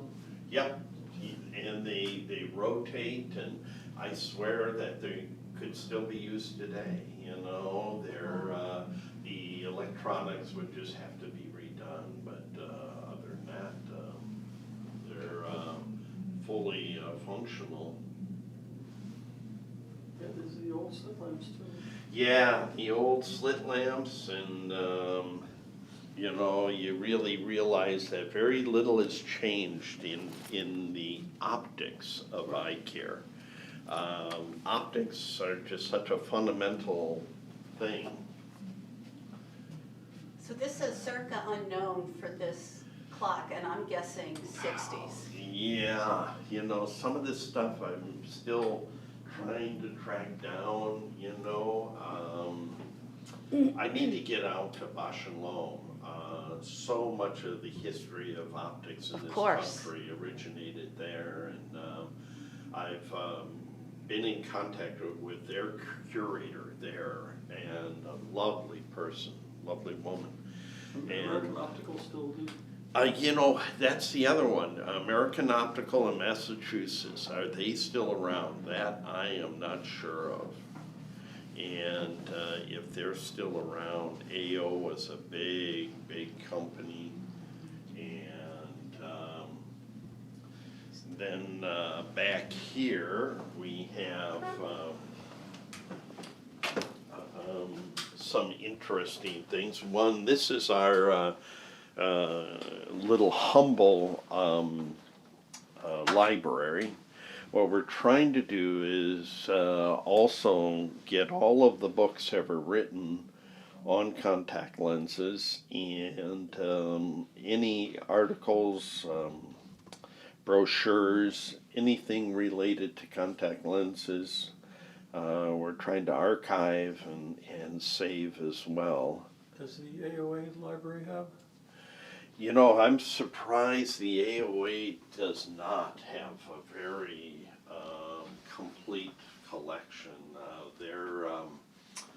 I've always been kind of a little taken back by the fact that they haven't taken their kind of the history of optometry a bit more serious. And in Indiana, also, they have the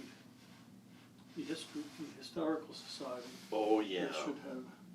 Yes, and so we need to get involved with all of those folks. Now this, here's a company you'll remember, Milton Roy company. Here's, it's American Optical, and this was the original inventory system for fitting contact lenses. And they came in two diameters, 8.2 and 8.7 diameter lenses, all PMMA. And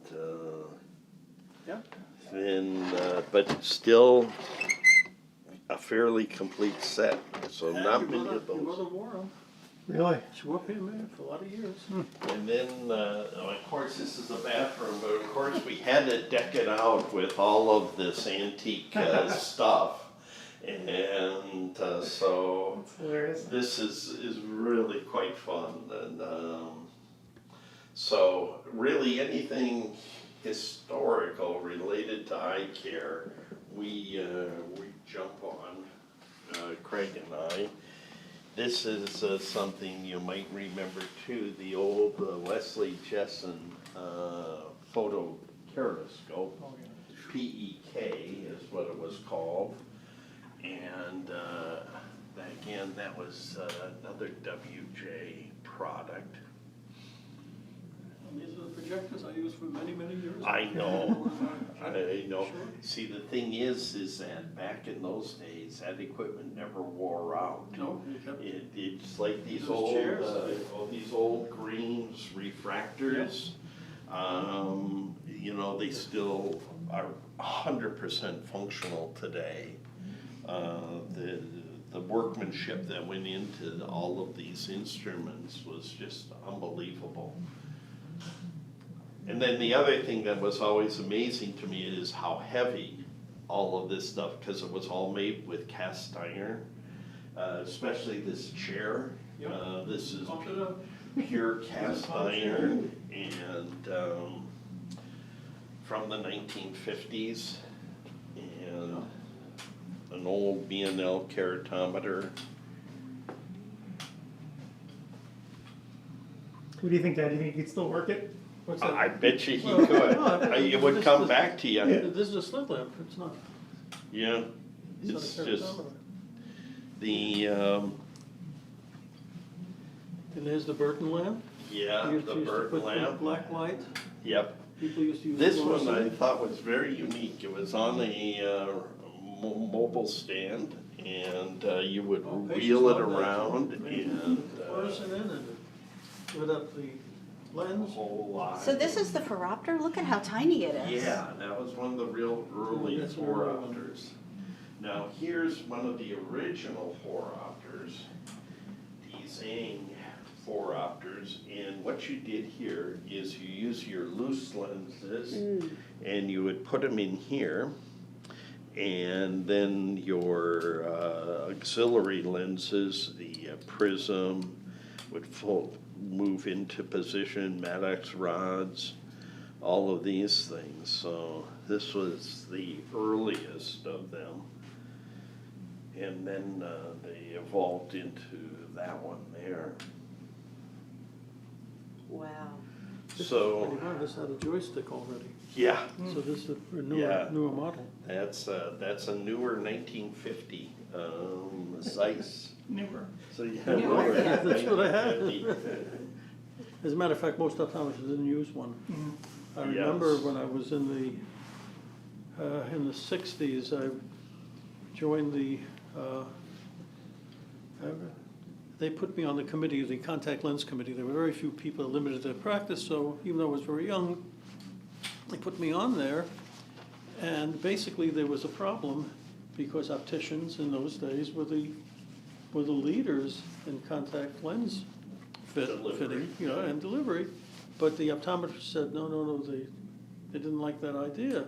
I said, well, one thing you could do is make it the state of the art that everyone has to have a slit lamp examination when they wear contact lenses. And then the AOA in their wisdom says, we can't do that because many of our members don't have a slit lamp and you'll estrange them. So not only didn't they have sinks in their exam rooms to wash their hands, they didn't have a slit lamp to examine eyes. But people survived. Yeah, they made it somehow. Goes back. Hey, hi. Hi, how are you? Hi. See you tomorrow. You betcha. Sounds good. I love it. So These- is this yours or is this the school's? No, this is mine. Mine and Craig's. Completely. And now the story here begins actually in all places, China. China was the first country to produce spectacle lenses. And these are some of those early spectacles. Many of them are made of tortoiseshell, and some made of brass. They found their way to Europe, and they think through the adventures of Marco Polo, that he actually then kind of brought back the concept. So they were introduced in the late 1200s. So Marco Polo brought the concept of eyeglasses, spectacles, in addition to spaghetti. To spaghetti, there you go. And both have had a big impact. And then here are some of the earliest glasses made in this country in the early 1700s. These were made by blacksmiths at the time. And so they're made of iron, but they were shaped, and these are all from the mid 1700s. So What are wig eyeglasses? wig eyeglasses had these little extenders on them. You'll notice the little bars, the second bar. To stick in the wig, to stay on. To stick in the wig. Interesting. So they were just referred to as wig glasses. And then in the late 1700s were these models that were available. So we're moving away from the entire round shape. We've got some rectangular shape. Yep, we oval. sure do. Interesting. So even then, we're getting into different lens shapes. Yep. But still, the jewelers didn't get involved. And you can tell as soon as the jewelers got involved, because the frames got incredibly elaborate. They're rimless. Yeah, that they rimless? were rimless, but Wow. they were glass. They're all glass. Plastic hadn't come about until the 1920s. So very, very slow on the uptake. Oh, and there's Franklin's bifocal. Yeah, that's an original 1700 Franklin bifocal. Where did you find that? Again, been collecting my entire life, and That's incredible. yep. The only thing that I miss about these glasses, and same thing with the contacts, you just wish they could talk. Oh, of And course. just tell us your history and tell us where you've been. Would be just so absolutely fascinating. And then what happened Pince-Nez. in Pince-Nez, and then the Oxford frames, very similar. The Oxford frame used a little spring to hold the glasses on the eyes. And then it was in the 1920s that plastic first got introduced. Tortoise. And Horn rim. tortoise, and beautiful, beautiful. You know, you look at some of these from the 20s and you go, I would wear those. I mean, those are very cool. I mean, they're just incredibly cool glasses. Wow. And then we have the 30s, and then these were glasses that were called inventory glasses made by American Optical. The doctor would buy them in these boxes like this, and then he or she would put them together. The frames are right there, and you can see the different bridge sizes. And then the bows that went around the ear were what are called gold-filled material. What they were... Expensive. Yeah, and you could see these are all gold-filled as well. And And you don't so, have these cases locked? no. All right, we're gonna edit that part out. Yeah, you don't have these When did male, female glasses start? You know, that's a good question. I don't know the answer to that. You know, that's a good question. Because they were the same for many, many years. These are just old ads, and then aphakic spectacle lenses. You remember those? You know, remember the old aphakic spectacle lenses? How thick and heavy, and People just couldn't, you know. they couldn't get around.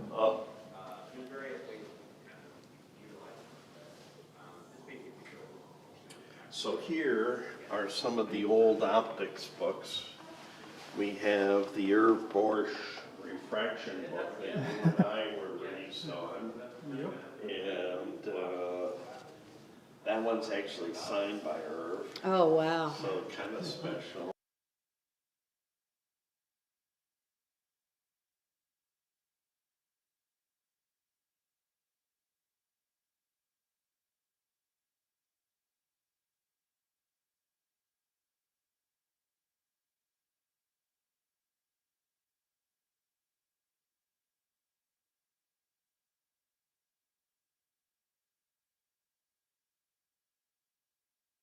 Hey everybody, it's Adam Farkas. Welcome to another edition of ODwire TV. Now, as you know, if you've watched any of our programs before, technology is sort of what drives us. It's why we get up in the morning. It's why we do what we do. We love talking about it. Whether it's diagnostic instruments or products you dispense to your patients, you know, like contact lenses. Technology is really why we do the things we do, particularly technologies that help you in your practice, and today is no different. We're going to be talking about permanent water surface contact lens technology from Alcon. And believe it or not, if you've cracked open a copy of Tyler's Quarterly lately, you may or may not have noticed that these lenses represent their own category of lenses, like hydrogels or silicone hydrogels. So the three permanent water surface technologies are scientifically advanced and have some important characteristics and features. And so today we've decided to invite two clinical experts to talk to us a little bit about these lenses. Dr. Susan Resnick is a principal at Drs. Farkas, Castillo, Resnick & Associates in New York, New York. Fitting contact lenses has been her primary focus throughout her career, and she served as an advisor to industry and as an investigator in the contact lens and pharmaceutical industries. And Dr. Michael Slusky is the president at Chicagoland Vision Consultants in Schaumburg, Illinois. In his practice, he also emphasizes cornea and contact lens management, and he too has worked closely with industry to help consult on the latest contact lens technologies. And just to remind everyone, this episode of ODwire TV is sponsored by Alcon, and both Drs. Resnick and Slusky are paid consultants for Alcon, and were compensated by Alcon for participating in this discussion today. And so Susan, Michael, thank you so much for being here today. Pleasure. Thanks for having us. So I guess, we should probably start off from the basics, right? So what is a contact lens surface technology? Susan, maybe you want to step us through it? So a lens surface technology is something that we look at that's obviously very important, because what we're looking to do is ensure that the contact lens has certain key features and benefits that make it as compatible as possible and consistent with delivering the comfort and the vision that the patient wants. So there are a lot of different factors we can talk about when we talk about lens surface technology. And that would relate to how soft the lens is, how wettable it is, how smooth it is, and even how well it resists bacteria and surface deposits. So these are all things, as we know, when it interacts with the eye, that can contribute both to visual and physical comfort when patients wear their contact lenses. And they can be different for different types of lenses. We think about a daily disposable and what are we demanding of a daily disposable lens, but not every patient wears a daily disposable. And what about the patients that are in a reusable category? We're going to look for other things, and we're going to be getting into that in just a few minutes. So these are things that we want to ensure as comfortable an interface between the contact lens and the ocular surface. Right, and this can be pretty important to patients, right? Michael, what's your experience been with it? Oh, true. I think of the surface technology as being the primary thing. It's the first point of touch. It's no different than really putting on a shirt. You want that shirt to be comfortable all day long. People define success when wearing contact lenses in a variety of different ways. That would be one way, I guess. But Susan, what's your own personal definition after doing this for quite a while now?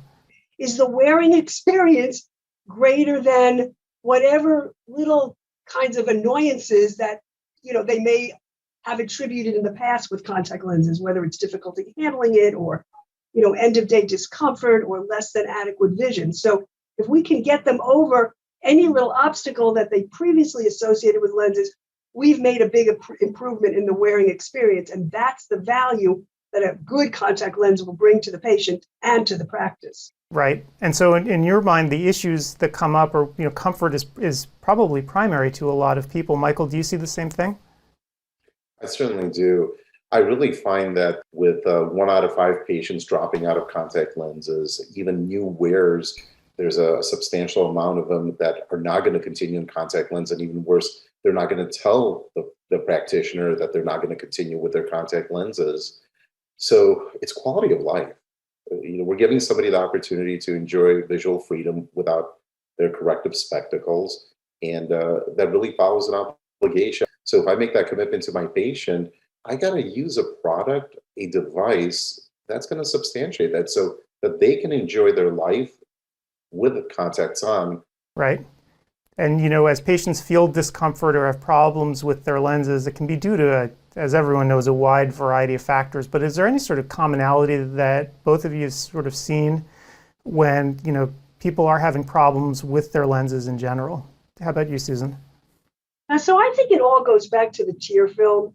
We all know that while the cornea is the main refracting surface, it's the tear film that covers the cornea. And so if you have that first layer that's compromised, it's downhill from there.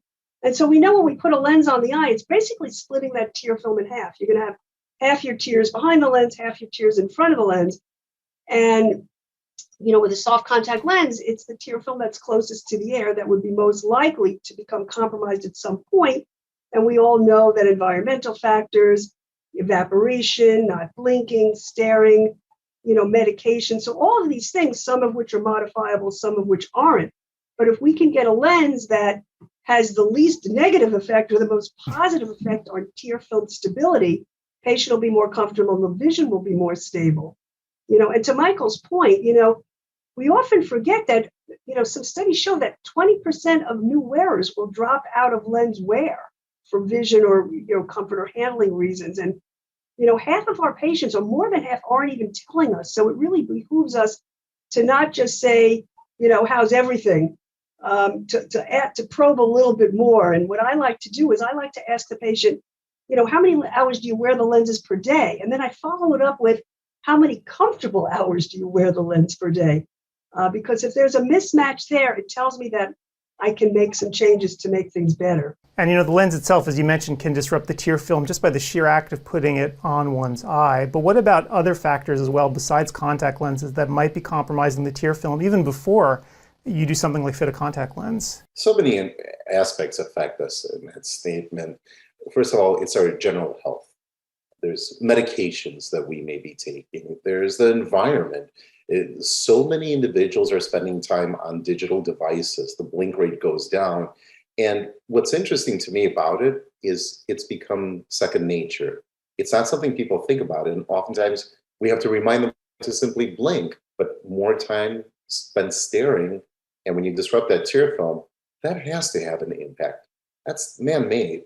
That's not a natural process. And these factors are unavoidable, right? You're not going to tell people, no, you can't use your smartphone. No, you can't sit in air conditioning. No, you can't do these types of things. So you as the clinician have to kind of work around these limitations that you're dealt with. Yeah, Adam, I've learned that unless my patient's truly harming themselves, I don't necessarily want to change their lifestyle. My job is to understand their lifestyle and try to find a solution for their lifestyle. And that truly is the key word, is a device that can provide them function throughout what they want to do, their needs and their wants. And so when choosing a contact lens, right, you have to kind of think about this as well. What, when you look at a patient, what are their wants and needs, and knowing their lifestyle and getting a sense of it before you actually try to put them in a certain material. Now that brings me to something, and I've kind of said this to over the years to many individuals in the hallways or in lectures or even to my own partners. It's so easy to look at a lens or a lens design and just say, okay, this looks good, I'm going to fit this to all my patients. I really believe that the lens has to be fit to the patient versus the patient to the lens.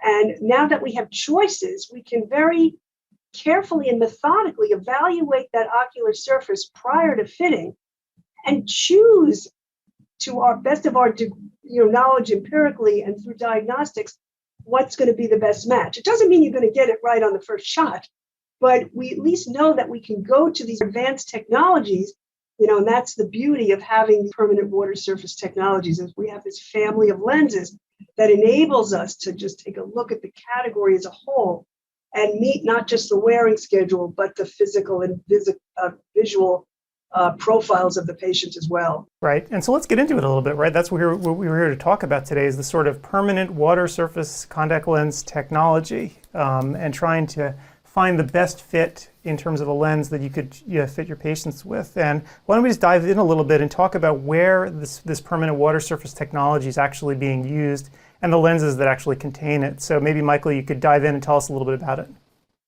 This is fun for me. So let me break that up into two parts. Share with my colleagues, and then what I share with my patients. So for my colleagues, you've heard Adam mention that this is a separate category in Tyler's. We know that already. Alcon has a portfolio of products. There are 3 distinct lenses. Each has a different property, even though they share some similarities of water surface technology. But these are not repurposed lenses, and each one has a specific purpose for a patient's need. And here's what I tell my patients. It's always been the same thing. It's always been lids, tears, and your cornea. And then I go ahead and I put a piece of plastic right in between.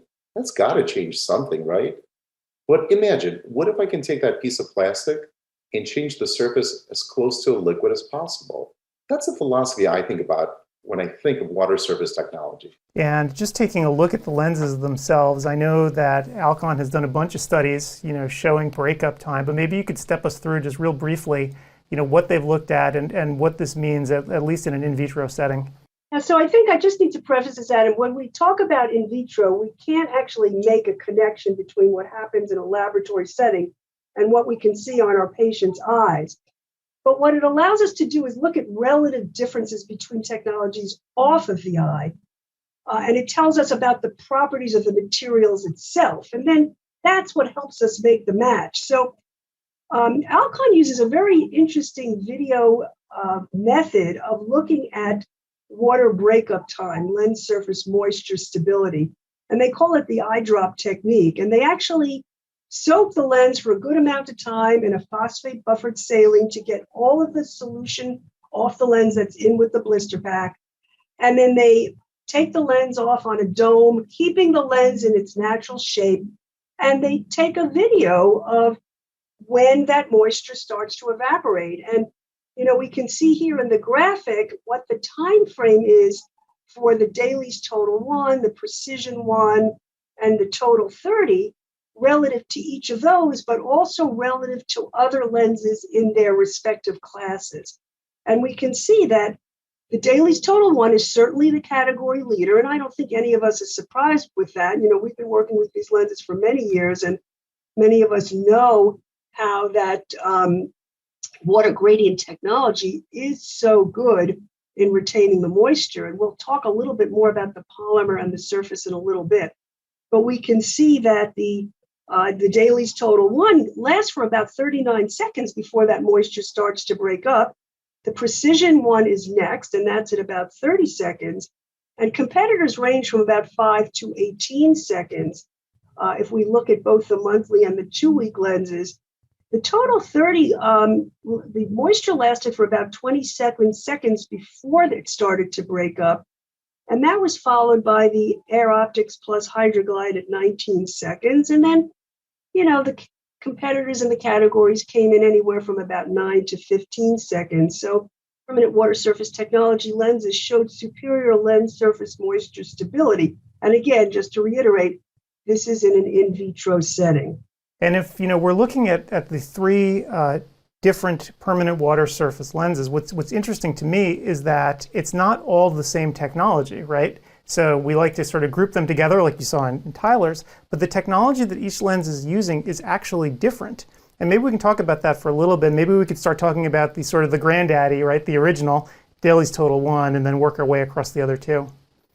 Dailies Total 1 was launched in 2013. It was the first water surface technology, but it uses something called water gradient technology. So let me explain exactly what that is. Contact lenses traditionally have been homogeneous polymer plastic. And Dailies Total 1 starts out with a 33% water content in its core. As it transitions to the surface, it gradually moves to nearly 100% liquid at the surface. But that transition, not only is it smooth, it also creates a thicker cushion of liquid. That is going to be your interactive surface with the eye and with the tears and the environment. So the on-eye performance, if we wanted to compare it, let's say, to the AccuView Oasis One Day, Alcon looked at a lot of different features that we look in practice, and they looked at, end-of-day comfort, lubricity after 16 hours of wear, tear film stability, and tear film breakup. And they found that performed excellent in a variety of important outcomes, outperforming the One Day Oasis, which is a lens that a lot of doctors, patients might compare it to. It also demonstrated superior lubricity after 16 hours of wear. And to just tack on a little bit more of the science of what Michael was just saying, it also has something in there called Smart Tears, which is a compound called phosphatidylcholine, which is actually a phospholipid that's actually found in natural tears. So yes, it's that thick cushion of moisture, but it's also that extra component of the phosphatidylcholine. From your perspective as clinicians, Michael said, again, that these lenses have been around since 2013. I'm actually wearing them right now. Tells you what I think of them. But what do you guys have actually seen in clinical practice, with all the thousands of patients that you've had? How has Dailies Total 1 performed for you over that period of time? Looking at the feedback from my patients, I ask them questions. Is there anything about the contact lens that I prescribed for you that you wish could be better? And that gives that patient the opportunity to speak freely. They can judge me. They can tell me if I'm doing the right thing for them. Consistently, I'm finding that patients are saying, I love these. All of those aspects that I mentioned earlier and Susan followed up on, especially with the Smart Tiers technology, those are the key elements that provide vision, comfort, and consistency over time. Again, it's going back to, I want my patients to feel like I feel by not wearing anything when they're wearing their contact lenses. I love the clinical performance. And we've spoken a lot actually about the way the lens feels, but how does it actually perform visually, particularly over the period of time that people are going to be wearing them, right? Where, the goal is you're shooting for all day. How does it actually work? Susan, what's your experience been? So, my patients love it. I wear them too, Adam. I know you do. And I happen to be in the multifocal. Is that a surprise? Me too. And look, I'm staring at a microscope all day, just as Michael is. And, we have dry conditions here in New York City. And so, it's great because of the lubricity and, the feeling of comfort and not having on. But I'd have to say that the optics in and of themselves are really, really good. And I hear this from patients when I refit them. It's, there's 20 happy if there's 20 or 20 plus. And I'm just getting that clear, consistent vision, throughout the day. When you're thinking about which patients you're going to try to fit into Dailies Total One, is there sort of, if you have a vision in your head, what does a Dailies Total One patient actually look like? Besides you and me, Susan, what does a Dailies Total One patient, when you think about them, look like? I really have struggled with this a little bit because I love the technology of all the water surface lenses. And I have a feeling that a lot of my colleagues are asking the same question. Okay, I've got this technology. Who do I put in what? Do I look at function, cost, desire? What are the factors? So I'm using Dailies Total One platform for my high demand patients. So let me describe what I consider a high demand patient. This is a person that has tried contact lenses before and has checked off on the medical history form. Yes, I've worn them. No, I'm not interested in them. That begs the question, why are you not interested? Whether it was vision, whether it was comfort, any of those things, I call that high demand because that's a challenge. High demand also means somebody that has a long day. Dailies Total One has a great platform for that. So I like that aspect about it. That's the position I have. And this has been a consistent, comfortable lens for them to wear. The vision has been consistent over time. It makes it simple. It's maintenance free. It's a great place to start and keep the patients. So that is what I consider a high demand patient. Okay, well, great. Well, thank you so much, both Susan and Michael, for being here today, giving us all, this great advice and all these little points that you can share with your patients as well. So thanks again for being here. Thank you very much for having us. Thanks, Adam. And for those of you watching, join us for part 2 of our conversation, where Susan and Michael will discuss the most recent additions to Alcon's permanent water surface technology contact lenses, Precision 1 and Total 30.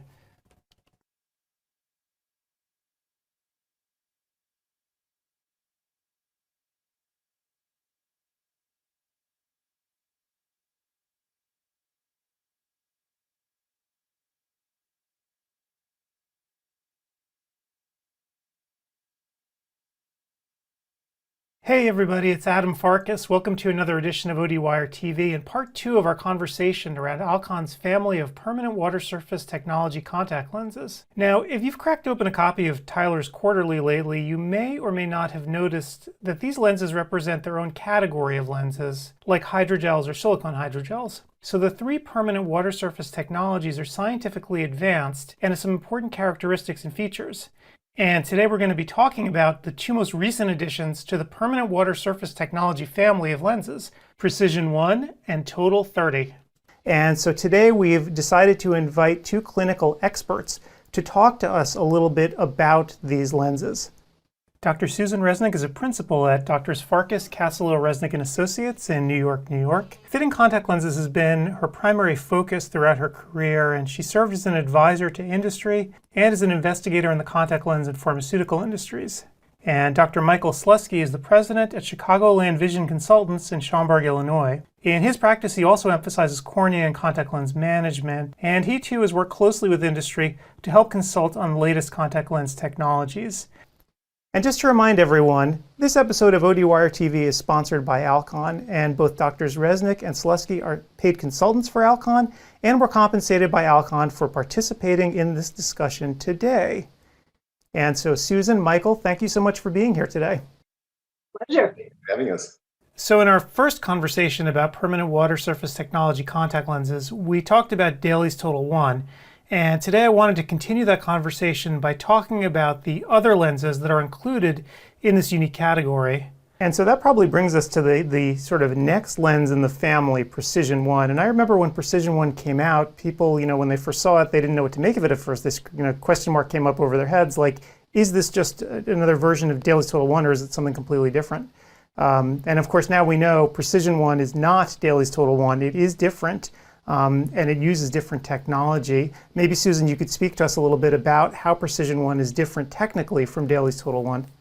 So, as Michael said before, this isn't just new and, well, he didn't say it like this, but this isn't just new and improved Tide. It's not the same basic lens that, repackaged. It's a totally different lens, a totally different polymer. It's Verifelcon. And it is not, even though it's a permanent water surface contact lens technology, it's not a water gradient technology. It actually steps up from a low water content to a higher water content. But that being said, the step up is less of a step. So it goes from a 51% water at the core to a little more than 80% water at the surface. While it has a really nice cushion of moisture, it's about roughly half the thickness of the cushion of moisture of the Daly's Total One. But where does this fit in? And this is where, again, we as practitioners go, okay, we got all these lenses. How are we going to divide them up? We're going to flip a coin? No. So the purpose of this lens, or where it's sort of its niche, is that it is a lens that handles extraordinarily well. So it gives all of the features and attributes of a water surface technology. But for that novice wearer, or maybe patients are a little bit challenged in terms of handling, it is a lens that handles very well. And we all have a lot of patients. We have a lot of challenging patients. If we think about it, those are the ones we remember. But the majority of our patients probably aren't all so challenging. So what about those who don't really have those physical or physiological challenges, who just need a really good, comfortable lens that's easy to handle? And that's where I think the Precision One comes in. So you've got the excellent vision and the excellent handling. And again, harking back to the Anna Sully study, where she looked at what encourages dropout, or what motivates people to drop out, if I can use that word. Oftentimes with new wearers, it's handling. So it's really critical that we don't have our patients being frustrated with the very first step of lens wear, which is inserting and removing the contact lens. Right. And once they get past that first step, of course, this lens uses the Smart Surface technology, right? Which, again, is another one of the advanced surface technologies that we've been talking about. Maybe, Michael, you can speak to this technology and how it sort of fits in and compares to Daly's Total One. The way that I see Smart Surface technology is, if Daly's Total One is a gradient, I think of it as progressive spectacle lenses. You've got a progression going from distance into a near segment. Whereas the Precision One with Smart Surface technology, it is a step up. So to me, that's aligned bifocal. And friends, I'll tell you, there is a place for both of those in my practice. I have patients who wear aligned bifocal because of the specific needs that the optical design gives me. Same thing with progressive lenses. I like to think of it as my workhorse lens. I mean, I know that word is used a lot, but that truly is what it is. And then for the patients that we discussed before that are more challenging, you can step it up from there. But this to me is a lens that meets the needs of most contact lens wearers. Susan, I love what you said about that. I'm going to throw something out that you might identify with. There's an expression: if it ain't broken, don't fix it. Right? That expression. So, right? And I think that's great for a washing machine, maybe a dishwasher. But when patients come in and see me, and I ask them that question, is there anything about your contact lenses that you wish could be better? And they may say, no, there's nothing. And I'm looking under the slit lamp and asking about their habits, how they wear their contact lenses. What I say to them is, if it ain't broken, enhance it. We enhance everything in our daily activities. We have new cell phones, we have new computers, we have new clothes. We don't continue to reuse or repurpose those things. And that's where I found that Precision One has really worked well in my practice. And that's what I found patients are preferring. compared to their habitual lenses. And I don't think that I did anything wrong in the years of past by giving them technology, but that was technology from them. Right. This is water surface technology. It's a great workhorse lens. It's my mainstream go-to. Right. You know, it's funny. I've got a teenager at home, and when I ask him how his day was, you know what you get? You always get the answer, it's fine. Right? My day was fine. And then they clam up. I kind of wonder, is it the same with contact lens patients where they will just tell you, it's fine. How do you actually probe a little deeper? You know, because as you guys know, it's not always fine, right? They're just not talking to you. They're not telling you. What is it that you can do to kind of tease this out of them to try to make their experience better, even when they're not necessarily being upfront and telling you? That is true. And there are two main reasons that happens. One is that patients assume that this is just the way it has to be. And the other are afraid to tell you because they think if they're going to tell you something negative, you're going to tell them they can't wear their contact lenses. So that clinician has to keep in mind. So, and again, I alluded to this before. I first ask an open-ended question and I say, you know, how are you doing, you know, with your contact lenses?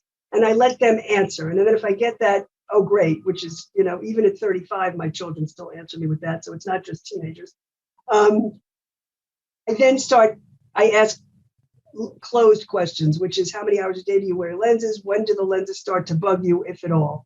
And how does your vision feel at 6 o'clock at night versus 1 o'clock in the afternoon? So I'll ask those three key questions. And from then I can tell, is there an issue or, you know, what kind of changes do I have to make?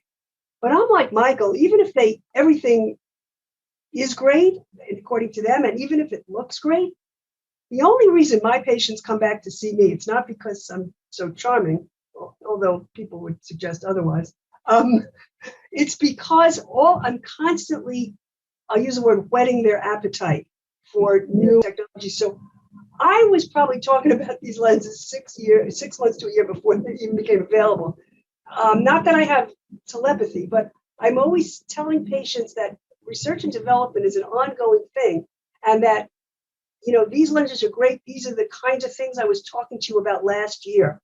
And so I kind of always harken back to the last visit because it's what motivates them to come back to see me. And it also is what engenders loyalty and referrals.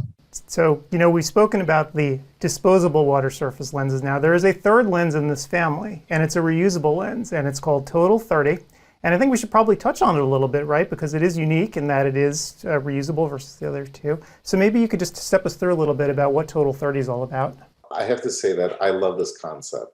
And it's the most ironic thing to hear me say that I love this concept because I started out at about 50% single use in my practice. It was a long journey. Then got to 35, got to 55. Those were really, really big challenges. But something took off after 55. I got comfortable with it. I help my patients get comfortable with it. And, you know, 8 out of 10 patients today I'm putting in single-use lenses. And I'm not saying that to boast. I'm saying that because I believe, and I found a way to make my patients believe. But that means that I have at least 2 out of 10 patients that are either not prepared to put on a single-use lens, or it is not in their budget. And those, friends, are truly my most valuable patients because they really do stand the highest risk of dropping out of contact lenses. And if I lose them, I've impacted their quality of life. That's important to me. So for years, since 2013, the concept has come up, well, what if there was a water surface technology and a reusable lens? And more importantly, why isn't there one? So it's here today. And the key thing I understand about Total 30 is, again, it is not a repurposed product. It's a material that was specifically designed to be able to be worn for more than one day. That means it has to have characteristics. Number one, it has to be compatible with solutions, which it is. Number two, the surface has to stay resistant to deposit formations, foreign particles, or even bacteria. And we're going to get into that, Adam. We're going to talk a little bit about that technology, Susan and I, and share with our colleagues what it is that makes it unique and why we've embraced this technology for our reusable wearers. Just to build on what Michael says, this particular technology in the Total 30 is actually leveraged on the Dailies Total 1 technology. This is a water gradient, you know, much like that. The Total 30 is of a new polymer called Layfilcon A, and it actually has about 55% water at its core, and then it goes up to about 100% water at the surface. So this is a little bit more analogous to the daily total one than the precision one. But to Michael's point, there's a few other features and benefits of this lens which specifically speak to the fact that we want this lens to feel as good on day 30 as it does on day 1. Right. And speaking to that, so there's this technology built into it called Celligent, which you're not going to get in the other 2 lenses. Maybe, Susan, you could speak to that, what this is and how it works. So this is, if we remember our ocular anatomy, we know that on the corneal surface is something called the glycocalyx, which is produced by the microvilli of the anterior cells on the cornea. And so what Alcon has done with their polymer technology is they've actually been able to mimic this glycocalyx using nanofibers within the polymer itself. So we can see here on the left, there's glycocalyx in the corneal surface, and it provides a gel-like layer of protection with the microvilli. Actually, it's a dynamic process. So these microvilli are kind of sweeping across the surface of the eye. And what the total 30 is that with biomimetic properties, it actually allows the nanofibers in the material itself to achieve the same kind of dynamic function. And what this does is that it actually helps it to be resistant to lipids and bacteria. But on a chemical basis, it's a net neutral charge. And what that means is that large molecules that have, charges on them aren't going to stick to the surface. So there's the net neutrality in the chemistry that repels, plus this dynamic motion of the nanofibers. So this is, a very, very unique technology.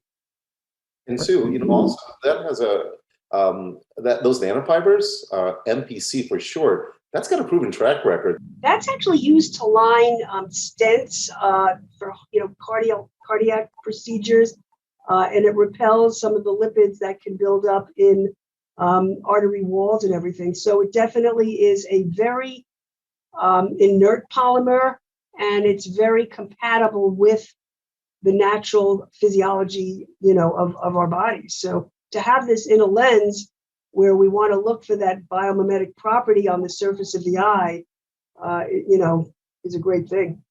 I think that's what made the difference for me, at least, is I was excited that we were using water gradient technology for our patients in a reusable platform. But I just found that really interesting that industry is creating a platform for us that's moving us closer and closer to space age, if you will, that you're mimicking the way the human body works. That's got to do something for me. So I like that. And of course, Alcon has actually put the lens through its paces in vitro, sort of measuring its softness and lubricity and so forth. So before we talk about the experience on the patient's eye, maybe we could talk a little bit about what the lens has been like in the lab. Alcon looked at the material properties of the Total 30 lens. They looked at 2 key features of the material, and one is how soft the lens is, and the other is how lubricious or smooth the lens is. And the study showed that the Total 30 lens was at least 5 times softer in terms of its lens surface than other reusable lenses.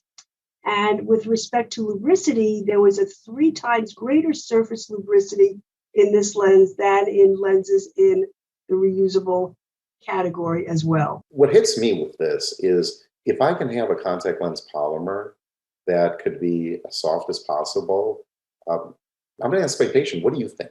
How does it feel in your eyes? And it all comes down to their response. If they say to me, I prefer it, it feels lighter, it feels like there's nothing in there, I think that's a very good foundation for the clinical rationale of why I would pick a polymer that has a lower modulus, that has a higher lubricity to it. And Michael, you mentioned before that the majority of your patients are in daily disposable lenses, but of course there are always patients who will be using these monthly replacement lenses.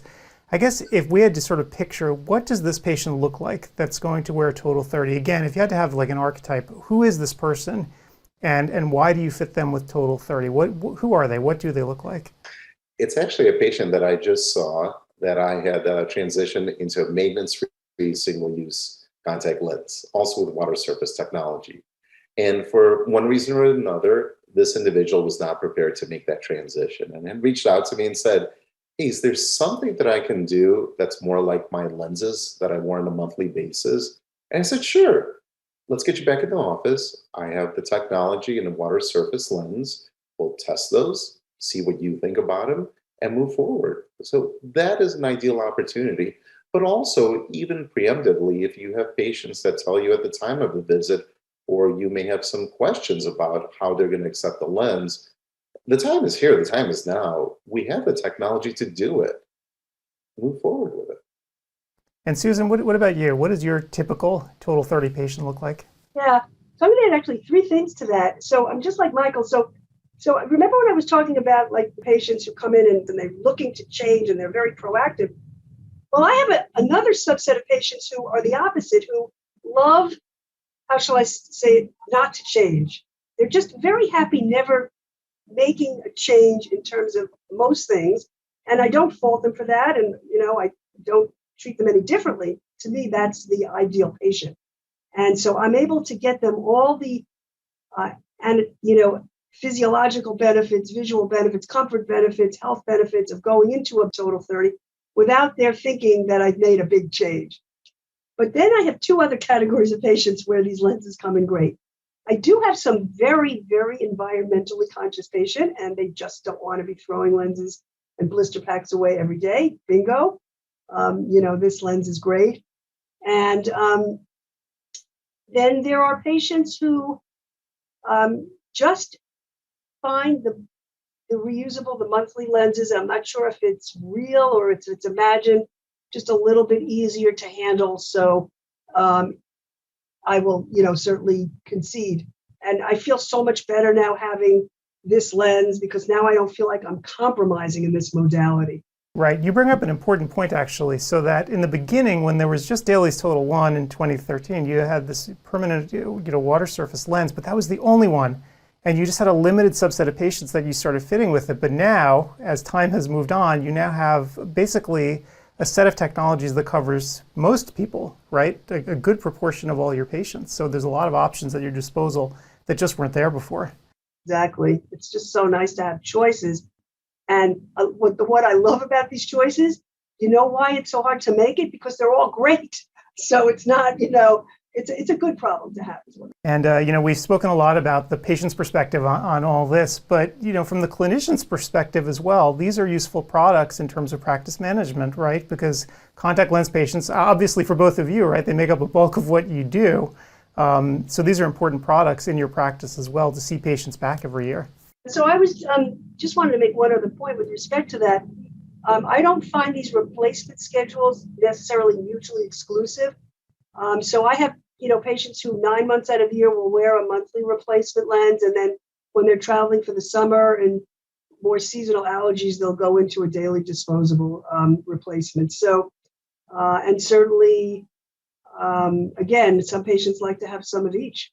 I want to add one thing that I heard from a colleague that I want to give full credit to, Dr. Wilson out of Texas. I heard him say something phenomenal. He said, my job as your optometrist is to make sure you run out of your contact lenses on time. And that's really where I see this technology. When the person is enjoying, when they're comfortable, they're going to use it. They're going to be more compliant to use it. And you're really tying them directly back into your practice. If you don't say to the patient at the end of the exam why you're doing this, you've lost it. So we as clinicians, we understand this technology, and some of it may be a bit wordy, but we understand why we're doing this. Here's a great opportunity for us to tell the patient, here's the reason why I'm giving you this lens. I'd like your feedback on it. Tie them into your practice. We've been talking about what makes a contact lens successful for the patient. That's what we've been focusing on right now, both scientifically and clinically. But for your practice, from your perspective, what makes a contact lens successful for you? So I look at really 3 things. The most important thing is the health and the happiness of my patient with respect to their contact lens wear.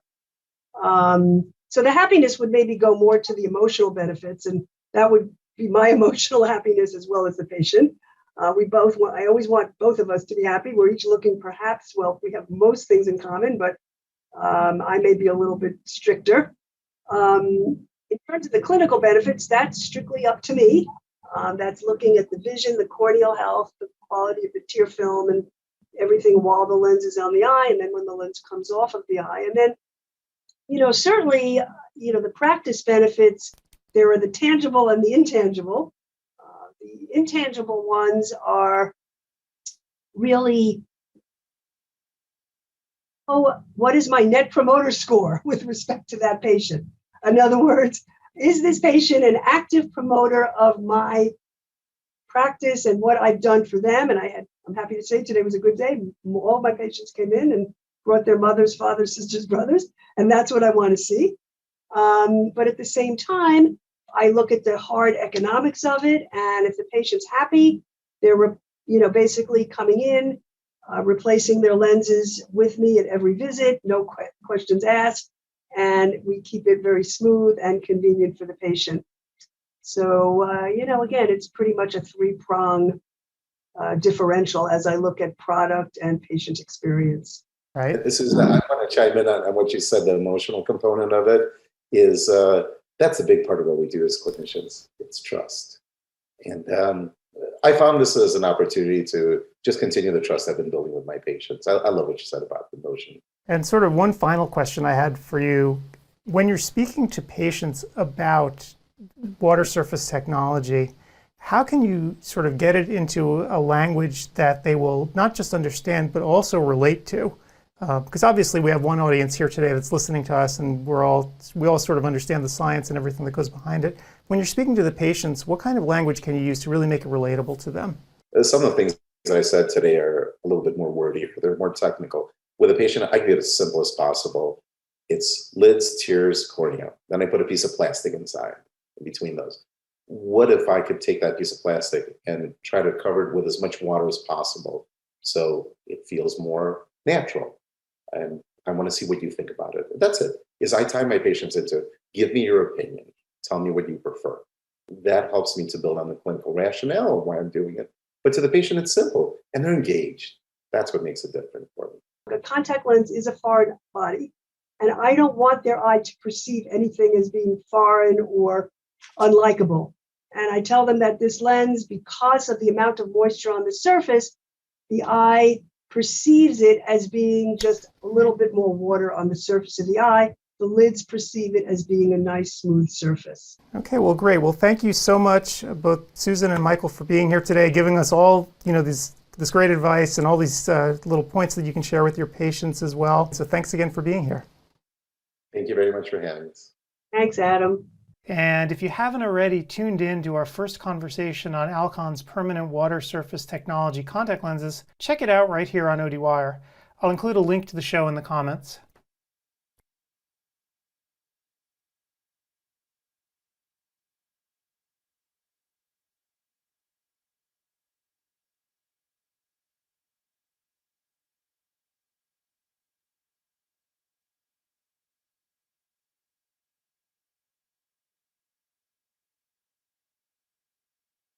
Hey everybody, it's Adam Farkas. Welcome back to another edition of ODwire TV, and today is all about drops. And specifically, we're going to be speaking about Sustained Complete Preservative Free, or PF as they call it.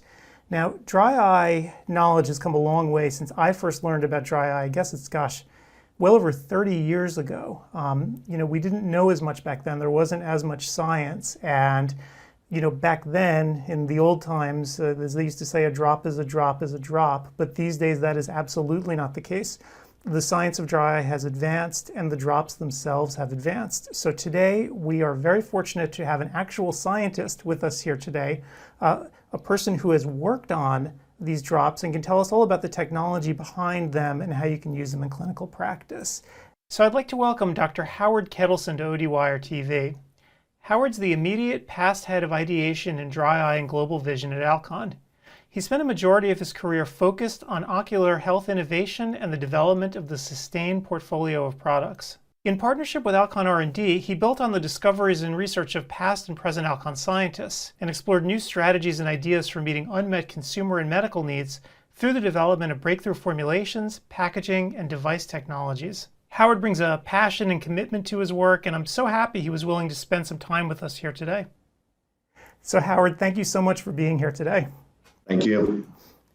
And so, I brought up a little bit about dry eye and how the science has advanced, and I just want to remind everyone sort of clinically why this is important, right? So just to quickly review, about 44 million adults in the US suffer from dry eye symptoms. The overall economic burden is about $55.4 billion annually. More importantly, these patients are already in many of our practices. So whether they're telling you that they have dry eye or not, they're there. And you want to try to help them as best you can. And in fact, many patients are probably even treating themselves, finding products, and they could definitely use some guidance. And Howard, maybe you can talk to us a little bit about Systane and how it's evolved over the years. I know you've been intimately involved with the product, for a very long time, and you've been working closely with Don Korb as well, someone who I think most of our audience is familiar with, one of the pioneers of dry eye. Yeah, I mean, when I started in Alcon in 2000, and really at that time there was very few differentiated products on the over-the-counter drops. However, I think when you go back and you look at the technology of Systane, and when we started this work, it was in many ways revolutionary to dry eye drops. And the reason for that is just the delivery mechanism of getting ingredients on the eye in a unique way. And really, I was fortunate to work with some great scientists, engineers, manufacturing, and clinicians to start that work and bring the family of Systane as we've seen over the years. Right. Now, you mentioned the word family, right? So what does that actually mean in reality to people? How are all the Systane products kind of related to each other? That's it's a good question, and it's a question that comes up often, because when you look at products in this category, everything seems to be similar.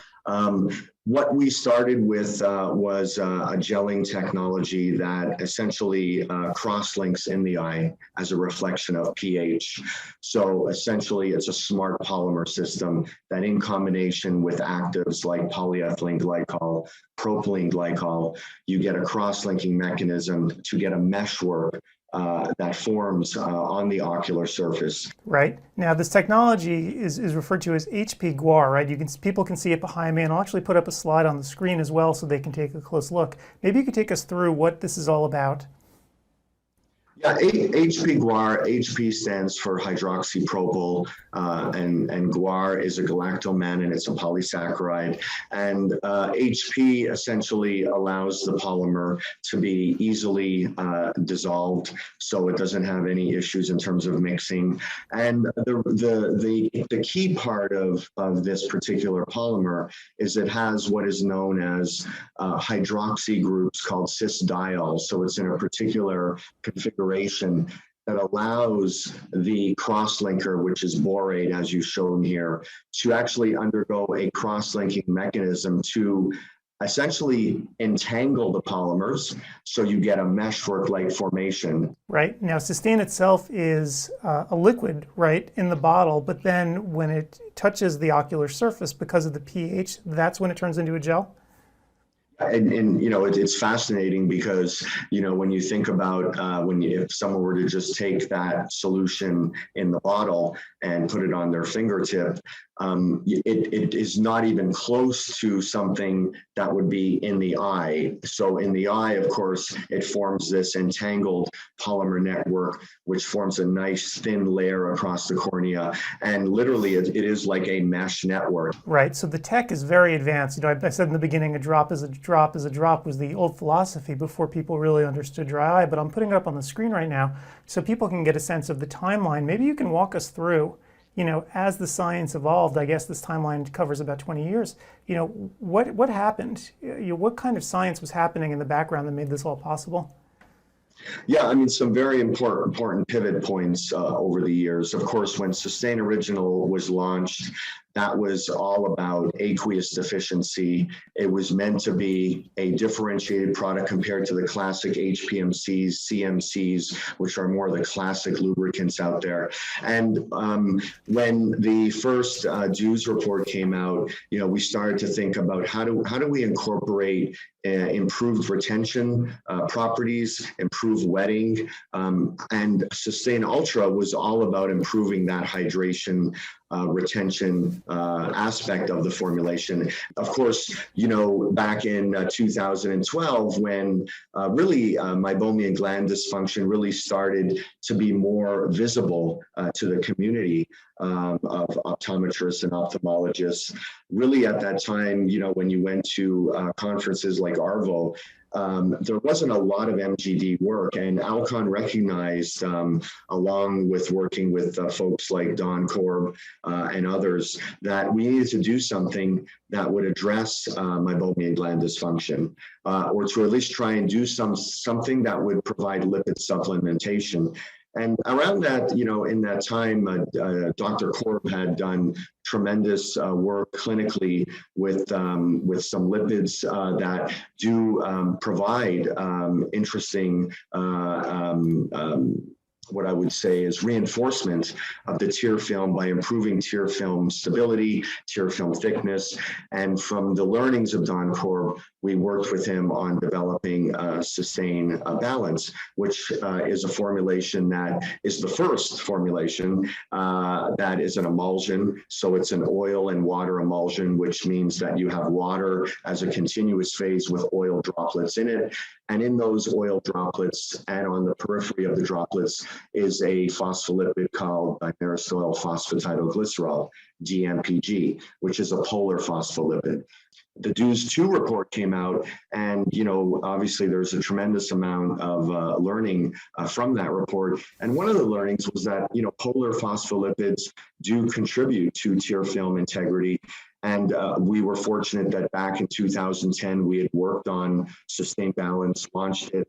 And knowing that polar phospholipids are important for tear film reinforcement, integrity, replenishment, we did something really, I think, quite interesting in that we essentially transformed Sustain Balance using nanotechnology, where we were able to essentially reduce the droplet size to below 100 nanometers, which really is quite advantageous in terms of getting more product and what I call active product that's in the formulation to the eye. And that really set the stage, I think, for our product called Sustain Complete Multidose Preservative Free, which is a unique bottle that prevents backflow and contamination. And that being said, just for everyone's for context, we also during this time had come up with a hyaluronic acid combination product called Sustain Hydration. And Sustain Hydration was a product we had done quite a bit of work on from a cellular level and doing experiments to define, could we have synergistic value with HP guar and hyaluronic acid? And Sustain Hydration was developed. Right. And in fact, let's talk a little bit about these nano-sized lipid particles in Sustain Complete. I want to put up a picture to sort of illustrate what it is that you were talking about. Maybe you could walk us through how this actually works. Yeah, when we started this work, it's, making emulsions is not easy. It's something that demands a lot of creativity and a lot of scientific excellence to come up with something that's stable in a bottle.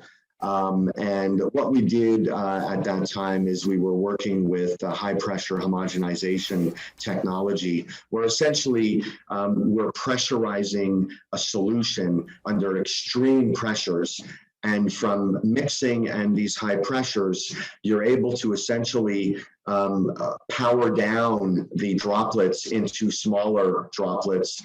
And from that highly pressurized mechanical system, in combination with the polar phospholipid, you're able to get these nano-sized lipid droplets. I think it's about half or just a little more than half of folks want a preservative-free option, right? And that's what a lot of doctors are recommending. And so I know you mentioned Sustain Complete PF before. Maybe you could just run through a little bit about the product in particular. Yeah, I mean, the formulation is essentially the same, so there's no change in the force behind Complete. You know, the nano droplet technology in combination with the lipid and the actives, but it's a unique drop tainer that prevents backflow and contamination. So you don't have to go and use single vials, which is great from a sustainability point of view. Right. So in fact, a lot of the technology is in the bottle itself, right? So you're avoiding sort of what a lot of people these days really don't want, right? They don't want the waste of having to throw out those individual small bottles every time. You know how humans are. They always want to do something that probably is against what you should be doing. It's in many ways our human nature to try and save something. But in this case, you're looking at, compromises of sterility. So it definitely adds value from the safety and quality of the product, which is what we always want to bring to the table for our patients. Excellent. And the science hasn't slowed down. We mentioned over the past 20 years, it's really started to advance. But even in the last 2 or 3 years, there have been a few big studies that have come out that are very significant for clinicians. Maybe you could step us through a couple of them and tell us what's going on. Yeah, we especially, of course, with Sustain Complete, we've done, our clinical work group has done a lot of great work on trying to figure out where we stand, not only in terms of short-term assessments of the value Sustain brings to a daily use, but also from a long-term use. And there's been 3 key studies, and one of them was by Craig and co-authors in the Ocular Surface Journal in 2021. And they examined a wide variety of patients who were treated with Sustain Complete. And this was in the preserved formulation. At that time, we had not come out with preservative-free. But the one important thing to note here is that what we found in this particular study was done over several months. And interestingly, patients with an evaporative component to their dry eye experienced improvement in their lipid layer grade with Sustain Complete. And I know you're showing here some essentially lipid layer colored fringe patterns, which show the differences post-treatment. And clearly, when they looked at the lipid layer interferometric patterns following the dosing in this long-term study, there was clear indication in the endpoints that there was a higher lipid layer grade, which indicated essentially that a thicker amorphous lipid layer pattern had formed, which is associated with enhanced tear film stability. So very important in this study over several months of use that this supports a long-lasting effect of the Sustain Complete. And, this is one of the first studies, that I've seen with one of our products that, first of all, we pushed out for many months, which is great because that's not easy to do. And not only did we push it out, but we opened it up such that after these several months of use, we were able to show that there was an enhancement in the tear film stability. And this is just wonderful news for a product like this, and goes back to that early science that was put in with Don Korb in terms of using a polar phospholipid in combination with the active propylene glycol to provide value for long-term benefits. So yeah, awesome study, and kudos to our clinical folks and the doctors that helped in this study. Excellent. And I know that there was also another large study, and I can put it up right here to show people, that was done in 2020. Maybe you want to step us through this one as well.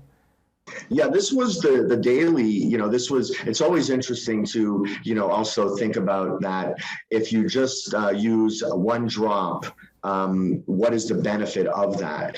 Here we're using, of course, an over-the-counter lubricant drop with the active propylene glycol. And here, after 4 and 8 hours, you see that there was enhancement of these clinical endpoints. And if we just walk through some of these, you can see that there was essentially these were patient-reported outcomes to assess the speed of onset and the length of efficacy of a single drop. So here, again, as I'm saying, is you're looking at a very, very quick study and the impact of it. And the dry eye symptom scores improved immediately.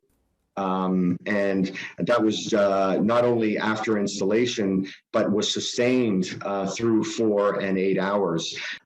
On average, patients who had rated their symptoms as moderate or severe at baseline, a score of 6 to 10, just so everyone knows, on the visual analog scale, improved to ratings of mild or no symptoms, which is a 0 to 5 score on the visual analog scale at the time points evaluated. And overall, this data supported that patients can experience immediate symptom relief. And this may last up to 8 hours based on administration of a single drop of Sustain Complete. So very powerful daily use and very powerful long-term use. Yep, and the other final study that we have is by you. This one I found interesting because it covered all the different etiologies or types of dry eye, which I found really kind of fascinating. Yeah, and of course, when you think about the dry eye patients, it's in many ways a very complex population. And it's never just typically easily to be diagnosing a patient with aqueous deficiency only or evaporative only. And we know that meibomian gland dysfunction is in a large proportion of patients, but that may have a subset of aqueous deficiency. And essentially in this particular study, we were looking at BID, which is twice daily dosing of Sustain Complete in all these major subtypes, the aqueous deficient, evaporative, and the mixed. And after 14 days of use, the tear film breakup time and ocular discomfort improved from baseline for all dry eye types.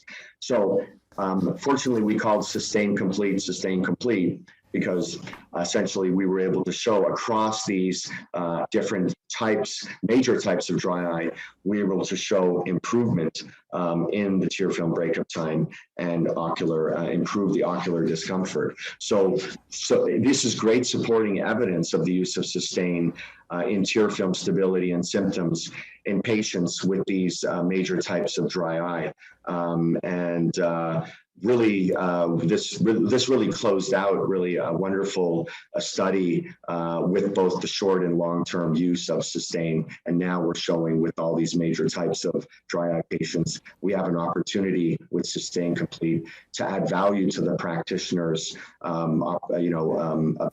ability to provide a product for those patients when perhaps they may not know what they have or may be difficult. This is a product that they can provide as an offering. Right. Well, and thank you for catching us up on the science, because I think one issue that everybody has is it's kind of overwhelming to know what to recommend, and particularly for a patient, if a patient's sort of flying solo on this and they're going and they see all these choices, right, they really have no idea. So I think it is very important for the clinician to be really up on the latest science so they can make a recommendation that makes sense. Yeah, and I think the one thing that doesn't get talked about is we have integrated in Sustain Complete a true phospholipid in combination with the active propylene glycol.